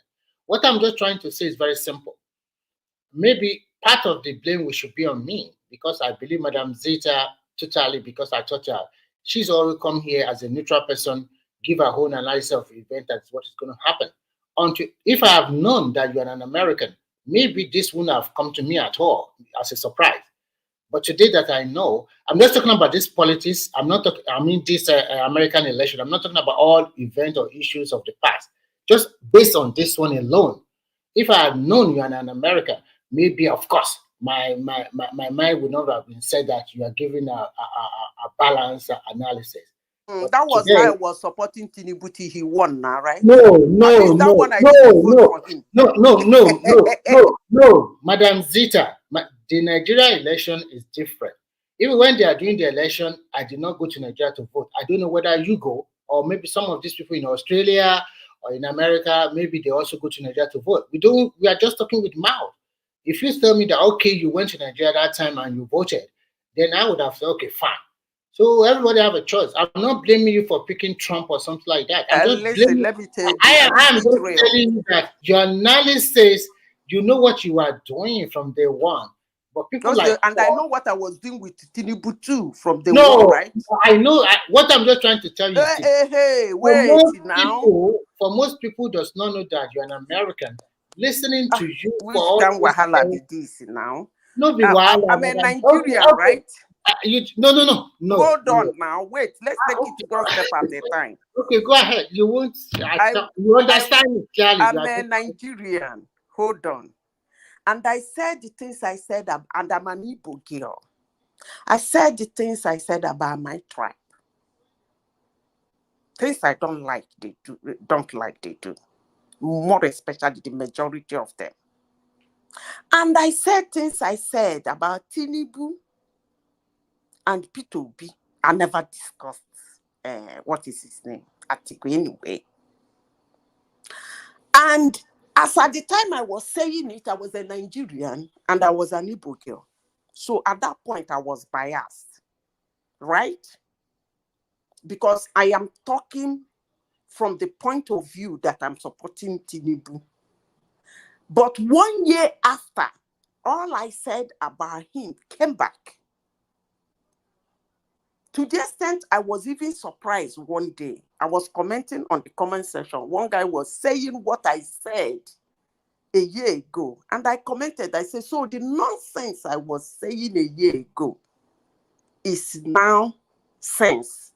The idiot at the comment section put me on timeout. I'm sure the person doesn't understand English language. Because if you understand English language, you should know that that thing doesn't need a timeout. Did I hear somebody say he doesn't have leadership skill? This is what I said a year ago. The person put me on timeout. That idiot. I have to call that person idiot for the first time. Yeah, sorry, Mazita. Thomas, somebody's at the backstage. Can you bring him in? He's texting you on the private chat. Thomas, are you there? So I don't know who did Thomas that. is on coffee break now. And I am still trying to find out who did that. And I'm still waiting for the person to tell me whether he or she did not understand my English language. Madam Zita, I'm not blaming you for anything at all. I've said that you have a right to vote for whoever you like. For example, if I had known that you have authority to vote in America, the way I will see your analysis would be different from day one about this issue. I'm just trying to say that I'm taking off back that I don't know. How did you see my analysis in Nigeria as a Nigerian? Guys, allow Hold on. someone to chime How in. did I see my analysis about Nigeria as a Nigerian? Biased? Yeah. When I see your Hold analysis, on, let me respond to you. You asked me a question. your analysis about Nigeria, some of them are like 100% right. Some of them I do not agree with you. But because you have a fundamental human right to express your opinion, that is your opinion. So, and all the things, all the things you have been saying, it does not mean that all of them came to light. Some of them never come into light at all. So everybody, it's just an opinion. It's okay. But this time around, you have a bigger stake. The bigger stake you have is that you are going to vote. In the Nigerian election, you do not vote, or do you vote? How did you know I didn't vote? I asked you the question just before. stay here, they talk about people. No, nobody is. I will not talk. I will not talk about you behind you. If you tell me that, oh, I voted in 2023 election, then you have a bigger stake. That is different. But I do not vote. I only stay here where I am, and I just support whoever I believe can do it better. But in this particular one, there is a bigger stake from you because you also said you are going to vote. Not only vote, you can also cajole 36 people to also vote for the candidate you believe in. I know carry water talk No, about. They already done. Not be say I I'm will not fighting with you. I have look, Remy, please understand me now. I didn't say cajole. I have them already. Okay. I said he will get. I know he's not going to win the state of Illinois, but he will get 36 votes from one. No carry water for my talker now. So as a Democrat, if the election turn against your candidate you are wishing to, if he does not win, how would you move on? Let me tell you, or are you going to fight? I have had it like this with Democrats. I have had it to my neck. The wokeness, the madness. In fact, sometimes when I'm moving, I'm like, hey, stop, let me get off the bus. That's how much. The Democrats, my in-law, cajoled us years ago to join. It's not the Democrats I'm saying today. So I have had it up to my neck. I am not into this life that is going on. I am not into it. Please, if somebody allowing you to come into his country is all you want in life, that's fine. And because of that, you can take every other thing. That is okay. I'm not going to vote because of one single policy. And by the way, what is wrong in telling somebody to knock at my door before he comes in? People are knocking. So what is wrong in telling somebody, knock on my door or give me a phone call before you come? What's wrong in that? I don't get it.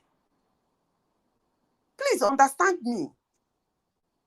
That's if I'm not going to throw away that card come November.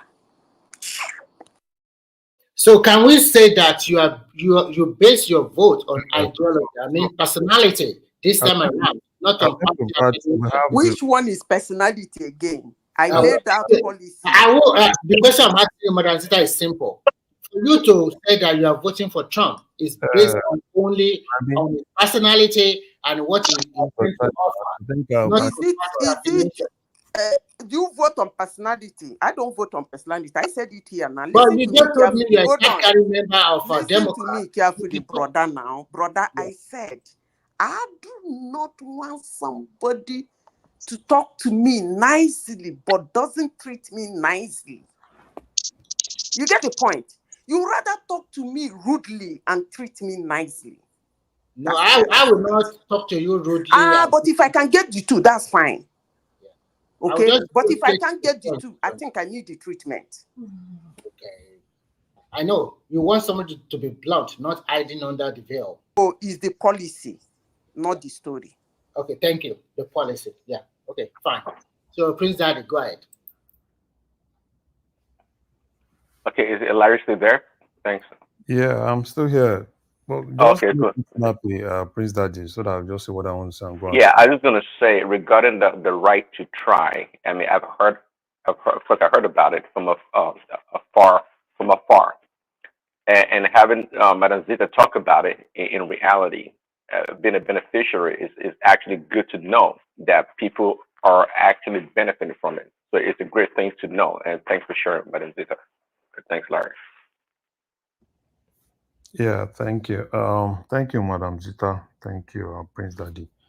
You see, as far as I'm concerned, and I've said it on this platform, the last election I voted for Biden. And this time around, I'm going to vote for Trump.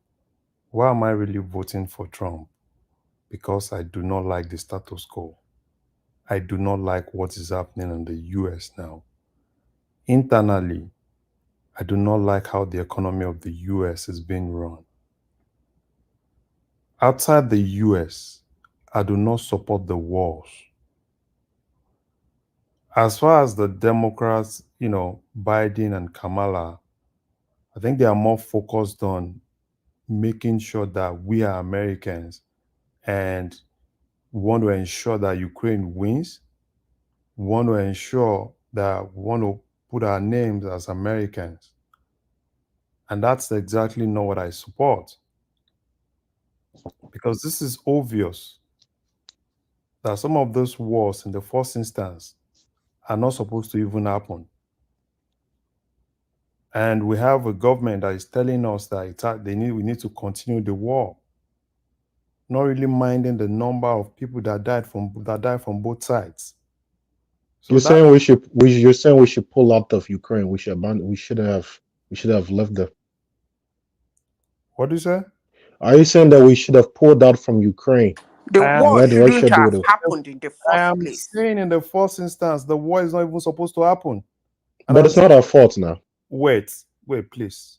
When you want to interject, please ask for excuse. That's how we do it here. I am saying I need this war to end. I am saying I do not want Ukraine to continue the war. I'm Larry, hearing ladies' voice. Is it my own? Okay, no wahala.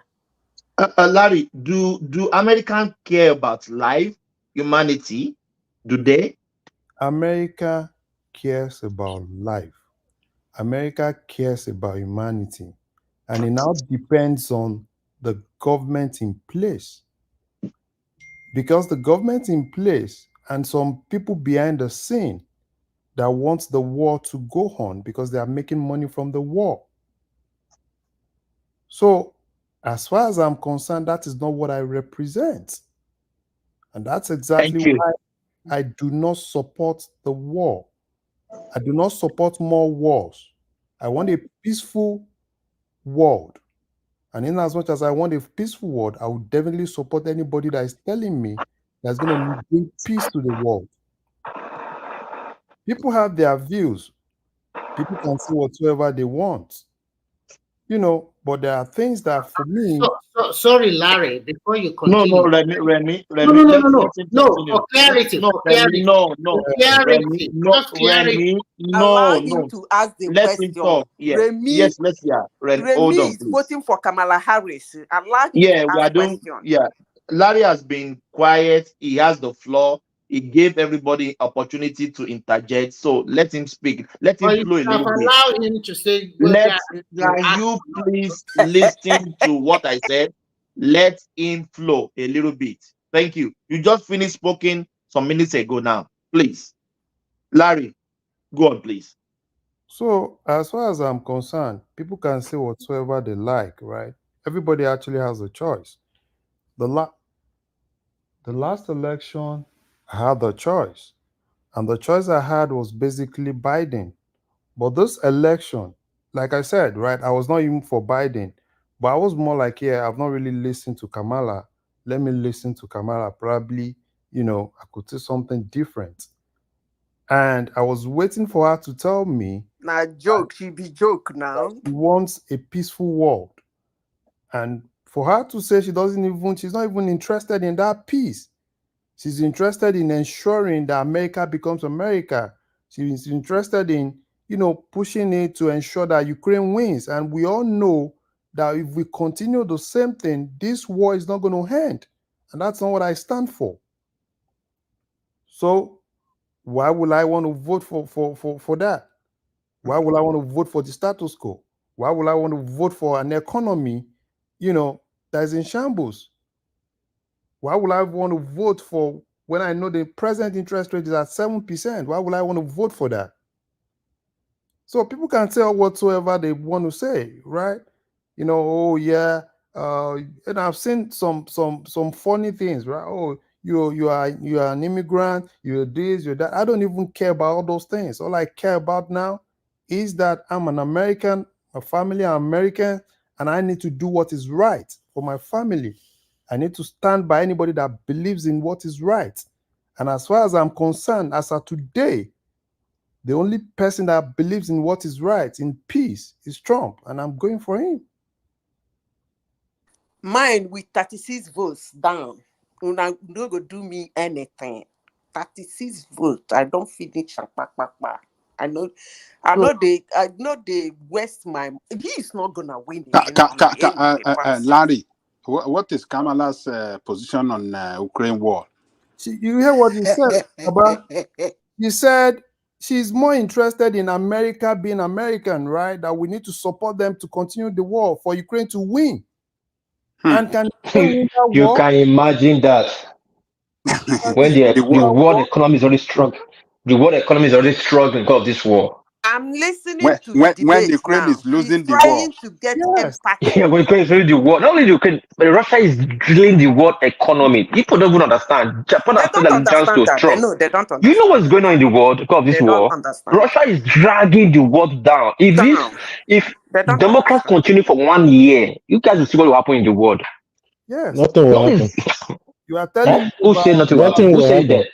That's me, August South. August South, nothing will happen. Oh, really? Nothing will happen. I believe you work and see salary in the salary room, so you don't know anything about the political business. That's why you're talking nothing going to happen. I don't see why you're blaming the United States. You should be blaming Russia for invading. Let me tell you something. Here in Japan, you can't even ship a container to from Japan to America. Do you know how much a normal ticket container costs now? From just $6,000 now $32,000. Because the YouTube rebels have blocked the Red Sea, Mediterranean Sea has been blocked, everywhere has been blocked because of the American policy of war. No, it's because of Russia. Not because of Russia, because of America. Why did Russia invade Ukraine? It's not why the America is blocked. See, everybody's moved out from America. Japan already pulled out. What do you mean pull out? You guys don't know what's going on. You just sit down in your room and just be writing things you don't know about. Tell us what's going on now, because Japan and United States are some of the closest allies. Who told you Japan and the United States are good? You don't know that. You don't know that. Tell us what's going on now. They just said that allegiance with Trump. Did you see the Prime Minister with Trump? And so what? He's an American president. Here in Japan already with Trump. SoftBank. Everybody's with Trump. Because he's killing the American Japanese economy. Do you know how much yen to Japan to dollar to yen now? For the first time in 2 years, is 146 yen, 150 yen to a dollar. It's killing the economy. No. For the first time in the world. I don't see why you're blaming us for that. You're not American. You're just an immigrant that became a citizen. You're not American. Who told you that? I've told you you're not American. Carrying a passport doesn't make you American. You're not born there. Because you are born there. You're not indigenous. You're not indigenous. You're a Nigerian who went to nationalize. Don't tell me about America. That's I never know. I know that's not true. What's not true? Additionally, see Yoruba man go nationalize America to me say in America. We are talking about the power brokers in America, like people like the Chinian people that control the world. They're telling me, I beg, make I use the floor. So I don't see why you are blaming United States for this war. At the end of the day, if we want to have a military partnership with Ukraine, we have that right. Russia does not have any rights to invade. Yeah. Do you know? I think you should know this. When America take position on something, the world follows. You know that? Okay. For the most part, yes. Yes. Even Australia, that's. Do you know? Because America follows the war. That's why. Do you know how many billions of dollars my taxpayer money sent to the Ukraine to fight for a nonsense war that cannot be won? Cannot be won. Thomas. My own taxpayer money, my own hard-earned money. Thomas, you people should calm down. Do you know what? You know, when people talk, I take a knockout from it. The debate was for almost 1 hour or more than 1 hour. I took a knockout. Kamala said a lot of things she is for. And the important thing is that those things she claimed she is for is not happening in America. She should go to the White House and get it done. We should stop all this drama. They shouldn't be taking us as fools. She said a lot of beautiful things she's for, which is a lie anyway. We know who she is. But she should go there now. The important thing is that what she says she is for and she's gonna do is not happening now. She's still in the White House with her master. Get it done. Madam Zita, do you know that a country like America have what do you call it? A lot of bilateral agreement and a lot of security agreement with most European countries. Yes or no? You know what? I didn't hear what you said. I said, do you know that America have a lot of security agreement with a lot of European countries and some other countries in Africa and Asia? Like, for example, let's talk about NATO. Got to what I said now. No. I want, because Thomas says something that they are using his taxpayers' money to fight a war in Ukraine or whatever. For example, America have an agreement with all of these countries for security part. Excuse me. Can we talk? Let me finish. My question is this: if any member of them have a problem or they are in serious trouble, I think they have a right to come together and help that country. Okay. You see. Madam Zita, before you go ahead, Madam Zita, wait, before you answer him, the Ukraine we're talking about is not a member of NATO. Please, why would America foreclose there? Calm down. Let me answer him. There is one slogan that says, I like stopping my problems before they come. Let's agree. Wapis, let me run her. Let me follow him on his lane. You know, when you want to answer somebody properly, you follow him on his lane. Yes, America has some security, bilateral, whatever, with some nations. Now, what was the reason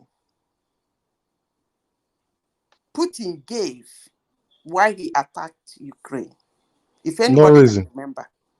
No. Can anybody remember? Because it was a popular slogan then.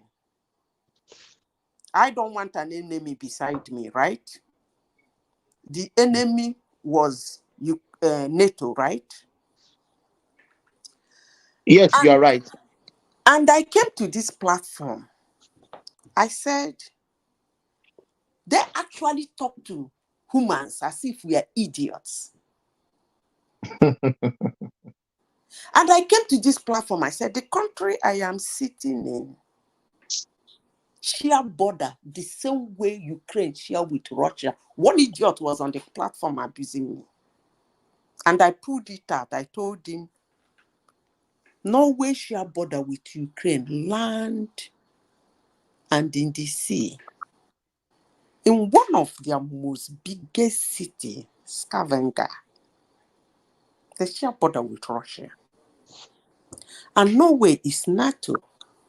So why didn't he attack Norway? That aside. Let me say this. I like stopping my problem before they come. That war shouldn't have happened in the first place.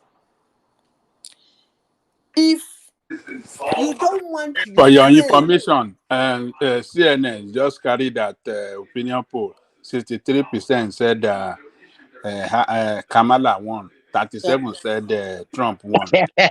We know CNN now. We know CNN now. We know CNN now. CNN. Whatever false news? Whatever false news opinion? Praise Daddy. CNN. Whatever false news? False news. Balance it. Always balance it. Go for false news. Okay, hold on. Let's finish.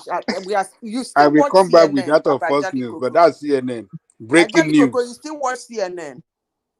Okay. That's a breaking news That from sorry, CNN. that host was biased. I was into the guy. The way he was targeting Ajale Trump. Coco.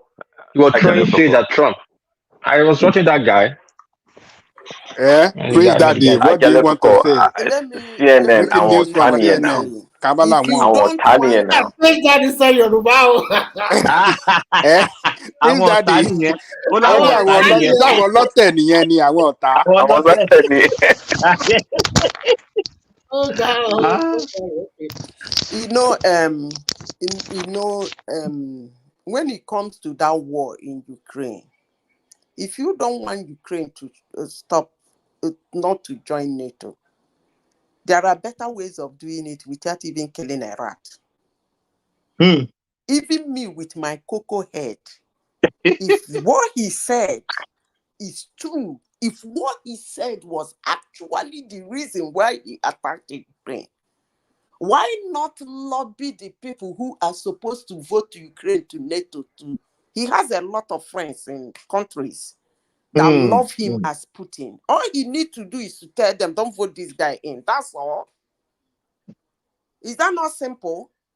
Must more than 1 million people die? I don't get this, but these people just talk to us and say things and we run with it and we believe it.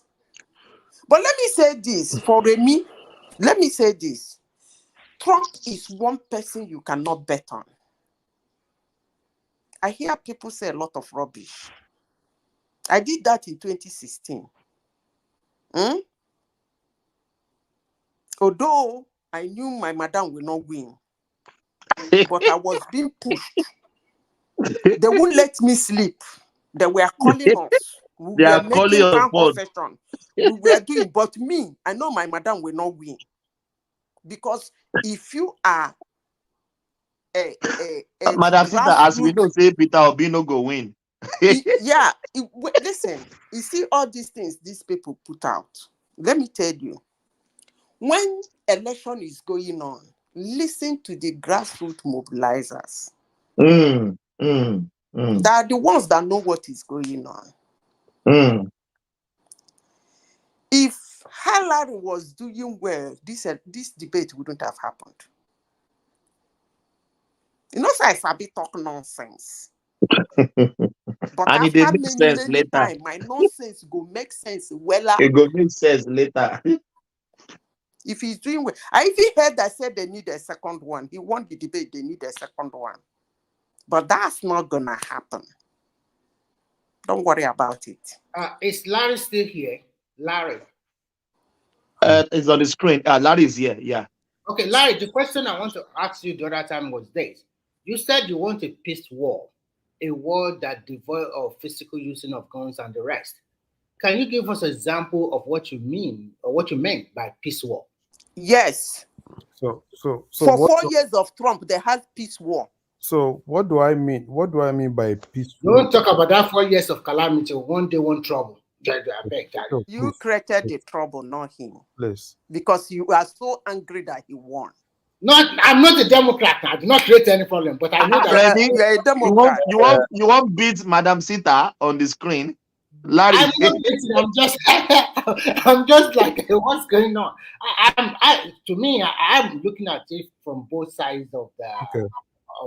Remy. The question I asked Larry is just a normal question. Remy. Yeah. Okay. When I say I want a peaceful world, right, devoid of wars, guns, rockets, right? I want a world where I won't be hearing of thousands of people dying every day. As they are dying in Ukraine, as they are dying in Russia, as they are dying in Israel, as they are dying in Palestine, right? I don't want a situation where what happened when even Obama was there in Russia, in Libya, where people died. I know they mentioned that name when we they talk Are something. you if you are going to the past, Yeah, you it's still there. also mention George Bush Jr. Yeah, Bush Jr. that also went to war in Iraq. I know they mentioned that man. Can we talk about? You asked me a question, right? Yeah, go ahead. But you are going back. No, I just wait. I've told you about what has actually happened ever since Biden and Kamala started. Okay. Right? Then you went back again. Now, let's look at what is going to happen after the Biden government, with what Kamala just said. That means we're going to have more of that. Right? I did not watch that debate at all. More of that. More people are going to die. So Right? can we say economic war is also peace war? Sanctioning a country with economy, you cannot live your oil, you cannot do this, cannot do that. While most of their citizens, they continue to dwell in abject poverty, and they are dying because of the sanctions against them. You can. Let me give you an example of a peace war. Can you listen? You can sanction another country for your own benefit. Right? You can. And you need to look at the reason for the sanctions. Right? So you can never equate sanctioning a country to killing people. So when you are equating that, I don't know how you are looking at things. So they sanction a country and you're now equating it to a situation where people are dying. Yeah, I understand. Do you know why I asked you that question? So the reason is because both of them, Democrat and Republican, throughout the years, they have been doing the same thing. Yeah, none of them. You can sanction Remy. You can sanction a country in as much as take for instance now. Look at what happened in Iran. There are sanctions, but Iran has more money now, and they are using that money to cause chaos around the world. So if you sanction them, and they focus on more things that are cogent for their country rather than using that money to cause problem. And that's exactly what I see. So don't equate sanctioning countries to killing countries. They are not the same. Okay, now you explain, but now I will ask you a follow-up question. Yeah. Now they are already there. They are fighting against one another, and there's a lot of proxy war for Ukraine. We all know who is behind them. Mm-hmm. So for you, don't you think all the other neighbors that are beside Ukraine, like we are beside Russia? Okay. And I know when that war started, I know what I see here. We never see something like that before. Mm-hmm. Because they too, they're afraid that one day maybe Russia will also come and invade them. Although you might be right that maybe America or NATO they did not go ahead and to the agreement they signed that they will not poke whatever. So what the question I will now ask you is this: what is the way forward? The war is already ongoing. The way forward when there is war and when people are dying, the way forward is to stop the bleeding. And how do you stop the bleeding? Stop the war. That's the way forward. Stop the bleeding. So do you think Russia will accept? Why not? Why won't they accept? It's not Russia, it's America. Let America accept. The war will be over tomorrow. No. See, let me tell you people. Everybody, do you know that before this war, Russia was already taking part of Ukraine before, Crimea? Listen, let me tell you. Let me tell you people. You see, when this war started, when I said I don't even know how these people, where they rule us, how they managed to get there and start to rule us. When this war started, the reason Russia gave is that this guy wants to join NATO. That is the public reason he gave. That's the main reason, Madam Mayor. You are right. Well, that is the what do they call aired reason, the one that was aired to the public. Yeah. There are hidden reasons which the people that went to him directly to sit down to discuss with him, watching his body language, like the president of France and the one of India and all those ones that met him personally, they knew that wasn't the reason. That was one. Two, This idea that he put out again, that was held, that if they touch him, he will use nuclear weapon. I don't even know the heck how that idea came up. Because nuclear weapon is not something you will use. I don't really know where he's going to use the nuclear weapon anyway. Whether he's going to use it on Ukraine, or he's going to use it in America or American allies, or I don't get it. But Madam Mayor, I thought he thought America will come and, or the world will come and fight Russia physically. Okay. So that's what he was threatening about that nuclear weapon. That is even a dumb thing to say, because I don't know who bought that, but it was aired, and you know how the media polish things. Because if propaganda. you use a country like Russia using nuclear weapon on any country in the world is actually trying to commit suicide. That's just it. Nuclear weapon being what it is, he's trying to commit suicide. Because there is no way he will throw bomb one place that he will not be thrown bowai. And one bowai in his country, the rest of the nuclear weapon is a catastrophic. Well, the question is, does he want to commit suicide? The answer is no. So why this nuclear weapon shenanigan? But that is what it is, and the media run with it.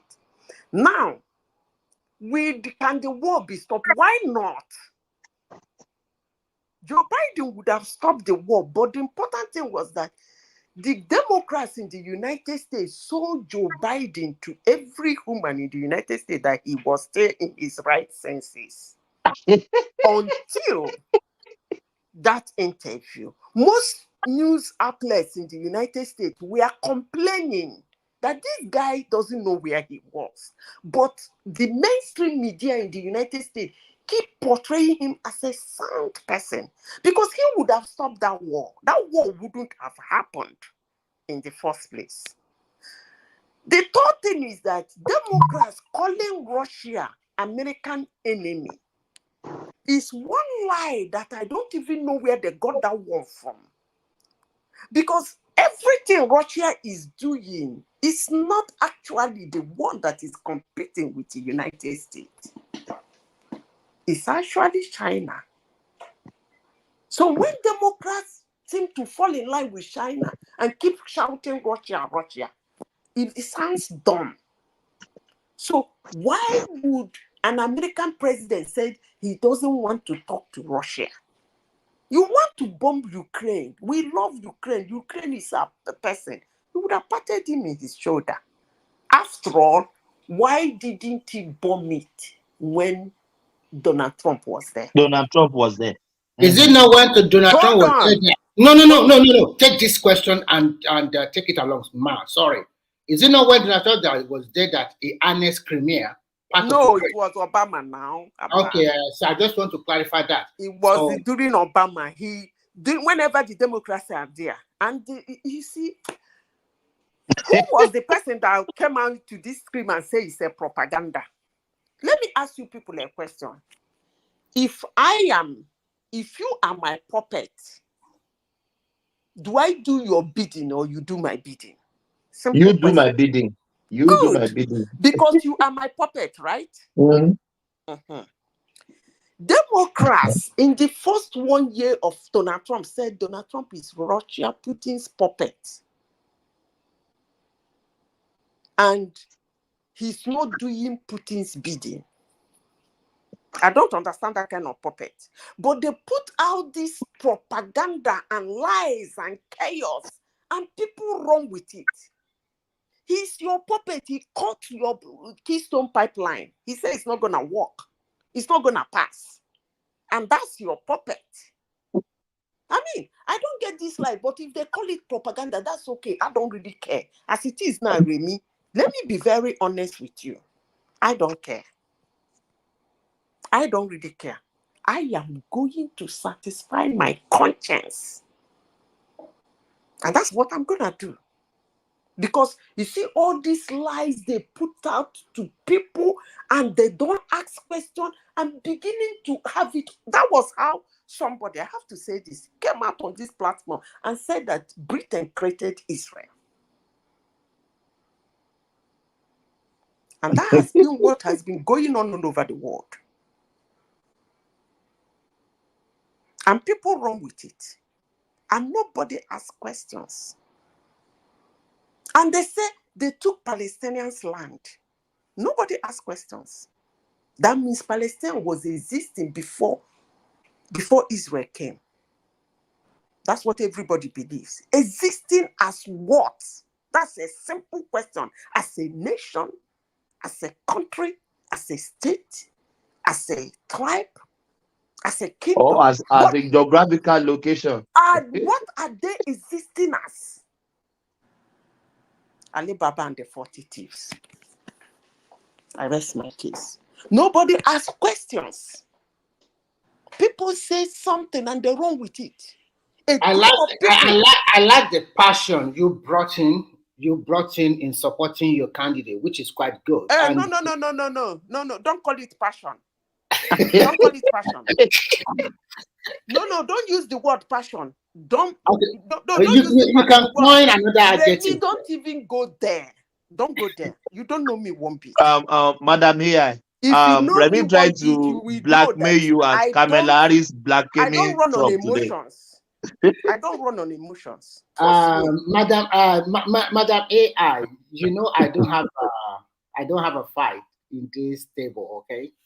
So what I'm just trying to say is that you guys, you come here, try to tell us that the Democrats, their policies is not good, they are going on unnecessary war, they are using your taxpayer money to fight unnecessary war. But when I look at the history of the country you are talking about, that has been the hallmark of what they have been doing for more than 40 years. They will You don't understand what is going on. Remy, can I clarify to my own understanding? Can I clarify you? Let me put this thing out. You have been talking. Let others also say something, please. To my own understanding, I remember vividly during the Iraqi war, and this says Saddam Hussein has a weapon of mass destruction. And before you say Jack, all the other countries of Europe and some other countries joined them together to invade Iraq. The president that time was George Bush, who was a Republican. And at the end of the day, there's no weapon of mass destruction. The same thing happened, in Afghanistan, when they go to war there too. What did they bring out? Nothing. So all of this thing you are crying about, taxpayers' money, they have been using your money to propagate this war. Whether on both sides of the divide, on both sides of the divide. That is what I call a balanced analysis. Remy, the one that suits you and leaving the rest. Let us Remy, you can go ahead. You know, say I know they carry story from middle. I am a very bad person to tell the story. Number one, I don't like history. Because I believe that those who craft history push their narrative instead of the fact. So I am not a fan of history. You cannot be telling me something you were not there when it happened. Even the synoptic gospel, 4 of them have different stories to tell. I know you know what a synoptic gospel is. 4 of them told a different story. How ridiculous. And they were eyewitnesses. So what I am saying is that when you talk about George Bush trying to use it to say about Ukraine and like saying Republicans do it, Democrats do it, and so what? No war is supposed to happen in the first place. Mm-hmm. But when you say, they say weapons of mass destruction, and they went there, they didn't find anyone. The question should be, tell the story the way it is. At that point, you can still blame anybody you want to blame, instead of cutting the story from the middle. That's why I always say, I don't know why we tell our younger ones what we tell them. But because they don't ask us questions, the whole world is crumbling. The man boasted of weapons of mass destruction. Mass destruction. He boasted of it. He even was making clips of video that is like aberration. I was in high school then. It wasn't a new thing. I still remember vividly what happened before that war broke out. And even before, when they were coming, he was still boasting that he's gonna deal with them. But when the carrier plane opened the wing like this, 6 plane come out. Opened the other wing, 6 plane come out. His Kaftan army started surrendering. But nobody is going to tell you this story this way. They will say they went to war because they claimed he had weapon, but they did this war.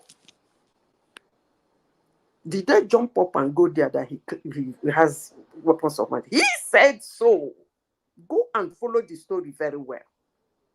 And he wasn't deterred. Even when they were saying that coming in, the guy wasn't deterred. And what gave him that big chest led to what happened. They shouldn't have gone anyway.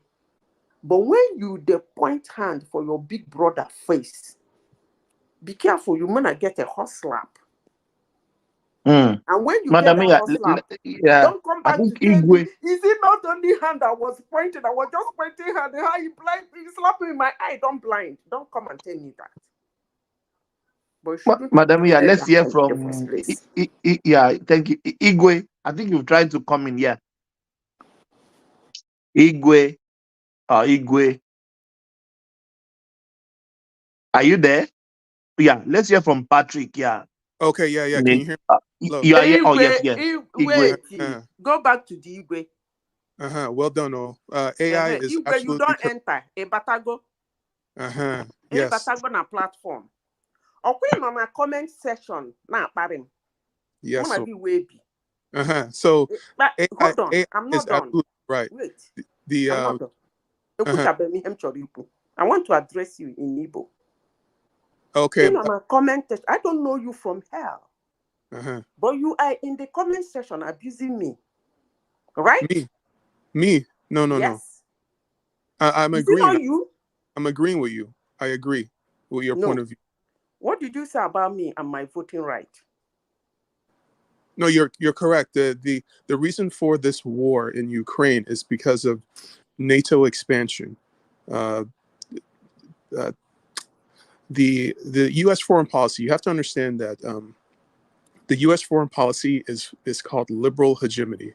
From 1993 to 2017, the Clinton, Bush, and Obama administrations, each of those administrations were in control of American foreign policy for 8 years, were both fully committed to pursuing a liberal hegemony.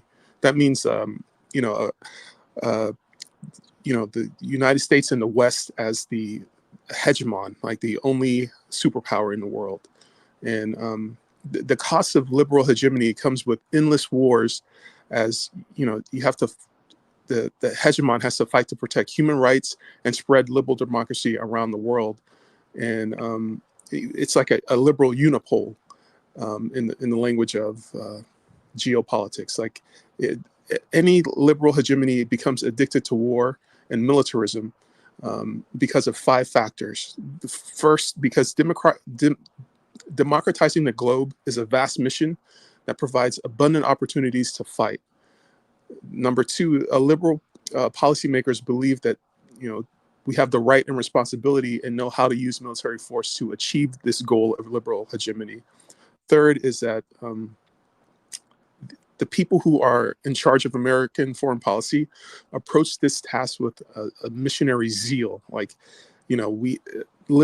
people who are in charge of the foreign policy believe that they are making the world a better place by, fighting wars, deposing,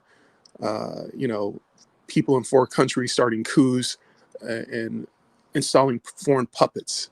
And it makes it it undercuts diplomacy, because when you have an interventionist foreign policy like that promotes liberal hegemony, it undercuts diplomacy, and it makes it harder for countries to settle disputes with other countries peacefully. And it also undermines the notion of sovereignty, which is a core norm of international politics that's intended to limit war. So it's the foreign policy of the United States is creating more wars as a result, because the United States is trying to democratize the world and to convert all the other countries to liberal democracies to mirror the United States. And this requires a lot of social engineering and a lot of war. And this is what we're seeing. This war in Ukraine is because of NATO expansion. Putin sees NATO expansion as a threat to the survival of Russia. So he is going to defend Russia because he senses a danger to the continued existence of Russia as a state. But Igwe, why will you start a war that vividly you cannot win that war?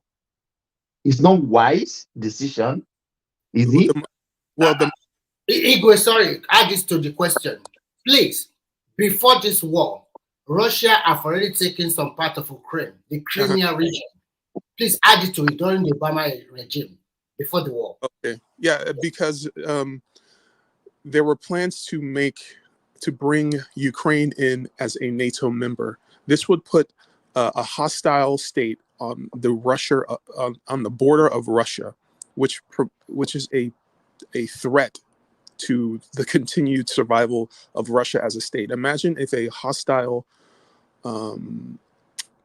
organization was at your border and they had, weaponry that could launch into your border and attack you. But they could say, oh, no, this is a defensive weapon. It's not an offensive weapon.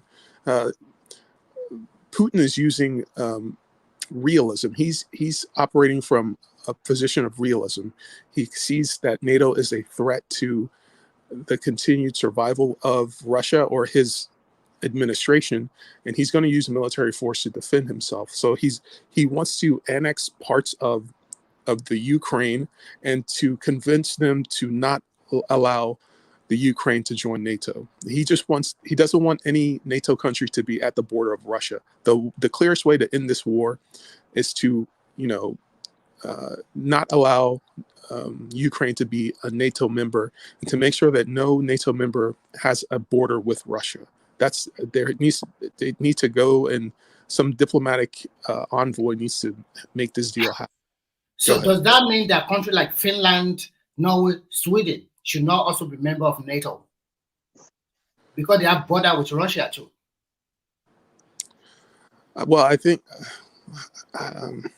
if any country has a border, maybe they don't pose as a threat to Ukraine, isn't it? You cannot say that because of what happened before. Finland was not a member of NATO.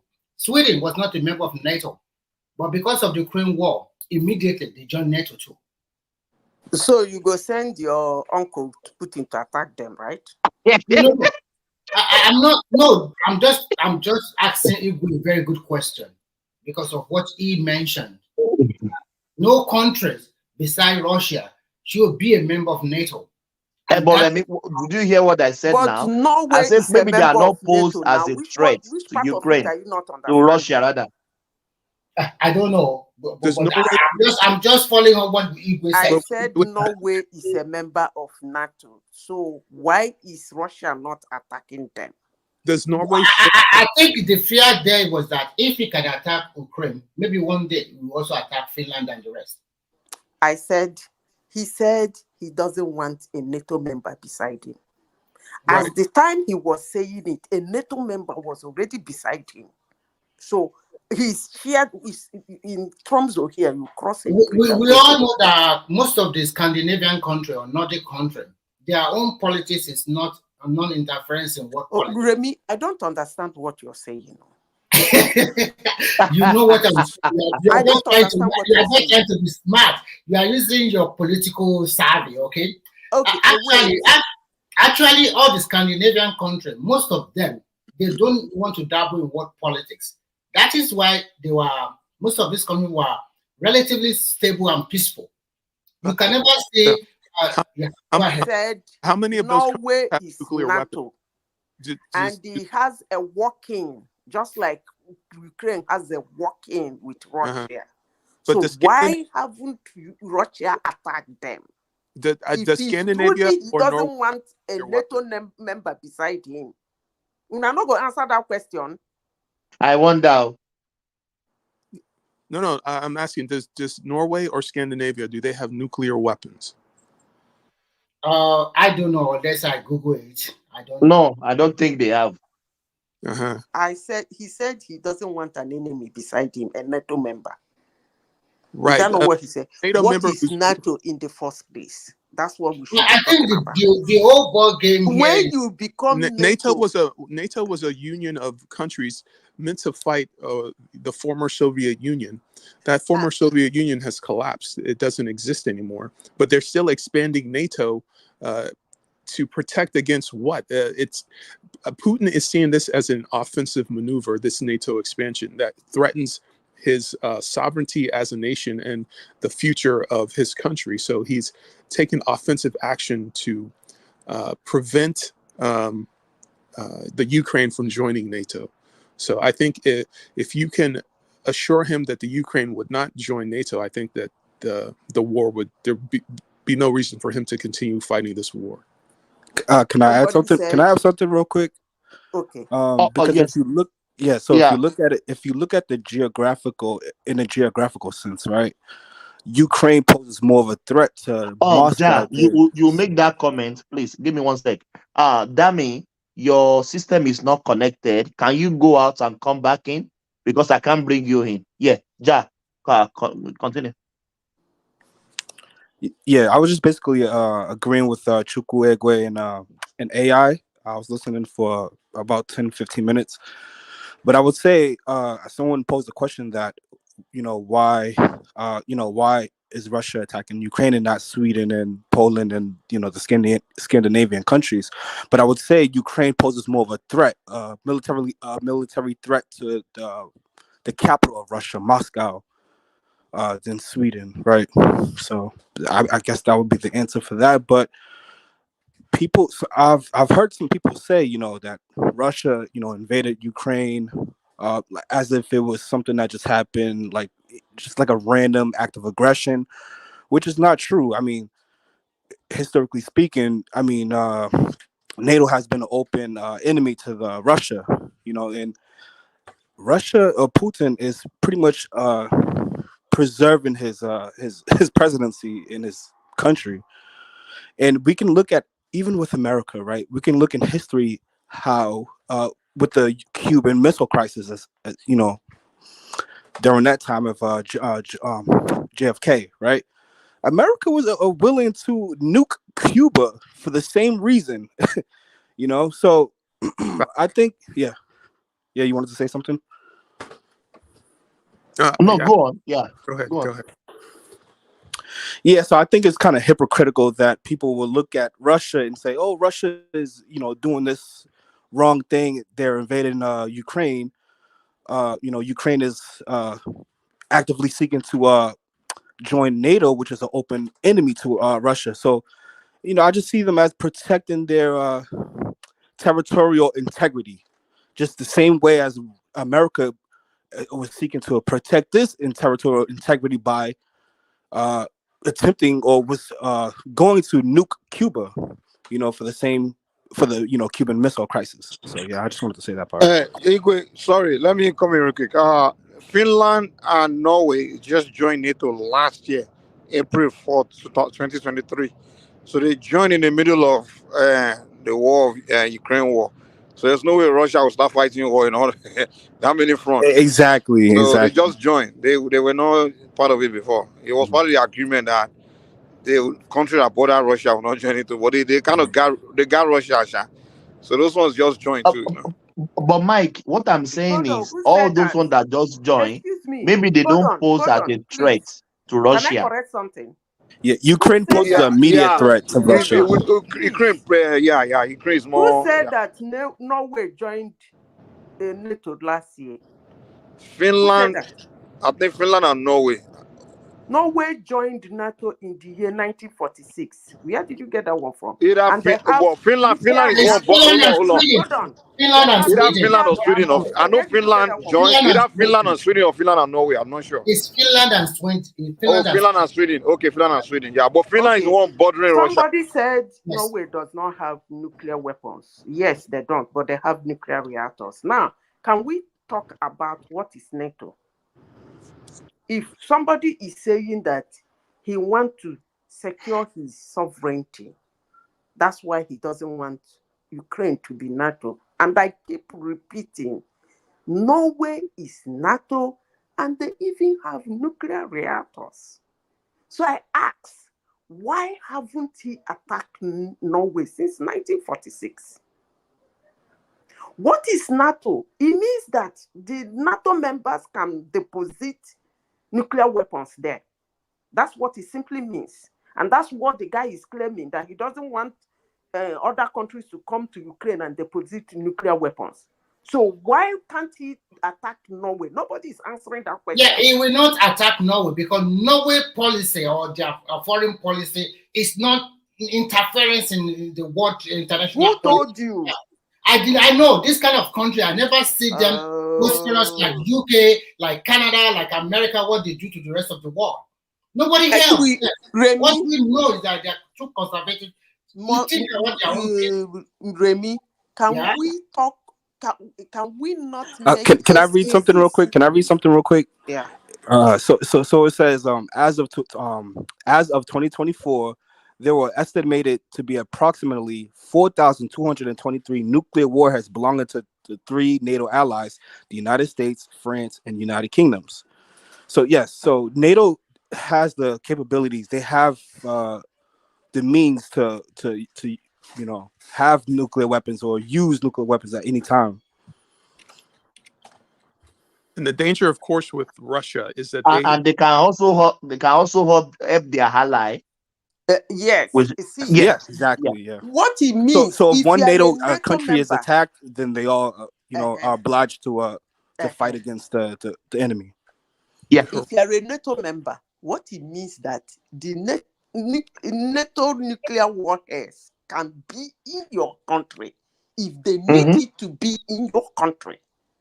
So now I keep asking this question. I have asked it up to 5 times.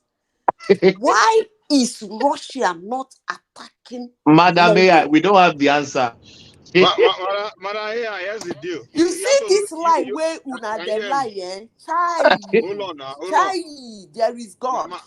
Madam AI, Ukraine cut, like look at Ukraine is pretty much it cut inside Russia. You understand? So the border look of at Ukraine your map very well. You hold will on see now. how Norway cut into Russia too. No, Look no, your it map doesn't well. cut into Russia. It doesn't. Hey, Ukraine cut into Russia. Do you know? Hold on now. Do you know that the border of Ukraine to Moscow is it's not very far. It's like it's a very short distance. So you're already in the capital of Russia, so Ukraine, and also the eastern part of Ukraine, they are Russian people. They are Russian speaking people. They are ethnically Russians. Crimea. Yeah, not just Crimea, the Donetsk other area. They are Russians. They are ethnically Russians. So if you take Ukraine, you are pretty much. It's like you've conquered Russia. Honestly, to be honest. Let me tell you. You are right. Do you know the reason why you don't go attack Norway? Tell us. Norway is NATO. It has nuclear reactor, and then they no be small meat. Excuse me. But Norway is really far from Russia. Now. If you look at it's not. Yeah.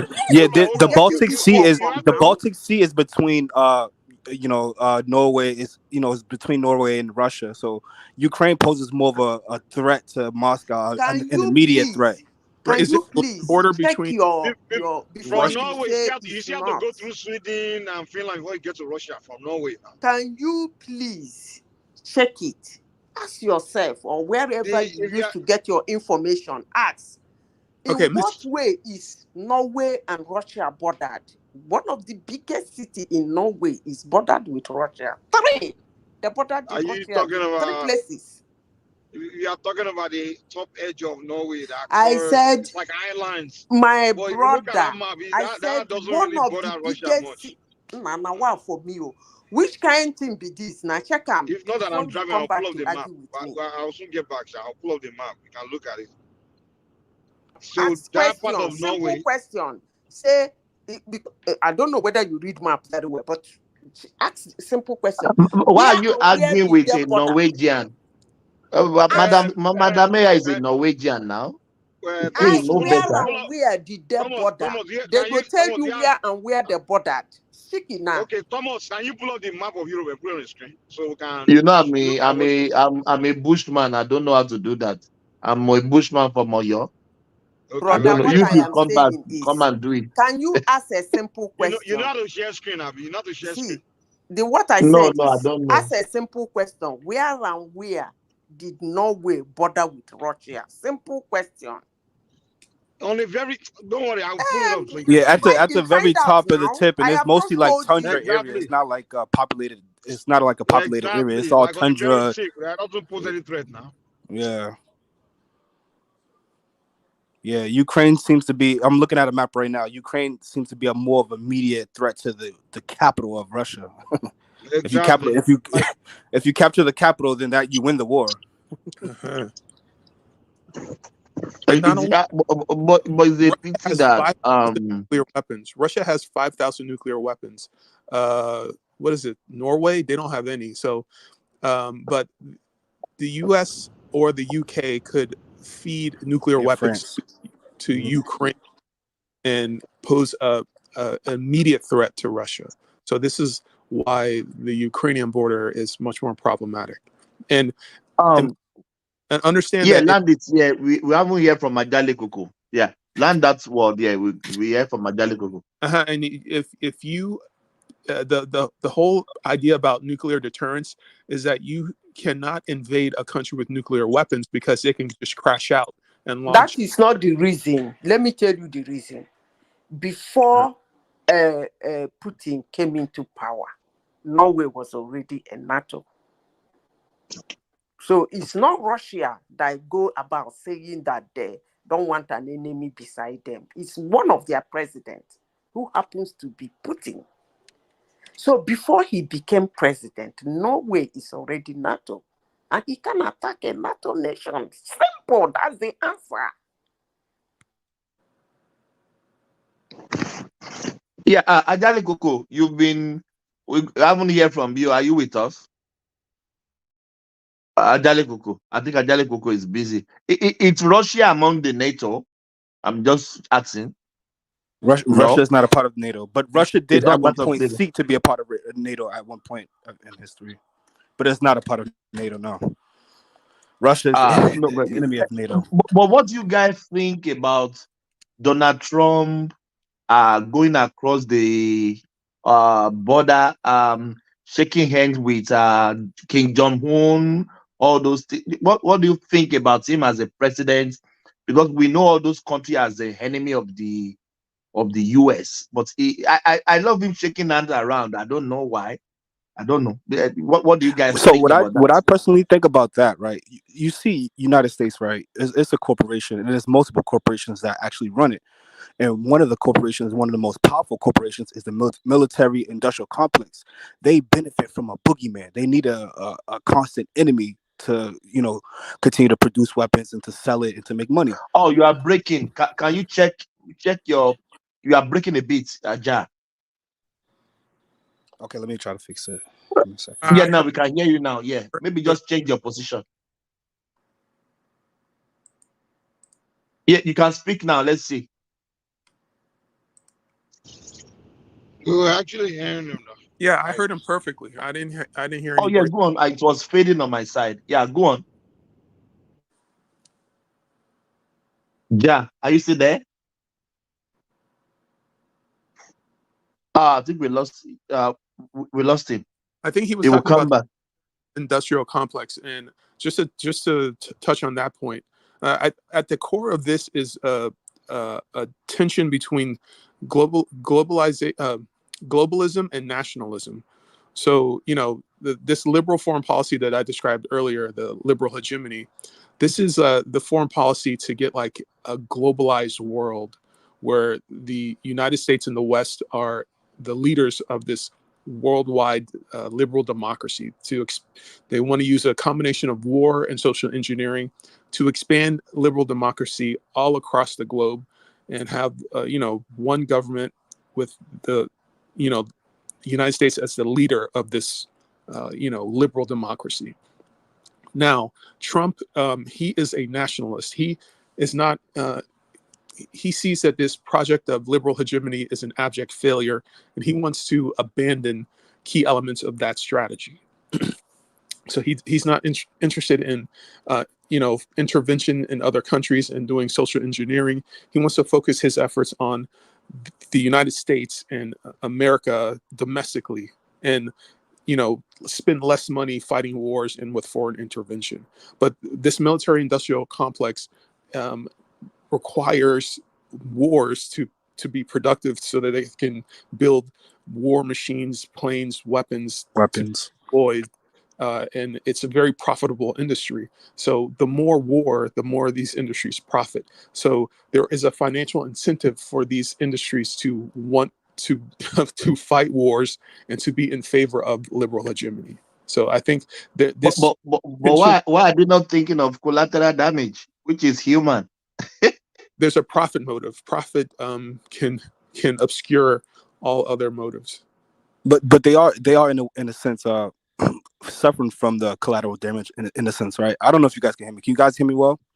Yeah, I hear you now. Go ahead. Yeah, so I think part of the this immigration crisis that America is currently going through is because of its interventionist policy throughout the world, and intervening in multiple governments and government systems, orchestrating coups and things of that nature. This is what's causing these governments to, in a sense, tank and have a lot of instability, which many of these migrants are leaving these countries and going to America.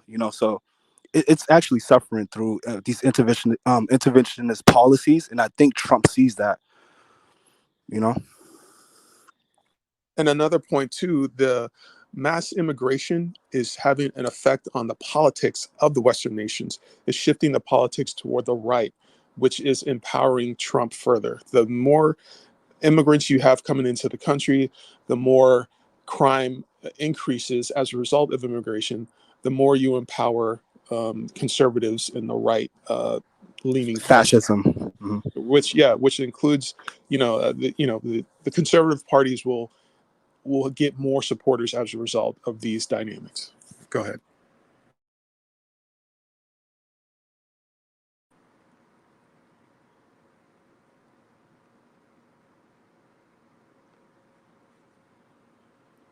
Does anybody disagree? Yeah, I agree. And I think for me, as an American, one of the main priorities that I look towards in voting, right, for a candidate is some of these domestic issues, but mostly the foreign issues, which is fueling the domestic issues, actually, if you think about it, right? But Trump is proposing to end the war in Russia. He can do this. He's actually said that he will end the war within a day. He's a good friend with Putin. He can do this, and I think this is a smart move. I think people should want this. If you want to live in a nuclear catastrophic world, then vote for the globalists. Vote for Kamala. My brother, do you know the funniest thing? He said, I will call the first one, I will call the second one. Before when I'm elected, the war is already finished. That guy is too smart. He said, they are both my friend, Putin my friend, Zelensky is my friend. Oh so my God. He can do it. He can do it. And the Ukrainian people on the ground, they want the war. Come on, man. Do you believe that? You will just I believe that. Why not? I believe it. Why are you doubting him, Remy? We shall see. We shall see. Why are you doubting him? That's the question. Listen, it can. This is why it can happen. This is why it can happen. Why I'm outing him is that the game have changed. It is not the same scenario as 2016. This is 2024, for God's sake. Things have changed. The war is not in the middle. The war is not in the front. It's already deep, neck and deep. It's not so easy that you just go there and say, okay, Listen, brother, the war will stop if the United States and its Western allies stop supplying Ukraine with weapons. The war will stop. Ukraine is literally a proxy for the West. What are you saying? That the war must continue? No, I'm not saying that, but I don't also agree with what you guys are just saying that, it's just there, okay, stop it, and you just stop like that. For God's sake, is this a me God or what? It's not, it's so many interests, so you can't say that, please. Can I ask you a question? Go ahead. I'm asking the question to everybody in this platform. Madam, here, what are you eating? Share with us now. Share with us. What are you eating? It sounds good too, yeah. It sounds. I'm feeling the aroma here. That's a get bread, Abi. Go on, please. Everybody in this platform this morning, do you think Russia is not tired of this war? Do you think they are tired? I think they're so. fighting for their survival. This is a war of. This is an existential threat to Russia. This is why they're fighting so. They have no choice. They have no choice. They have no choice. Do you think they are not tired? Well, if you're fighting for your survival, you can't get tired. Okay, let me see. You don't understand what is on ground. Listen, let me tell you. No president of a country in his right senses would like to be losing his personnel. No matter how little. Without survival, nothing else matters. If you cannot survive as a country, nobody was threatening their survival. Yes, NATO is literally threatening their survival by. Nobody is threatening. He is surrounded by NATO countries except Ukraine. If you have hostile, he is surrounded by Poland in NATO, Norway in NATO. So if Ukraine is an existential threat, okay. I agree with you. You know, I like follow people that talk the devil where they talk. If he takes Ukraine, the next one is Poland. So the next neighbor is going to be existential threat too. He collects that one. The next one is NATO. So he will continue collecting because there is existential threat. You see, when they say these kind of things to humans and they believe it, look, I get shocked. Because if Ukraine is existential threat, Poland is the next neighbor after Ukraine. So if he takes Ukraine, Poland will now be the next existential threat, right? He will start fighting for his survival against Poland. Nobody go use my brain for this life. Yeah, I actually agree with you. Well, Poland doesn't border Russia, though. What is your point here? But I think Russia will still view Poland as a threat. Una say na 2 years, 2 weeks. He go finish Ukraine. He go fight war tire. Yeah, when all of them they give Ukraine weapon, Australia they give them, America they give them, UK they give them. Ukraine where they are bombing their infrastructure every day. They are bombing. They are every winter. They're sleeping cold. So who will get tired first between Ukraine and Russia? I don't think some Russia even knew that there's war in Ukraine is tired. The only thing is there's no one in Ukraine to stop it because if Zelensky say he wants to stop it today, the CIA will assassinate him and put someone else in charge. The good thing about the existential threat somebody mentioned.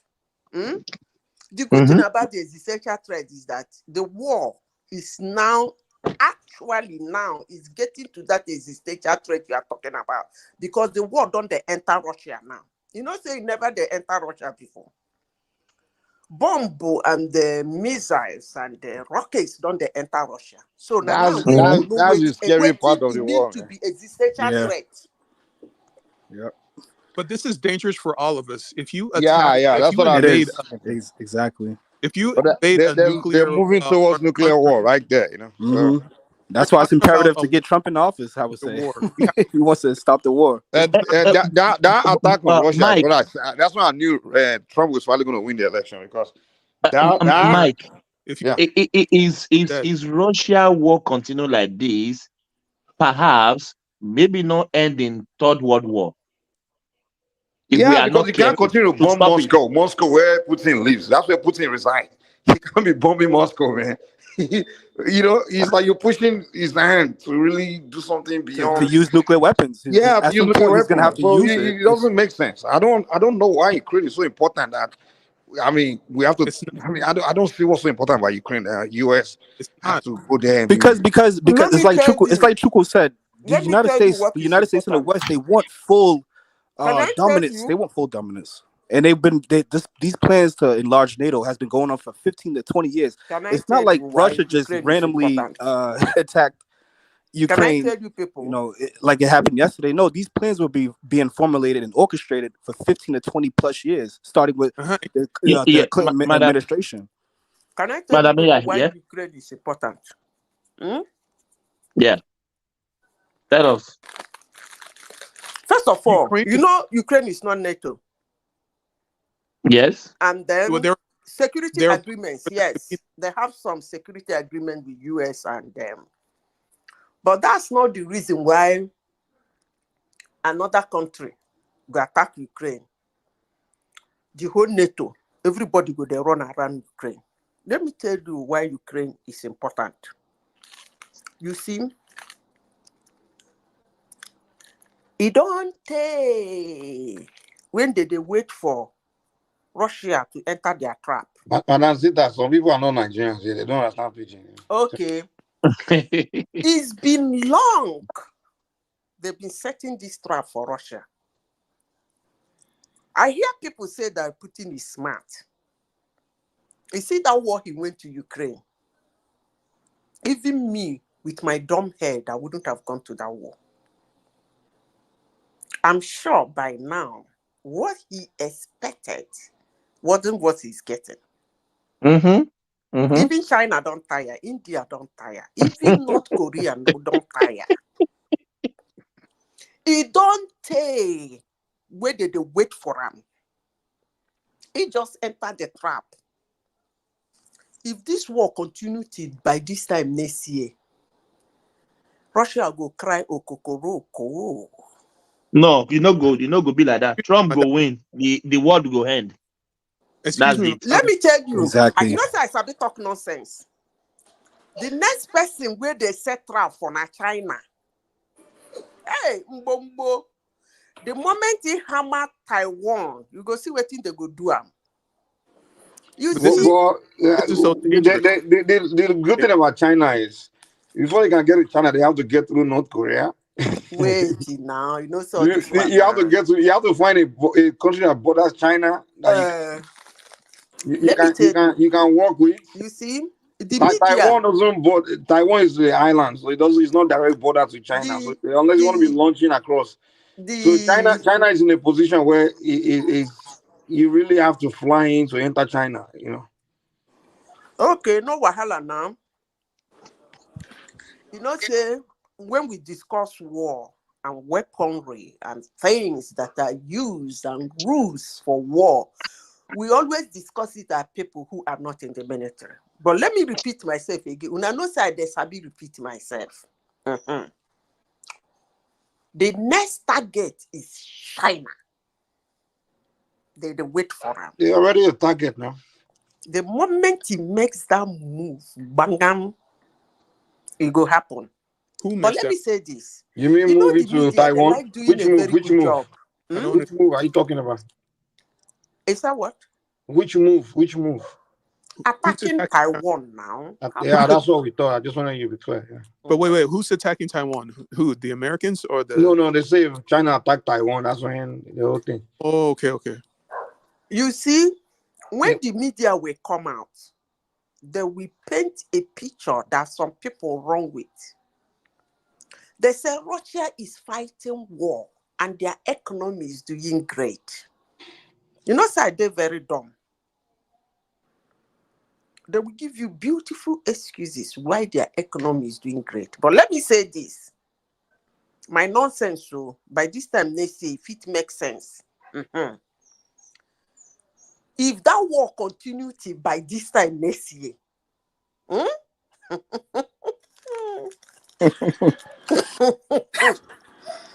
Russia enter one chance, so make una declare for them. I don't finish. Madam AI, Madam Thomas and Mike, forget it. Chinese policy, they will never go to war with any country.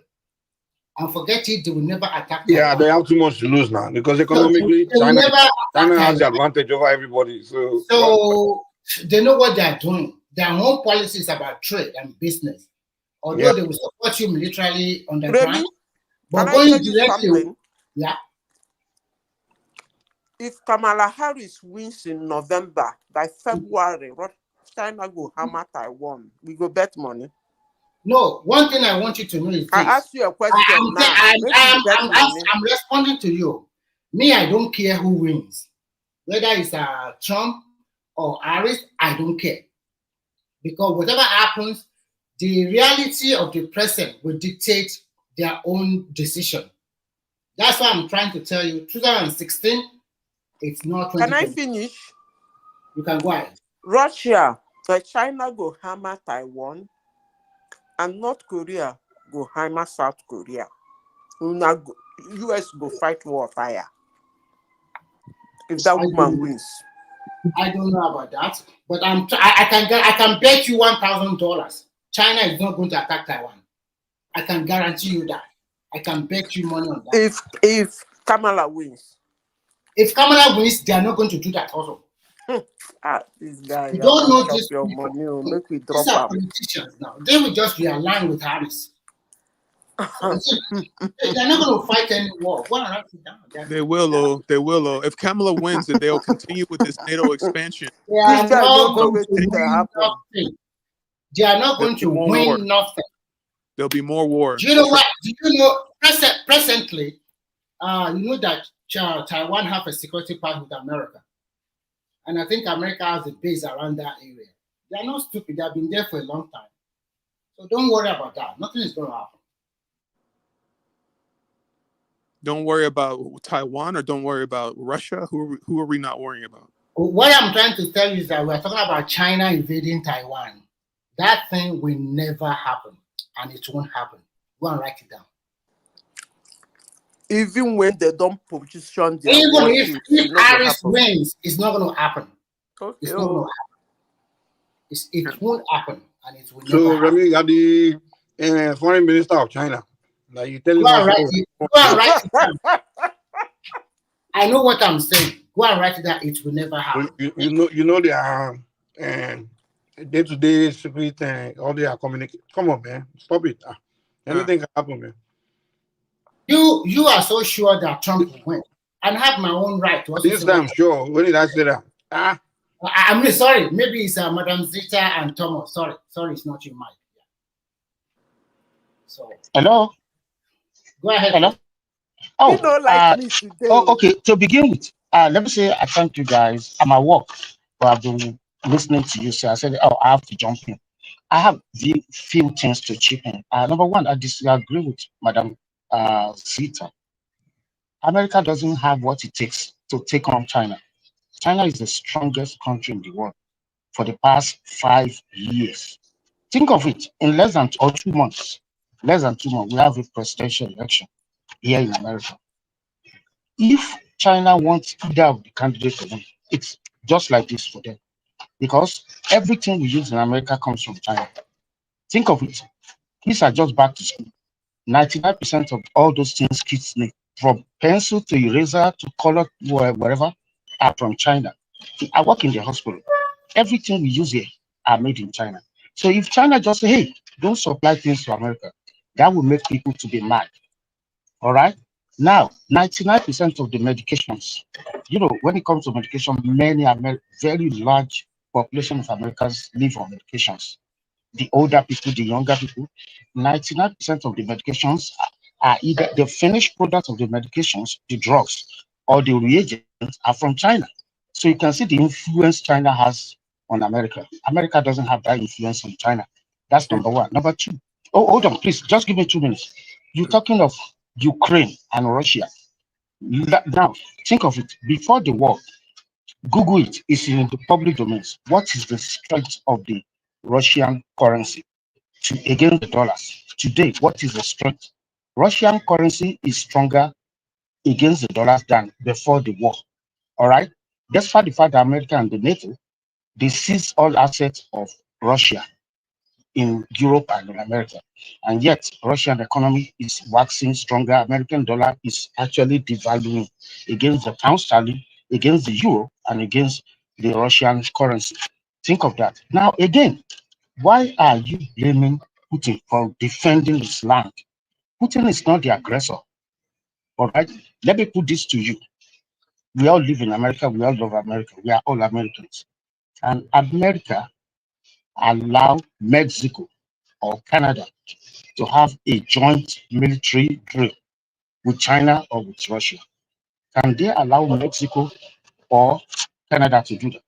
Now, why do you want Ukraine to join the NATO? So that you can put your boots behind Russia's backyard. Nobody takes that nonsense. There was an agreement in the night. Hold on. There was an agreement in the 90s that NATO will not expand beyond Germany. Why are they violating that? They expanded beyond Germany. They invited Poland. They invited, and then you are coming to my backyard and you think I will allow that nonsense? Can you allow it? It doesn't work like that. If Putin doesn't do what he's doing, history of Russia in the future will not forgive him. Thank you. Thomas. I agree. Thomas, are you there? Yeah. I agree. Me too. Thomas, are you there? Is Thomas still there? The only thing I disagree with is that I want to disagree with my friend on that medication from China. I think so, percentage. Hello, can I land there? I think it's wrong on what is said that 90% of medication come from China. That's not true. That is not true. That's not true at all. I think the percentage is around maybe between 4 to 6%. No, So, Baba Jolego, that is what I do. I'm a pharmacist. That is what I do. No, what I said is that 90% of the finished drugs or the reagents, go and check it out. Please do check it out. Either the reagents or the 90% of them are from China. Okay. And when you're talking of reagent, I just looked it up. It's actually 17. Okay. But Ajani Coco and mine and Thomas. Good night, everyone. I learned something today. Okay, go. What I learned is that China is the strongest country in the world. That's what I learned this night. I never knew that before. I just learned that now. He's saying that in terms of economic manufacturing. That's what he's saying. That is, we are still saying the same thing. I said, I never knew that is the strongest in economy, in manufacturing, and in military. Nobody can try them. I never not in terms of military. Militarily, United States has the advantage because they have more bases. No matter how limit you want to limit it. But let me repeat it again. I never knew they are the strongest, both economically and technologically. I never knew. I just heard it from this platform this night. That's all I'm saying. So you've learned something tonight, then. That's good. That's good. Give a clap for Mr. Richards, man.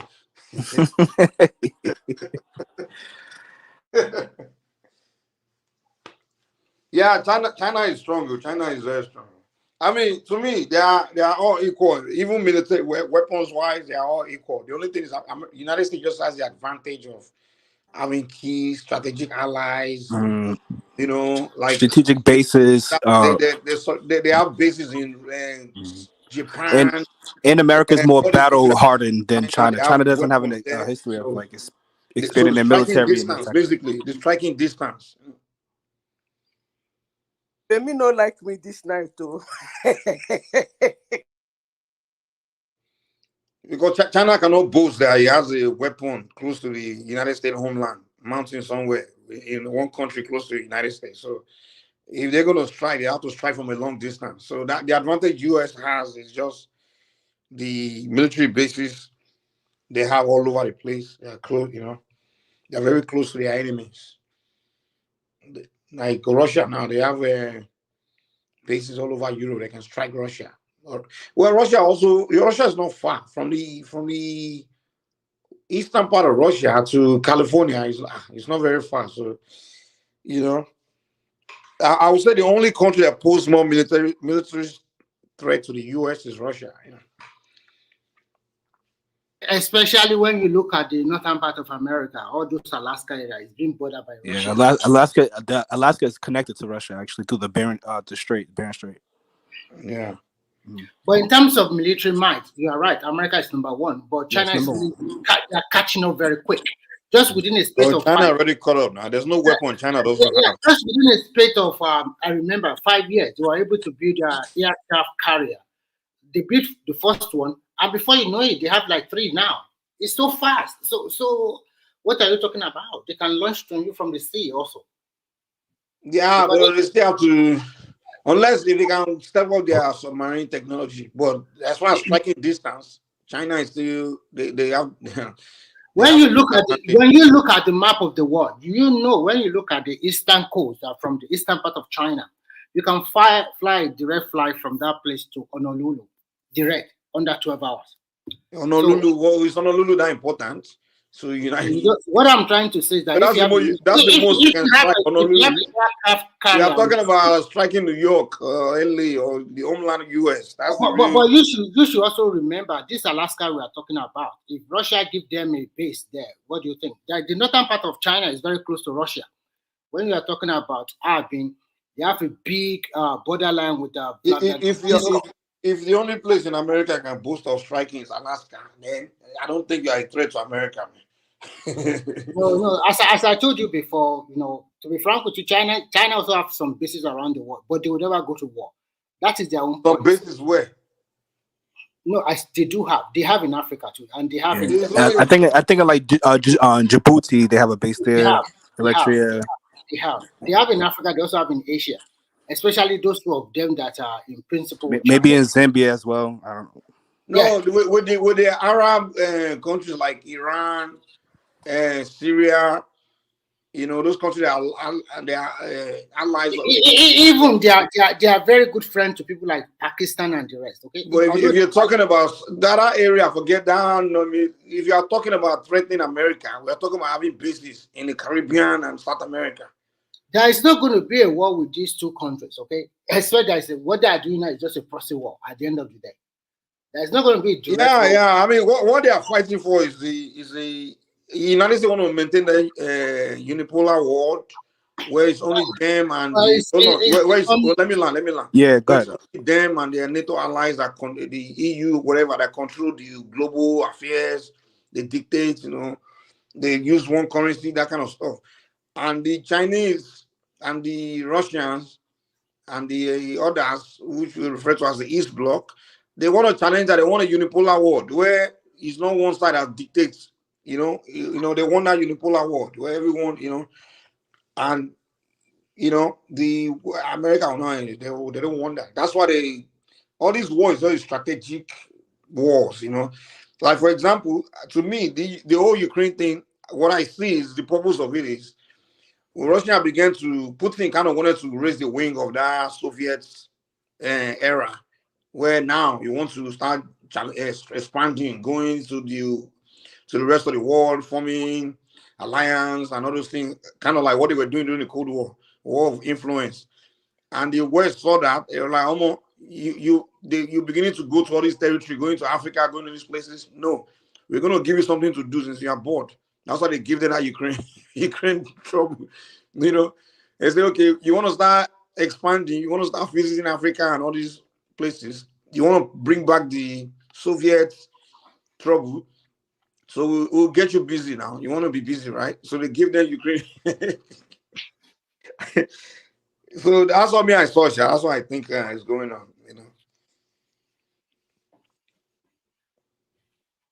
But I just hope don't escalate the whole. I prefer unipolar world, man, because everybody enjoys it. Because the time when the rest of the world, especially Africa, when we had the best time was during the Soviet era. You know, because So you say wait. So you say you favor a unipolar world? So you want like America to be on top? Say it again. So you favor a unipolar world? Sorry, multipolar world, not unipolar. Multipolar. Okay, exactly. Yeah. That's yeah, right. And I think actually it's better for Africa in order to like leverage, certain trade agreements with, having other options instead of just one, option, right? Yeah, for Africa, yeah. But as an American, I probably prefer. I'm enjoying the unipolar world. Yeah. Hey, it'll make life easier for you as an American. Your But I currency mean, me stable. as American, right? As a Black American, actually, I do want to see Africa, prosperous. You know what I mean? So I'm a little conflicted in a sense, right? I'm a little conflicted in that because obviously I'm American. I'm enjoying the amenities of America, but as a Black man, you will want Africa to be prosperous. It's actually hello.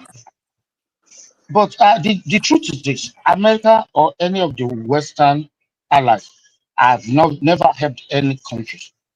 They've never helped. The only country they help is based on their skin. If you are not white or you are not Israel, they don't help anybody. But when you look at Soviet Union or Russia, look at the countries like India, like Pakistan. Those two countries have nuclear weapons, and they use the Russian platform. America has never lifted any country up, never, and none of the NATO But it's not allies. their job to lift it. They do it based on race.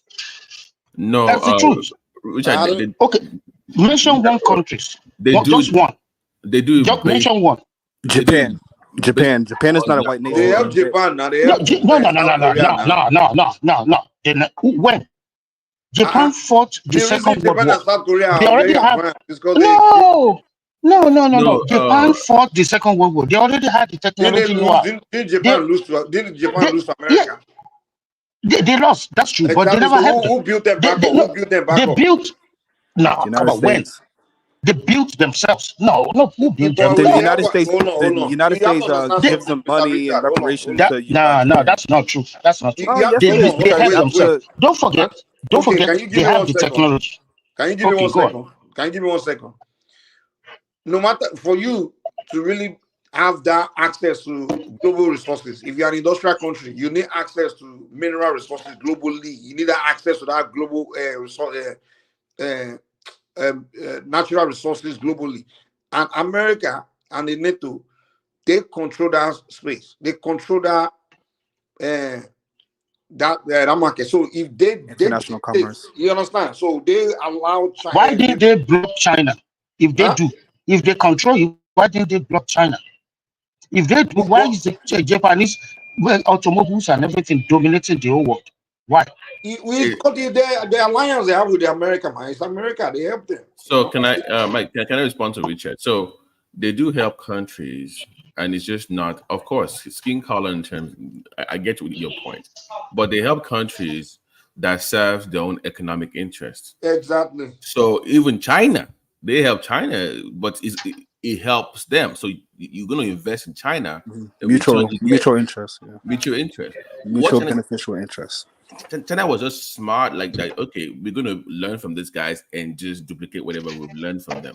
So they will help you if you serve their own agenda. That's the kind of help they provide. But to just help you without them benefiting is what I think that maybe you were trying to talk about when talking about sin color. Yeah, it's only we Africans that believe someone have to come and help us for no reason. No. Hold on. Let me communicate. Now, you remember that stupid boy Barack Obama, what's his name? When he was a president, what he was doing to Africa is that, hey, it's either you allow the LGBT or there will be consequences. That was not help. Obviously. No.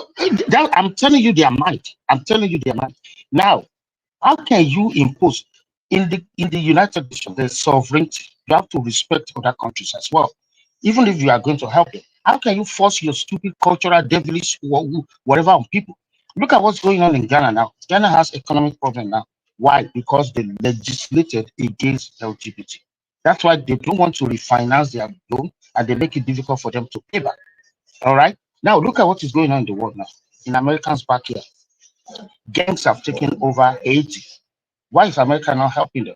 And they'll spend more than 300 billion on Ukraine. Think about that. Think about that. Is Ukraine asking for their bailout? No, but you can help them because what happened in Haiti is just ordinary gang. You're not going to spend more than $500 million to put Haiti back, but you don't want to do it because of their race. Mr. Richard, you do have a point. Do you know that America, all they have to do is print their dollar? Yeah, all they have to do is just print their dollar. And the rest of the world, you actually have to earn that dollar. And countries like all these African countries, all these poor countries, they have to find ways to earn the dollar by taking loans or doing whatever. But they just have to print it. So if they want to help, all they have to do is print the dollar and give you. You know, let's say, and Mike, the dollar's not backed by the dollar is backed by America's military. That's what it's backed by. It's not backed by anything tangible. They just print it. And the dumb thing about these Africans is, I mean, I won't say it's dumb. I mean, the real money is resources. That's the real money. Currency is not money. Currency is just value, just something they put value on. That's it. Right. So, Mike, that's the reason why we say, for instance, that you must invest in the entire value chain of your resources. It is dumb to just export out natural resources. Like Ghana, for instance, we're talking about cocoa, for instance, that the entire value chain of cocoa that they produce, they only gain about 11% from the entire value chain. And why can't Africa just trade by barter? Why do you have to trade? I mean, but no, the modern world, cash is in some cases you can't really go with that metric, just the reality. Like I said, the rule number one is if we can learn how to make what we produce, then we don't need to import anything else we need from you, trade by barter. But Mike, to achieve that is investment in the entire value chain of whatever you have.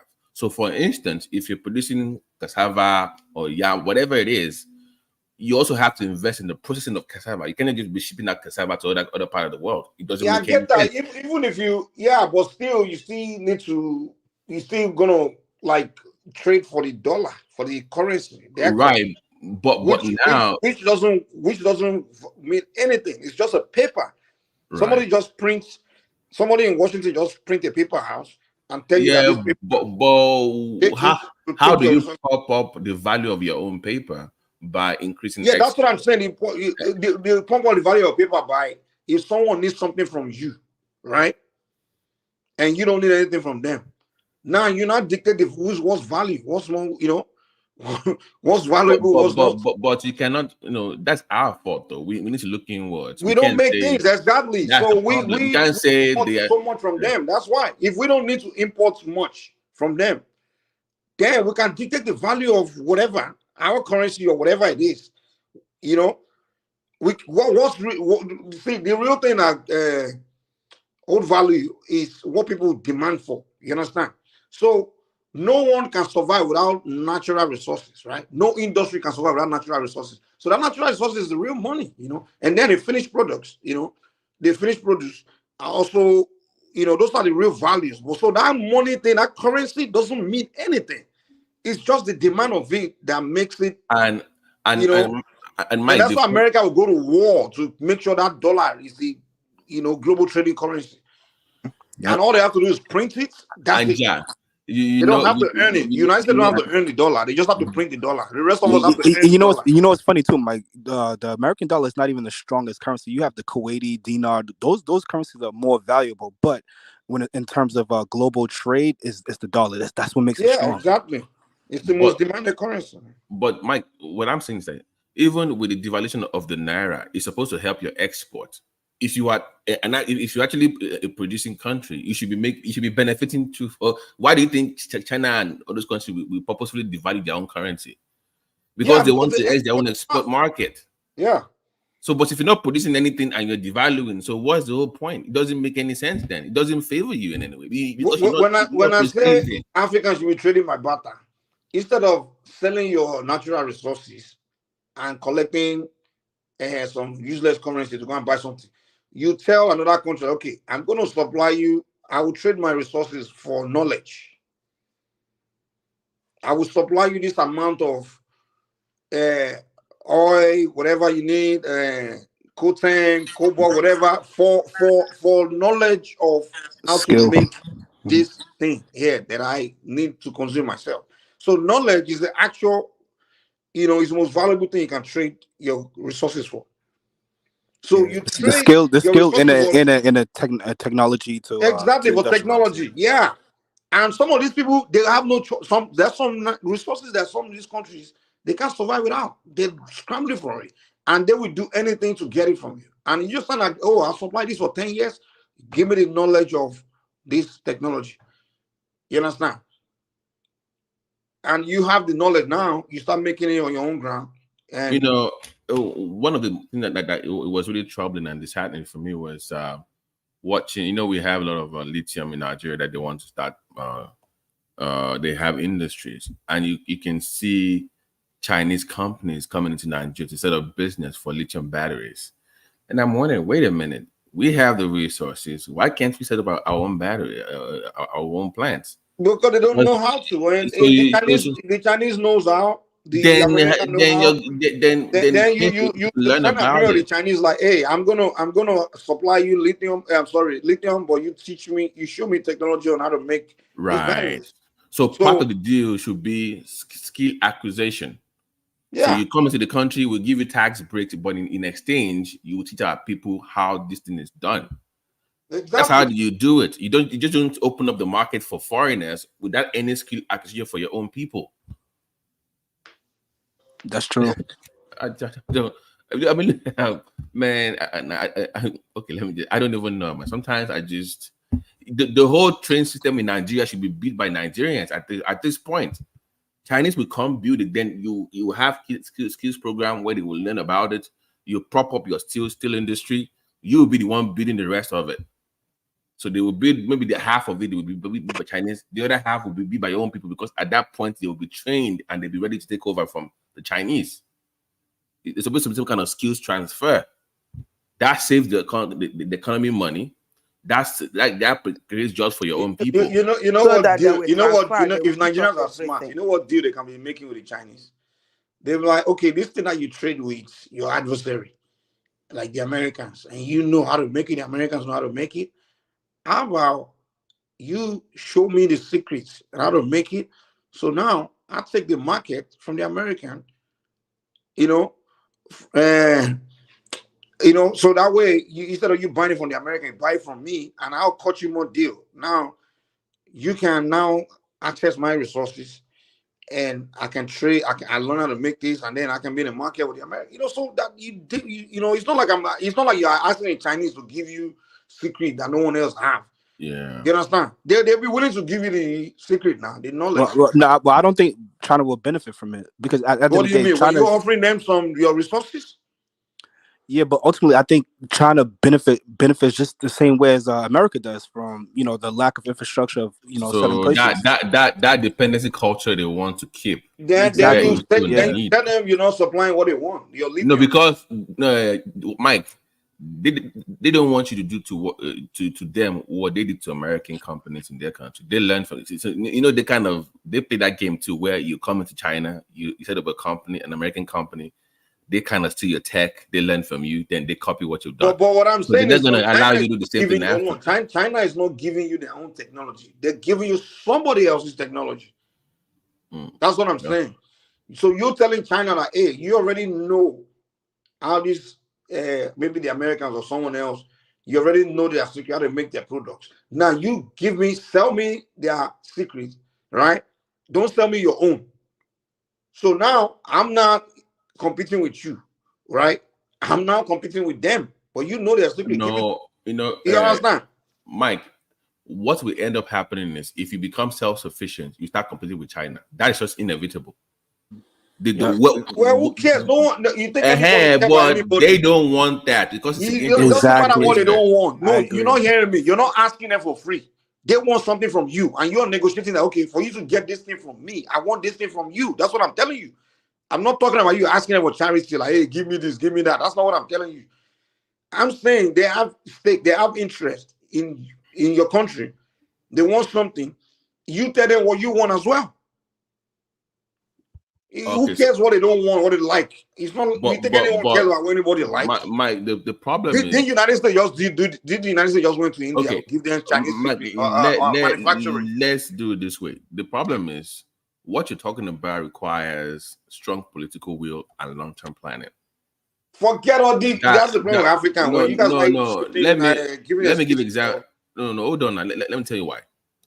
Because these things is hard to do within 2 terms of a president or even 16 years. Let's not go into all those technicalities, all that stuff. No. Difficult. You can't do that. Now, I'm giving you the role of everybody has a role to play in this. I'm just giving you the role of the government. We like giving excuses why something can be done. No, I'm not giving excuses. I just tell you something that what we need to do. Didn't China have a policy to even Japan had a policy that made their country great. Every government has a role to play in what you're talking about. Then do the policy. Don't you have? That's what I'm saying. But you need to have consistency. Like you need to have a firm blueprint that you must stick to, regardless of a 15 to 20 year plan. Exactly. You don't need 20-year plan. No, you don't need 20-year plan to ask to negotiate something you want right now. What the heck? Do you need 20? Somebody did something from you right now. Why can't you negotiate what you want from them right now? What's all these excuses you guys always give? No, Mike. I'm discussing the chain reaction of what you're talking about. You ask for that very thing, right? But there's a chain reaction that springs into other businesses, other opportunities for people. So let's say you fix like lithium energy policy is fixed with some kind of policy, and China helps you to fix that.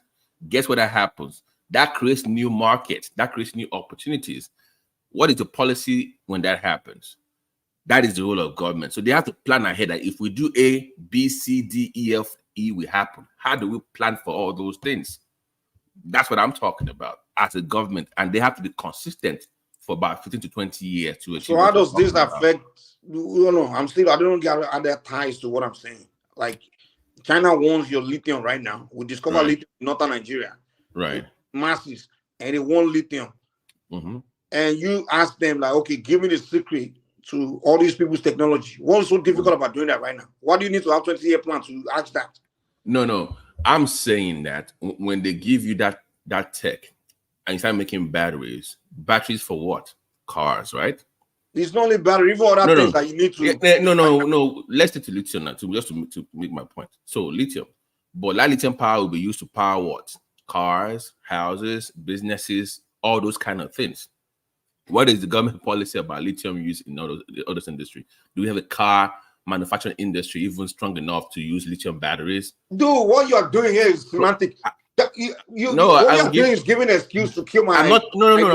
I'm not giving an excuse. Forget what. Dude, we're trading for knowledge. That's what we care about right now. Forget all these. Okay, we can't do that now. No, that's basically. No, you can. It doesn't have to be lithium. It could be something. Mike, hold on, wait.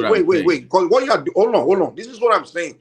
I'm saying things where we consume right now that we can produce for ourselves and don't have to import it, right? That's what I'm talking about. You don't need to start giving me an excuse of something else that just complicates the whole. No, you can do it. It's not an excuse. It doesn't have to be lithium for car that you don't make. That's not what I'm saying. I'm saying most things in Africa, the reason why we're broke is because we import finished products. We import too many technology that we don't know how to make ourselves. And I'm telling you that somebody that knows how to make, that understand these things, that knows the technology, that understand it, he needs something from you. And you know that what's more important to you right now is if you can learn to make all these things that you consume and you negotiate with the person like, hey, look, you know, you don't have to give me your own secret, but you know the secret of other people. Can you give that to me and I'll give you this that you want from me? What's so difficult about that? Why do we have to make it all this? Oh, no. No, it's not. It's not difficult to make trades where somebody shares technology with you. I'm discussing once they share it with you, what do you do with it? And how do you train your own people what do you mean, what do you do skills? With it? You start making stuff with it. Are you kidding me? But you need that. Remember earlier, I was saying skill acquisitions should be attached to whatever you're talking about. So even when they give you that technology, there also has to be a component where the government says, okay, for this lithium in Kaduna State, we need about 10, maybe 15K people to do it. We will train these people when you give us these things so that they can take over from you and then use it for our own benefit. That's where government comes in to train people to be able to receiving this stolen tech and then use it to benefit your own people. But that component is always missing. So even if they give you the tech, what component is missing? Skills accusation. Somebody has to use it for the benefit of the people, That's right? what you're asking. Dude, they give you technology. What's so difficult? I mean, that isn't a part of it. They give you the technology, they give you the knowledge. That's it. No, but once you have the knowledge, you have we it. are saying the I same want to thing. develop from there. You know, my point is this: there is a role of private sector and there's a role of public sector. So I'm giving you the role of government to speed up the process. So if they give you something about lithium, for instance, I would just say, okay, let's pick up one university in Ado-Ekiti or ABC. This university, your curriculum when it comes to lithium energy, whatever, will be changed to reflect the reality of when you finish school, you're ready to work in a lithium. I think you just create unnecessary argument. The simple point is that, hey, give us your technology. That's what we need. I don't know why. Somebody has to be trained to then use the tech now. It's okay. Point. That's not a problem. We'll figure that out too. That's the. But we are on the same page. I'm not disagreeing with you. I'm giving you a broader perspective on how it works, really, beyond just getting the tech. Training is part of it. I mentioned earlier, skills. Of course, we know it's part of it, but that's my whole the main point. thing is to get the knowledge, and that's it. We smash the knowledge. We're more important about the knowledge, and once you get the knowledge, it's like me knowing how to cook a recipe, right?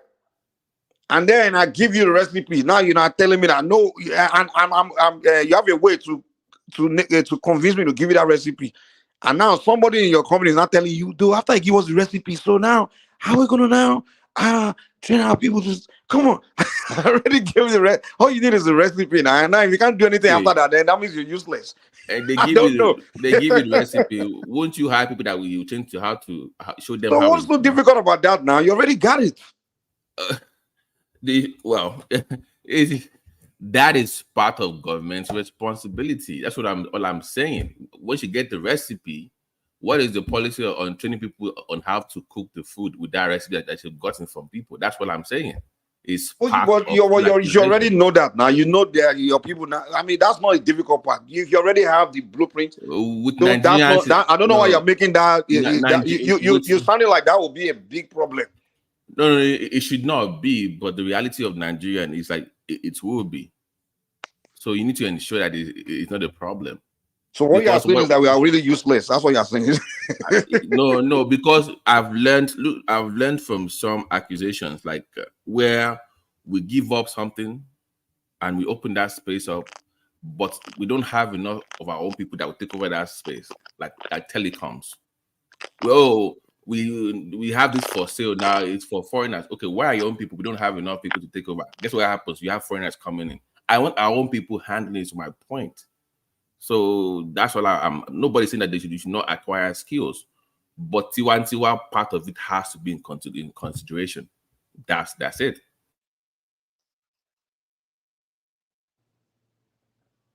So what you're saying now, at this point, we shouldn't negotiate. No, we should. But Mike, can you let the jab back in? I think he wants to come back in. It dropped off or something. It says in the. Okay, Jai's right. So no, I was real quick. I want to interject real quick. Yeah, I think so I agree with it. What he's saying, Mike. He's saying that all right, we can have the recipe, right? But what good is the recipe if we don't have the equipment, the pots and pans, and the technology? But that's everything. In order to industrialize and produce these the skills and recipes that we have, But that's everything you got from them, though, from A to Z. It's not everything because we need the skill. We need the skill, and then we need. You're not just asking China to give you something. Hold on. You're not negotiating for them to give you half of it or the idea of how to make it. You're asking to show you from A to Z. That's what you're negotiating, to make sure you got everything from A to Z. No, make this thing from A to Z. Mike, listen to what I'm saying. They give you everything for A to Z, right? They gave it to you, the government or the company. Then you, as a company, that then have to train people on that A to Z and how to use it. That part is what I'm talking about. So what's difficult about that is what I don't understand. It should not be difficult, is my point. I'm not disagreeing. You see, I've not been disagreeing for the past minute. I'm just saying that we just sometimes don't pay attention to those little details. They are already fumbling when it comes to the train line now. How many years have we had China running? Well, they didn't show them how to build a train now from A to Z now. They have people that they the reason they are fumbling is because they only teach them how to maintain, but they didn't see. So if you don't know how to make something, my point exactly, Mike, you see, only to maintain and not train how to make. That's the problem with Nigeria. Exactly, but what me I'm saying is, and that's the problem we're doing. We tell people to come and sell us something and things like that, but we don't. We are not training technology. We are just training products. You understand? That's what we're doing. Right. So fortunate. I'm saying that, Mike. So let's use that train for instance now. If we were really serious, we will have gotten our steel power plants up and right now, because we know we need to run train tracks across Nigeria, right? And we need people to do that. So even if they give you all the tech on how to do it, where is your steel industry? Who's going to manage? So those kind of things that we're not paying attention to. Who is training who here? We don't have all that. But even if you acquire all this tech now, you're not taking care of those things that you have. Like you said, your own resources is there. No need to be importing steel anymore if you are really serious about train system in Nigeria, right? To expand it to the whole of country. But where is your own steel country in Kogi State? We're still arguing. Dangote wants to buy today. No, he doesn't want to buy tomorrow. We should have gone past that. It should be up and running by now. It should be up and running. Well, you're really diverting from the original point. I don't lie. Like the original point, what we need is transfer of like pretty much trading knowledge. And if even still industry knowledge, if we can even start from that, that's the basics. Like, okay, before we learn to, do all these manufacturing of things that require every steel, we have to have steel industry. We can even go, Chinese have steel industry. We can say, hey, give us this technology, technology how to set up the steel industry, the blueprint, everything. We start from there, and then next resources they want, we cannot go from there and say, since now we already know we already established steel industry. Now we can now go to other manufacturing things. Okay, you want other things from us? Okay, we want this knowledge as well. So you trade knowledge, man. To me, the most important thing you should be trading is knowledge, no products, man. To be honest. If I ask you, what is the policy of the Tinubu administration in terms of skill? What you just talked about now, what is the policy of the government now in terms of achieving that? Can you tell me? I don't know, man. Exactly. That's my point. Nobody knows. So I think a lot of our Africans, the whole generation, they have that colonial mentality of my people don't know how to do anything. I just gotta go to white man or another man with a different race to give me everything. I don't know. It's embarrassing watching. It's embarrassing, man. Yeah. Watching Nigeria's president fly up and down like a mosquito. When you have things, they should be coming to you, not the other way around. Yeah. No, the thing is, the energy they spend flying to all these places to go and ask these people to come and set up something on there. They can spend that energy setting up a research program in their own country and put all their best minds and tell them to go into research and figure these things out. I call one research program in Africa. We really don't research anything. But Mike, look at the cabinet. Look at the ministers. That should tell you where we are heading now. Once I saw that, I'm like, this guy is not serious. You can tell that the government is serious based on who they hire, right, to do the job. But when you see Pancake Lady and you see all these people there, you're like, are you serious now? What is all this? Yeah, you're right, man. Some of the ministers, I'm like, why is this guy a minister of this? Does he have any vision or even understand the science of that, particular area? Even minister of sports, we one guy that knows nothing about sports. Minister of, and you wonder why you're performing bad, you can't win gold, you can't win any medal in the Olympic because the guy has no vision. He doesn't understand anything about sports programs. Get certain sports programs, having for example, if you want to win World Cup, for example, you can't just say, okay, I want to win 2027 World Cup. You have to say, okay, you have to set a goal. Like, we want to win the World Cup that will come in the next 8 years or 10 years. So that way, we have time to prepare the talent to create the talents that will go and play in that World Cup and win it. You understand? Now, the talent is there. It's just the training facilities, No, the institutions. You still need you have to develop the talent. Though. Talent is there, but you have to develop it. You understand? Now, let me give you an example. Let's say basketball. You want to win basketball. You want to win swimming or whatever. You can't go and take a grown adult, say you are talented, come and represent us. Because with your talent, if you didn't polish it from childhood, you're not going to do so well. The reason why those South Sudanese, they probably have more talent than those NBA guys, those US guys, but the US guys grew up playing the game, and you understand, they polished, they went through this training and so you got to set a goal like, okay, so the next thing, the Olympic coming in the next 12 years, they want him to win. Now that means a kid that's 10 years old today will be 22, and that will be at the peak of his athletic that's the peak, from 22 at that age, that's your peak as far as athleticism goes. So now you not go take a bunch of 10-year-olds, 9-year-olds, 12-year-olds, you go look for the best, the most talented around the country, you take all of them, now you now put them through the developmental program and start developing them. The best time to develop your talent is when you're young, when you're a kid.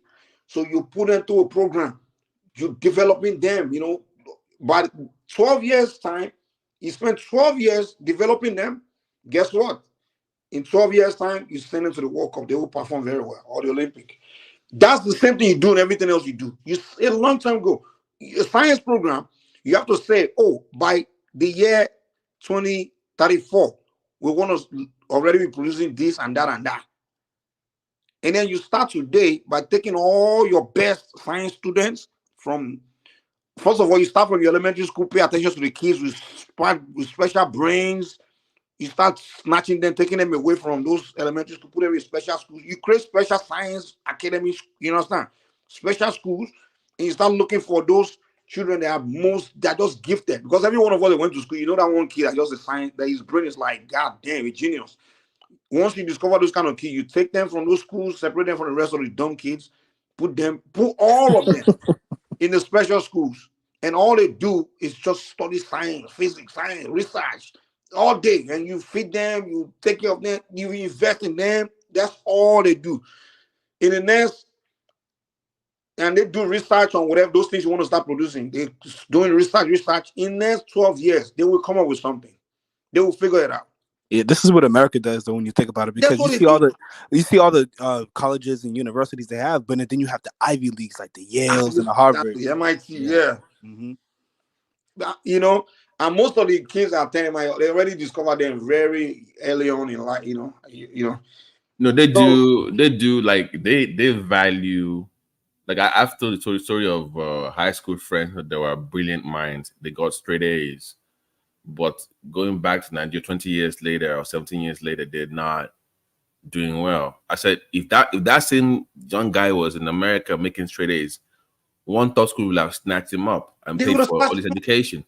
Do you know, Babati, my younger sister, right? When she was in elementary school, the school started writing letters to her house, like, okay, your child is one of the talented kids, We didn't even know she was that talented. We didn't know, So they studied them. They studied them from, childhood, and then by the time she was getting to high school, they had to take her from the public school and put her in a special school, because they said she was just too talented for the, she literally went through her whole university with scholarship all the way because she was very good in math. My younger sister, she got an engineering degree without paying a dime in college because that's how good she was, So, but in Africa, it's like your talent just goes to waste. We all know that one kid that played better than Messi now, growing up. Babati, we got growing up in the neighborhood, we all had those kids. Yeah, you know the one that, okay, this one I had about 2 of them in my. This guy Mike, he was so good that we were younger, but he was playing with the poly guys now. When that guy dribbles you and maybe you just tackle him and he's crying, he's a young guy.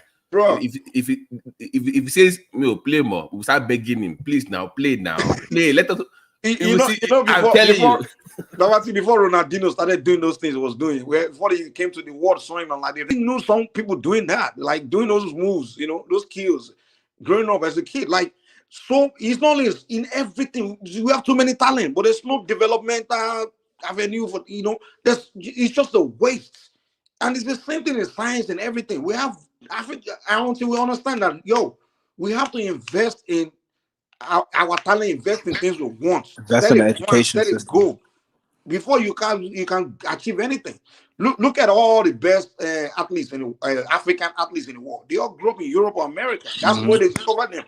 Yeah. If Giannis didn't grow up in Greece, if he had grown up in Nigeria, he wouldn't have been anything.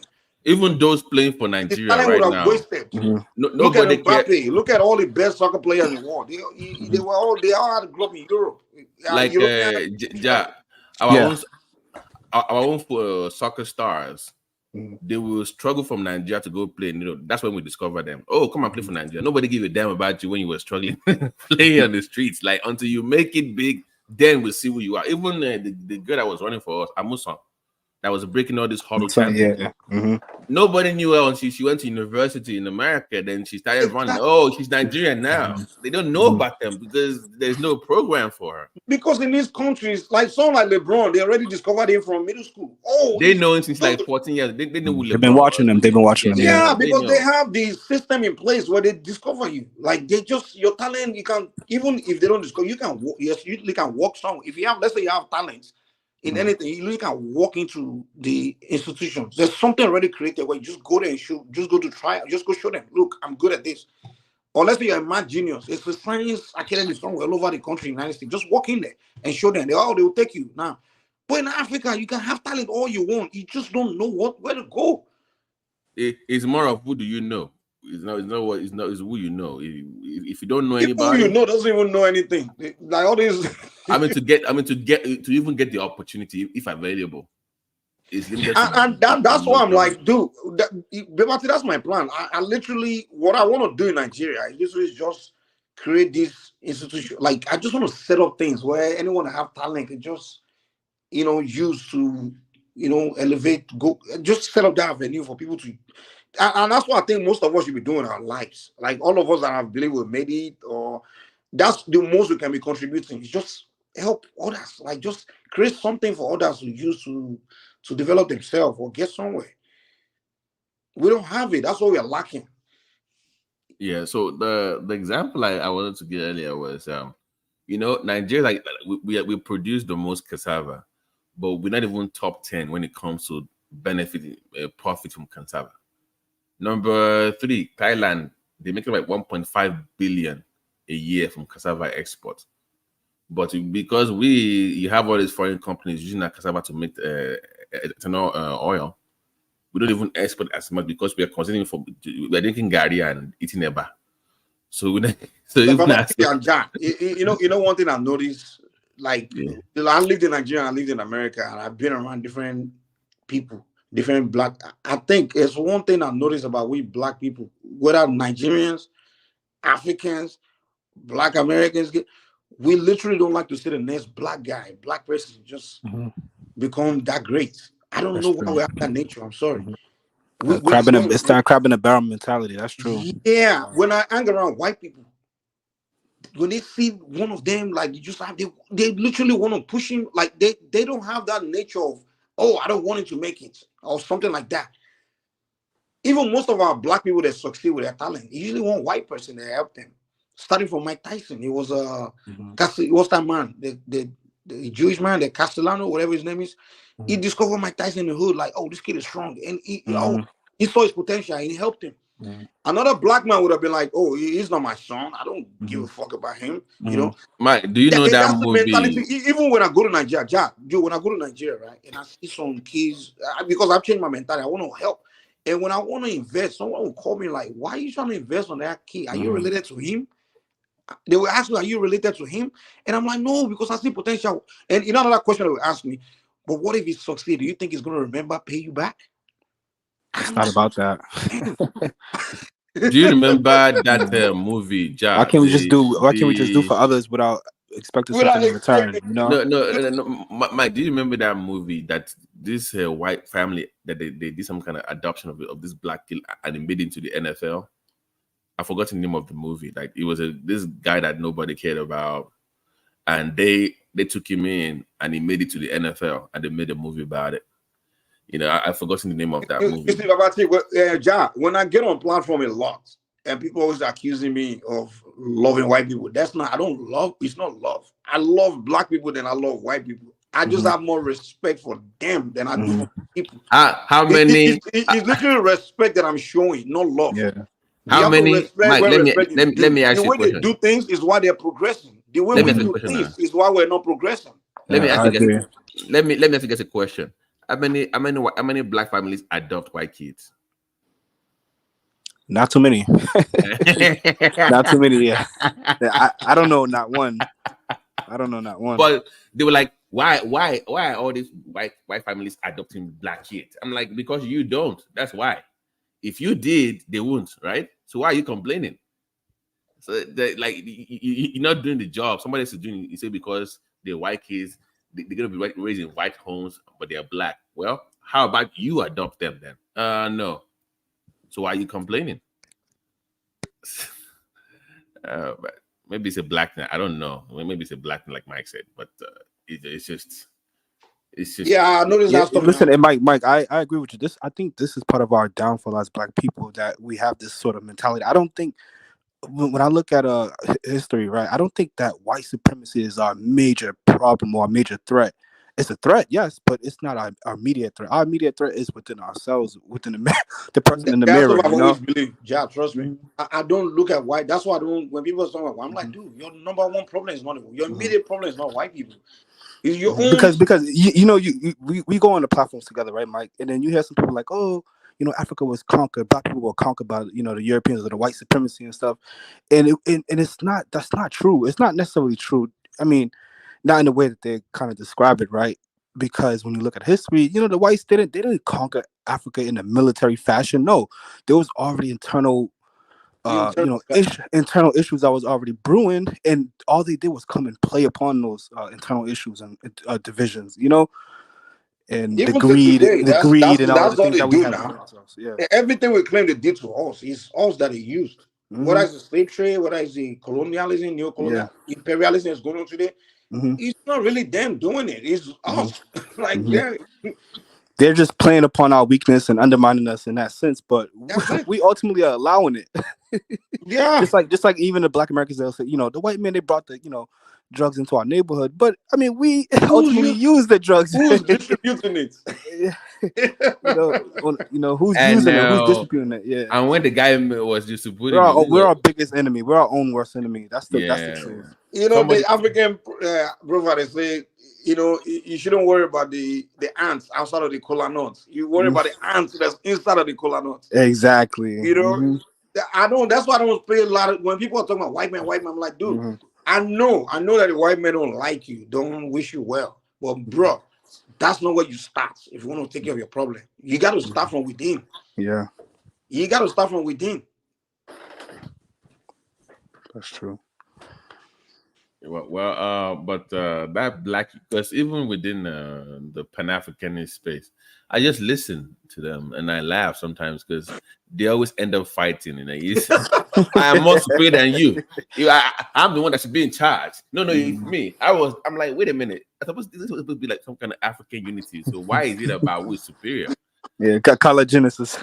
Right. Man, it's all fighting, man. So it's never genuine anyway. They don't have the mind of. It's not really about a nation. It's more about ego and individualism in a sense too. Yeah, that is true. Yeah, but someday I think I don't know, as a collective, because we've talked about this on the show that they say, Ja, this is the position of the platform. Okay, so they'll say black people are some of us are individually brilliant, but collectively we lack intelligence. So collective intelligence is very low. As a collective, we just cannot work together. And I read out some studies that talked about the reason why black people don't work together. I forgot, somebody did some research about why we don't work together, and they gave tribal issues. Of course, colonization. It was the many factors. But if you're really a very smart individual, you're supposed to rise above those differences, right? Yeah, that's true. for the collective good. You know all these excuses like this guy say, oh, they use this one among us. No, it's all of us. We like pointing finger. A black man will say that other black man is the one that's a seller. No, it's all of us, man. We need to accept that it's all of us. You know, they will say, oh, they use the Fulanese, they use it. It's a lie. They use every one of us, man. You know, all these finger pointing to got to stop, man. It's all of us, all black people. We just black man just reason the same way. It was stunning because when I interact with Caribbean, Black American, Nigerians, Africans, they all do the same thing, the same mentality. All of us, every single one of us, yeah. Yeah. Let me give you an example. Do you remember when Stephen A. Smith was targeting? Kyrie Irving. Yeah, and tearing them down. That was insane. Like it was like it was literally like a Django Unchained. That black guy in Django. That was the way he was talking. Like come on, man. It was like, jeez. He was tearing them down worse than the Jews was. It was. I'm like, wait a minute. Did he even abuse you? Are you? You know, it was like, my God. And it's not wrong. It's not wrong to, if we see another brother that's, you know, going astray, right, to correct the brother, right? Yeah, but let's do it behind closed doors. We don't have to do it in a public sense and make a fool out of ourselves. Correcting him, I was just against him, just tearing him down. And I'm like, dude, in a public fashion, these guys, I'm pretty sure they have each other's numbers. You could have called them in, you know, behind the scenes and talk to him in that sense, right? Not do it in a public fashion on national television and just humiliating the guy. And it's just too much. Yeah. I don't understand it. He made it personal. Like, why are you not taking it? He was. I'm like, dude, like, and they said that he knows his dad from Queens. Like, I think Kenny Smith's connection. Like, if you know his father like that, why are you then talking in public? What's the point? So, yeah, Mike. That's the reason why I created my little Telegram group, because I seen that, you know, we were on certain platforms and we would just argue, and not get to any conclusion or not see eye to eye. But behind the scenes, we seem to work perfectly fine. Like, you know, we don't have to air out our differences and we don't have to air out our differences, and we don't have to attack each other on a public platform. Let's talk behind closed doors where we can put our egos to the side and there's no public, eye looking at us, you know? We could put our egos to the side and talk like men. Can I give you the best example of this? Do you know what happened last week with Chad Johnson and Shannon Sharp on Nightcap? No, I'm not aware. No. Nightcap he owns the show, and he said, "I'm trying to get a deal from these big companies." And Chad Johnson, they both played in the NFL. Like, why did you come late to the show? It's like on YouTube, but it's like 100K every night they do it, every three times a week. And he was scolding the guy on live broadcast. He's like, wait a minute, I called a cab, I had issues, somebody told my stuff, like trying to like explain why. And it's like, oh, this is the reason why we're trying to get a deal from the big companies. And if you keep coming late, we not get. I'm like, you don't have that kind of talk in front of everybody. You have it behind the scenes. Why are we knowing about this? You want the guy to funny. You know what's funny? The other people, other races of people, they don't do that type of stuff. If they have any internal issues, we don't know about it. We don't hear about it because they keep it behind closed doors. You know. But you look at us, we get on social media, the internet, and we want to hash out all of our differences. And you have all of these diaspora wars, and you have the thing is, the men versus the women. A black man always want to look good. So Mikey, so right. They feel like sometimes if I don't bring this person down and prove that I'm better than him, exactly, then I won't look good. You know, they think they have to bring somebody down for them to make themselves feel better. But that just shows that person, that individual, has low self-esteem. If you have to put someone down to make yourself feel better, no. You have low self-esteem, bro. The guy that came and said, for a real person, you should feel more. You should feel more when you uplift someone. You understand what I'm saying? Like, I don't understand how we just think like this and behave in this fashion. It just doesn't make sense to me sometimes. So they want to, like, remember when Stephen A. Smith is like, Stephen is one of the biggest in sports, and I could not believe this guy said this on a live show, like a live. It was a guest. It's like, I wake up every morning thinking of how to make my boss money and how it can give me some of it. And that was his advice to young black men. So wake up every morning, go sleep for somebody, and they will give you a piece of the pie. What kind of black it is ain't this? completely advice. You know, the advice should be, yeah, that advice, yeah, but a step further. Now Yeah, with the plan, don't be a worker. to move on eventually to go establish yours and become a boss. That's what you should have continued and finished. Yeah, that's a lofty idea. 99% of the people they're going to be working for somebody. So let's Yeah, stop that's that. what I'm saying. So If that's why I say the advice is not No. bad. Means that if you want to be, you can be a good worker. There's nothing wrong being a good worker. there's nothing wrong with it. Exactly. There's nothing wrong with that advice, but it doesn't even complete it. No, the point is, yeah, you shouldn't be complacent as being just a good worker, but at some point you should expand and be a boss at one point and be able to. No. You have to start. But I see what you're start saying. under In order a to be master before you can become a master yourself. Exactly. In order to be a good leader, you have to be a good follower. At some There's point. because you guys are projecting a lot of things on other people. Not everyone has that. Prince, But it's true. It's facts. I mean, not everybody does. Hold on. So you know where I'm coming from. Still, as a brand, is the biggest name in sport. Like when it comes to journalism, it's the biggest name. And he always says what Kobe told him almost 20 years ago. You know, he used to have a show before they fired him and he came back, called Speak First or whatever the name is called. And Kobe said to him, listen, don't be Oprah, be Harper. You know, Oprah is the name of the show, is the name of the woman, but our brand name is Harper, right?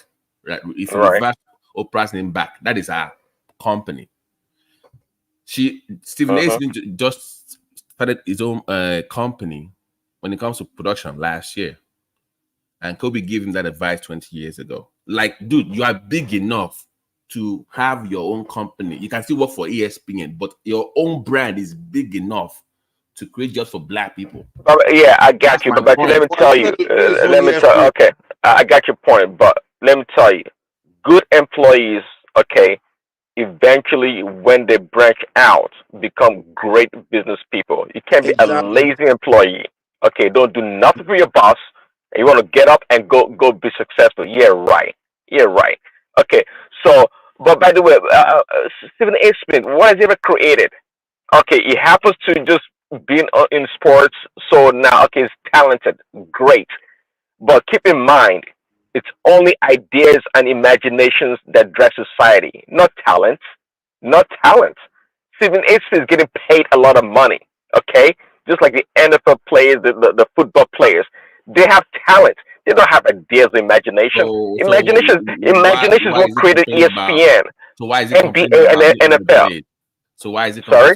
So you stop complaining about being underpaid then. So if it's okay, baby, we working for. But the reason why it gets paid. Hold on, I don't blame him because it's trying to go with the going rate.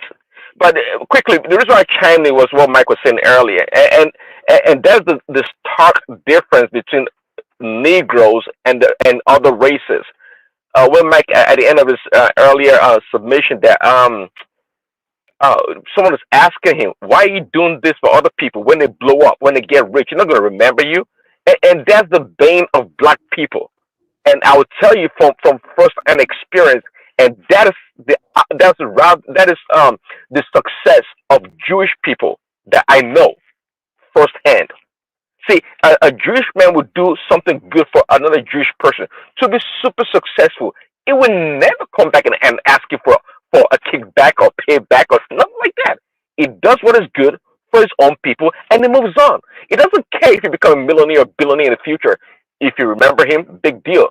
But he actually expects that person. He doesn't expect actually, but it's like it's incumbent upon a Jewish person to pay back to the community, not to individuals, to the community. Right. You know, funny story. Like my dad used to tell us like once to say, when watching your uncles and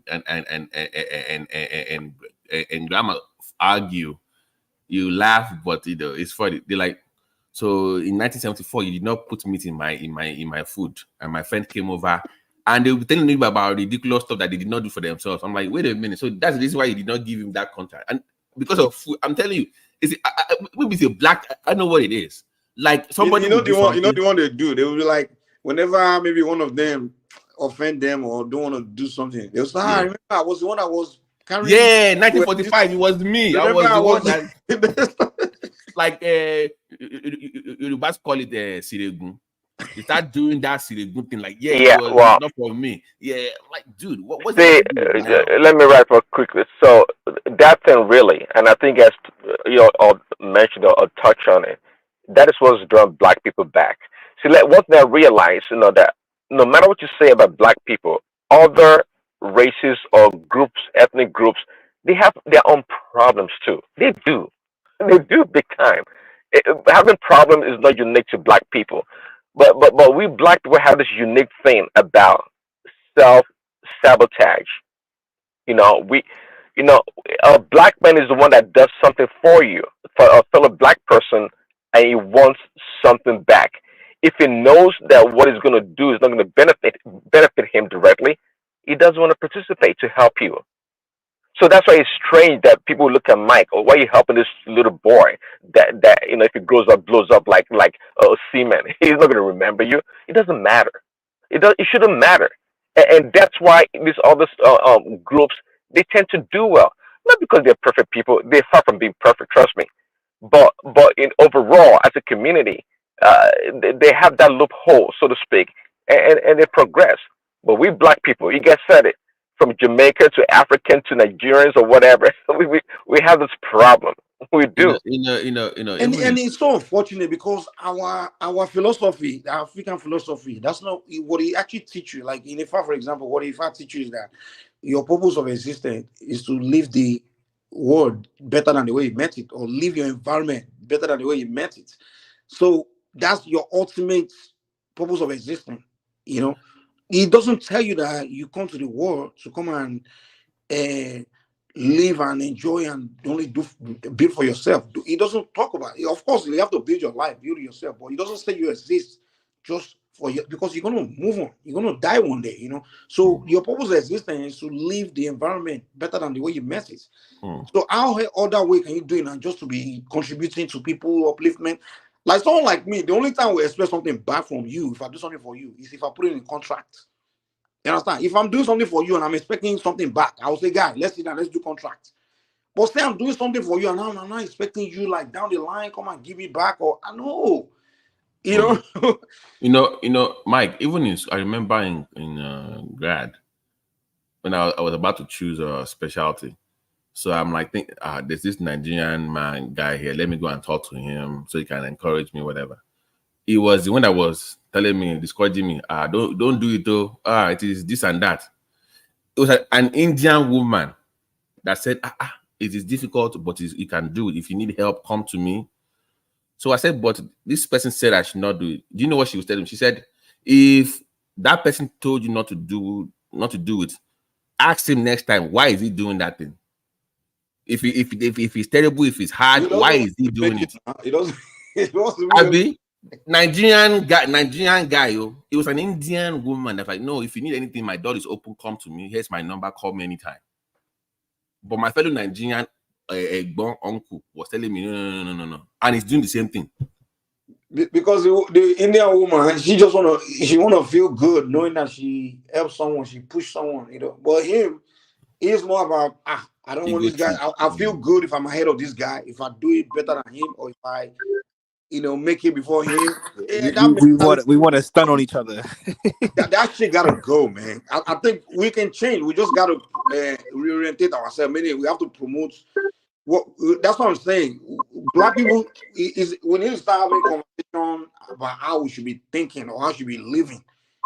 You understand? We need to start promoting anyone that thinks the right way. And maybe it's a strong word, maybe degrading anyone that thinks the other way. Which I do a lot. That's why I have a lot of enemies. Once I run into people that give like that, I degrade them. Like, yo, you just have a bad mentality. I'll let them know. I do. What's this? All this being proud and trying to especially when people come and start bragging about something they own, I just laugh at that. In fact, I always say, dude, I don't give a shit about what you own, dude. I don't. What are you doing? What have you? If you want to impress me, tell me how you've contributed to someone else's life. What have you invested in someone else's life, or in the environment, or in the community? That's the only way I respect you. If you show up in front of me with a Mercedes, my Maserati, I don't care. That's for your own goddamn good. I'm not gonna hail you because you own a new car or some shit. I don't care. They love to, some people they love to build house in their poor communities in Nigeria, and they can be the only big man there. The only big man, so they'll be begging them for money. They love that stuff, man. Not because they're gonna help you, just people are asking them for money or helping you. But they love that shit. You know the people I can't stand about. You know those Nigerians that come around you and start to talk about themselves or their family. Oh, my father is this. Oh, it's this. My uncle is this. Oh, my family, we have this house here. I'm like, dude, why are you telling me all these things, man? Like, is that doing anything for me? Are you coming to tell me all this? To what? To uplift me? Or you saying it for me to just what? Start looking at you as some special high? I don't get it. That mentality gotta go, man. Well, unfortunately, it's not going anywhere anytime soon. That's just that's who we are, I guess. We'll just remember where we are, man. Yeah, that's why I don't sit around complaining about white man or some funny. Nah. We gotta change the reason. So, what do you think about this guy then? This Professor Ifatunde, whatever it comes himself. What's his name? That's always online. The white man is the. I'm like, come on, man. What has moved? What's his name? Dr. Umar. Umar Johnson.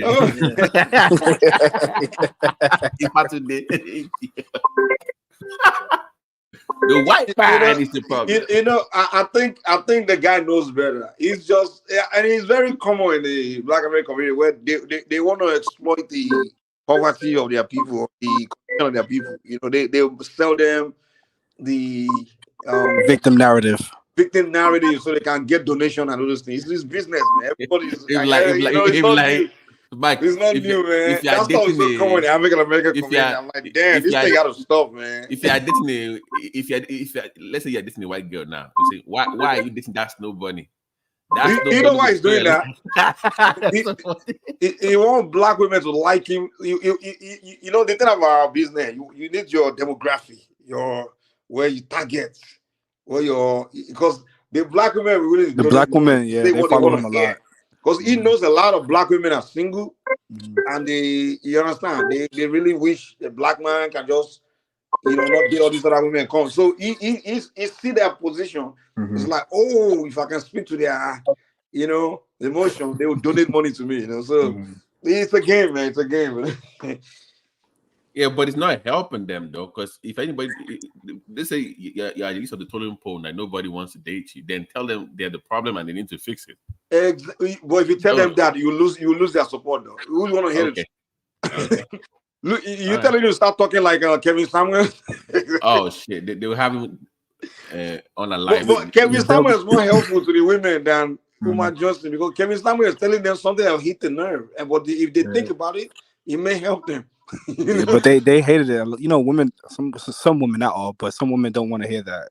And you see what happened when he passed away. Yeah, women that were dancing on top of his grave and everything, and they were gloating and they were happy about him. Even this away. girl, this actress, Vivica Fox was talking about, thank God he died. Now she's 60 and single and shit. Like, do you know that? Do you know that the few women that probably took his advice, they've gone to become better and succeed.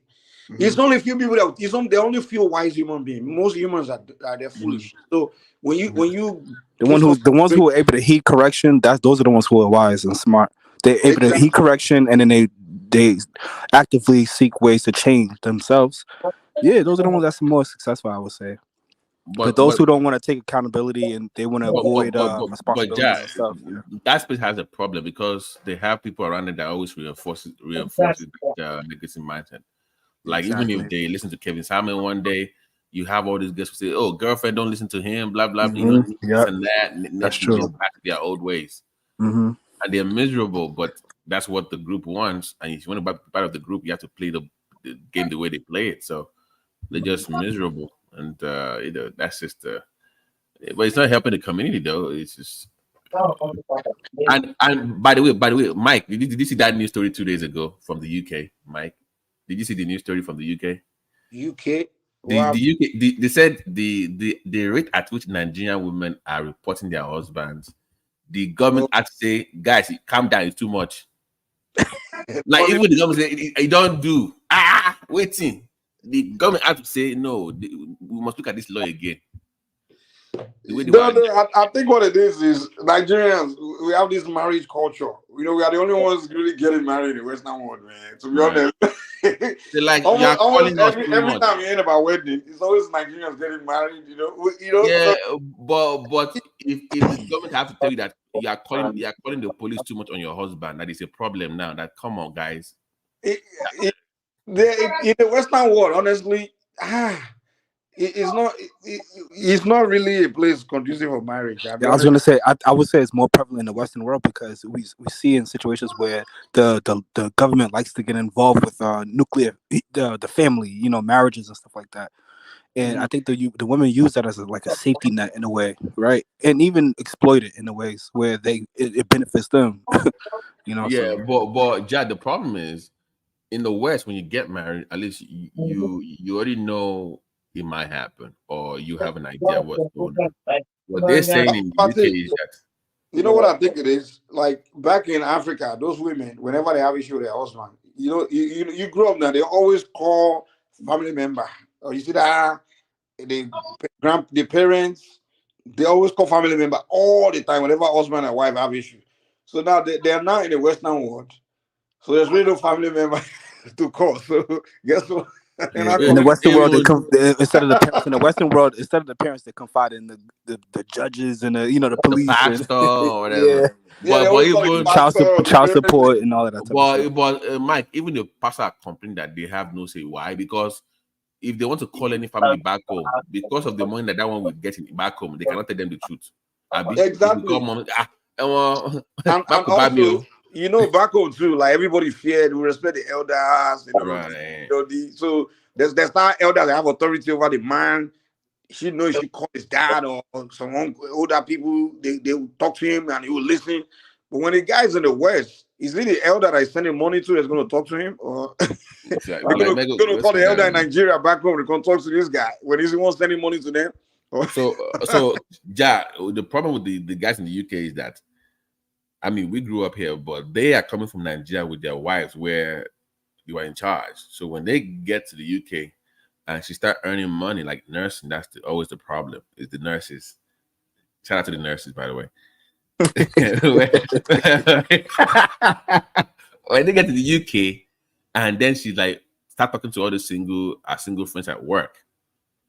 The man thinks he's still in charge, like, you know, back in Nigeria. Then he gets the ruling awakening that man. They're like, you don't need him. As a matter of fact, you can kick him out of the house and get more money from the government. So the man becomes disposable.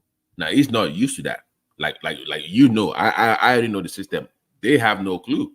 So there's that cultural shock that some of them will even, you know, pine their spouse, or like they say, unalive their spouse in some cases. Because they have nobody to turn to. The Western world is no society designed for marriage, to be honest. Like, unless you just, you work for some people, but for most people, I don't think the Western society is designed for marriage. It's just because you can't because it's hard to hold people accountable within marriage. Yeah, Western society is designed for you to make money and just somebody say I want to. Okay, we had this young lady, not even 29 years old. I want to divorce me because we had an argument. That's it. You're going to have arguments now. What kind of marriage? You just married 2 years. But think about it, though. I always tell people in the Western world, before you say you want to get married and be stuck with another imam, make sure you already you're making money, like you're established. You're not busy. You're not stressed. You understand? You have your own company. You're just. So now you get together. Now all you do is just have fun. No, nothing, no frustration. But you're talking about there's no job in the Western world, in America or Europe, that freaking doesn't frustrate you, dude. Because when you work, it's not like you work in Nigeria where you sit around, you're not doing shit, you know, or you sit in the shop, you open a shop. You know, most people in Nigeria, they just open a shop, they're selling something. So you're just having fun in front of your shop, and the customer comes, you sell whatever, you get your money. But in the Western world, you actually have a job. You know, like whether you're a nurse, when you go to work, you're working. You're walking around and you're busy. There's no sitting around. You're gonna get fired. So Yeah, you do this it's for 8 physically and hours. mentally demanding. Yeah. Yeah. Hmm. So you doing And it there's for no 8 time for hours. breaks. And also you're working with people from different cultures.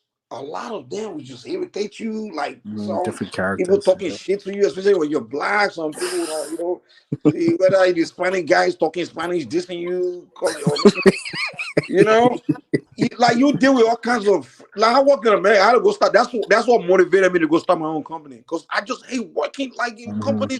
Not like I don't like the job. You see, It's you the have people. just fucking can't stand, dude. You have to see every day at work, Mike. You see some people are working like, why are you even here? Like, how did you even get this job? Like, who hired you? Like, you just got awful, man. Dude, there's no you and American, it's like you have to work in a team too. It's like you really can't work alone and you work with people. Some people just, they just don't like you, and you have to deal with all that hell. And then the worker, the employers always they're trying to squeeze the best out of you. They want to squeeze all they can get from you, make you do extra, extra, extra. So you have a society like that, a capitalist society, and then you're married and you got to go home to this person and you're all stuck together and you now there's so much fun out there, like in the Western world. If you really want to socialize or do something fun, you got to go out.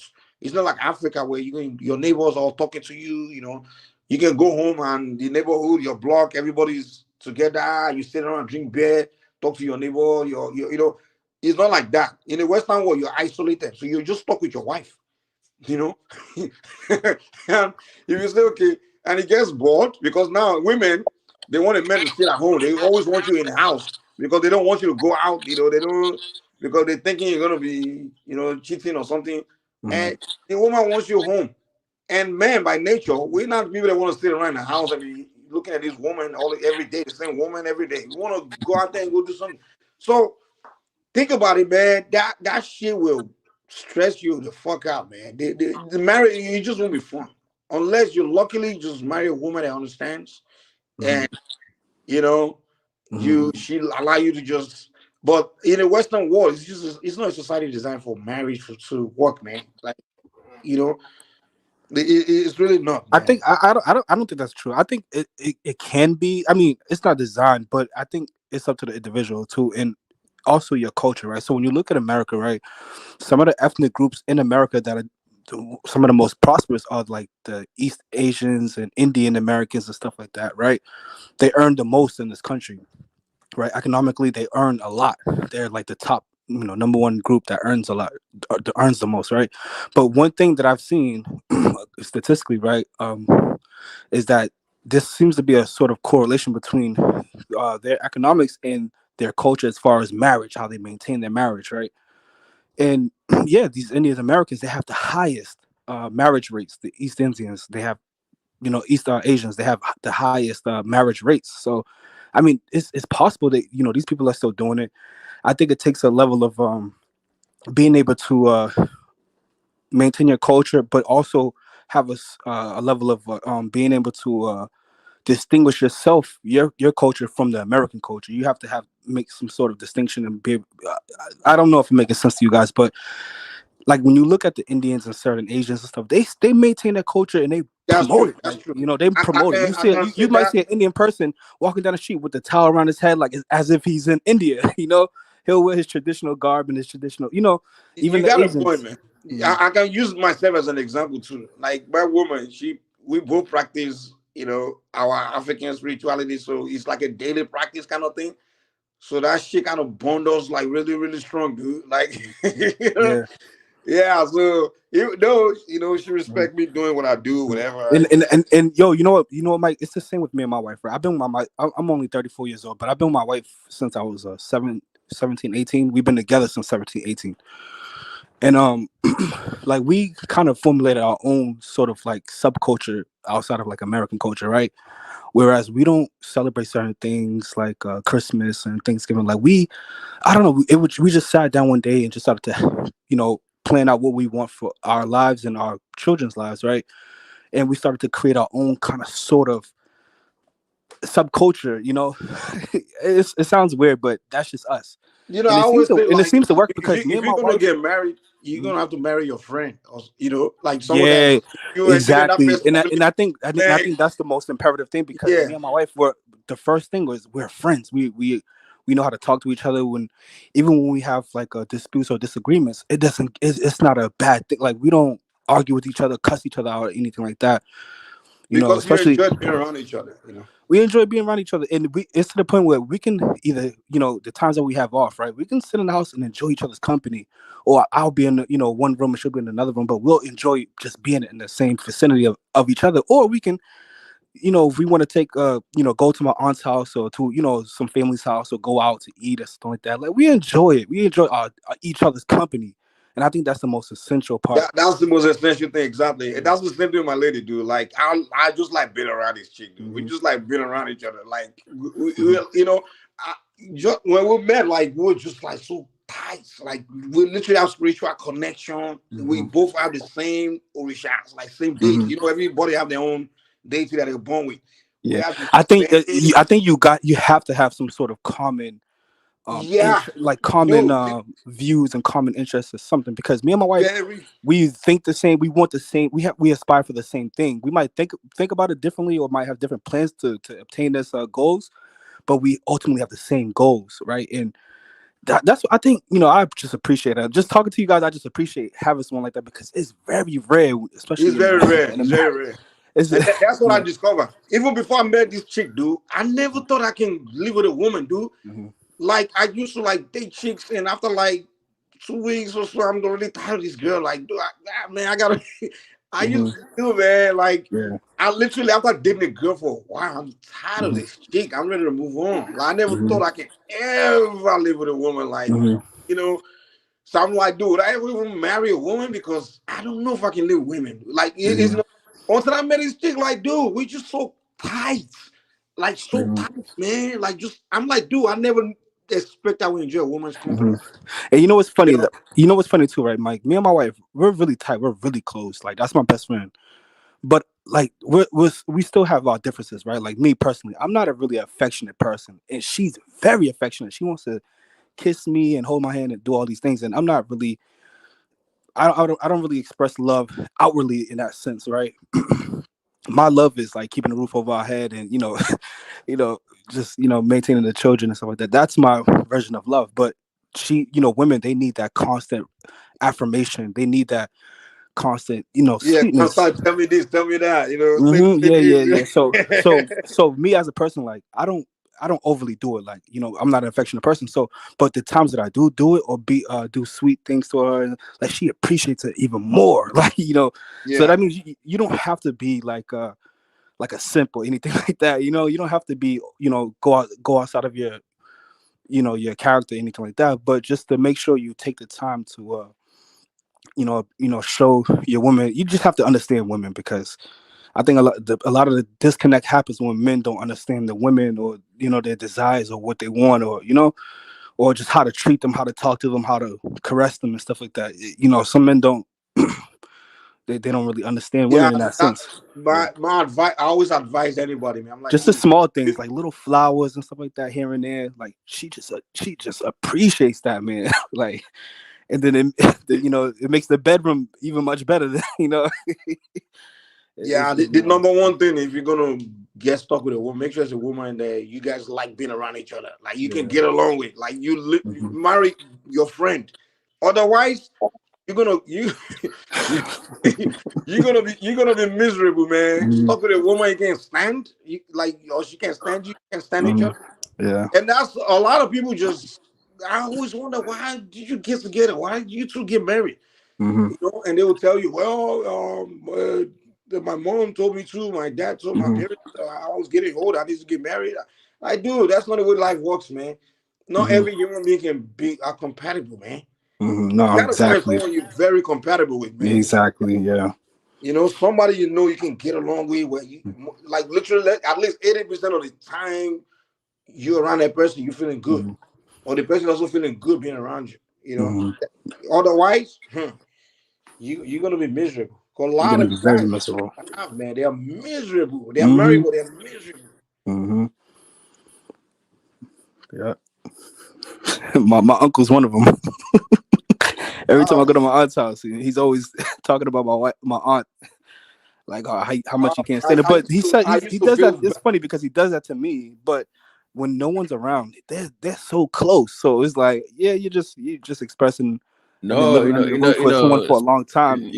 But sometimes you're gonna need someone to have be an outlet to you. It's not really like complaining because it's like my grandfather and my grandparents when they were alive, when we go on vacation to the place, you just see my grandma would just go to him and start pointing at his nose like, your nose is not where it's supposed to be, and they start arguing over that. We'll be laughing like, dude, like seriously, some guy's nose, and to them that was the way of them, like letting stuff out. But it'd be funny, like it's like where's it supposed to be, and it's supposed to be there, and they'll be arguing about that. They'll be serious, but we'll be laughing like, what? So that's their own kind of. Sometimes it's not really that they don't want to find each other. Yeah, true. Yeah, let me just poke this guy and women and just find something just to fuck the guy. I think you definitely need a. I think you definitely real quick, Mike. I think you definitely need like an outlet too, and it's good when you're in a marriage and you know other people, another married couple, and just sometimes you just plan out fun things to do with the other marriage couple in order to have an outlet or to enjoy other people as well with your partner. You get what I'm saying? But I think it can also enrich your own marriage. Yeah, you know what I always feel sorry for in those toxic relations is the children, dude. God damn. Mm-hmm. I always feel bad for those kids, man. Just watching their parents just house is so toxic. Mm-hmm. I have friends. The moment those are the ones who suffer the most of the children in those situations. They are the ones that want to come hang out around your house so bad. Like, man, you guys are having. They want to get away. Like they're like, man, you guys are having that. Yeah, and then they run to the streets and be around the wrong company and stuff. But in Nigerian culture, in most cases, there was an outlet. Like if you were from a dysfunctional home, there was also always a friend or somebody you can just go to and just hang around. Yeah. Well, in the West, it's like there's a lot of. I mean, in the Western America, there's a lot of bad influences out there. So it's like sometimes. Oh man, I have little children right now. My daughter's 5 years old and my son is 3. And so I'm constantly thinking about their future, planning for their future and stuff. And I just be like, man, like I just want to instill within them, the love that I have between my wife. I want to instill that into them. So when they go out into the world, they're not seeking intentional love from someone else. They grew up in a house full of love. You know what I mean? So that makes them confident within themselves. So they don't have to be influenced by others and be a follower, following the bad crowds and anything like that. So yeah, I think love plays a major role in it. And when I look at my own life, I grew up with a lot of love that's instilled into me. And I think that's what shaped me into the man that I am today, right? Where I don't have to put other people down or make fun of people to make myself feel better. No, I'm already confident within myself. So when I see other people, I want to uplift them and make them feel proud. And it makes me feel good. Like it genuinely makes me feel good. Let me give it a job. And just like the brother was saying earlier, like I don't seek anything in return. Like just to see you happy and smiling, and me giving you a good word or positive message to you, that makes me happy. Like it genuinely makes that's your conscience. Let me give you an example, and Mike. There was this wedding I went to some years back. It was a Nigerian wedding, so big, it was even featured in New York Times. It was that big. It was a Nigerian wedding. 6 months into the wedding, because the lady, she knows my wife like that. She knows each other. They've been calling police on each other, domestic abuse. 6 to 7 months into the marriage, beating on each other. I said, man, but the glamour outside is like it's amazing and everything is, but inside they almost clean each other. Like I think the purpose of the wedding was that marriage. Sorry, the purpose of the marriage was that wedding. Was the wedding? Maybe because but to the point of marrying your best friend and someone that like that. I've had a chick before, like did it before, and then she was talking about doing a big wedding, flashy wedding. Dude, I think this girl want me to marry her just for that wedding. Because that day, Back of my mind, I already know this one. Me, I don't think I can even live with this one, man. I already know that would be the female featuring Mike. They made you like you feature on your own album that day. You like yeah, I was talking about wedding, big wedding. She describing wedding. I'm like, oh Lord, what are you talking? Do you know what wedding means? I have to sit that down like, I'm not ready for marriage. First of all, I didn't tell her though, but in the back of my mind, I'm saying, first of all, I know you. I can't be married to you. I can't spend the rest of my life with you. I'm saying it to myself. But she's not, to her, she's just describing wedding. She's not even thinking about what marriage would be like. Yeah, but they think it's the movies. It's supposed to be all good. I'm like, it's not all good. It's how you handle when it's bad and when it's ugly. That's what makes a good marriage. When the struggles and how you walk through it. When you have a little issue, I want to go, let's go and say somebody. No, walk through it as a couple together. You are married. You are one, right? That's the point. But they want everything to be good all the time. It doesn't work that way. It's not all rosy. I don't know, but that's just the way we live now. You now see all these guys 2-3 years, they're already divorced. You know, the bigger the wedding, the quicker the divorce. Really? Damn. Really? I'm serious, man. Those are the big weddings, man. I've been to a lot of weddings, man. Where, the bigger the wedding, the quicker the divorce. But some of the ones that even last are the ones that didn't even do wedding at all. Or maybe one small ceremony. Mm-hmm. Like a few of my friends, I did it once. They said, we're getting married, a few ceremony, went to court, they didn't do wedding, like big wedding. They stick together for years and they're happy. Because when they found each other, they were happy to find each other. They didn't think about no wedding. Those people that are into wedding, big wedding, the reason they're getting married is because of that wedding. It's not because of marriage. It's wedding. It's to please other people as well. Yeah, exactly. They want to do that, because somebody else in the family they want to compete. Mike, there should be this girl when I was in. So she we scrubbing and just daily coming to school in the morning, like 4. We had something to do at work, and she's like, "Oh, she got married." So we were like, "Okay, guys are like, congratulations, whatever." So we're like, there are some Africans and some other people. They were asking her like, "Okay, so how women want to know now the details of how was the whole thing?" She's like, "No, we just went to the courtroom with some family members. They tied a knot. They did something in their backyard, and they went to Applebee's. And they said how much was the ring? Maybe $2,000 or something like that. We were the guys. We were like so happy, like, oh, good job, save the man some money, very responsible. The women were mad. Mike, someone wants to come in. Simba wants to come in. Okay, yeah. All the women were mad. Like, really? That's it?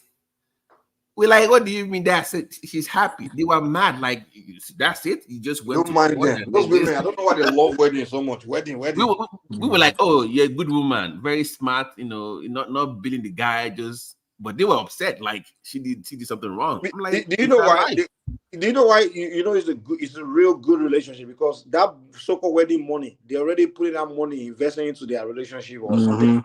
Into the children or something. Exactly. They already have house expensive. They already have plans for their relationship. So the money they have, they already put into. They're like, how do you go to a courtroom and you use the garden on your back for a wedding, whatever? That's it. But sorry, Mike, don't you know that whenever there is a wedding or any ceremony, it's the women that makes money. That makes money. So they make money. Okay, let's say wedding, they get a lot of gifts. Most of the gifts is for the women, it's not for you. You understand what I'm saying? Most of the gifts during the wedding is actually for the woman, not for the man. So they are the one that benefit. They are the one that have the memory. The ceremony is actually for them. It's not for the man. Yeah, so for them and for their friends and just to show. Exactly. Let me clarify, Mike. This woman is a white girl, so just to let you know, it's a white girl that told us. It wasn't a black woman. It was a black girl. Yeah, white girls, those ones are smart. They're usually smarter than the black girls, and that's why they always win the black. Is it? You people are discussing what the British police says about the Nigerian women in UK? Oh, we said it. Did you hear about that? Yeah, that Okay. I think that it's too much. That they should calm down. See, they what to put you now? And unfortunately, they even said that, especially Yorubas. But Yorubas are the Now, of course. So Yes, they said about 75%. Says about 75% of Yoruba relationship. They're the one that reports their husband. let me make some phone calls then. So let me go check on some of my guys over there if they're still okay then. That an epidemic. Let me, because this one his wife is a nurse, so let me check on him. You know what? If you look at the Nigerian media now, you know this TVC. What's they call this lady? Morayo and Co. If when they were discussing, they are not even discussing the problem. They started castigating men, that is Nigerian men that fail to adjust. That's why the women are reporting them. It's like an emancipation for the women, because they don't have a voice in Nigeria. Whenever they travel out, they have the voice, and that's why they are doing what they are doing. So it's like all of them have that same mindset, including those ones even at home, so that they can do the same thing when they get there. So any man, if you want to relocate, you have to think about it twice now. That woman that is obeying you, that is actually calm with you in Nigeria, is a beast that's ready to let loose. There's some men in America here. They live here, but their wife is not here. They don't bring their wife and kids. They keep them in Nigeria and they will go home. I think that's the best decision. That's what Nigerian men should be doing now. They don't want them. They don't bring them. Like, you think they're like, back then I'm like, why are you doing this? Like, oh my, people from Nigeria. And but once they finish high school in Nigeria, they will now bring the children to come and study, but they will never bring the wife. If you ask me, man, it's cheaper to raise your kids in Nigeria than here. Like the money will, I'll be honest with you.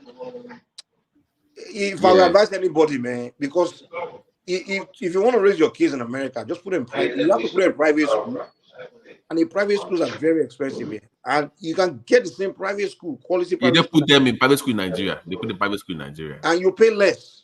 Yeah, way less than. And also, you can if you invest the amount of money you can invest on your kids in Nigeria to give them quality upbringing is very minimal.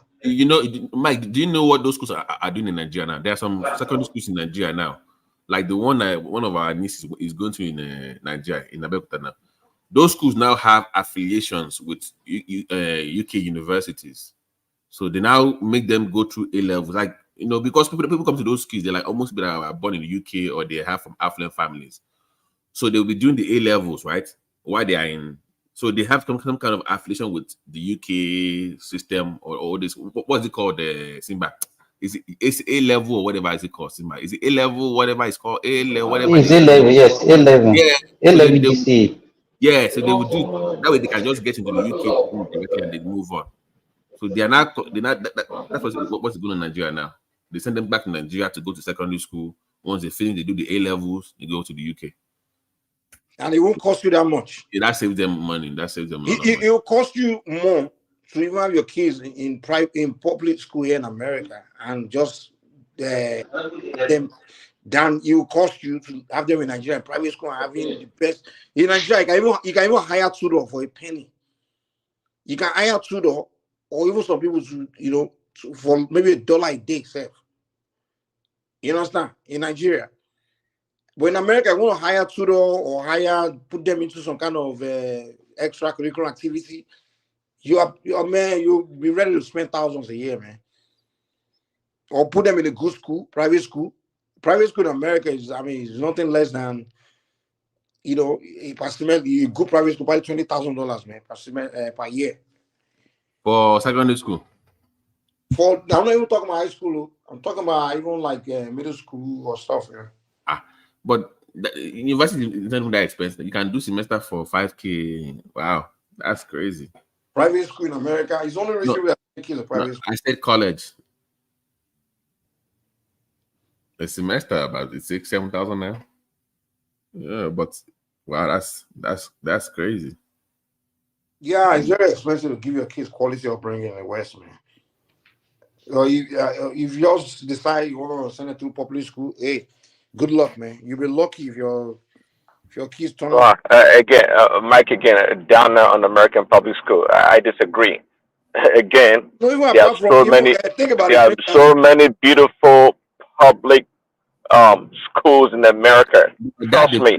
That depends on I mean, even the private school in America will have to work hard to compete with these schools. I don't know what school you talk about, Mike. I mean, I wish I could show you pictures. If I show you a picture of a high school that's like 8-story building, it's a public school. Yeah, the buildings Public are school. pretty. The buildings are pretty. No, Okay, check this out. the quality also, not just the building, the quality education. It depends on the area, Mike. It depends on the area. If you know the people that go there, this is a case of doctors, lawyers, engineers. I mean, anybody can go there. If you live in that jurisdiction, you can go there. It's a public school. You don't pay no dime for it. Okay. That's the deal. Sending kids to school is not only just for them to acquire the education. Also, they have to interact with other kids. And most of the things they're going to pick up, you understand, is going to be from their peers.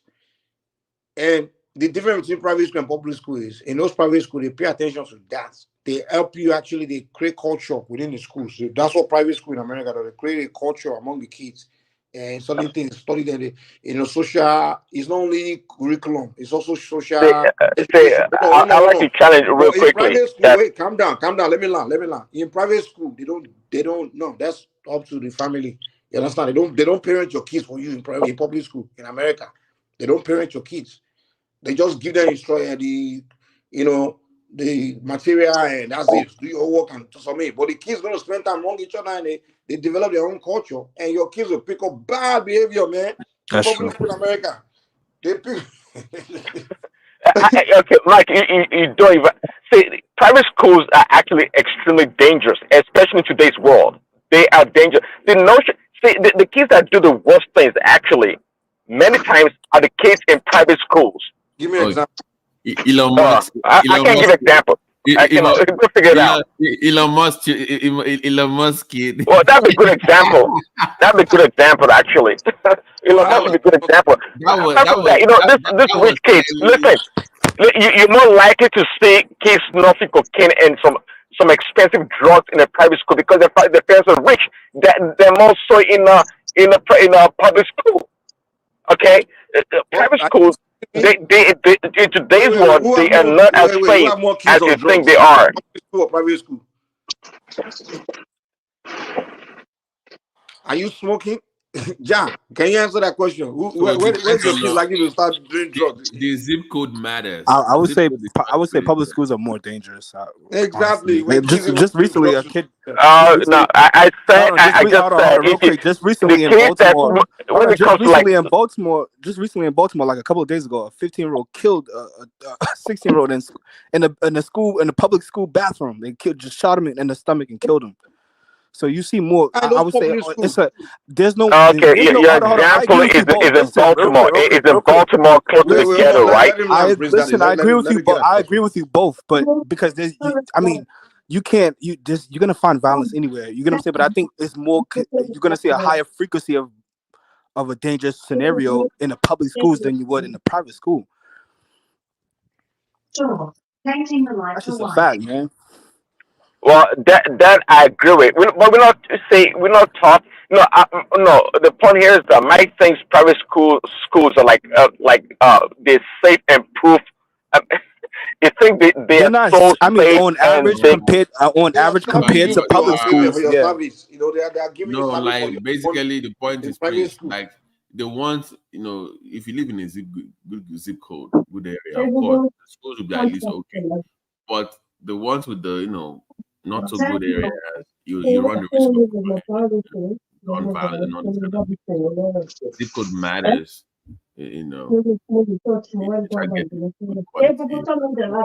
education. So I think that's the point he was trying to saying that necessarily everybody on an average, you still want to reach in the public schools, private.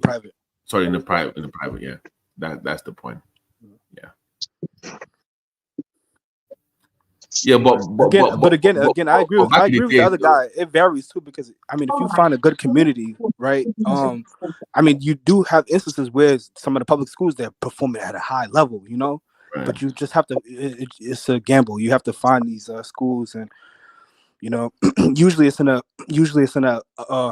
higher income neighborhoods and suburbs, cities and towns, and the suburb area will get you better exactly, school. yeah.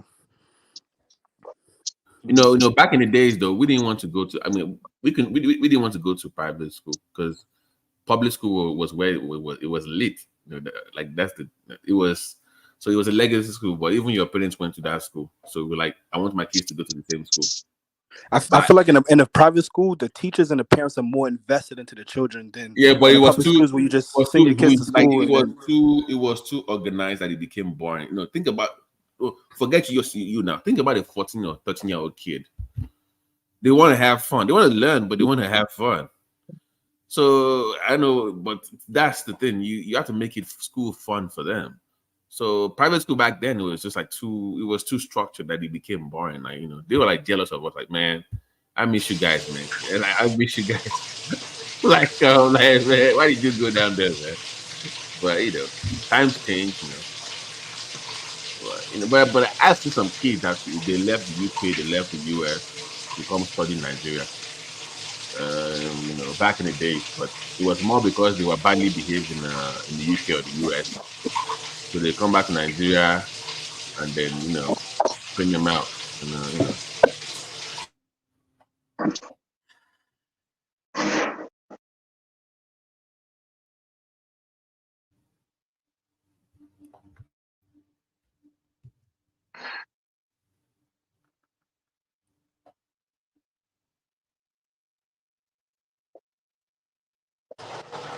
Are you guys there?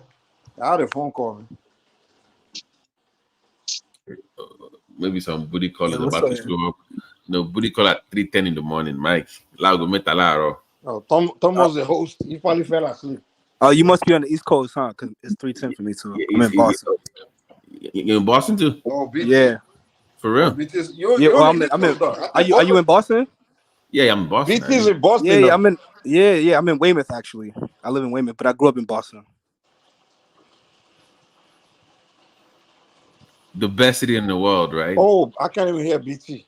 Can you guys hear me? Yeah, I can hear you. Yeah, we can hear you. Oh, I'm hearing you, Jab. I'm not hearing BT. That's why I thought no one was talking. So when you I can hear him. Yeah, whenever I get a phone call, man, so what you were saying about Boston? Let me get out and come back in. BT, you there?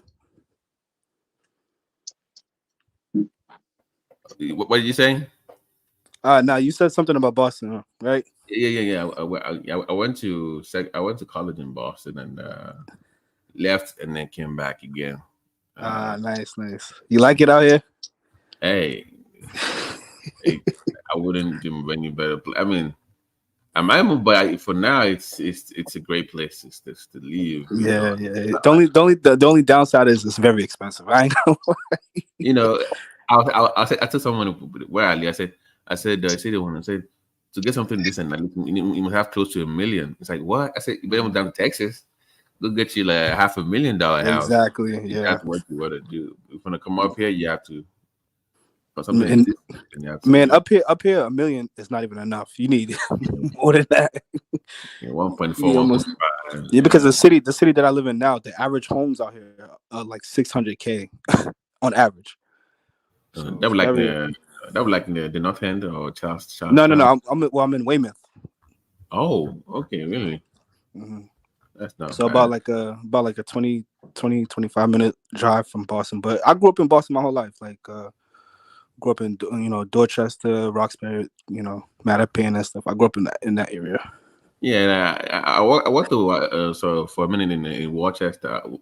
They say I pronounce it incorrectly. Like it's not Worcester, it's Worcester. I'm like, I don't give it that. It's Worcester. It's Dorchester, but some people do call it Worcester because sometimes it's. So what happened to W? Like just disappeared. Yeah. No. It's Dorchester. There's no W. There's not really. Yeah, it's Dorchester with a D. Yeah. But some people will call it Worcester as a nickname. No. The Worcester, I mean Massachusetts, not Boston. Oh, Worcester. Yeah, Worcester. Yeah. Not Boston, but I worked outside of that for a minute, then came back. But I wouldn't be. I like the old, like it's like the old and new together. Mm-hmm. I like that.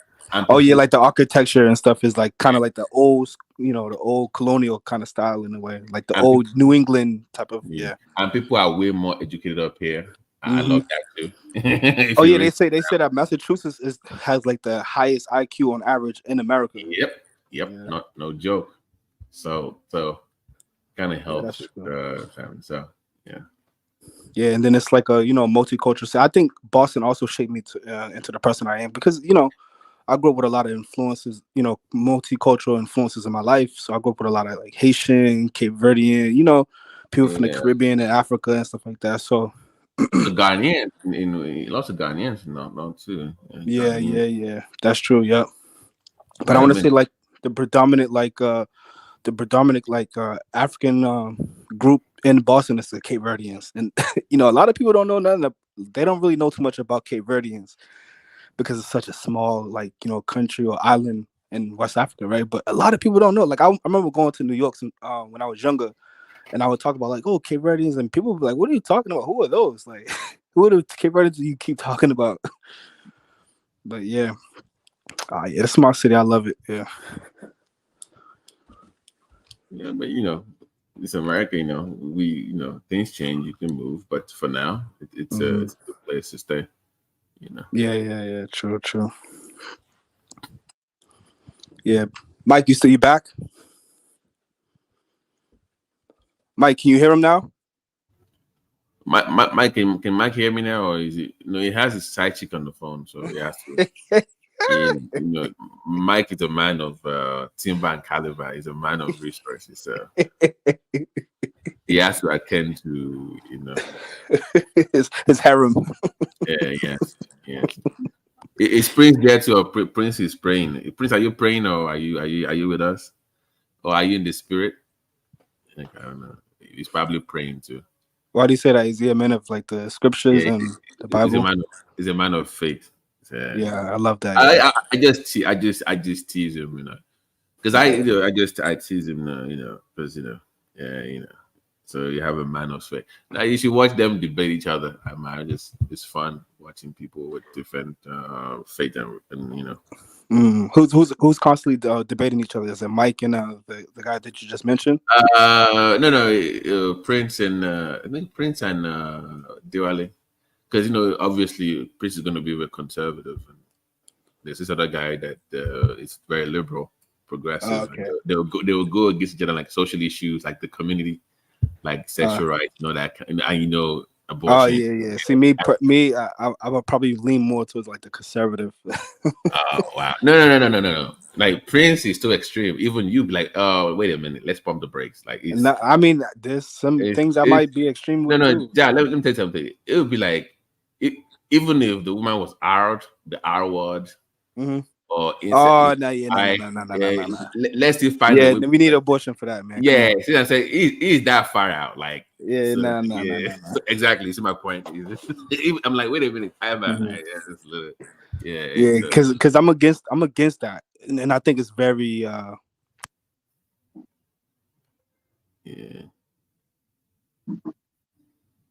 circumstances like in medical reasons. I think I've given my own reason. I've said fetal life is at 6 to 10 weeks you get the fetal outcome. So 10 weeks you get fetal outcome. I'm like, that's a life to me. Anything before that is not life. So 2.5 months is still okay to take it out. But once you have a fetal heart tone, then once the fetus starts to formulate, then that's when life, according to like I guess science, right? That's when life starts. Right. But by the way, Simba is Simba is a pediatrician, by the way. Oh, is he really nice? Nice. Pediatrician. Nice. Is Simba there or is not there? He probably. I think Simba's still here. Simba, you still there? Yeah, Simba. Yeah, he's a pediatrician. So yeah, so I'm like, I talk to him, So that's just my own thing with this. So it is that extreme, and Diwali is as extreme on the other side as well. So you see, imagine how they always go at each other. Like, yeah, true. Yeah, it's like the Republican and Democrat going at it. Yeah, it's like a MAGA versus like a progressive, like the extreme. The thing about Prince Daddy is like it's a fanatic, man. Damn, dude, calm down, man. It's just Trump. Is Prince still same? As much as I support Trump, I don't give a shit about him like that. Yeah, I'm a Trump supporter. Come on, me too. I support him, but all right, so listen, I don't call myself a Trump supporter, but I do align with him and I would vote for him. But I don't call myself a supporter. Like, I don't have all my faith into him or any politician for that matter. But he aligns with my interests. He's trying to prevent World War III, so I'm gonna vote for that person. Exactly. I just go for my interest. That's all. Yeah. I don't care about any of these people, man. Because at the end of the day, I know that these political parties, they were formulated during a time of, when Black people were, under, they were enslaved or colonized. So they don't ultimately, they're not gonna have our interests at heart, and they won't allow us to control these parties, So yeah, but I think we should just use them for our benefit, and just move forward, just try to get the best that we can get from it.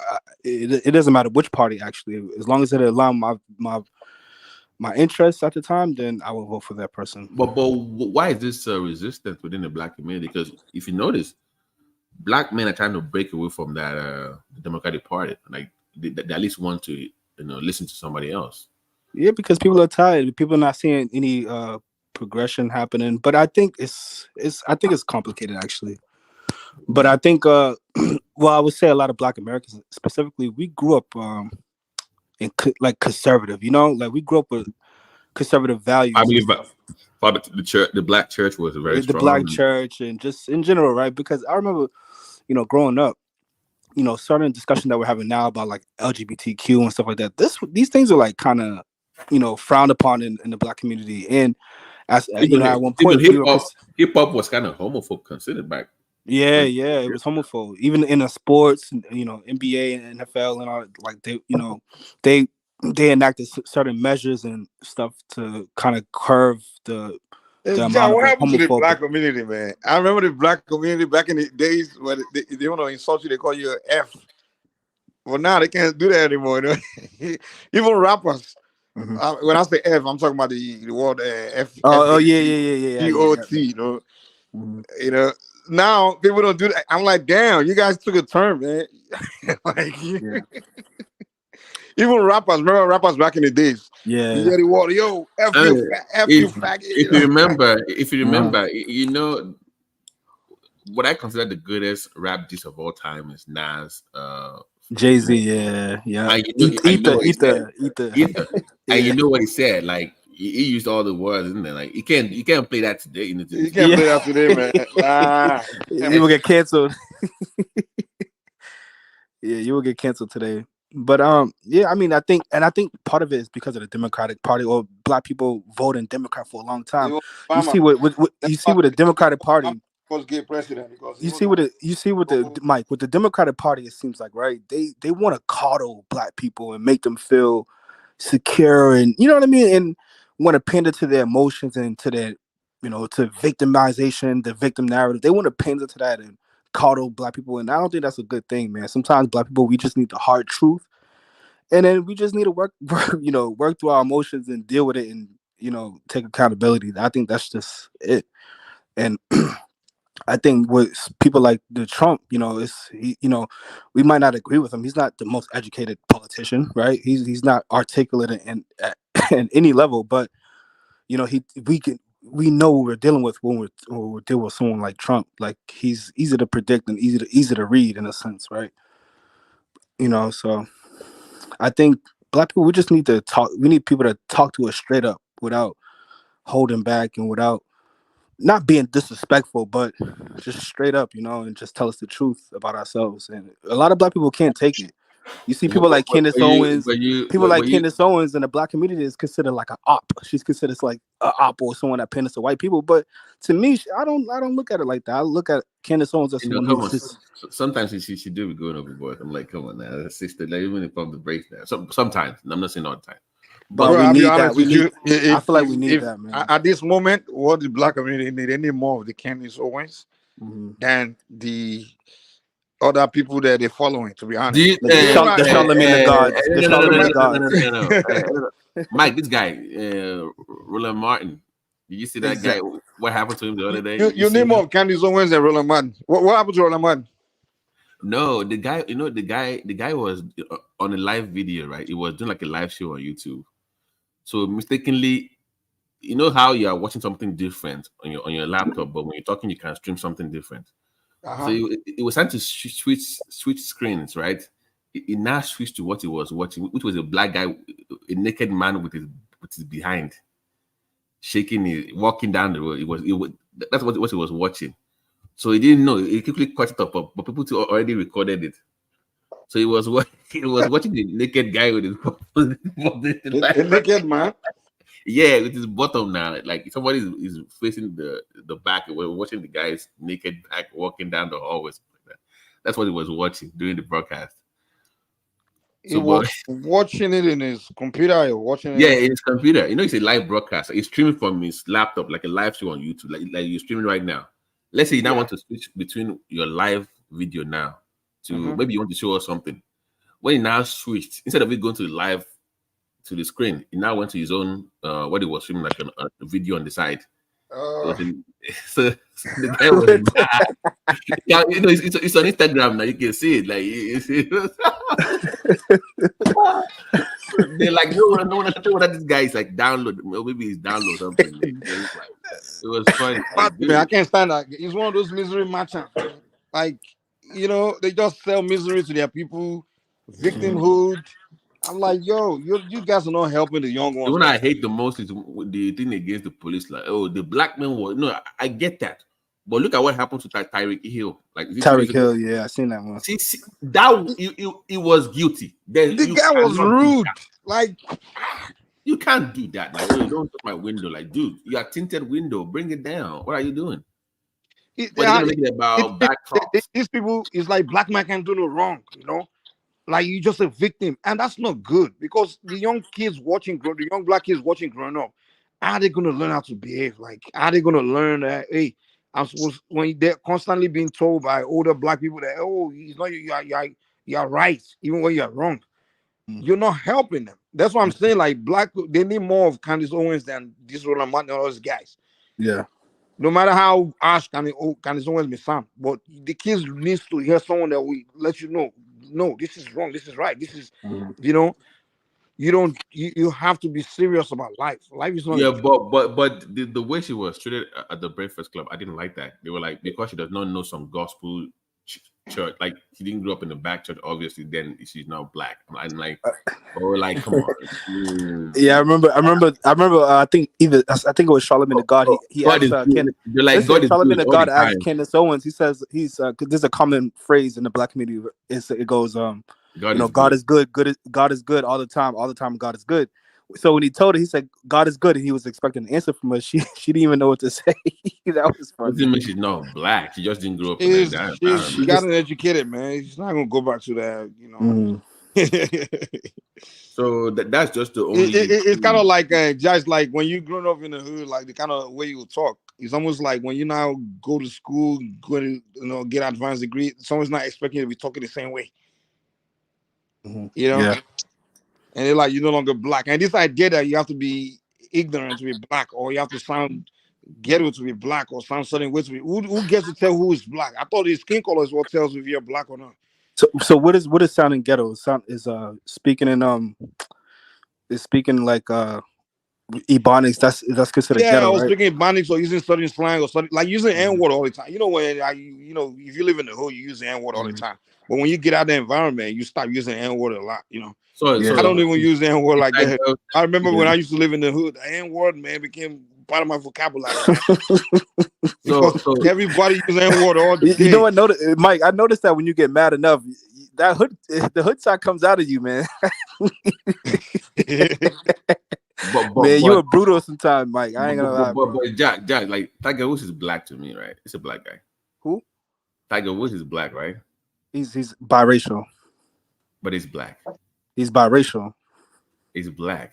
No. They want contest. See? No. I'm getting to the point. America is one drop rules, right? But yeah, but I don't believe in that one drop rule. That's my point. Like, see, sometimes, but if because the one drop rule doesn't apply to the whites or the Asians, right? If you have a mixed they have a mixed breed amongst them, they don't consider them from that ethnic group, you know. But if he was married to a black girl and had like black kids, it would be considered more. They would say it's black.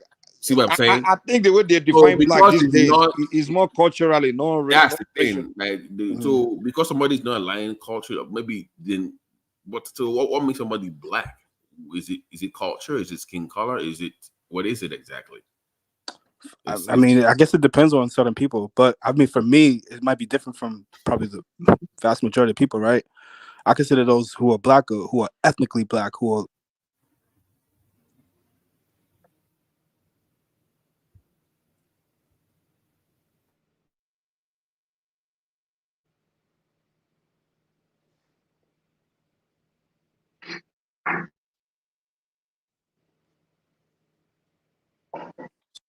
I guess it's tricky, but I think it's more cultural than anything. It's more of a cultural thing. That's what I think too. I think it's more of a culture. Culture is not really defined either. Like, hold on now. Let's go there. So, is Eminem black? Hell no. Don't move the goalpost. Don't move the. You said culturally. Culturally, but we're not. But listen. It's not solely upon culture, and it's not solely upon ethnicity, right? Okay, so it's kind of multifaceted in a way, right? So someone like Eminem, he might practice like, I guess, black culture, if you will, right? But I mean, ethnically, he's not black, so he's not black. So I mean, I don't think no one will call no black person will call Eminem black, right? What they do rap. No, they don't consider him black. They just consider him a white rapper. It looks like to me though, like when a black person sounds very educated, they don't consider they don't see him as being black. Mm-hmm. Why? Yeah, because I think people tend to associate like that black culture with that old country Baptist type of culture. They consider that the foundation of black culture. You know, that Baptist kind of Southern, the way you talk. Because that's where Ebonics come from. It ultimately comes from the South. You know what I mean? It comes from that old Baptist kind of way of how they talk in vernacular. You know. A lot is. I think what people are considering black a lot of time usually behavior and speech pattern, like the way you speak and the way you behave. Like and most of it behavior they consider black usually not a very good behavior. To be honest. Right. Mm-hmm. So a lot of time when I say black person that's behaving upright, they will say he's not black. Mike, do you know one of my all-time favorite books is called No Higher Honor by Condoleezza Rice. You know Condoleezza Rice, right? She served under Bush administration. Yeah, of course, yeah. But black women they don't accept her. They think she's not black, and they're like, come on. They don't even rate her like she's. Remember that Dave Chappelle's kid now? It's like free, give her away to the white people. Like free during the race draft, that comedy skit, like give her away to the white community. Sometimes I always feel like with the way they're pushing that blackness, almost like it's anti-progress. To be honest, but she's smart. She's brilliant. She's like, man, very. Yeah, when you chase away all the brilliant people because you believe they're no longer black, then who are the brilliant people left that the kids can look up to? LeBron, really? That guy is Dad, but is that guy juicing them? I'm just asking the question. I'm not saying anything. Is that guy can only show you basketball now? He can but Mike is handlers. They force him to speak on social issues, which he has no idea what he's talking about. I'm like, just think about it. Which life experience does LeBron have? Like, it's always been rich now. This guy from 18, he went straight to the NBA, and the entire adult life, he's been in the NBA playing basketball and living around rich people. So how can LeBron be speaking about the problems like justice for like what does he? How can it relate to what's going on in the poor community? These guys haven't been poor, man. I mean, maybe as a child, but his whole adult life, he hasn't lived around regular like normal people. But they will have him speak on Black Lives Issue. Like, dude, that's why he always sounds ridiculous when he speaks. Like, now your sports they tell you they talk all these things. You don't know what you're talking about. But yeah. All right, fellas, I got to bounce. Yeah, I got to bounce, man. I'll call my lady back, man. All right, Job. We'll see you later, man.